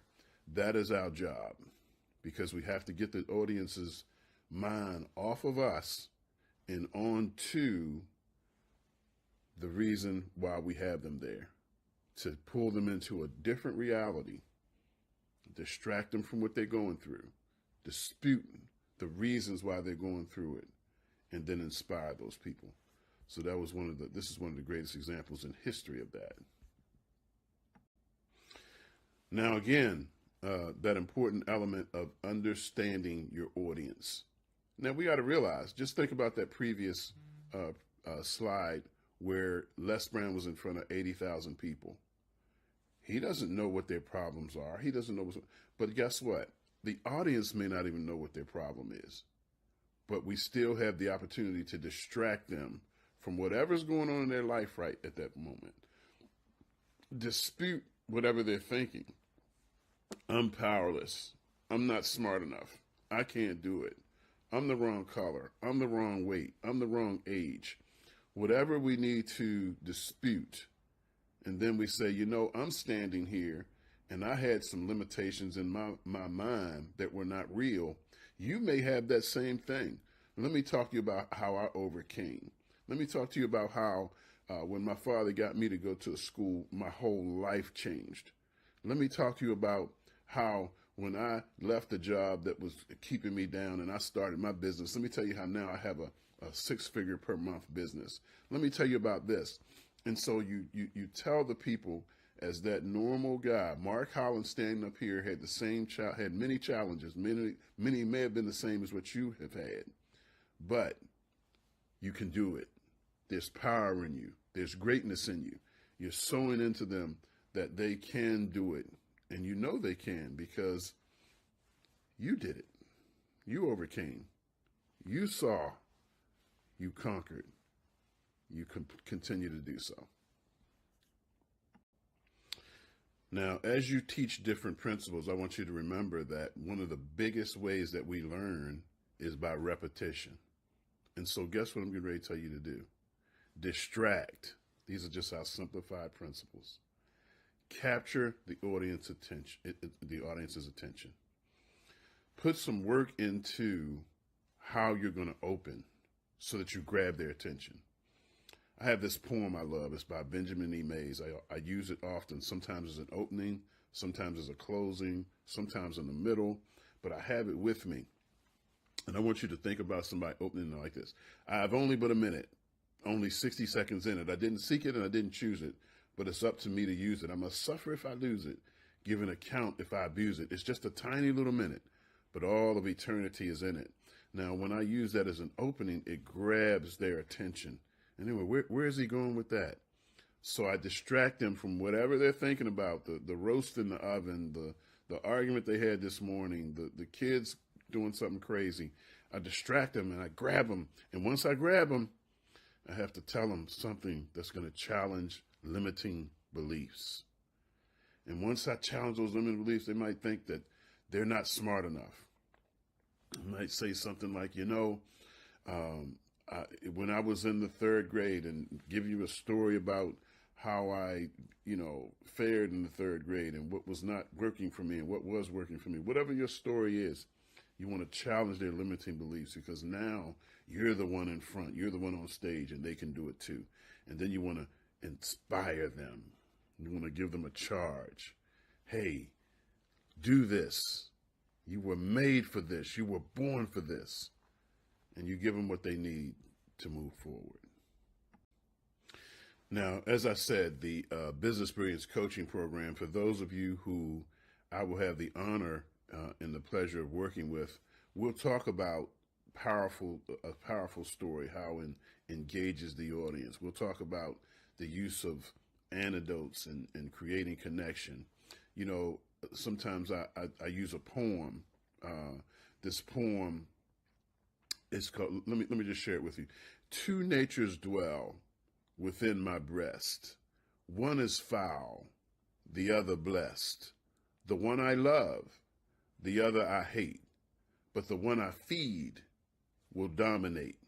Now, when I share that poem, it connects with people in such a way where they start thinking about how are they utilizing what they're intaking.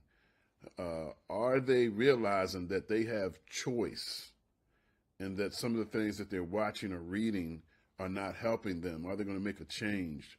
So we want to engage them. I'm telling them that, listen, I may have reached this point where I'm able to assist you, but I have choice just like you do. And because of the choices that I'm making, just the power of telling a story, and you have that power within you. And I want you to be proud of it, but I want you to work it because it's a muscle.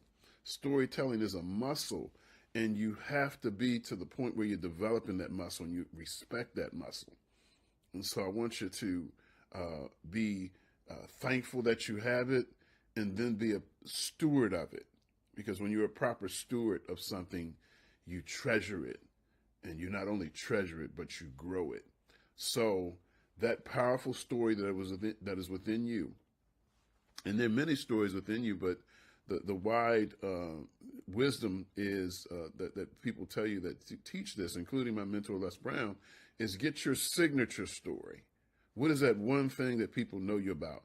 And Les's signature story about him being a DJ and being fired and how that kicked off his career, that is his signature story. Now, as you grow, you have other things, but you always stay close to that signature story because that's what is resonating with people. That's what got them in the seats. That's what got them in front of the TV.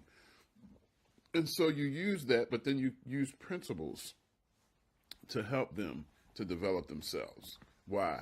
Distract, dispute, inspire. Now, let's just talk about a few examples of distract, dispute, inspire. Well, let's just drill down a little bit. Inspiring stories, when you're distracting, you grab attention. And I believe it was Eleanor Roosevelt. She said something that always sticks with me. She said, I don't know the secret of success, but I do know the secret of failure, and that's trying to please everybody. And so when I hear that, I think about what are some of the things that I'm doing that I'm not doing as well as I could because I'm trying to please somebody else. That's what it does for me. It may do something totally different for you, but the point is to distract your audience, to distract them and let them know there's something different. Dispute what's in their mind, share personal challenges and beliefs. One of the things that we go through in under Pillar 1, I told you there was 3 pillars in our coaching program: the personal development, the business growth, and the leadership phases. So under that personal part, we go into core values and talking about SMART goals.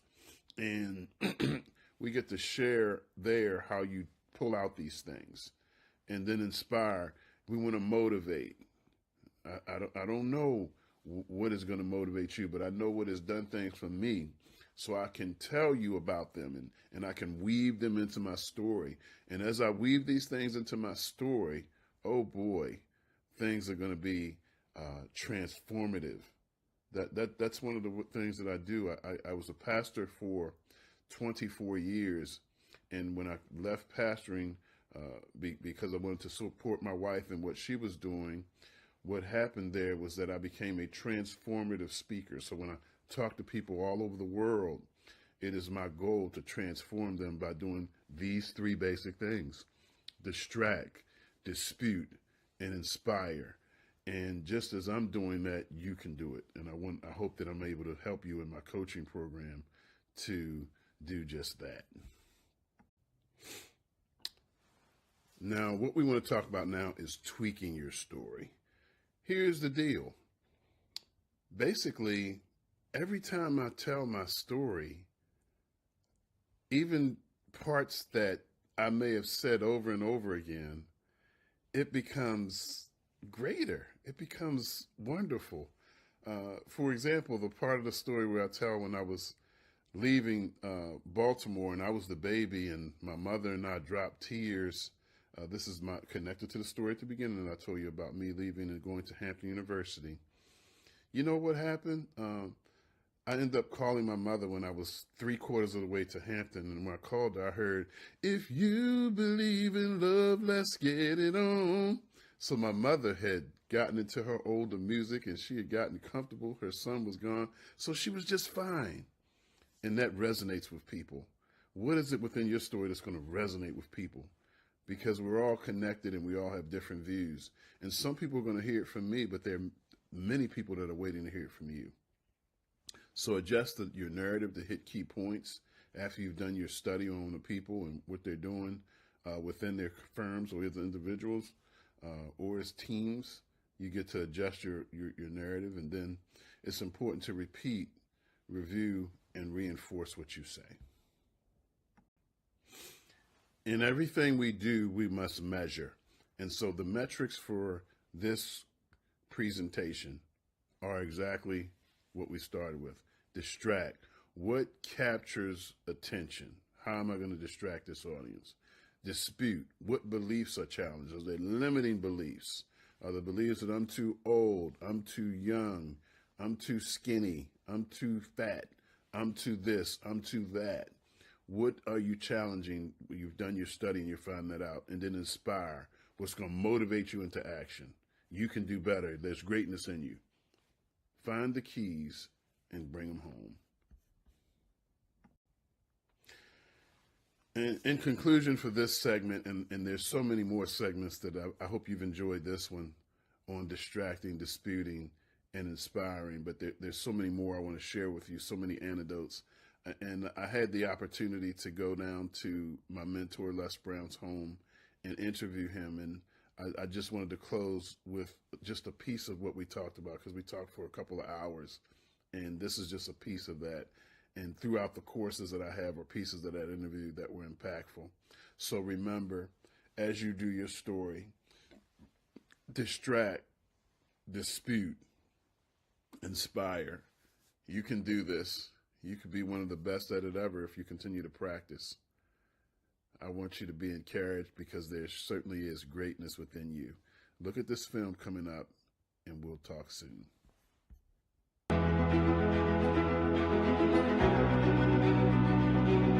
One of the things that I think is very important, that when we think about the fact that we live in a culture where most people don't believe in themselves. Just imagine 12 years of so-called education, which is indoctrination. There are no classes on how to build self-esteem, how to find a sense of purpose and meaning in life, how to overcome the challenges of life.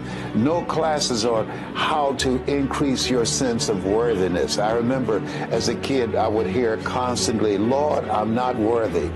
And so what people do and how they show up in life is a reflection of what they feel that they deserve. So when the work that I'm doing and that you're doing and the speakers that we work with is distract people from the conversation they've picked up between the ages of 0 and 7 in the book called Learned Optimism by a gentleman who wrote this 26-year most exhaustive study on self-esteem. And he's from University of Minnesota. And he said, the things that we learn, the conversations that we hear, the experiences that we have in the environment where we are, we pick up habits and behaviors and attitudes and our visions of ourselves that will follow us for the rest of our lives unless there is an interruption.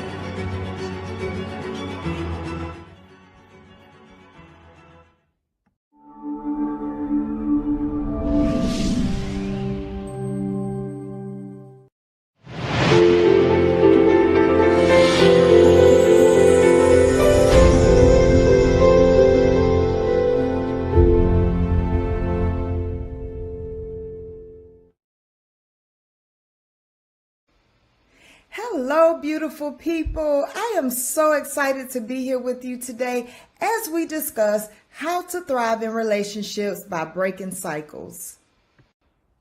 Have you ever looked in the mirror and thought, who is this person staring back at me? Now, I'm not talking about the Instagram filtered, I woke up like this version you show the world. I'm talking about the real, raw reflection. And let's be honest, we all do it. We fix ourselves up real nice on the outside, but on the inside, woo child, that mirror shows us fear, insecurity, disappointment, and maybe even last night's midnight snack. And some of us have become pros at covering it up. But here's the thing, the mirror doesn't lie. The real you, the transformed you, is waiting to break through. Now, for years, my mirror lied to me, or so I thought. It showed me fear, rejection, unworthiness, and failure. I was a twice divorced mom who felt like she wasn't enough, who settled for whatever scraps of love she could get just to feel worthy. I ignored the red flags, the gut feelings, the warnings, just so I wouldn't feel alone. But the truth, I had forgotten who God said I was. It was like staring at a cracked mirror that distorted everything about me. But let me tell you, life has a funny way of shaking things up, doesn't it? Let's talk about someone who has been through the fire and came out thriving. Mary J. Blige. Mary is a public example of thriving after heartbreak. She publicly shared her stories, her struggles with toxic relationships, self-doubt, and how she lost herself trying to love others who didn't love her back. But she didn't stay in that space. She had to break the cycle, redefine her worth, and step into her power. And so can you. Her music became a declaration of her worth. Her journey proves that no matter how broken your relationships have been, you can heal, reclaim your power, and thrive. And today, I want to show you how to do the same. Like Mary, I reached a point in my life where I had to make a decision.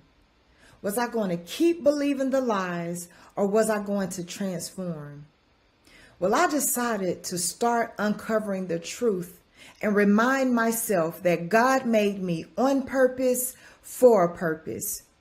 That decision changed everything, but not just for me, for the relationships I built. But let's keep it real. My journey wasn't smooth. There were several speed bumps. Those speed bumps of heartbreak, failures, and moments of doubt slowed me down. But they also forced me to reflect, reset, and rebuild. Yeah, each one challenged me, but ultimately shaped the woman before you today. Now, I didn't wake up one day with all the answers, a perfect marriage, and endless love. I had to break that cycle, and it started with facing the hardest truth of all. I was the common denominator. It wasn't about who I was choosing. It was about what I was allowing, what I believed about myself, and the unhealed wounds I carried into every connection. Let me tell you something. You can't heal what you won't reveal, and you can't thrive until you acknowledge what's holding you back. Have you ever found yourself saying, "Why does this always happen to me?" You may be stuck in a cycle. Maybe you're a professional woman who's got it all together on the outside. Career accomplishments, the Instagram-worthy life, but on the inside, you feel stuck. Maybe you're single, tired of dating the wrong people who never seem to value you. Maybe you're divorced, carrying the weight of heartbreak and hesitant to trust again. Or maybe you're married, but you feel disconnected and unfulfilled. Sound familiar? Recognizing these patterns is the first step to breaking free. Studies indicate that many of us want better relationships, but y'all, we don't take the time to deal with past hurts. Well, here's the truth. You can't build a healthy relationship on a broken foundation. And real love, the kind that thrives, starts with you. Breaking cycles isn't just about personal relationships. It applies to leadership too. Great leaders build trust. Y'all, I've been a leader for 24 years. We communicate effectively. We set healthy boundaries. Well, the same applies to personal relationships. If we don't heal, we bring dysfunction into every area of our lives, our marriages, our friendships, and even our careers. Thriving starts with self-awareness and intentional growth. These 3 steps changed my life. Number 1, recalibrate. Get honest about what isn't working. Y'all, it starts with our mindsets. We have to change the way we think. Change the narrative. Speak life into yourself. You are not your past. Number 2, re-engage.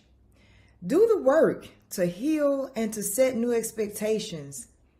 Face your past. Don't run from it. Learn how to forgive yourself and others. And make peace with your old wounds. And number 3, reload. Walk boldly in your transformation and only accept relationships that reflect the new you. It's time to stop repeating patterns that keep us stuck and start making choices that lead us to thrive in relationships. Know your worth and stop settling. Now that we've uncovered the truth about relationships and cycles, I want to invite you to take that next step. If you're ready to break cycles and build relationships that thrive, I'd love to work with you. Let's start this journey together. It's time to recalibrate, re-engage, and reload for success. Now, don't just leave here inspired, leave ready to act. You've been reset, you've been divinely restored, and your best is yet to come. Again, I am Shaquila T. Matthews, founder of Divinely Restored and author of Beautiful Brokenness. You can connect with me via KeilaTWrites.com or on IG at Keila T. Writes. Be blessed.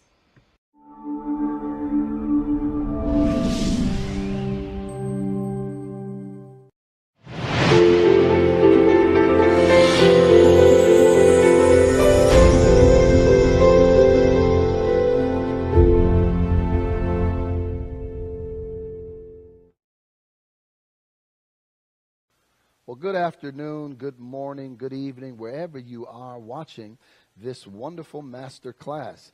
Listen, I'm Dr. Pastor Anthony D. Shannon, coming to be your encouraging coach. Listen, I come to be a cheerleader of your success. I come to be a catalyst to get you off the couch or whatever you need to do, because I want you to be a leader. I believe, like the late Dr. Miles Monroe says, everyone has leadership inside of them, and there's a leader somewhere waiting to come out.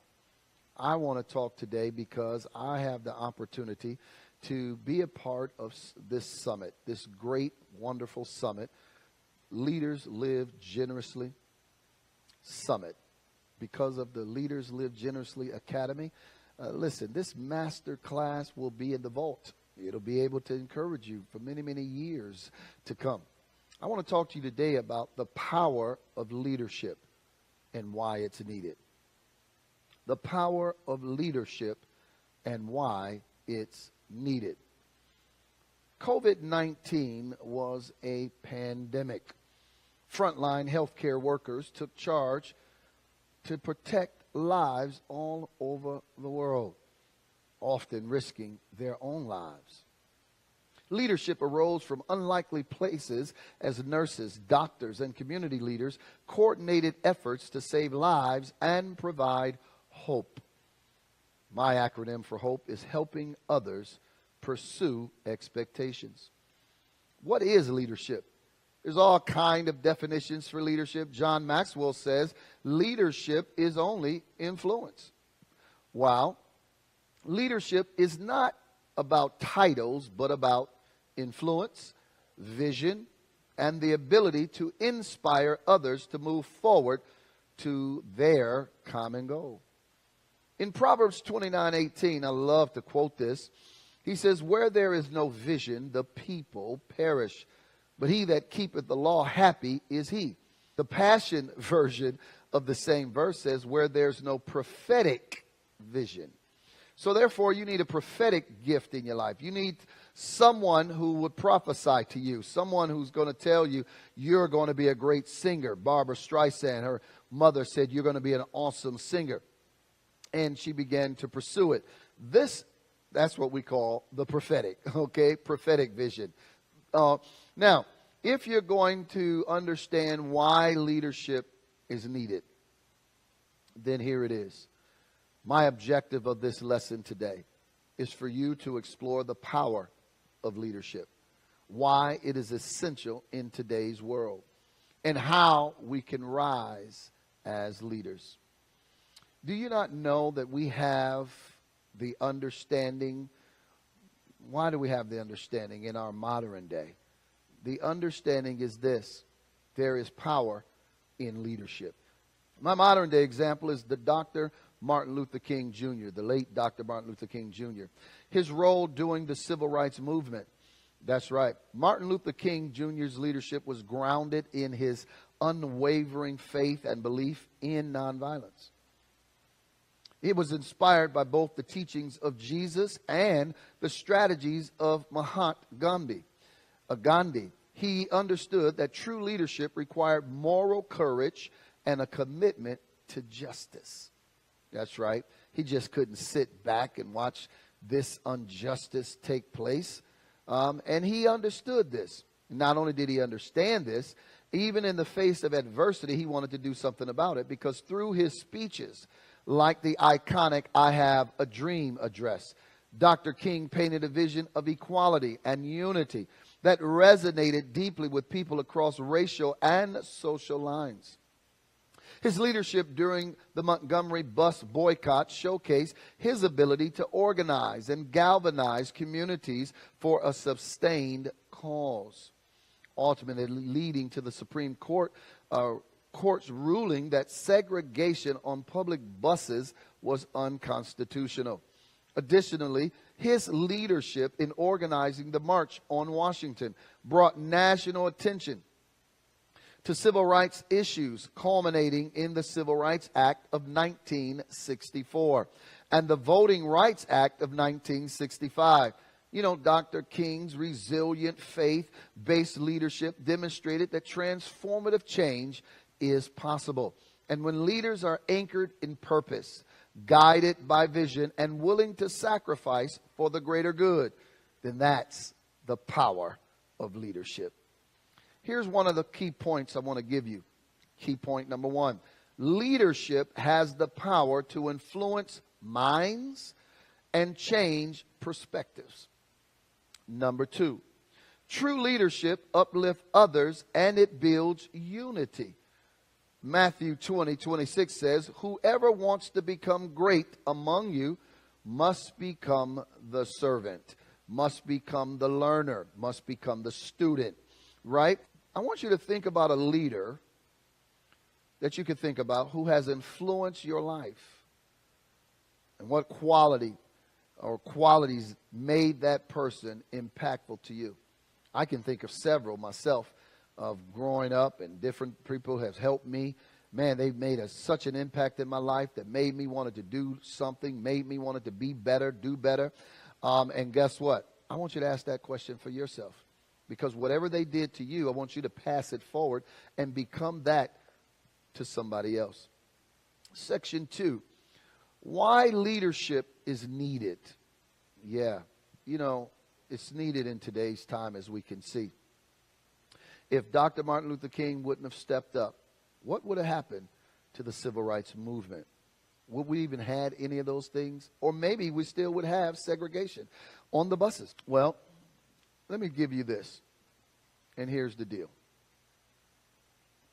Kodak, you know Kodak, we used to have the little cameras, you know, you take a picture and then you take them down and get them, you know, developed, right?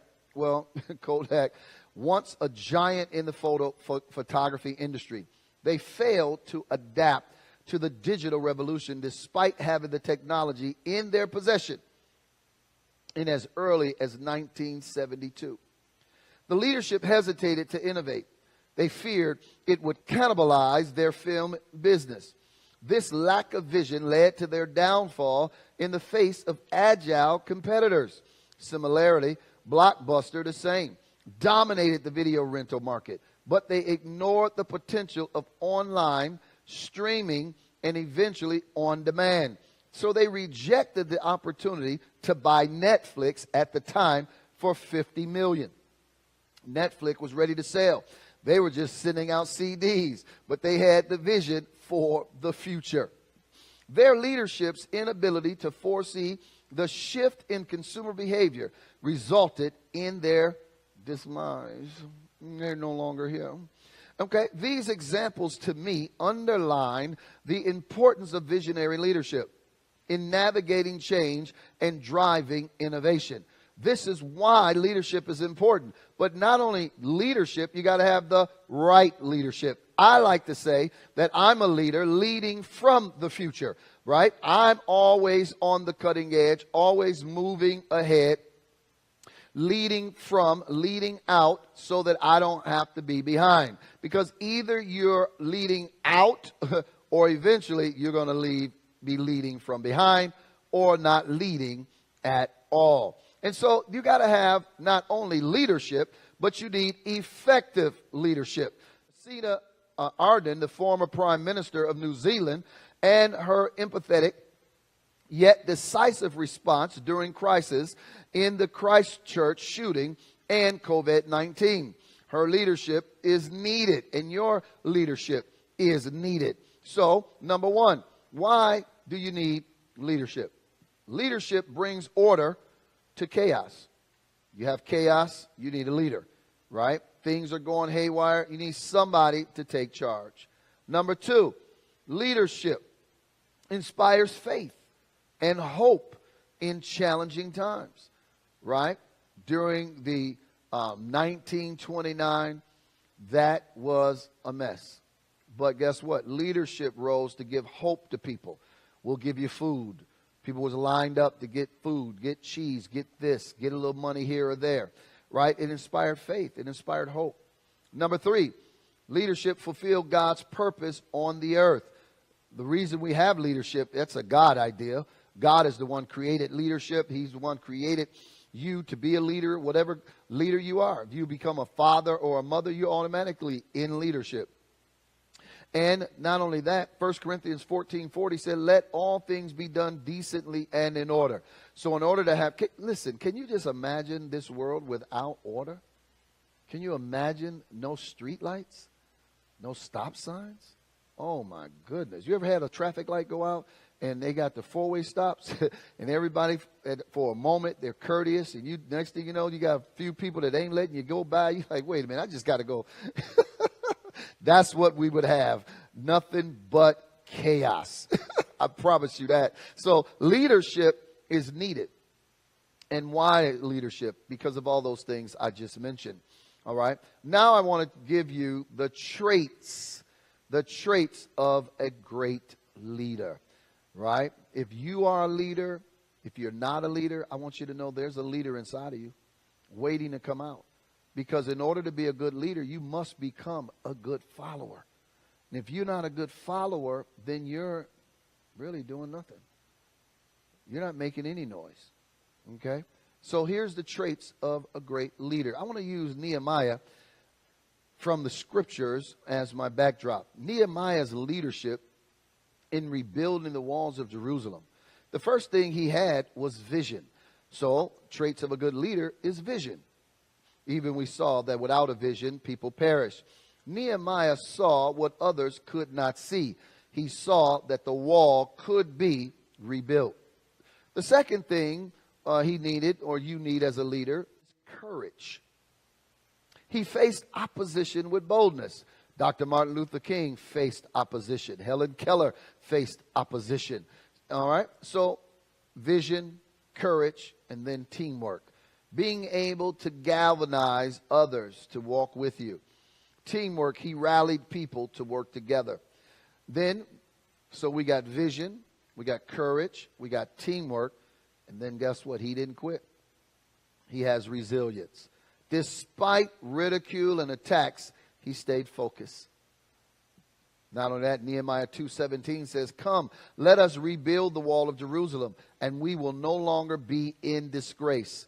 They replied, let us start rebuilding. So they began the good work. He said, no matter what people say, we're going to get this done. You need to have that kind of mindset. No matter what people are saying, even if people do not believe in what you believe in, do you believe it yourself? You've got to believe in yourself, your dream, before anybody else would believe in it. And you got to make sure that you don't quit, cave in, no matter what the obstacle is. That brings you resilience. Listen, let's give you a modern day example. Elon Musk's leadership. Wow. You know, with SpaceX and Tesla. Man, he dared to come against Ford, Chrysler, GM. What? He dared to come against Honda and all of the Chinese corporations and said, y'all ain't doing it right. I got something for you. His ability to push boundaries and inspire his team to achieve what seemed impossible is a testament to his visionary leadership. Not to mention, soon people will be taking space rides just for the joy of it. Wow. What traits from Nehemiah and Elon Musk can we incorporate into our daily leadership? Think about it. And now he's appointed by the president-elect to be an innovator. Wow. Here's the traits you need. I'll highlight them for you.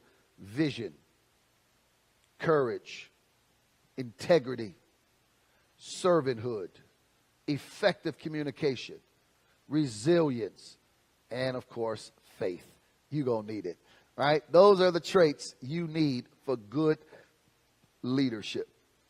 So the next one is how then to step into leadership today. What can I do? You say I'm a leader. You say that there's a leader inside of me waiting to come out. Well, I told you everyone born is born for a purpose. So you have to find your purpose so you can begin to live your life. In living your life, you then can leave a legacy. How do you do that? I'll tell you. Align your passion. That's right. What are you passionate about? What are some things you said, man, I can do that all day, all night, even if I don't get a dime. I'm passionate about that. And then, is it lined up with God's purpose? Because he's the one who created you. He says, I know the thoughts that I have towards you, thoughts of good and not evil, to bring you to an expected end. Jeremiah 29:11. Find your purpose, because you have one. You just haven't found it yet. But once you find it, then you'll start living your life. I promise you that. Number 2, start developing yourself. Work on yourself. Stop working on other people.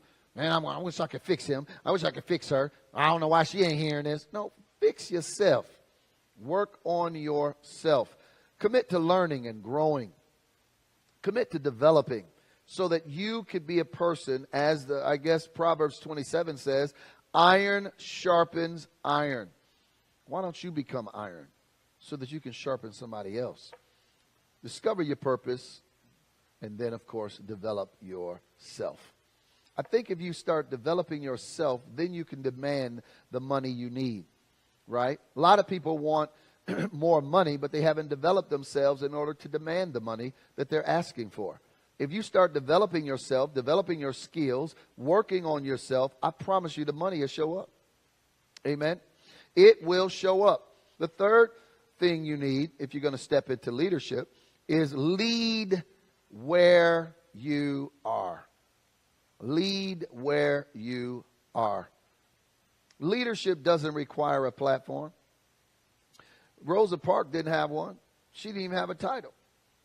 But she began to lead. It begins with serving those around you. Just start serving. Who's ever great among you, let them become the servant. Many people don't want to serve. They want all to bow to them. Well, if you become a servant leader, then guess what? You'll get elevated. You'll get promoted. And the level of your authority will come to the level of your submission. I believe that with everything in me. The fourth thing you need is you need to know how to build relationships. You can't talk about, I can't stand people, don't want people. All I want to do is be in a corner, shut the door. No, you got to learn how to build relationships. Great leaders prioritize connection over control. I want to be able to know people, connect with people, influence people. Different people know me. And then build the relationship, because that gives you influence. Are you listening to me? Then the fifth thing you're going to need is to rely on God's strength. God will give you strength to overcome. He will give you wisdom. You know, Paul even said these words, I can do all things through Christ who gives me strength. You know, you need strength for the journey, because things get rocky.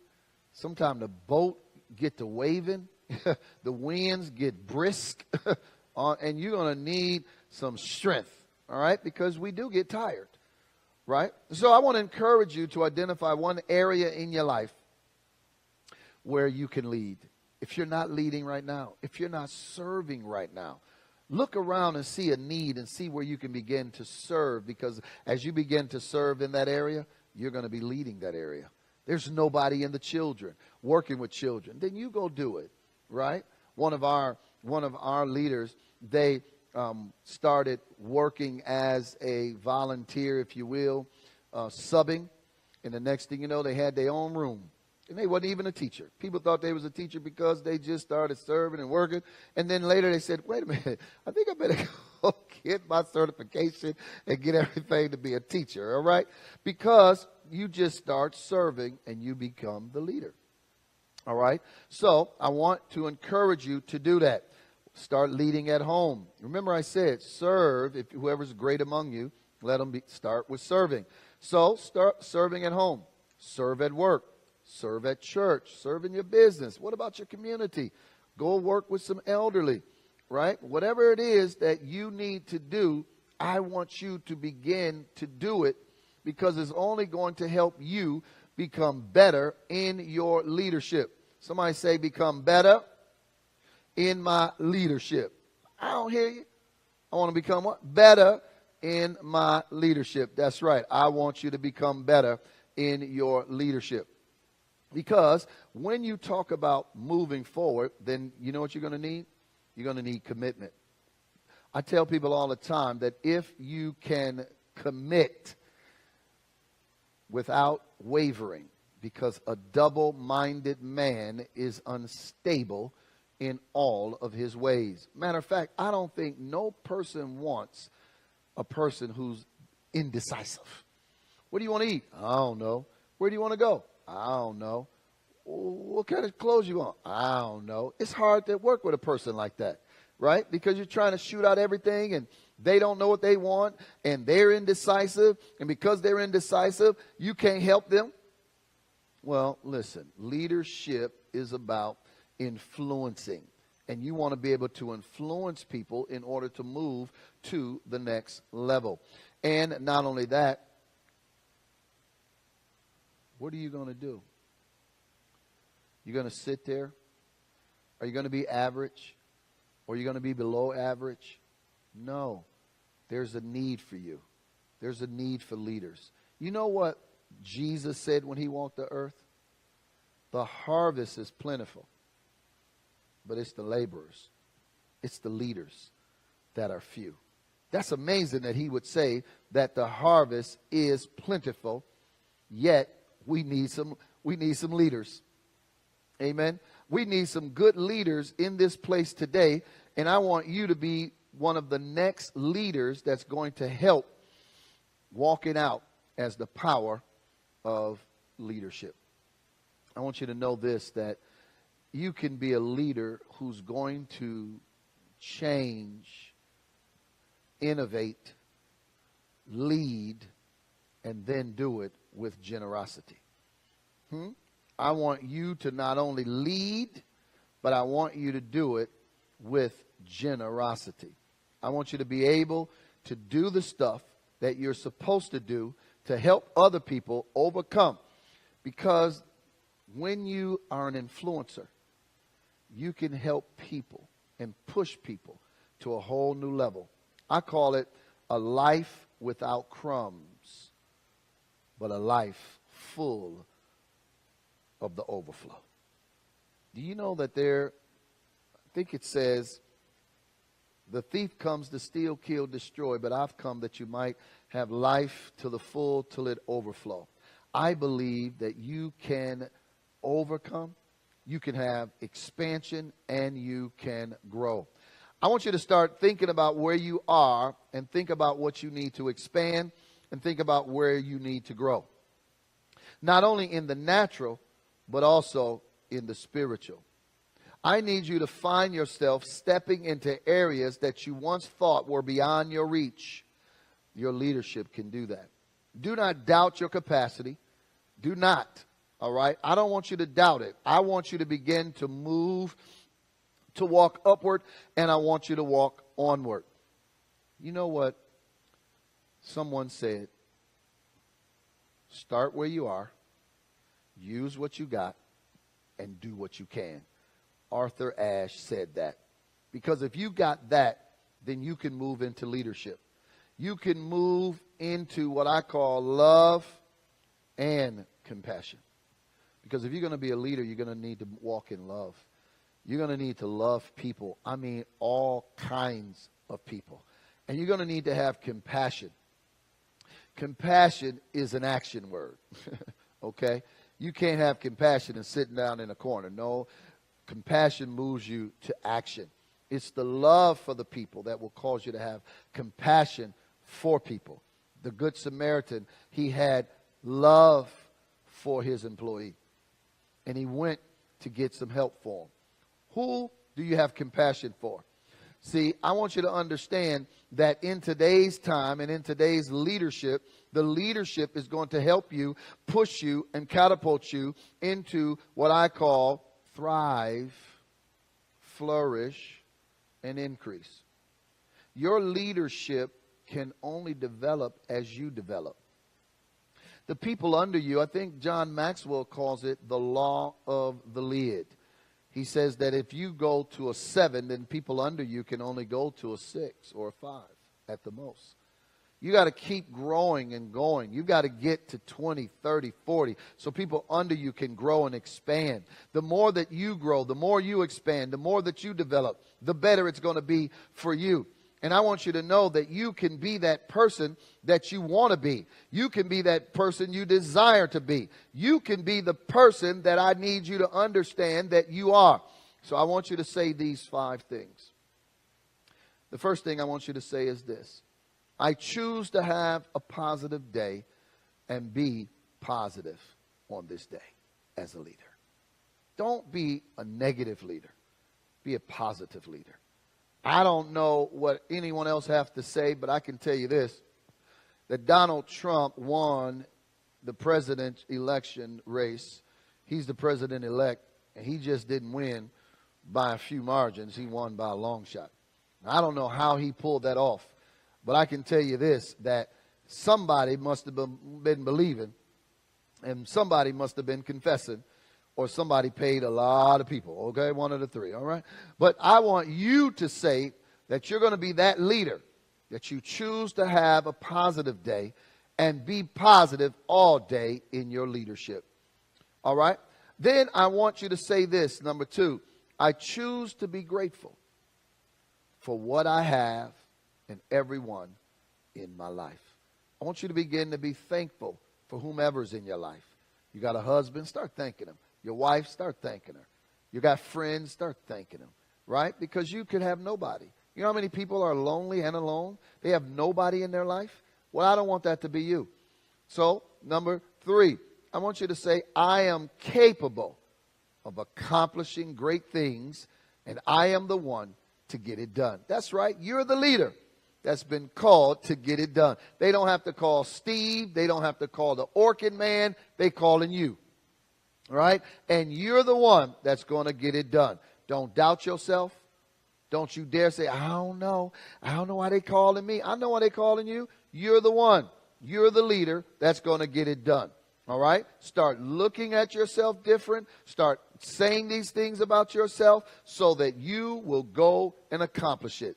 So number 1, I want you to say, I choose to have a positive day and be positive in my leadership. Number 2, you're going to say, I choose to be grateful for what I have and everyone in my life. Number 3, I am capable of accomplishing great things, and I am the one to get it done. Number 4, you're going to say this. I give myself permission to dream bigger, and to become healthy and wise in my leadership. Did you hear that? Wow. You got to give yourself permission as a leader. Yes, you do. Because people will talk. People will say things.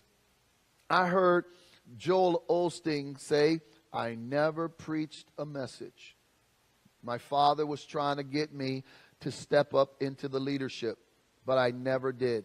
I was behind the cameras, he said, for 10, 15, 17 years, whatever it was. And one day his father passed away. And what's amazing is the week his father asked him to preach for the next Sunday is when he passed away. He steps up for the first time. You know what he said? Everybody was saying, you don't sound like your father. I wonder if you're going to tune up. I wonder if you're going to preach from this way or that way. And he said that out of all the noise, he had to give himself permission to be himself and trust that the leader that God was calling him to be was the leader he needed to be. Do you know that they've done way more and expanded farther than what the father wanted? It was his father's dream, but it all came to pass when he gave himself permission. Now I'm telling you to say these words. I give myself permission to be the leader I'm supposed to be, to dream bigger, to become healthy and wise in my leadership. Then I want you to say this. I embrace challenges as opportunities for growth. Whoo, did you hear that? That's some good leadership. These are affirmations, confirmations you're going to say to yourself in your leadership. That's right. I embrace challenges as opportunities for growth. Listen, success is not avoiding challenges. It's about solving the challenges like a puzzle. Because every challenge, I believe, is a puzzle. And you put the puzzles together, that's leadership. Because leaders solve problems. And the more problems you solve, the greater leader you're going to be. Right? The more people call on you. I'll never forget the Lakers when they wanted to win. Guess who they called on? Phil Jackson. He had already won some championships with Chicago. So what did they do? They called on Phil Jackson. And he brought them some championships. Because once you know how to win, once you know how to overcome, once you know how to take a step back to get ready for a comeback, it don't matter what nobody say. It doesn't matter what nobody do. You're ready to now win. You're ready to step up, step in your leadership and cause yourself to have permission to win. The last thing I want you to say to yourself is, I take action toward my goals every day. I'm not waiting around for somebody to push me, help me. I encourage myself. I believe in myself. I believe that I can do all things through Christ that lives on the inside of me. Greater is he that's in me than he that's in the world. If the God of the universe can believe in me, I better believe in me. I better push me. I better, come on now, pat my own self on the back, not out of arrogance, but to keep my confidence. I've got to keep pushing. I've got to keep believing. I've got to keep overcoming when everybody else doubts me, when everything else comes against me, when the winds are rising and the wind, I'm hearing it strong and the voices are strong. You'll never do that. Somebody said that it couldn't be done, but he with a chuckle replied, I wouldn't say so until I tried. So he buckled right in with the face of a grin. If he was fearful, he hit it. Next thing you know, he began to do the thing that he feared, and he began to tackle the thing that couldn't be done. And next thing you know, he did it. I want you to understand, to change where you are, you must become better. You must become that leader you're desiring. You must become that person you want to attract. See, what you have right now in your life is what you've attracted. That's right. You attracted it right now. So if you want to attract something else, then you got to become a better person. You've got to become a different person. If you don't have much, then you haven't become much. I want you to take this opportunity to become a better leader. I want you to begin to read 5 minutes a day. Read some stuff. Say, I'm just going to start reading. I'm just going to start drawing. I'm just going to start writing. I'm just going to start, keeping a journal. That journal might come into a book. It might even become a movie. Just about your life. If people get on Facebook, if people get on Instagram, if people get on social media just to look at other people's lives, what you think will happen if you just start writing your life? Woo! I'm trying to help you. You understand? Because don't wish it was easier. Wish you were better. Did you hear me? Oh, I need you to get that. I need you to quote that. I need you to tweet that. Don't wish it was easier. Wish you were better. Don't wish for less problems. Wish for more skills. Learn to work harder on yourself and you'll live forever. If you only work hard for someone else, it's coming to an end. Work on yourself. I want you to understand that you can reach me. That's right. AnthonyDShannonConsultingGroup.com. You can also reach me at LeadersLiveGenerouslyAcademy.com. And, of course, I'm always doing ministry at the Victory Church, INT.org. Hit me up on all the social media handles, Anthony D. Shannon. That's right, Anthony D. Shannon. You got to put the D in there, all right? D stands for determination. I'm always determined to win, and I'm always determined to inspire you and help you to overcome so you too can win. All I know is what I know, and I want you to know that the power of leadership is needed, and why it's needed, because there's always a harvest waiting for a leader. I need you to walk in vision. I need you to walk in purpose and be the leader God's calling you to be. I'll see you next time. Wherever I see you, but it will be at the top. I'm Dr. Pastor Anthony Shannon, signing off, saying deuces, double victory, come in your life. Thrive. You got it.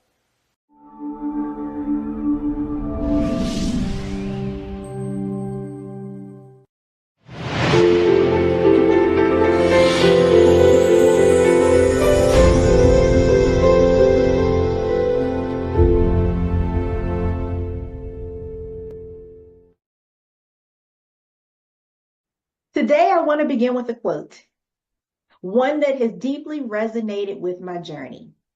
And it goes, you never know how strong you are until being strong is your only choice. Now, those words by Bob Marley, they capture a profound reality that many of us, if not all of us, have faced. But let me ask you a question. What happens when strength is not a choice, but a necessity? What happens when life's challenges strip away the mask that we wear and force us to confront who we really are? My name is Dr. Rhonda M. Wood. I'm an international mental health keynote speaker, a best-selling author, and an amazing mental health advocate. I also have my own talk show, The Dr. Rhonda Show, where I interview leaders, many of them celebrities, and I ask them to, hey, let's go behind the curtain and share your story with my community so we can not only see your success, but the mess that led up to it. And what it does is it creates a community in which your story resonates with others and help them to heal through the things that you have gone through. Now, let me take you on a journey, my journey, from the corporate boardrooms where perfection was expected to the trenches of my mental health battle. Yes, and ultimately to the global stages where I found my voice, my passion, my purpose, and my power. So, how did it all start? What is this corporate mask that we talk about? Well, for 25 years, I navigated this sort of labyrinth, if you will, of corporate America. I was focused, disciplined, and relentless in my pursuit of excellence. I mean, awards adorned my walls and titles through the form of promotions. They gave weight to my name. On the surface, I was the epitome of success, but beneath that polished veneer, I was fighting a battle no one could see, a battle for my mental health. So like many of you, I wore a mask. I excelled in meetings, I led high-performing teams, and I delivered amazing results, all while drowning in waves of anxiety and depression. Corporate culture often tells us that vulnerability is a sign of weakness. So I buried my struggles deep, afraid that they might cost me my career, my reputation, or even worse, my sense of self. But here's the truth. The weight of silence is unbearable. So I reached a breaking point, a moment when I realized that if I didn't confront my reality, I would lose everything I had worked so hard to achieve, including myself. So the turning point came. I remember it was in the quiet solitude of my office, staring into the reflection of my computer, a dark screen. And it was there that I finally broke. Tears fell as I realized that the woman staring back at me was a shell of the vibrant, ambitious leader that I once knew. It was in that moment that I made this life-altering decision. I would no longer allow shame to silence me. So I sought therapy. I immersed myself in this understanding of mental health, and I began to heal. But most importantly, I made the bold decision. Hey, you know what? I'm going to share my story. Now, at first, it was terrifying, starting with close colleagues and eventually larger and larger audiences. But something incredible happened. My vulnerability became this bridge that connected me to other people. People began sharing their own stories of struggles, isolation, resilience. And I realized, wow, you know what? My pain had a purpose to inspire, to uplift, and to lead others towards their own healing and greatness. So the finding of the purpose beyond the pain is my leadership redefined. So the challenges I faced, they shaped me into the leader that I am today, a global keynote speaker, best-selling author, mental health advocate, and a media personality. So I traded that corporate ladder for a purpose-driven life, using my platform to amplify messages of hope, resilience, and empowerment. Every stage that I get to stand on, every book and chapter that I write, every conversation I host is a testament to the power of turning pain to purpose. Leadership is not about being invincible, as many may think. It's about being real, authentic. It's about saying, I've been there, I understand, and you are not alone in what you are going through. So I'd like to share 5 leadership lessons for every trailblazer out there. Number 1, vulnerability is your superpower. Yes. Leaders who are authentic and vulnerable, they what? They build trust. They build connection, and they build respect. People don't follow perfection. They follow courage. When you embrace your humanity, you inspire others to do the same. Number 2, your challenges, they can be a catalyst.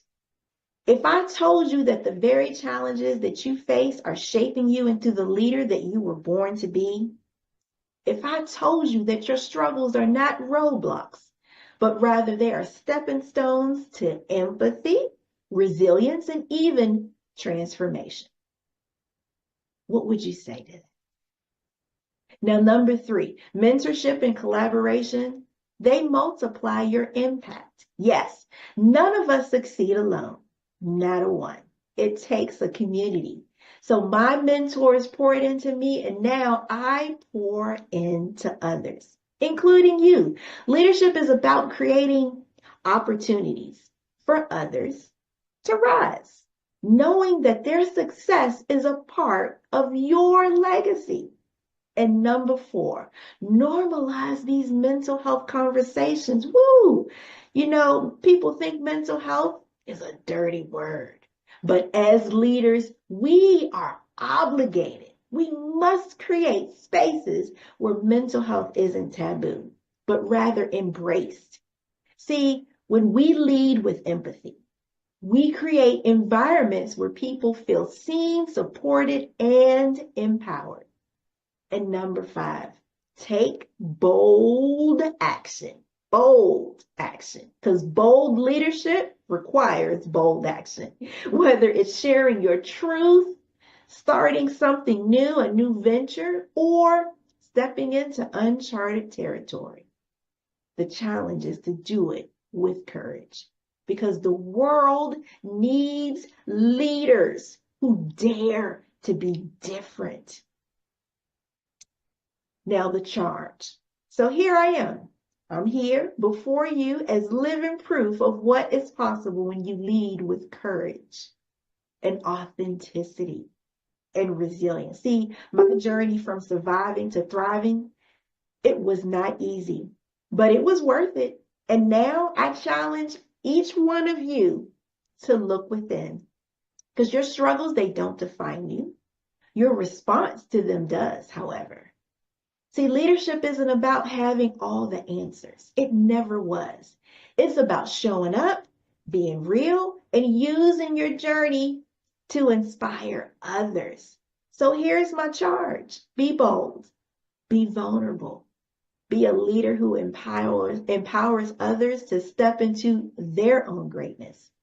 Because we can create a legacy of leadership that is far beyond just titles and accolades and even time itself. There are no limits.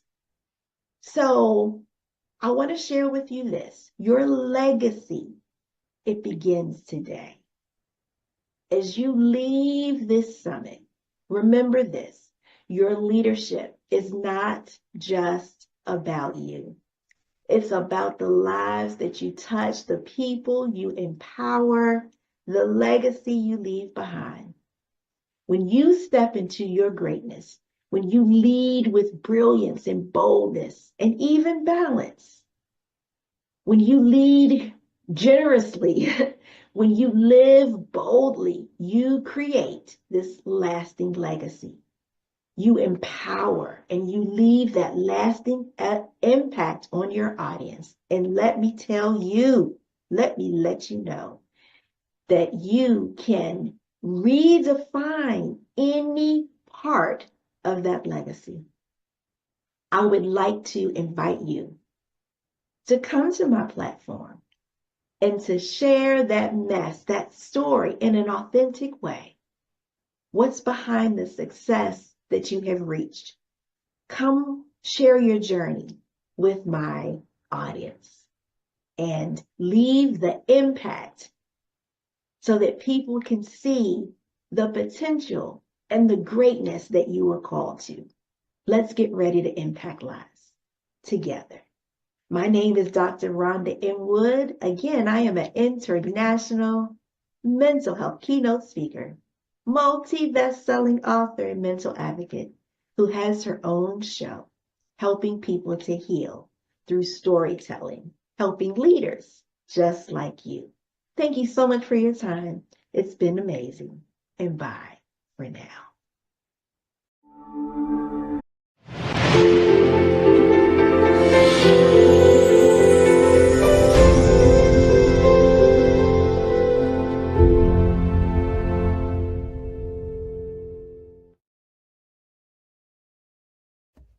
Clifton McKnight here. I'm hoping you enjoyed what you've seen already of the Business Brilliance Summit, brainchild of Mark Holland and Les Brown, and that you've gotten some things already that you can use. But if you're visiting with me today, I'd like you to make a commitment to yourself that you are going to take some steps, some actions, some things from this conversation that you will employ to take you further and closer to where you want to be today. You know, I kind of titled this, Get Off Your Butt and reframe the game. And my play on words, of course, is the word but. I don't necessarily mean your keister. I'm suggesting that you get off the negative buts that hold you back. I could do it, but I'm too old. I'm too young. I could do it, but I don't know enough. I could do it. I don't have the contacts. I could do it, but. Get off of those buts or reframe the game entirely and take those buts and make them becauses. I can do this because I'm young enough and I have the energy. I can do this because I'm seasoned, I'm old enough now, and I have the insights. You get where I'm going with this? And doing this kind of reframing can change the whole nature of how you feel and what you can accomplish. Get off your butt and reframe the game. So I'm going to talk to you a little bit about resources to do that with. It could be people, prayer, perspective, and purpose. People, prayer, perspective, and purpose to get off your butt and reframe the game. I'll give it to you in a few different ways. I made a couple of notes here to make sure that I don't miss out on too much of it. So let's talk about first things first. Energy and attitude. The truth is, while we're going about our business trying to do grand things, life keeps lifing, doesn't it? We have circumstances that knock us out, knock us down, knock us all around. We might lose an opportunity, lose a job, lose a family member, lose something, excuse me, that can really kind of derail where we're headed. And I'm going to acknowledge that those things are real and those things can really cause us to step back. And I'm going to suggest that you maybe look at those things as reasons to move forward because you're still here. And whatever it was that you lost, whoever it was that you lost, however you've had tragedy of what happened, the turbulent circumstances, you can reframe that and recognize that you had the visitors, the purpose, the person, the job, for however long you've had it. And now you're looking to move to a new chapter. You might do something because of a loved one as opposed to not doing it because of them, unless it's something that you shouldn't be doing. So reframing that game, and I know just saying it like that may even sound a little cavalier, don't intend it to be.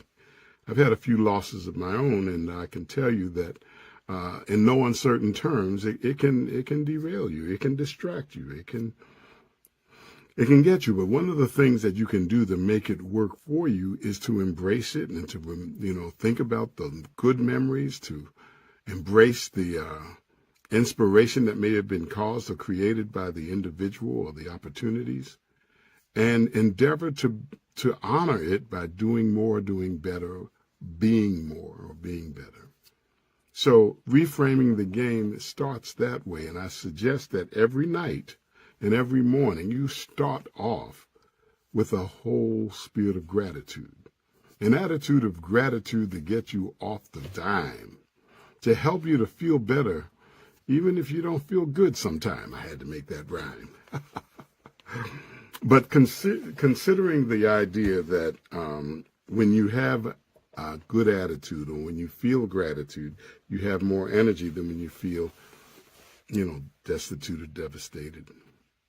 And also, if you're feeling a little low, see how far you can go to change your state. So the next thing I would say to you, get unstuck by changing your state. It could be your mental state, your physical state, your emotional state, but consciously change your state. That can be done with all kinds of ways. It could be prayer, highly recommended, frequently suggested. It could be exercise, dance, massage, physical touch, right? All the kinds of things that can move you off of the way you're feeling to the way you want to be.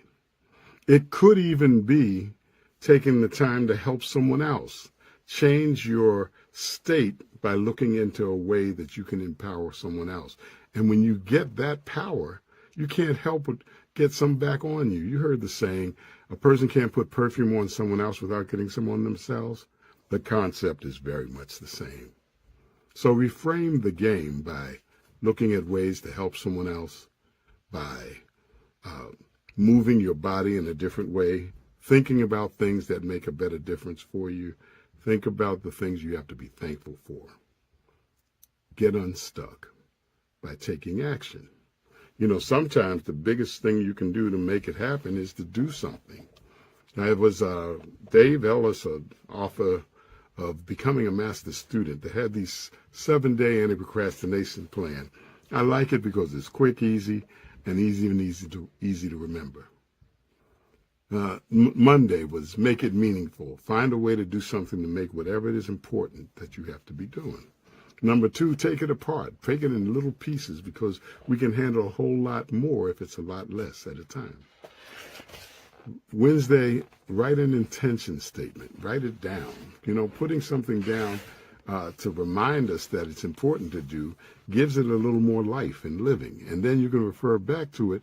If you decide not to do it, you had to go back and change the date, change the time. Thursday, tell everyone. I pause on that because the situation is that we kind of keep things close to the chest because we don't want to say we're going to do something and then not do it. Well, this is saying that you're saying it's important enough that you are going to put it out there, and you're going to ask those folks to help hold you accountable. Friday is find a reward. Find a reward means give yourself a reason of something that's motivating enough, inspiring enough. It could be something that's just that you want to do, that you won't do until you accomplish that which you say you want to accomplish. And Saturday is the one that's kind of made me chuckle, because the truth of the matter is sometimes the best way to overcome procrastinating is to do it now. Yep.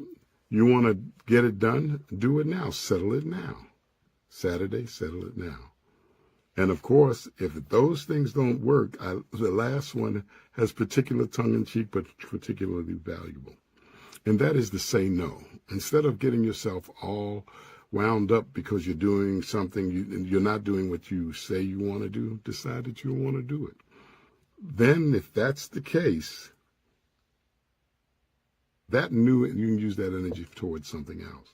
Now, if it's something that you need to do, that must be done, consider these next strategies. And this is kind of a way to move and take action to go to the next level.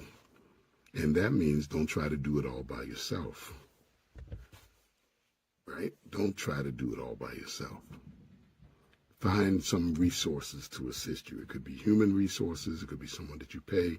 It could be they pay as a virtual assistant, employee. It could be an AI. You'd be amazed today at what you can do with artificial intelligence.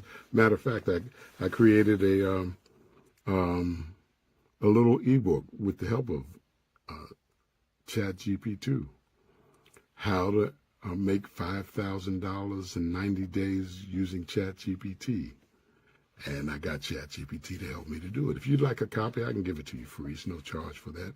But just be in touch with me. Send me a text or social media note and just put, I'd like a copy, or maybe be specific, 9 ways to earn with ChatGPT, and I'll forward that to you.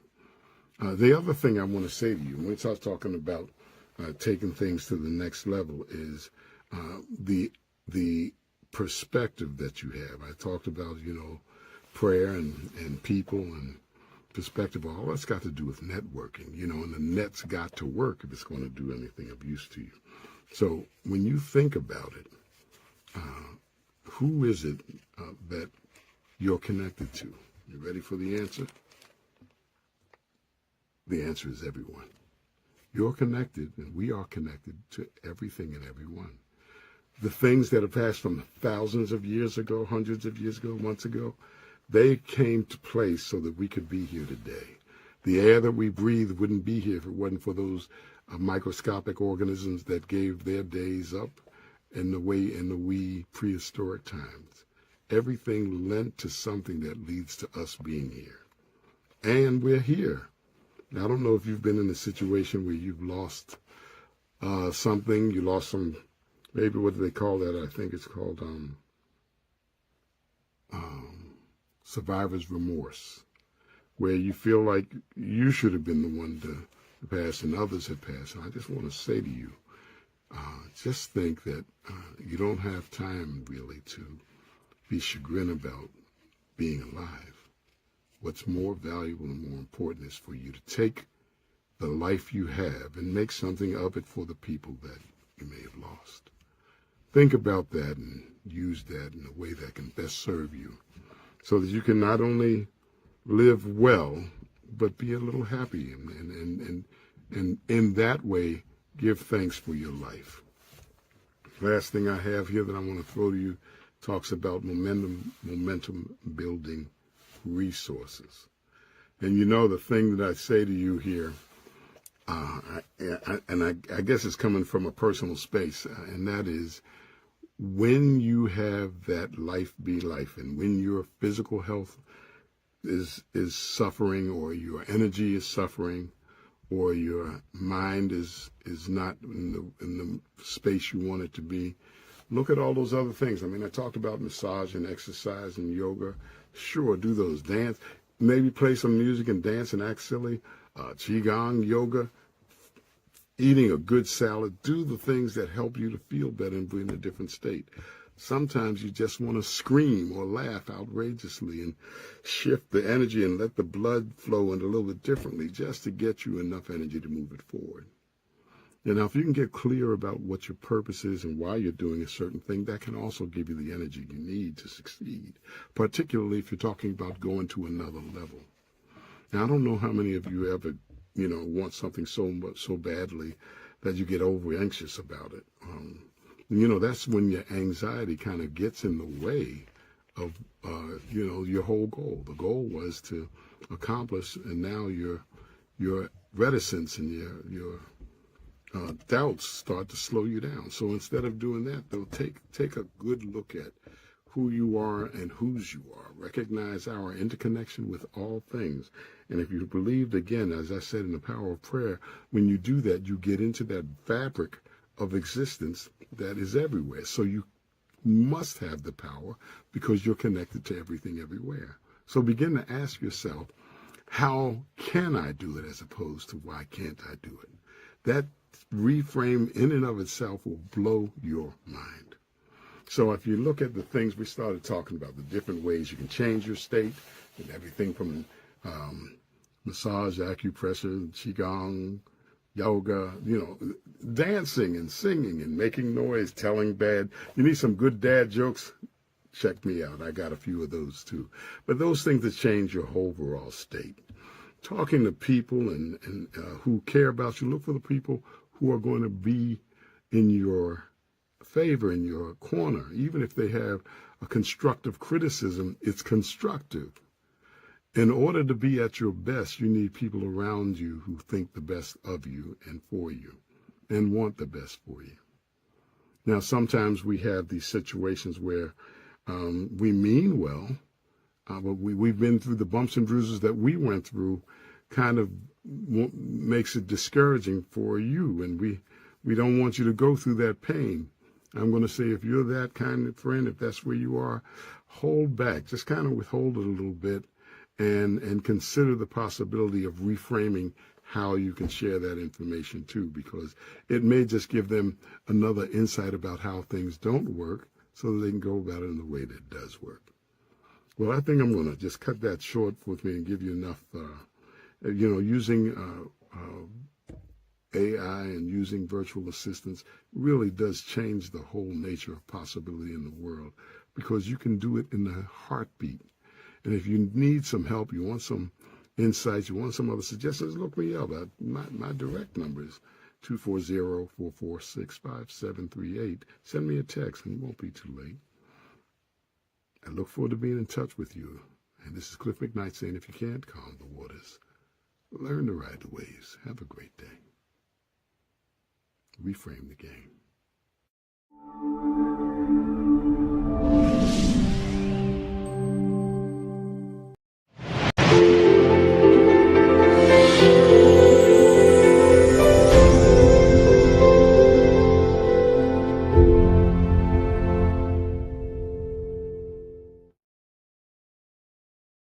Hello. Welcome to the Business Brilliance Virtual Summit. My name is Carolyn Wilson, and I am so excited to be here to share with you about something that's near and dear to me, something that has changed the trajectory of my life. So, you ready to dive in to learn how you can create global impact with just the power of your story? That's it. Very simple. Or is it? So let's dive in. You ready to dive in? If you are, I am too. Let's go. So once again, you're here, not by accident, but you're here at the right moment to learn how to create global impact with the power of your story. So I want to let you know that there's 4 key elements. 4 key elements for global impact. You just have to know your story. You have to identify with your story. You have to craft a message behind your story. And you just have to share it. Share your story. Those 4 key elements. Let's dive in. But before we do that, I just want to get the particulars out the way. And let me just share with you who I am. So, it's a lot. I know. It's a lot. I know. But let me just share with you that I am known as the Fearless Magnified Educator. And because I am a award-winning filmmaker, 11-time best-selling author, a certified Les Brown legendary speaker, I am a master resiliency trainer, a transformational lifestyle coach, definitely health and wellness and anything that's trauma-informed. I'm a trauma-informed expert. And I have been featured on a plethora, as you can see, of outlets. And this is just a snippet of what I was able to show you during this summit. So as you can see, there's different modalities. Some of the media outlets are local, some of them are national, and some of them are global. So that's just it in a nutshell. I help women overcome the number one culprit, and that's fear, especially after past trauma and abuse. And I really just help you kind of find this potential within yourself to maximize mind, body, and soul to just do what you have been designed and destined to do and be. So that's me. So I figure I'll share that with you so you kind of can, not to impress you or anything, but it's going to make sense. And I wanted to share this with you. So just kind of put that in the back burner, and then let's go through these 4 elements. So now before we go through the 4 elements, we have to get to a thing of why does your story matter? Because a lot of times we think our story doesn't matter. And then why our stories create impact. And then the power of stories. It's scientific. And I'm going to break this down. So why your story matters is because it allows us to connect and it inspires people.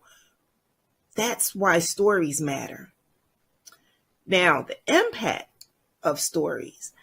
It has the potential to influence because there's a psychological effect that happens when we hear stories.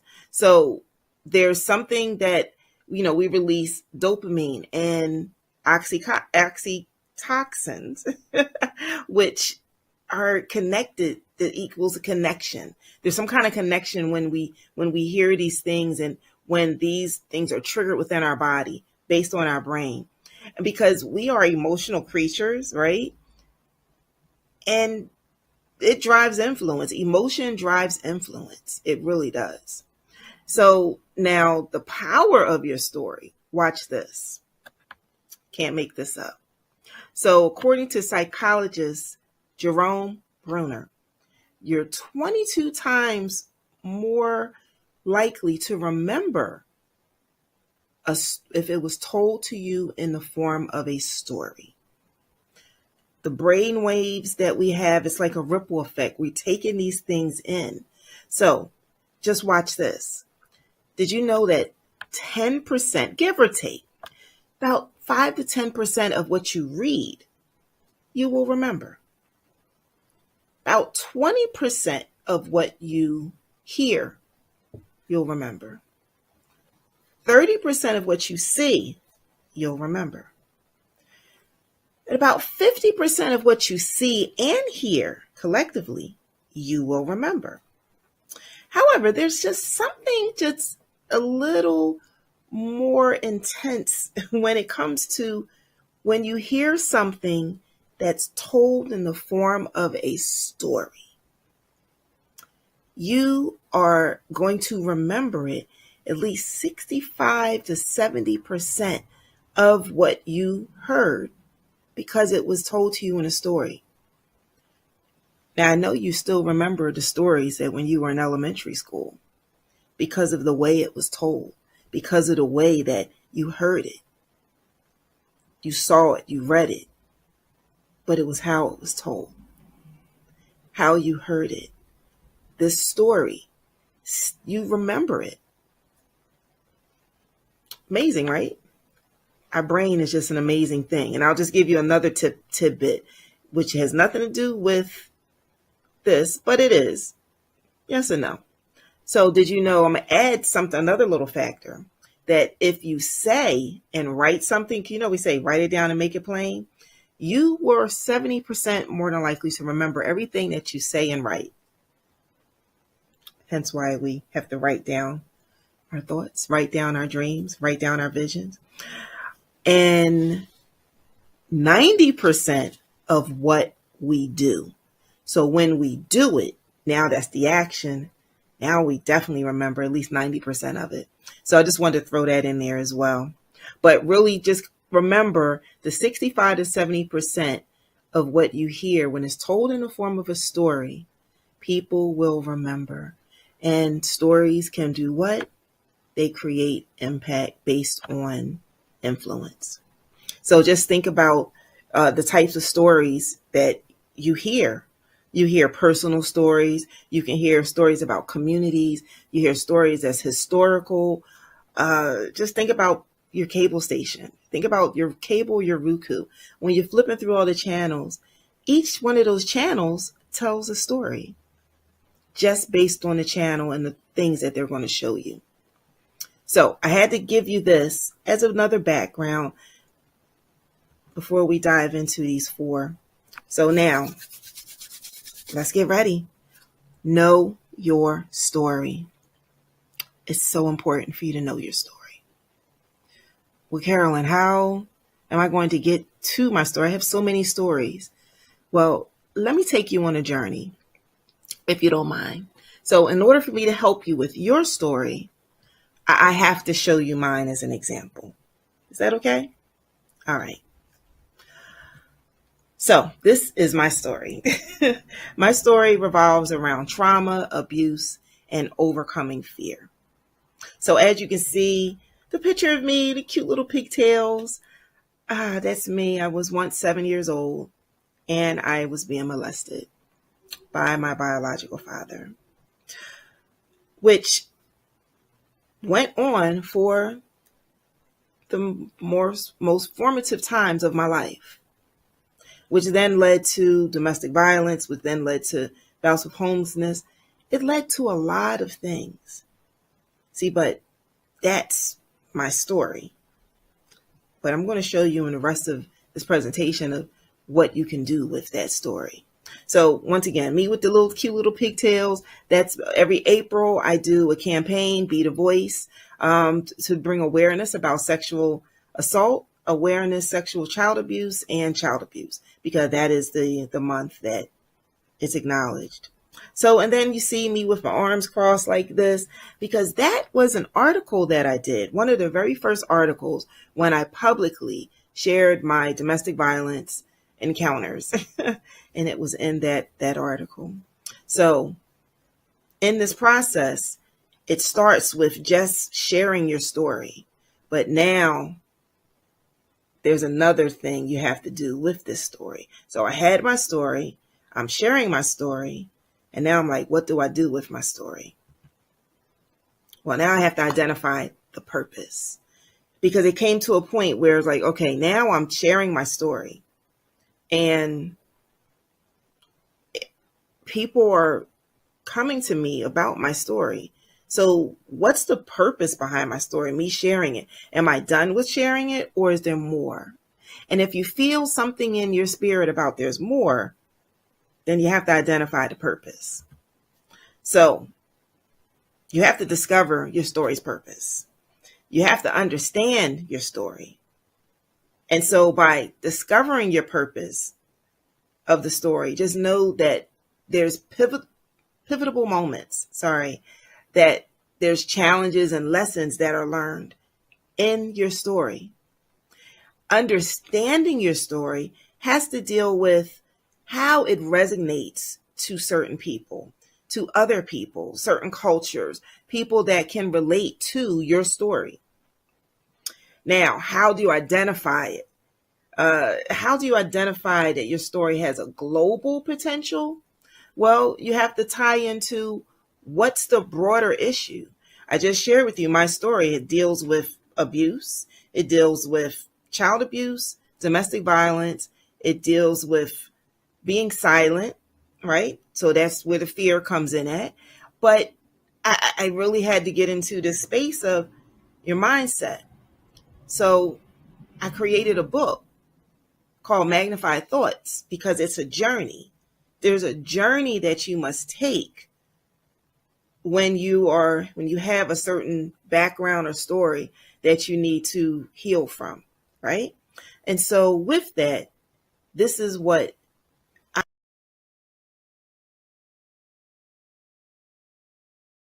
because there was not just a local thing, not just a national thing, but it's a global thing when you're dealing with child abuse, sexual child abuse, domestic violence, depression, those type of topics has a broader scale. So you with me? Are you with me there? Are you with me? All right. So discover your story's purpose, understand your story, and then identify the global potential. And so for me, I realized it was the mindset. We had to change our mindset in order to get to the point of being able to share your story. That's where Magnified Thoughts came in at, as I was using it for my own healing.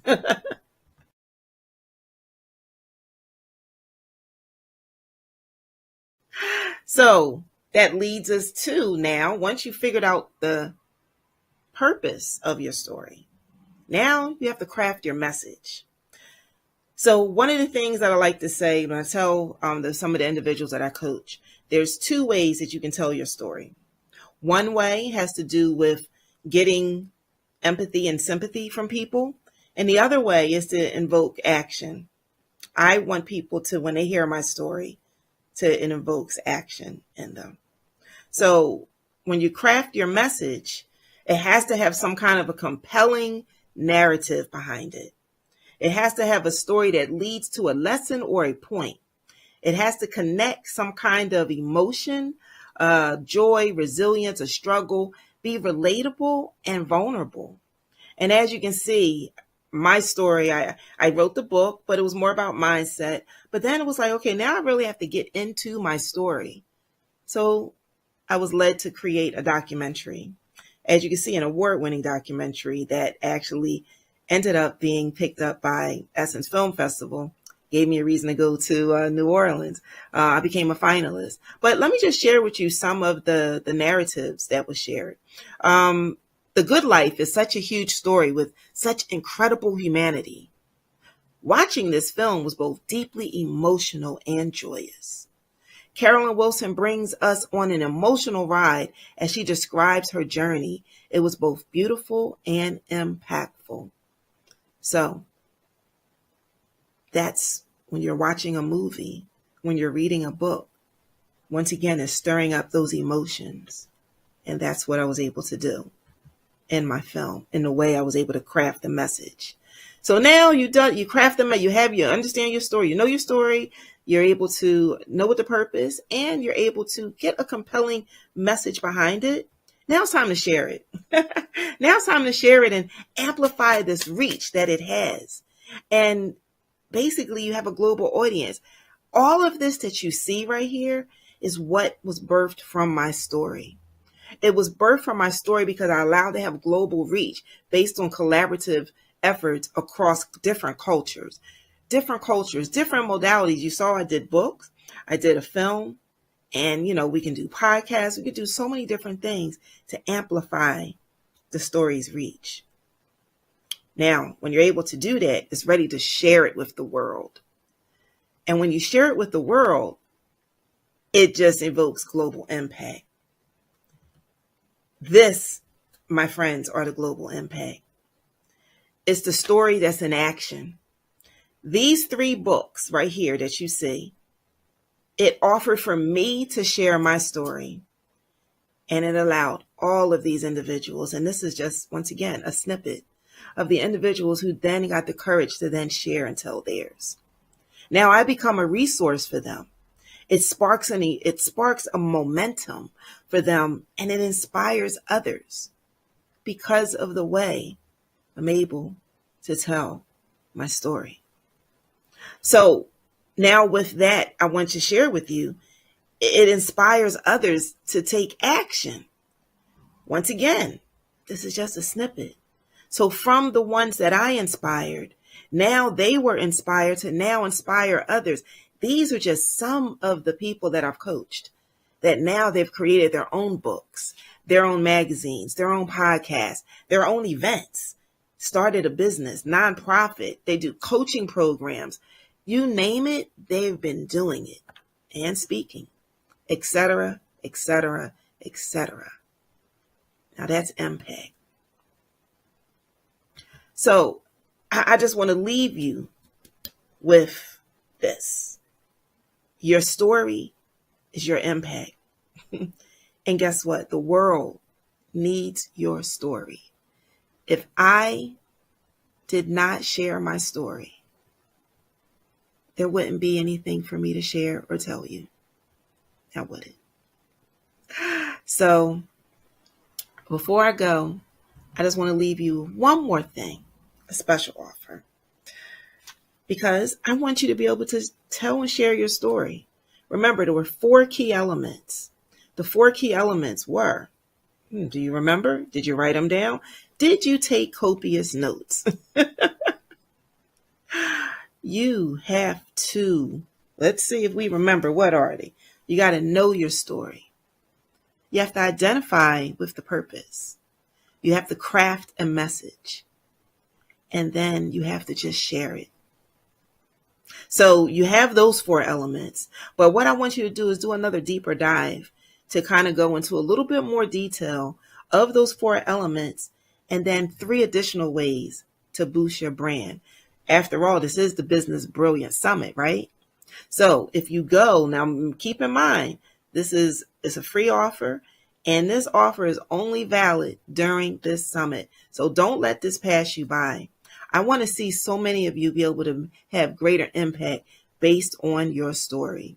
So if you go to where you see bit.ly, MYE, your message, and just use the code SUMMIT, and it'll make it free. But if you're savvy, you can just click on the QR code, put your phone up against the screen, and then it'll take you right to it. Enroll. It's a 45-minute masterclass, and I dive into these 4 elements a little bit more in more detail, and then give you the 3 ways to boost your brand based on how you position your message for global impact. So now you know my story. Let me show you how you can create global impact with the power of your story. My name is Carolyn Wilson, the Fearless Magnified Educator. You can follow me on Instagram at BeMagnified. And if you use the QR code, you'll be able to have your contacts. All my contact information is there. Look, I look forward to seeing and talking to many of you. Just remember, this is Carolyn Wilson signing off. Remember, Your story is your business, and your business is your story. So let's be brilliant together with the power of our stories. Thank you. Bye.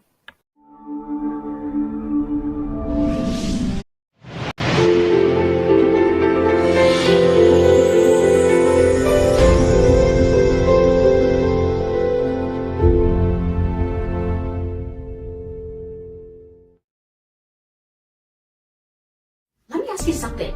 Have you ever had a day where you had to sit down to work, ready to tackle something really important, and instead you feel stuck? Your mind is racing with everything that you need to do. Emails to respond back to, deadlines that you need to fulfill, and the meetings that you need to attend to. And no matter how hard you try, you just cannot seem to focus. Or maybe you're juggling so much that you feel like you're constantly behind, like you're running on a treadmill that is speeding up by the minute. If that sounds familiar, you're not alone. I've been there too. Hey friends, I'm so honored to be here with you at this session. My name is Kai. I'm a neuroscientist, a data scientist, and a mental fitness coach.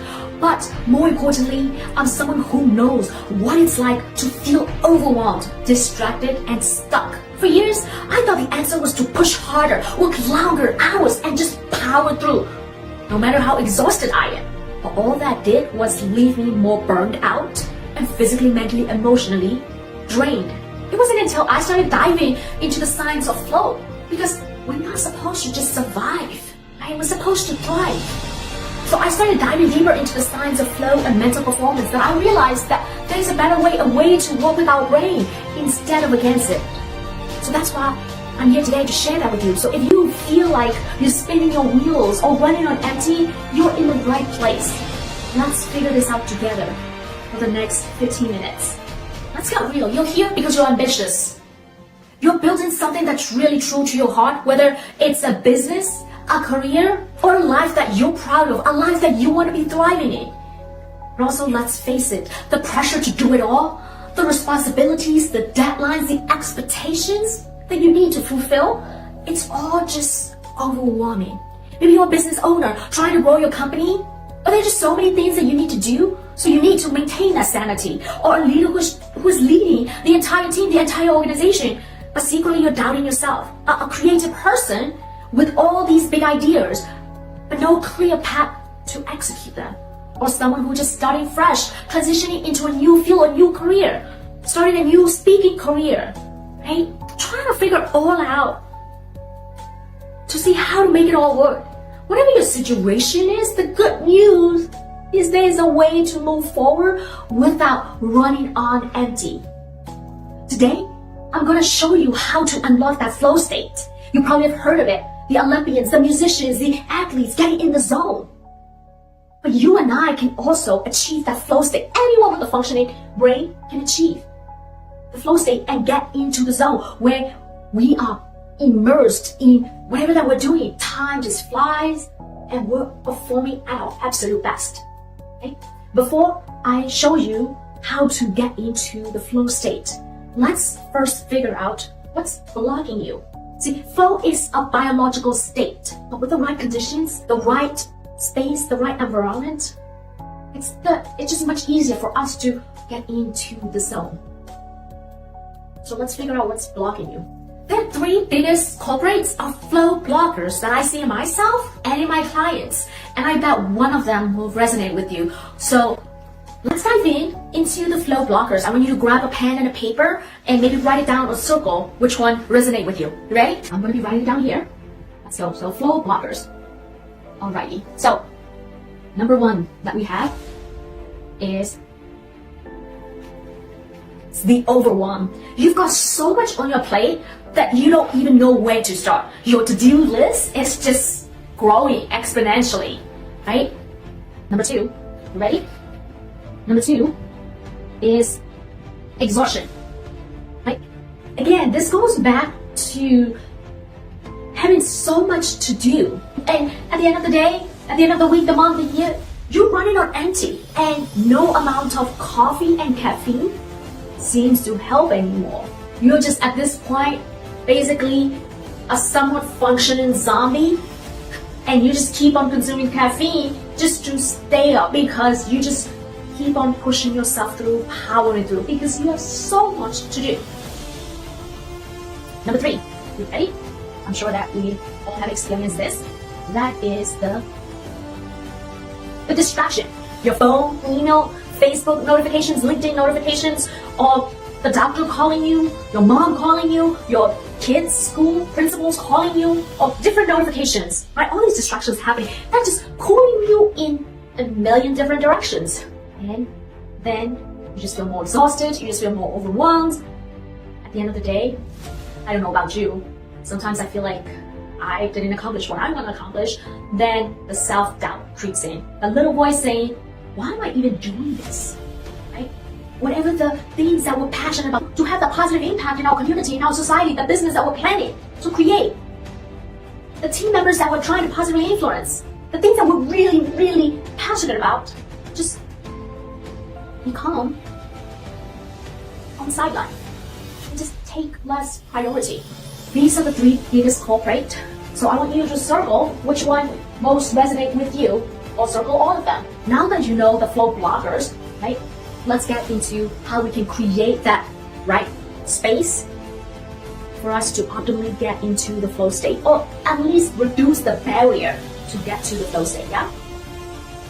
As I mentioned before, flow doesn't just happen. You have to create the right conditions to prime it, right? It's an actual biological state that's taking place in our brain. So let's now discuss 3 simple science-backed strategies to help you get into the flow. If you are taking note, you can follow along. Those are what we call flow triggers. Each of the 3 flow triggers that we're going to discuss in the next few minutes has a unique purpose, and together they will help you overcome the overwhelm, right? Eliminate distractions and manage your energy effectively. You ready? Number 1. What do you think number 1 is? It's a freaky clear goals. Freaking clear goals, right? You know, overwhelm happens when your brain is just juggling too much. Too many things happening all at once. The fix is to have the freaking clear goals. And how can we do that? We need to break whatever the stuff that we need to do into tiny, crystal clear steps so that we don't get overwhelmed, so that our brain doesn't get overwhelmed. I'll give you an example. Let me grab a different color. So let's say for the business owner, entrepreneurs, speakers, whatever it is, let's say your goal on your to-do list is to prepare for a presentation, right? So we're gonna try to do prepare. I'm just gonna call it as talk. I'm running out of space here. Prepare for a talk, right? You see how big of a task it is? It requires too many steps, right? Do we need to prepare for a PowerPoint slide? Even before we prepare for a PowerPoint slide, you need to know what you're gonna be talking about. You need to know the purpose of the talk. You need to know who the audience is. It's like so many things going on. The next thing you know, your brain is already overwhelmed, right? So that's what I mean by to have the freaking clear goals and to break this giant task down into small bite-sized tasks that you can accomplish little by little, right? Our brains love to celebrate small wins instead of just giant steps that we cannot accomplish in a given time, right? So what would be some of the things that we can break it down to prepare a talk? I'll give you like 30 seconds to sort of think about it. How can we break it down? Apply it to your use case. For example, right, if we have to break it down, maybe write 3 bullet points for intro, right? Maybe you need to research, right? Research, let's say statistics to support your argument, right? Or you can do, okay, and what else? Also, you can maybe identify 2 to 3 examples audience can relate to. Right? So each of them is its own individual task. And so for example, right, instead of just saying prepare a talk, and to prepare a talk, you can break it down into these tiny tasks. And of course, sequence also matters. So maybe you're a business owner. This could be breaking down a marketing plan or marketing strategy. How are you going to advertise your business, right? How people are going to find you for your brand. If you're a parent, it could be planning a family trip. If you are a creative person, it could be outlining your next project, or what kind of software you're going to use, right? Or working on identifying different topics that you need to do for your sketches, for your writing, for your video creation, etc. So I want you to, on your piece of paper, try to break that task down right now. Think about it, brainstorm it, at least try to scribble it, right? Because who knows, maybe you won't have time after you watch this video anymore, right? So I want you to actually take the time to actually go through that right now. Identify freaky clear goals. Right? It's all about, ready? Freaky clear goals, right, are all about clarity to reduce the overwhelm that's happening in your brain. Let's talk about the next point in our flow triggers list. That is the 90-minute flow block. Even when you know what to do, by breaking it down into these little small achievable tasks, to have that clarity, what can throw you off track? Distraction. Distraction can pull you off track. So the 90-minute flow block, it's about creating that time and space to help you focus deeply on the task, to create that right condition, the right environment, protecting your time. For you, for your brain, to enter a state of deep concentration. It's about focus. Okay, so in the 90-minute flow block, here's how you can set it up. You need to create your environment where you're going to be working in to be distraction-free zone. What I mean by that is you can put your phone on do not disturb mode. If you're working on the computer, there's also an option for do not disturb mode, right? For the next 90 minutes, your goal is to focus on one of these tasks. Don't try to tackle all three. Just try to focus on one task that you actually need to do. So in our case, for prepare the talk, just focus on, okay, I need to identify 3 points to create the introduction. Just focus on that in this 90-minute flow block. If you live with roommates, if you're working in a team setting, or if you're at home, you can notify your spouse or the people in your home, letting them know, hey, I would really appreciate it if you try to keep the noise down. I'm going to be focusing on whatever I need to do, like for the next 90 minutes, so please do not open the door. I'm going to be focusing on whatever I need to do for the next 90 minutes, right? Create that distraction-free environment ahead of time. Let people know. Ask other people for help in terms of like watching your kids or whatever that you will need to do, so that for the next 90 minutes, your brain is distraction-free. Your brain is focusing only on this one task, the one small task that you break it down. So after 90 minutes, you need to take a break, because what you just do in that 90 minutes, focusing on this one task, being laser focused, what's happening in your brain, it's actually using up all those resources, right? The biological resources. And so it's really important, after you finish your 90-minute flow block, you take some rest. So you can even take 15-minute rest, right? Recharge. So that could mean, go for a walk, right? Maybe exercise, just rest. Okay, so this will allow your brain to then recoup all those resources necessary. Think of your brain after the 90-minute flow block as needing to recharge your phone, right? Because if you keep on using your phone for the whole entire day, what happens? The battery is going to drain. So is your brain. So if you're a leader, this could mean that you're blocking your time, right, to strategize a plan for your team, right? It might not necessarily look like prepare for talk, but block that 90-minute out to solely focus on coming up with a strategy plan for your team, right? If you are a student, it could mean studying for the exam. But what happens when you're studying for an exam or whatever the things you need to do? The exam has more than one concept, more than one chapters. And so in this 90-minute block, just focus on mastering that one chapter or whatever it may be, right? If you are a creative person, it could just mean focusing on the one task to create the video, or focusing that one task on compiling a whole bunch of different video clips.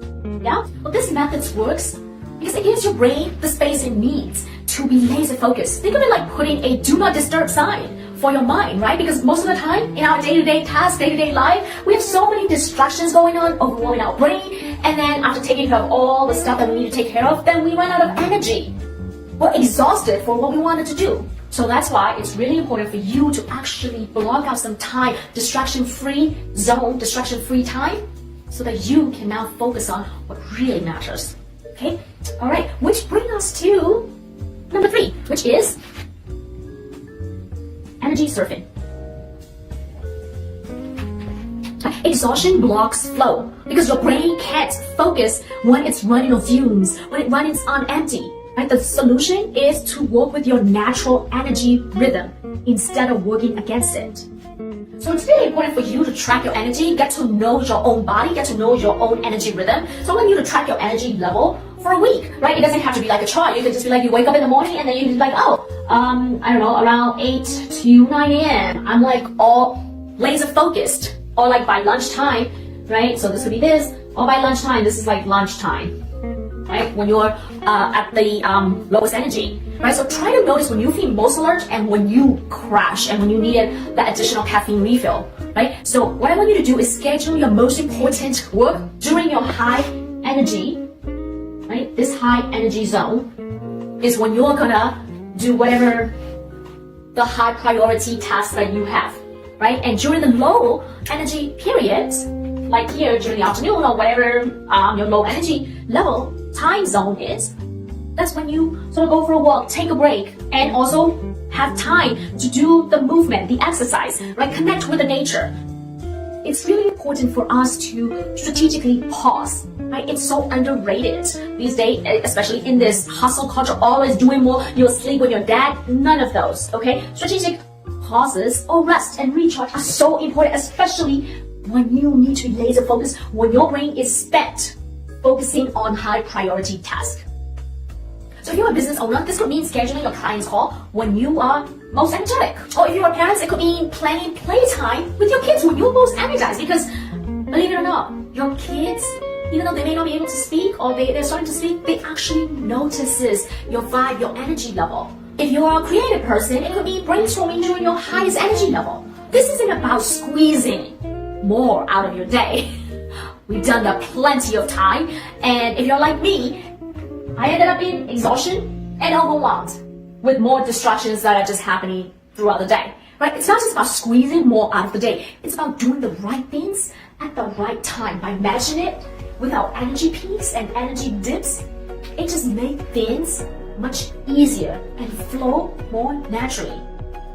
Here's what you need to remember. You don't need to push harder. You need to set yourself up for success. Right? When you prioritize your energy, your focus, you don't just get more done. You do it with joy and ease. It becomes effortless. So let's make it happen.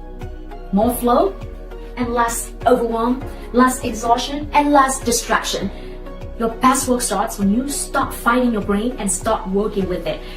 Before we wrap up, I just want to say thank you. Thank you for being here today and taking the time to explore how to unlock your best work. We've covered some of the most common flow blockers and flow triggers, but as you may have noticed, there are many more factors that can impact our ability to get into flow because each of us are unique. We're going through different circumstances and different situations and different family life. I'd love to hear from you. Please email me, share your experiences or ask questions. Let me know which of the flow blockers or triggers that you've tried or you've been working on. I'd love to help. You can also connect with me on LinkedIn. If you try any of the strategies that we've discussed over the next few weeks or few months and you're still facing challenges that may not quite address your need, I'd love to hear from you. Let's try to figure it out together. Because as I mentioned just now, flow is personal. We're all going through different challenges, right? And so I'm here to help you find out what works best for you.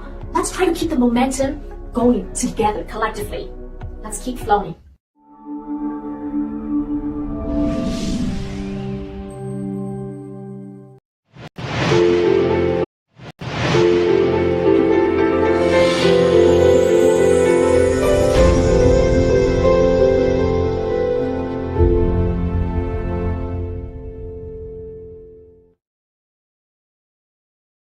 My name is Maurice Hicks.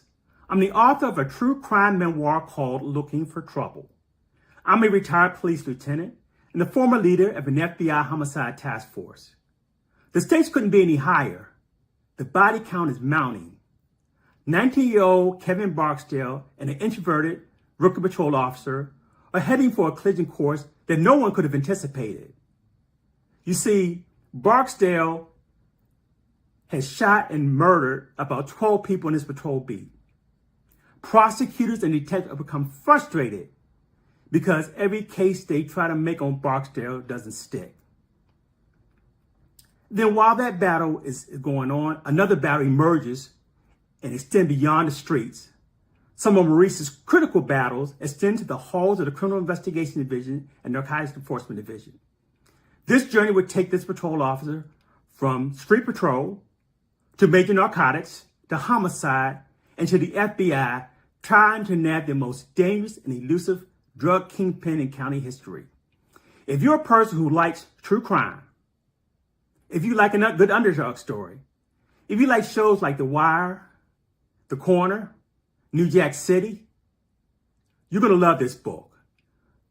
This book was rated as a must-read book in 2024 by Police One. And the book is also the recipient of an International Impact Book Award in the Motivational Inspiring Book categories. The book is available on Amazon and Barnes & Noble. Pick up a copy today.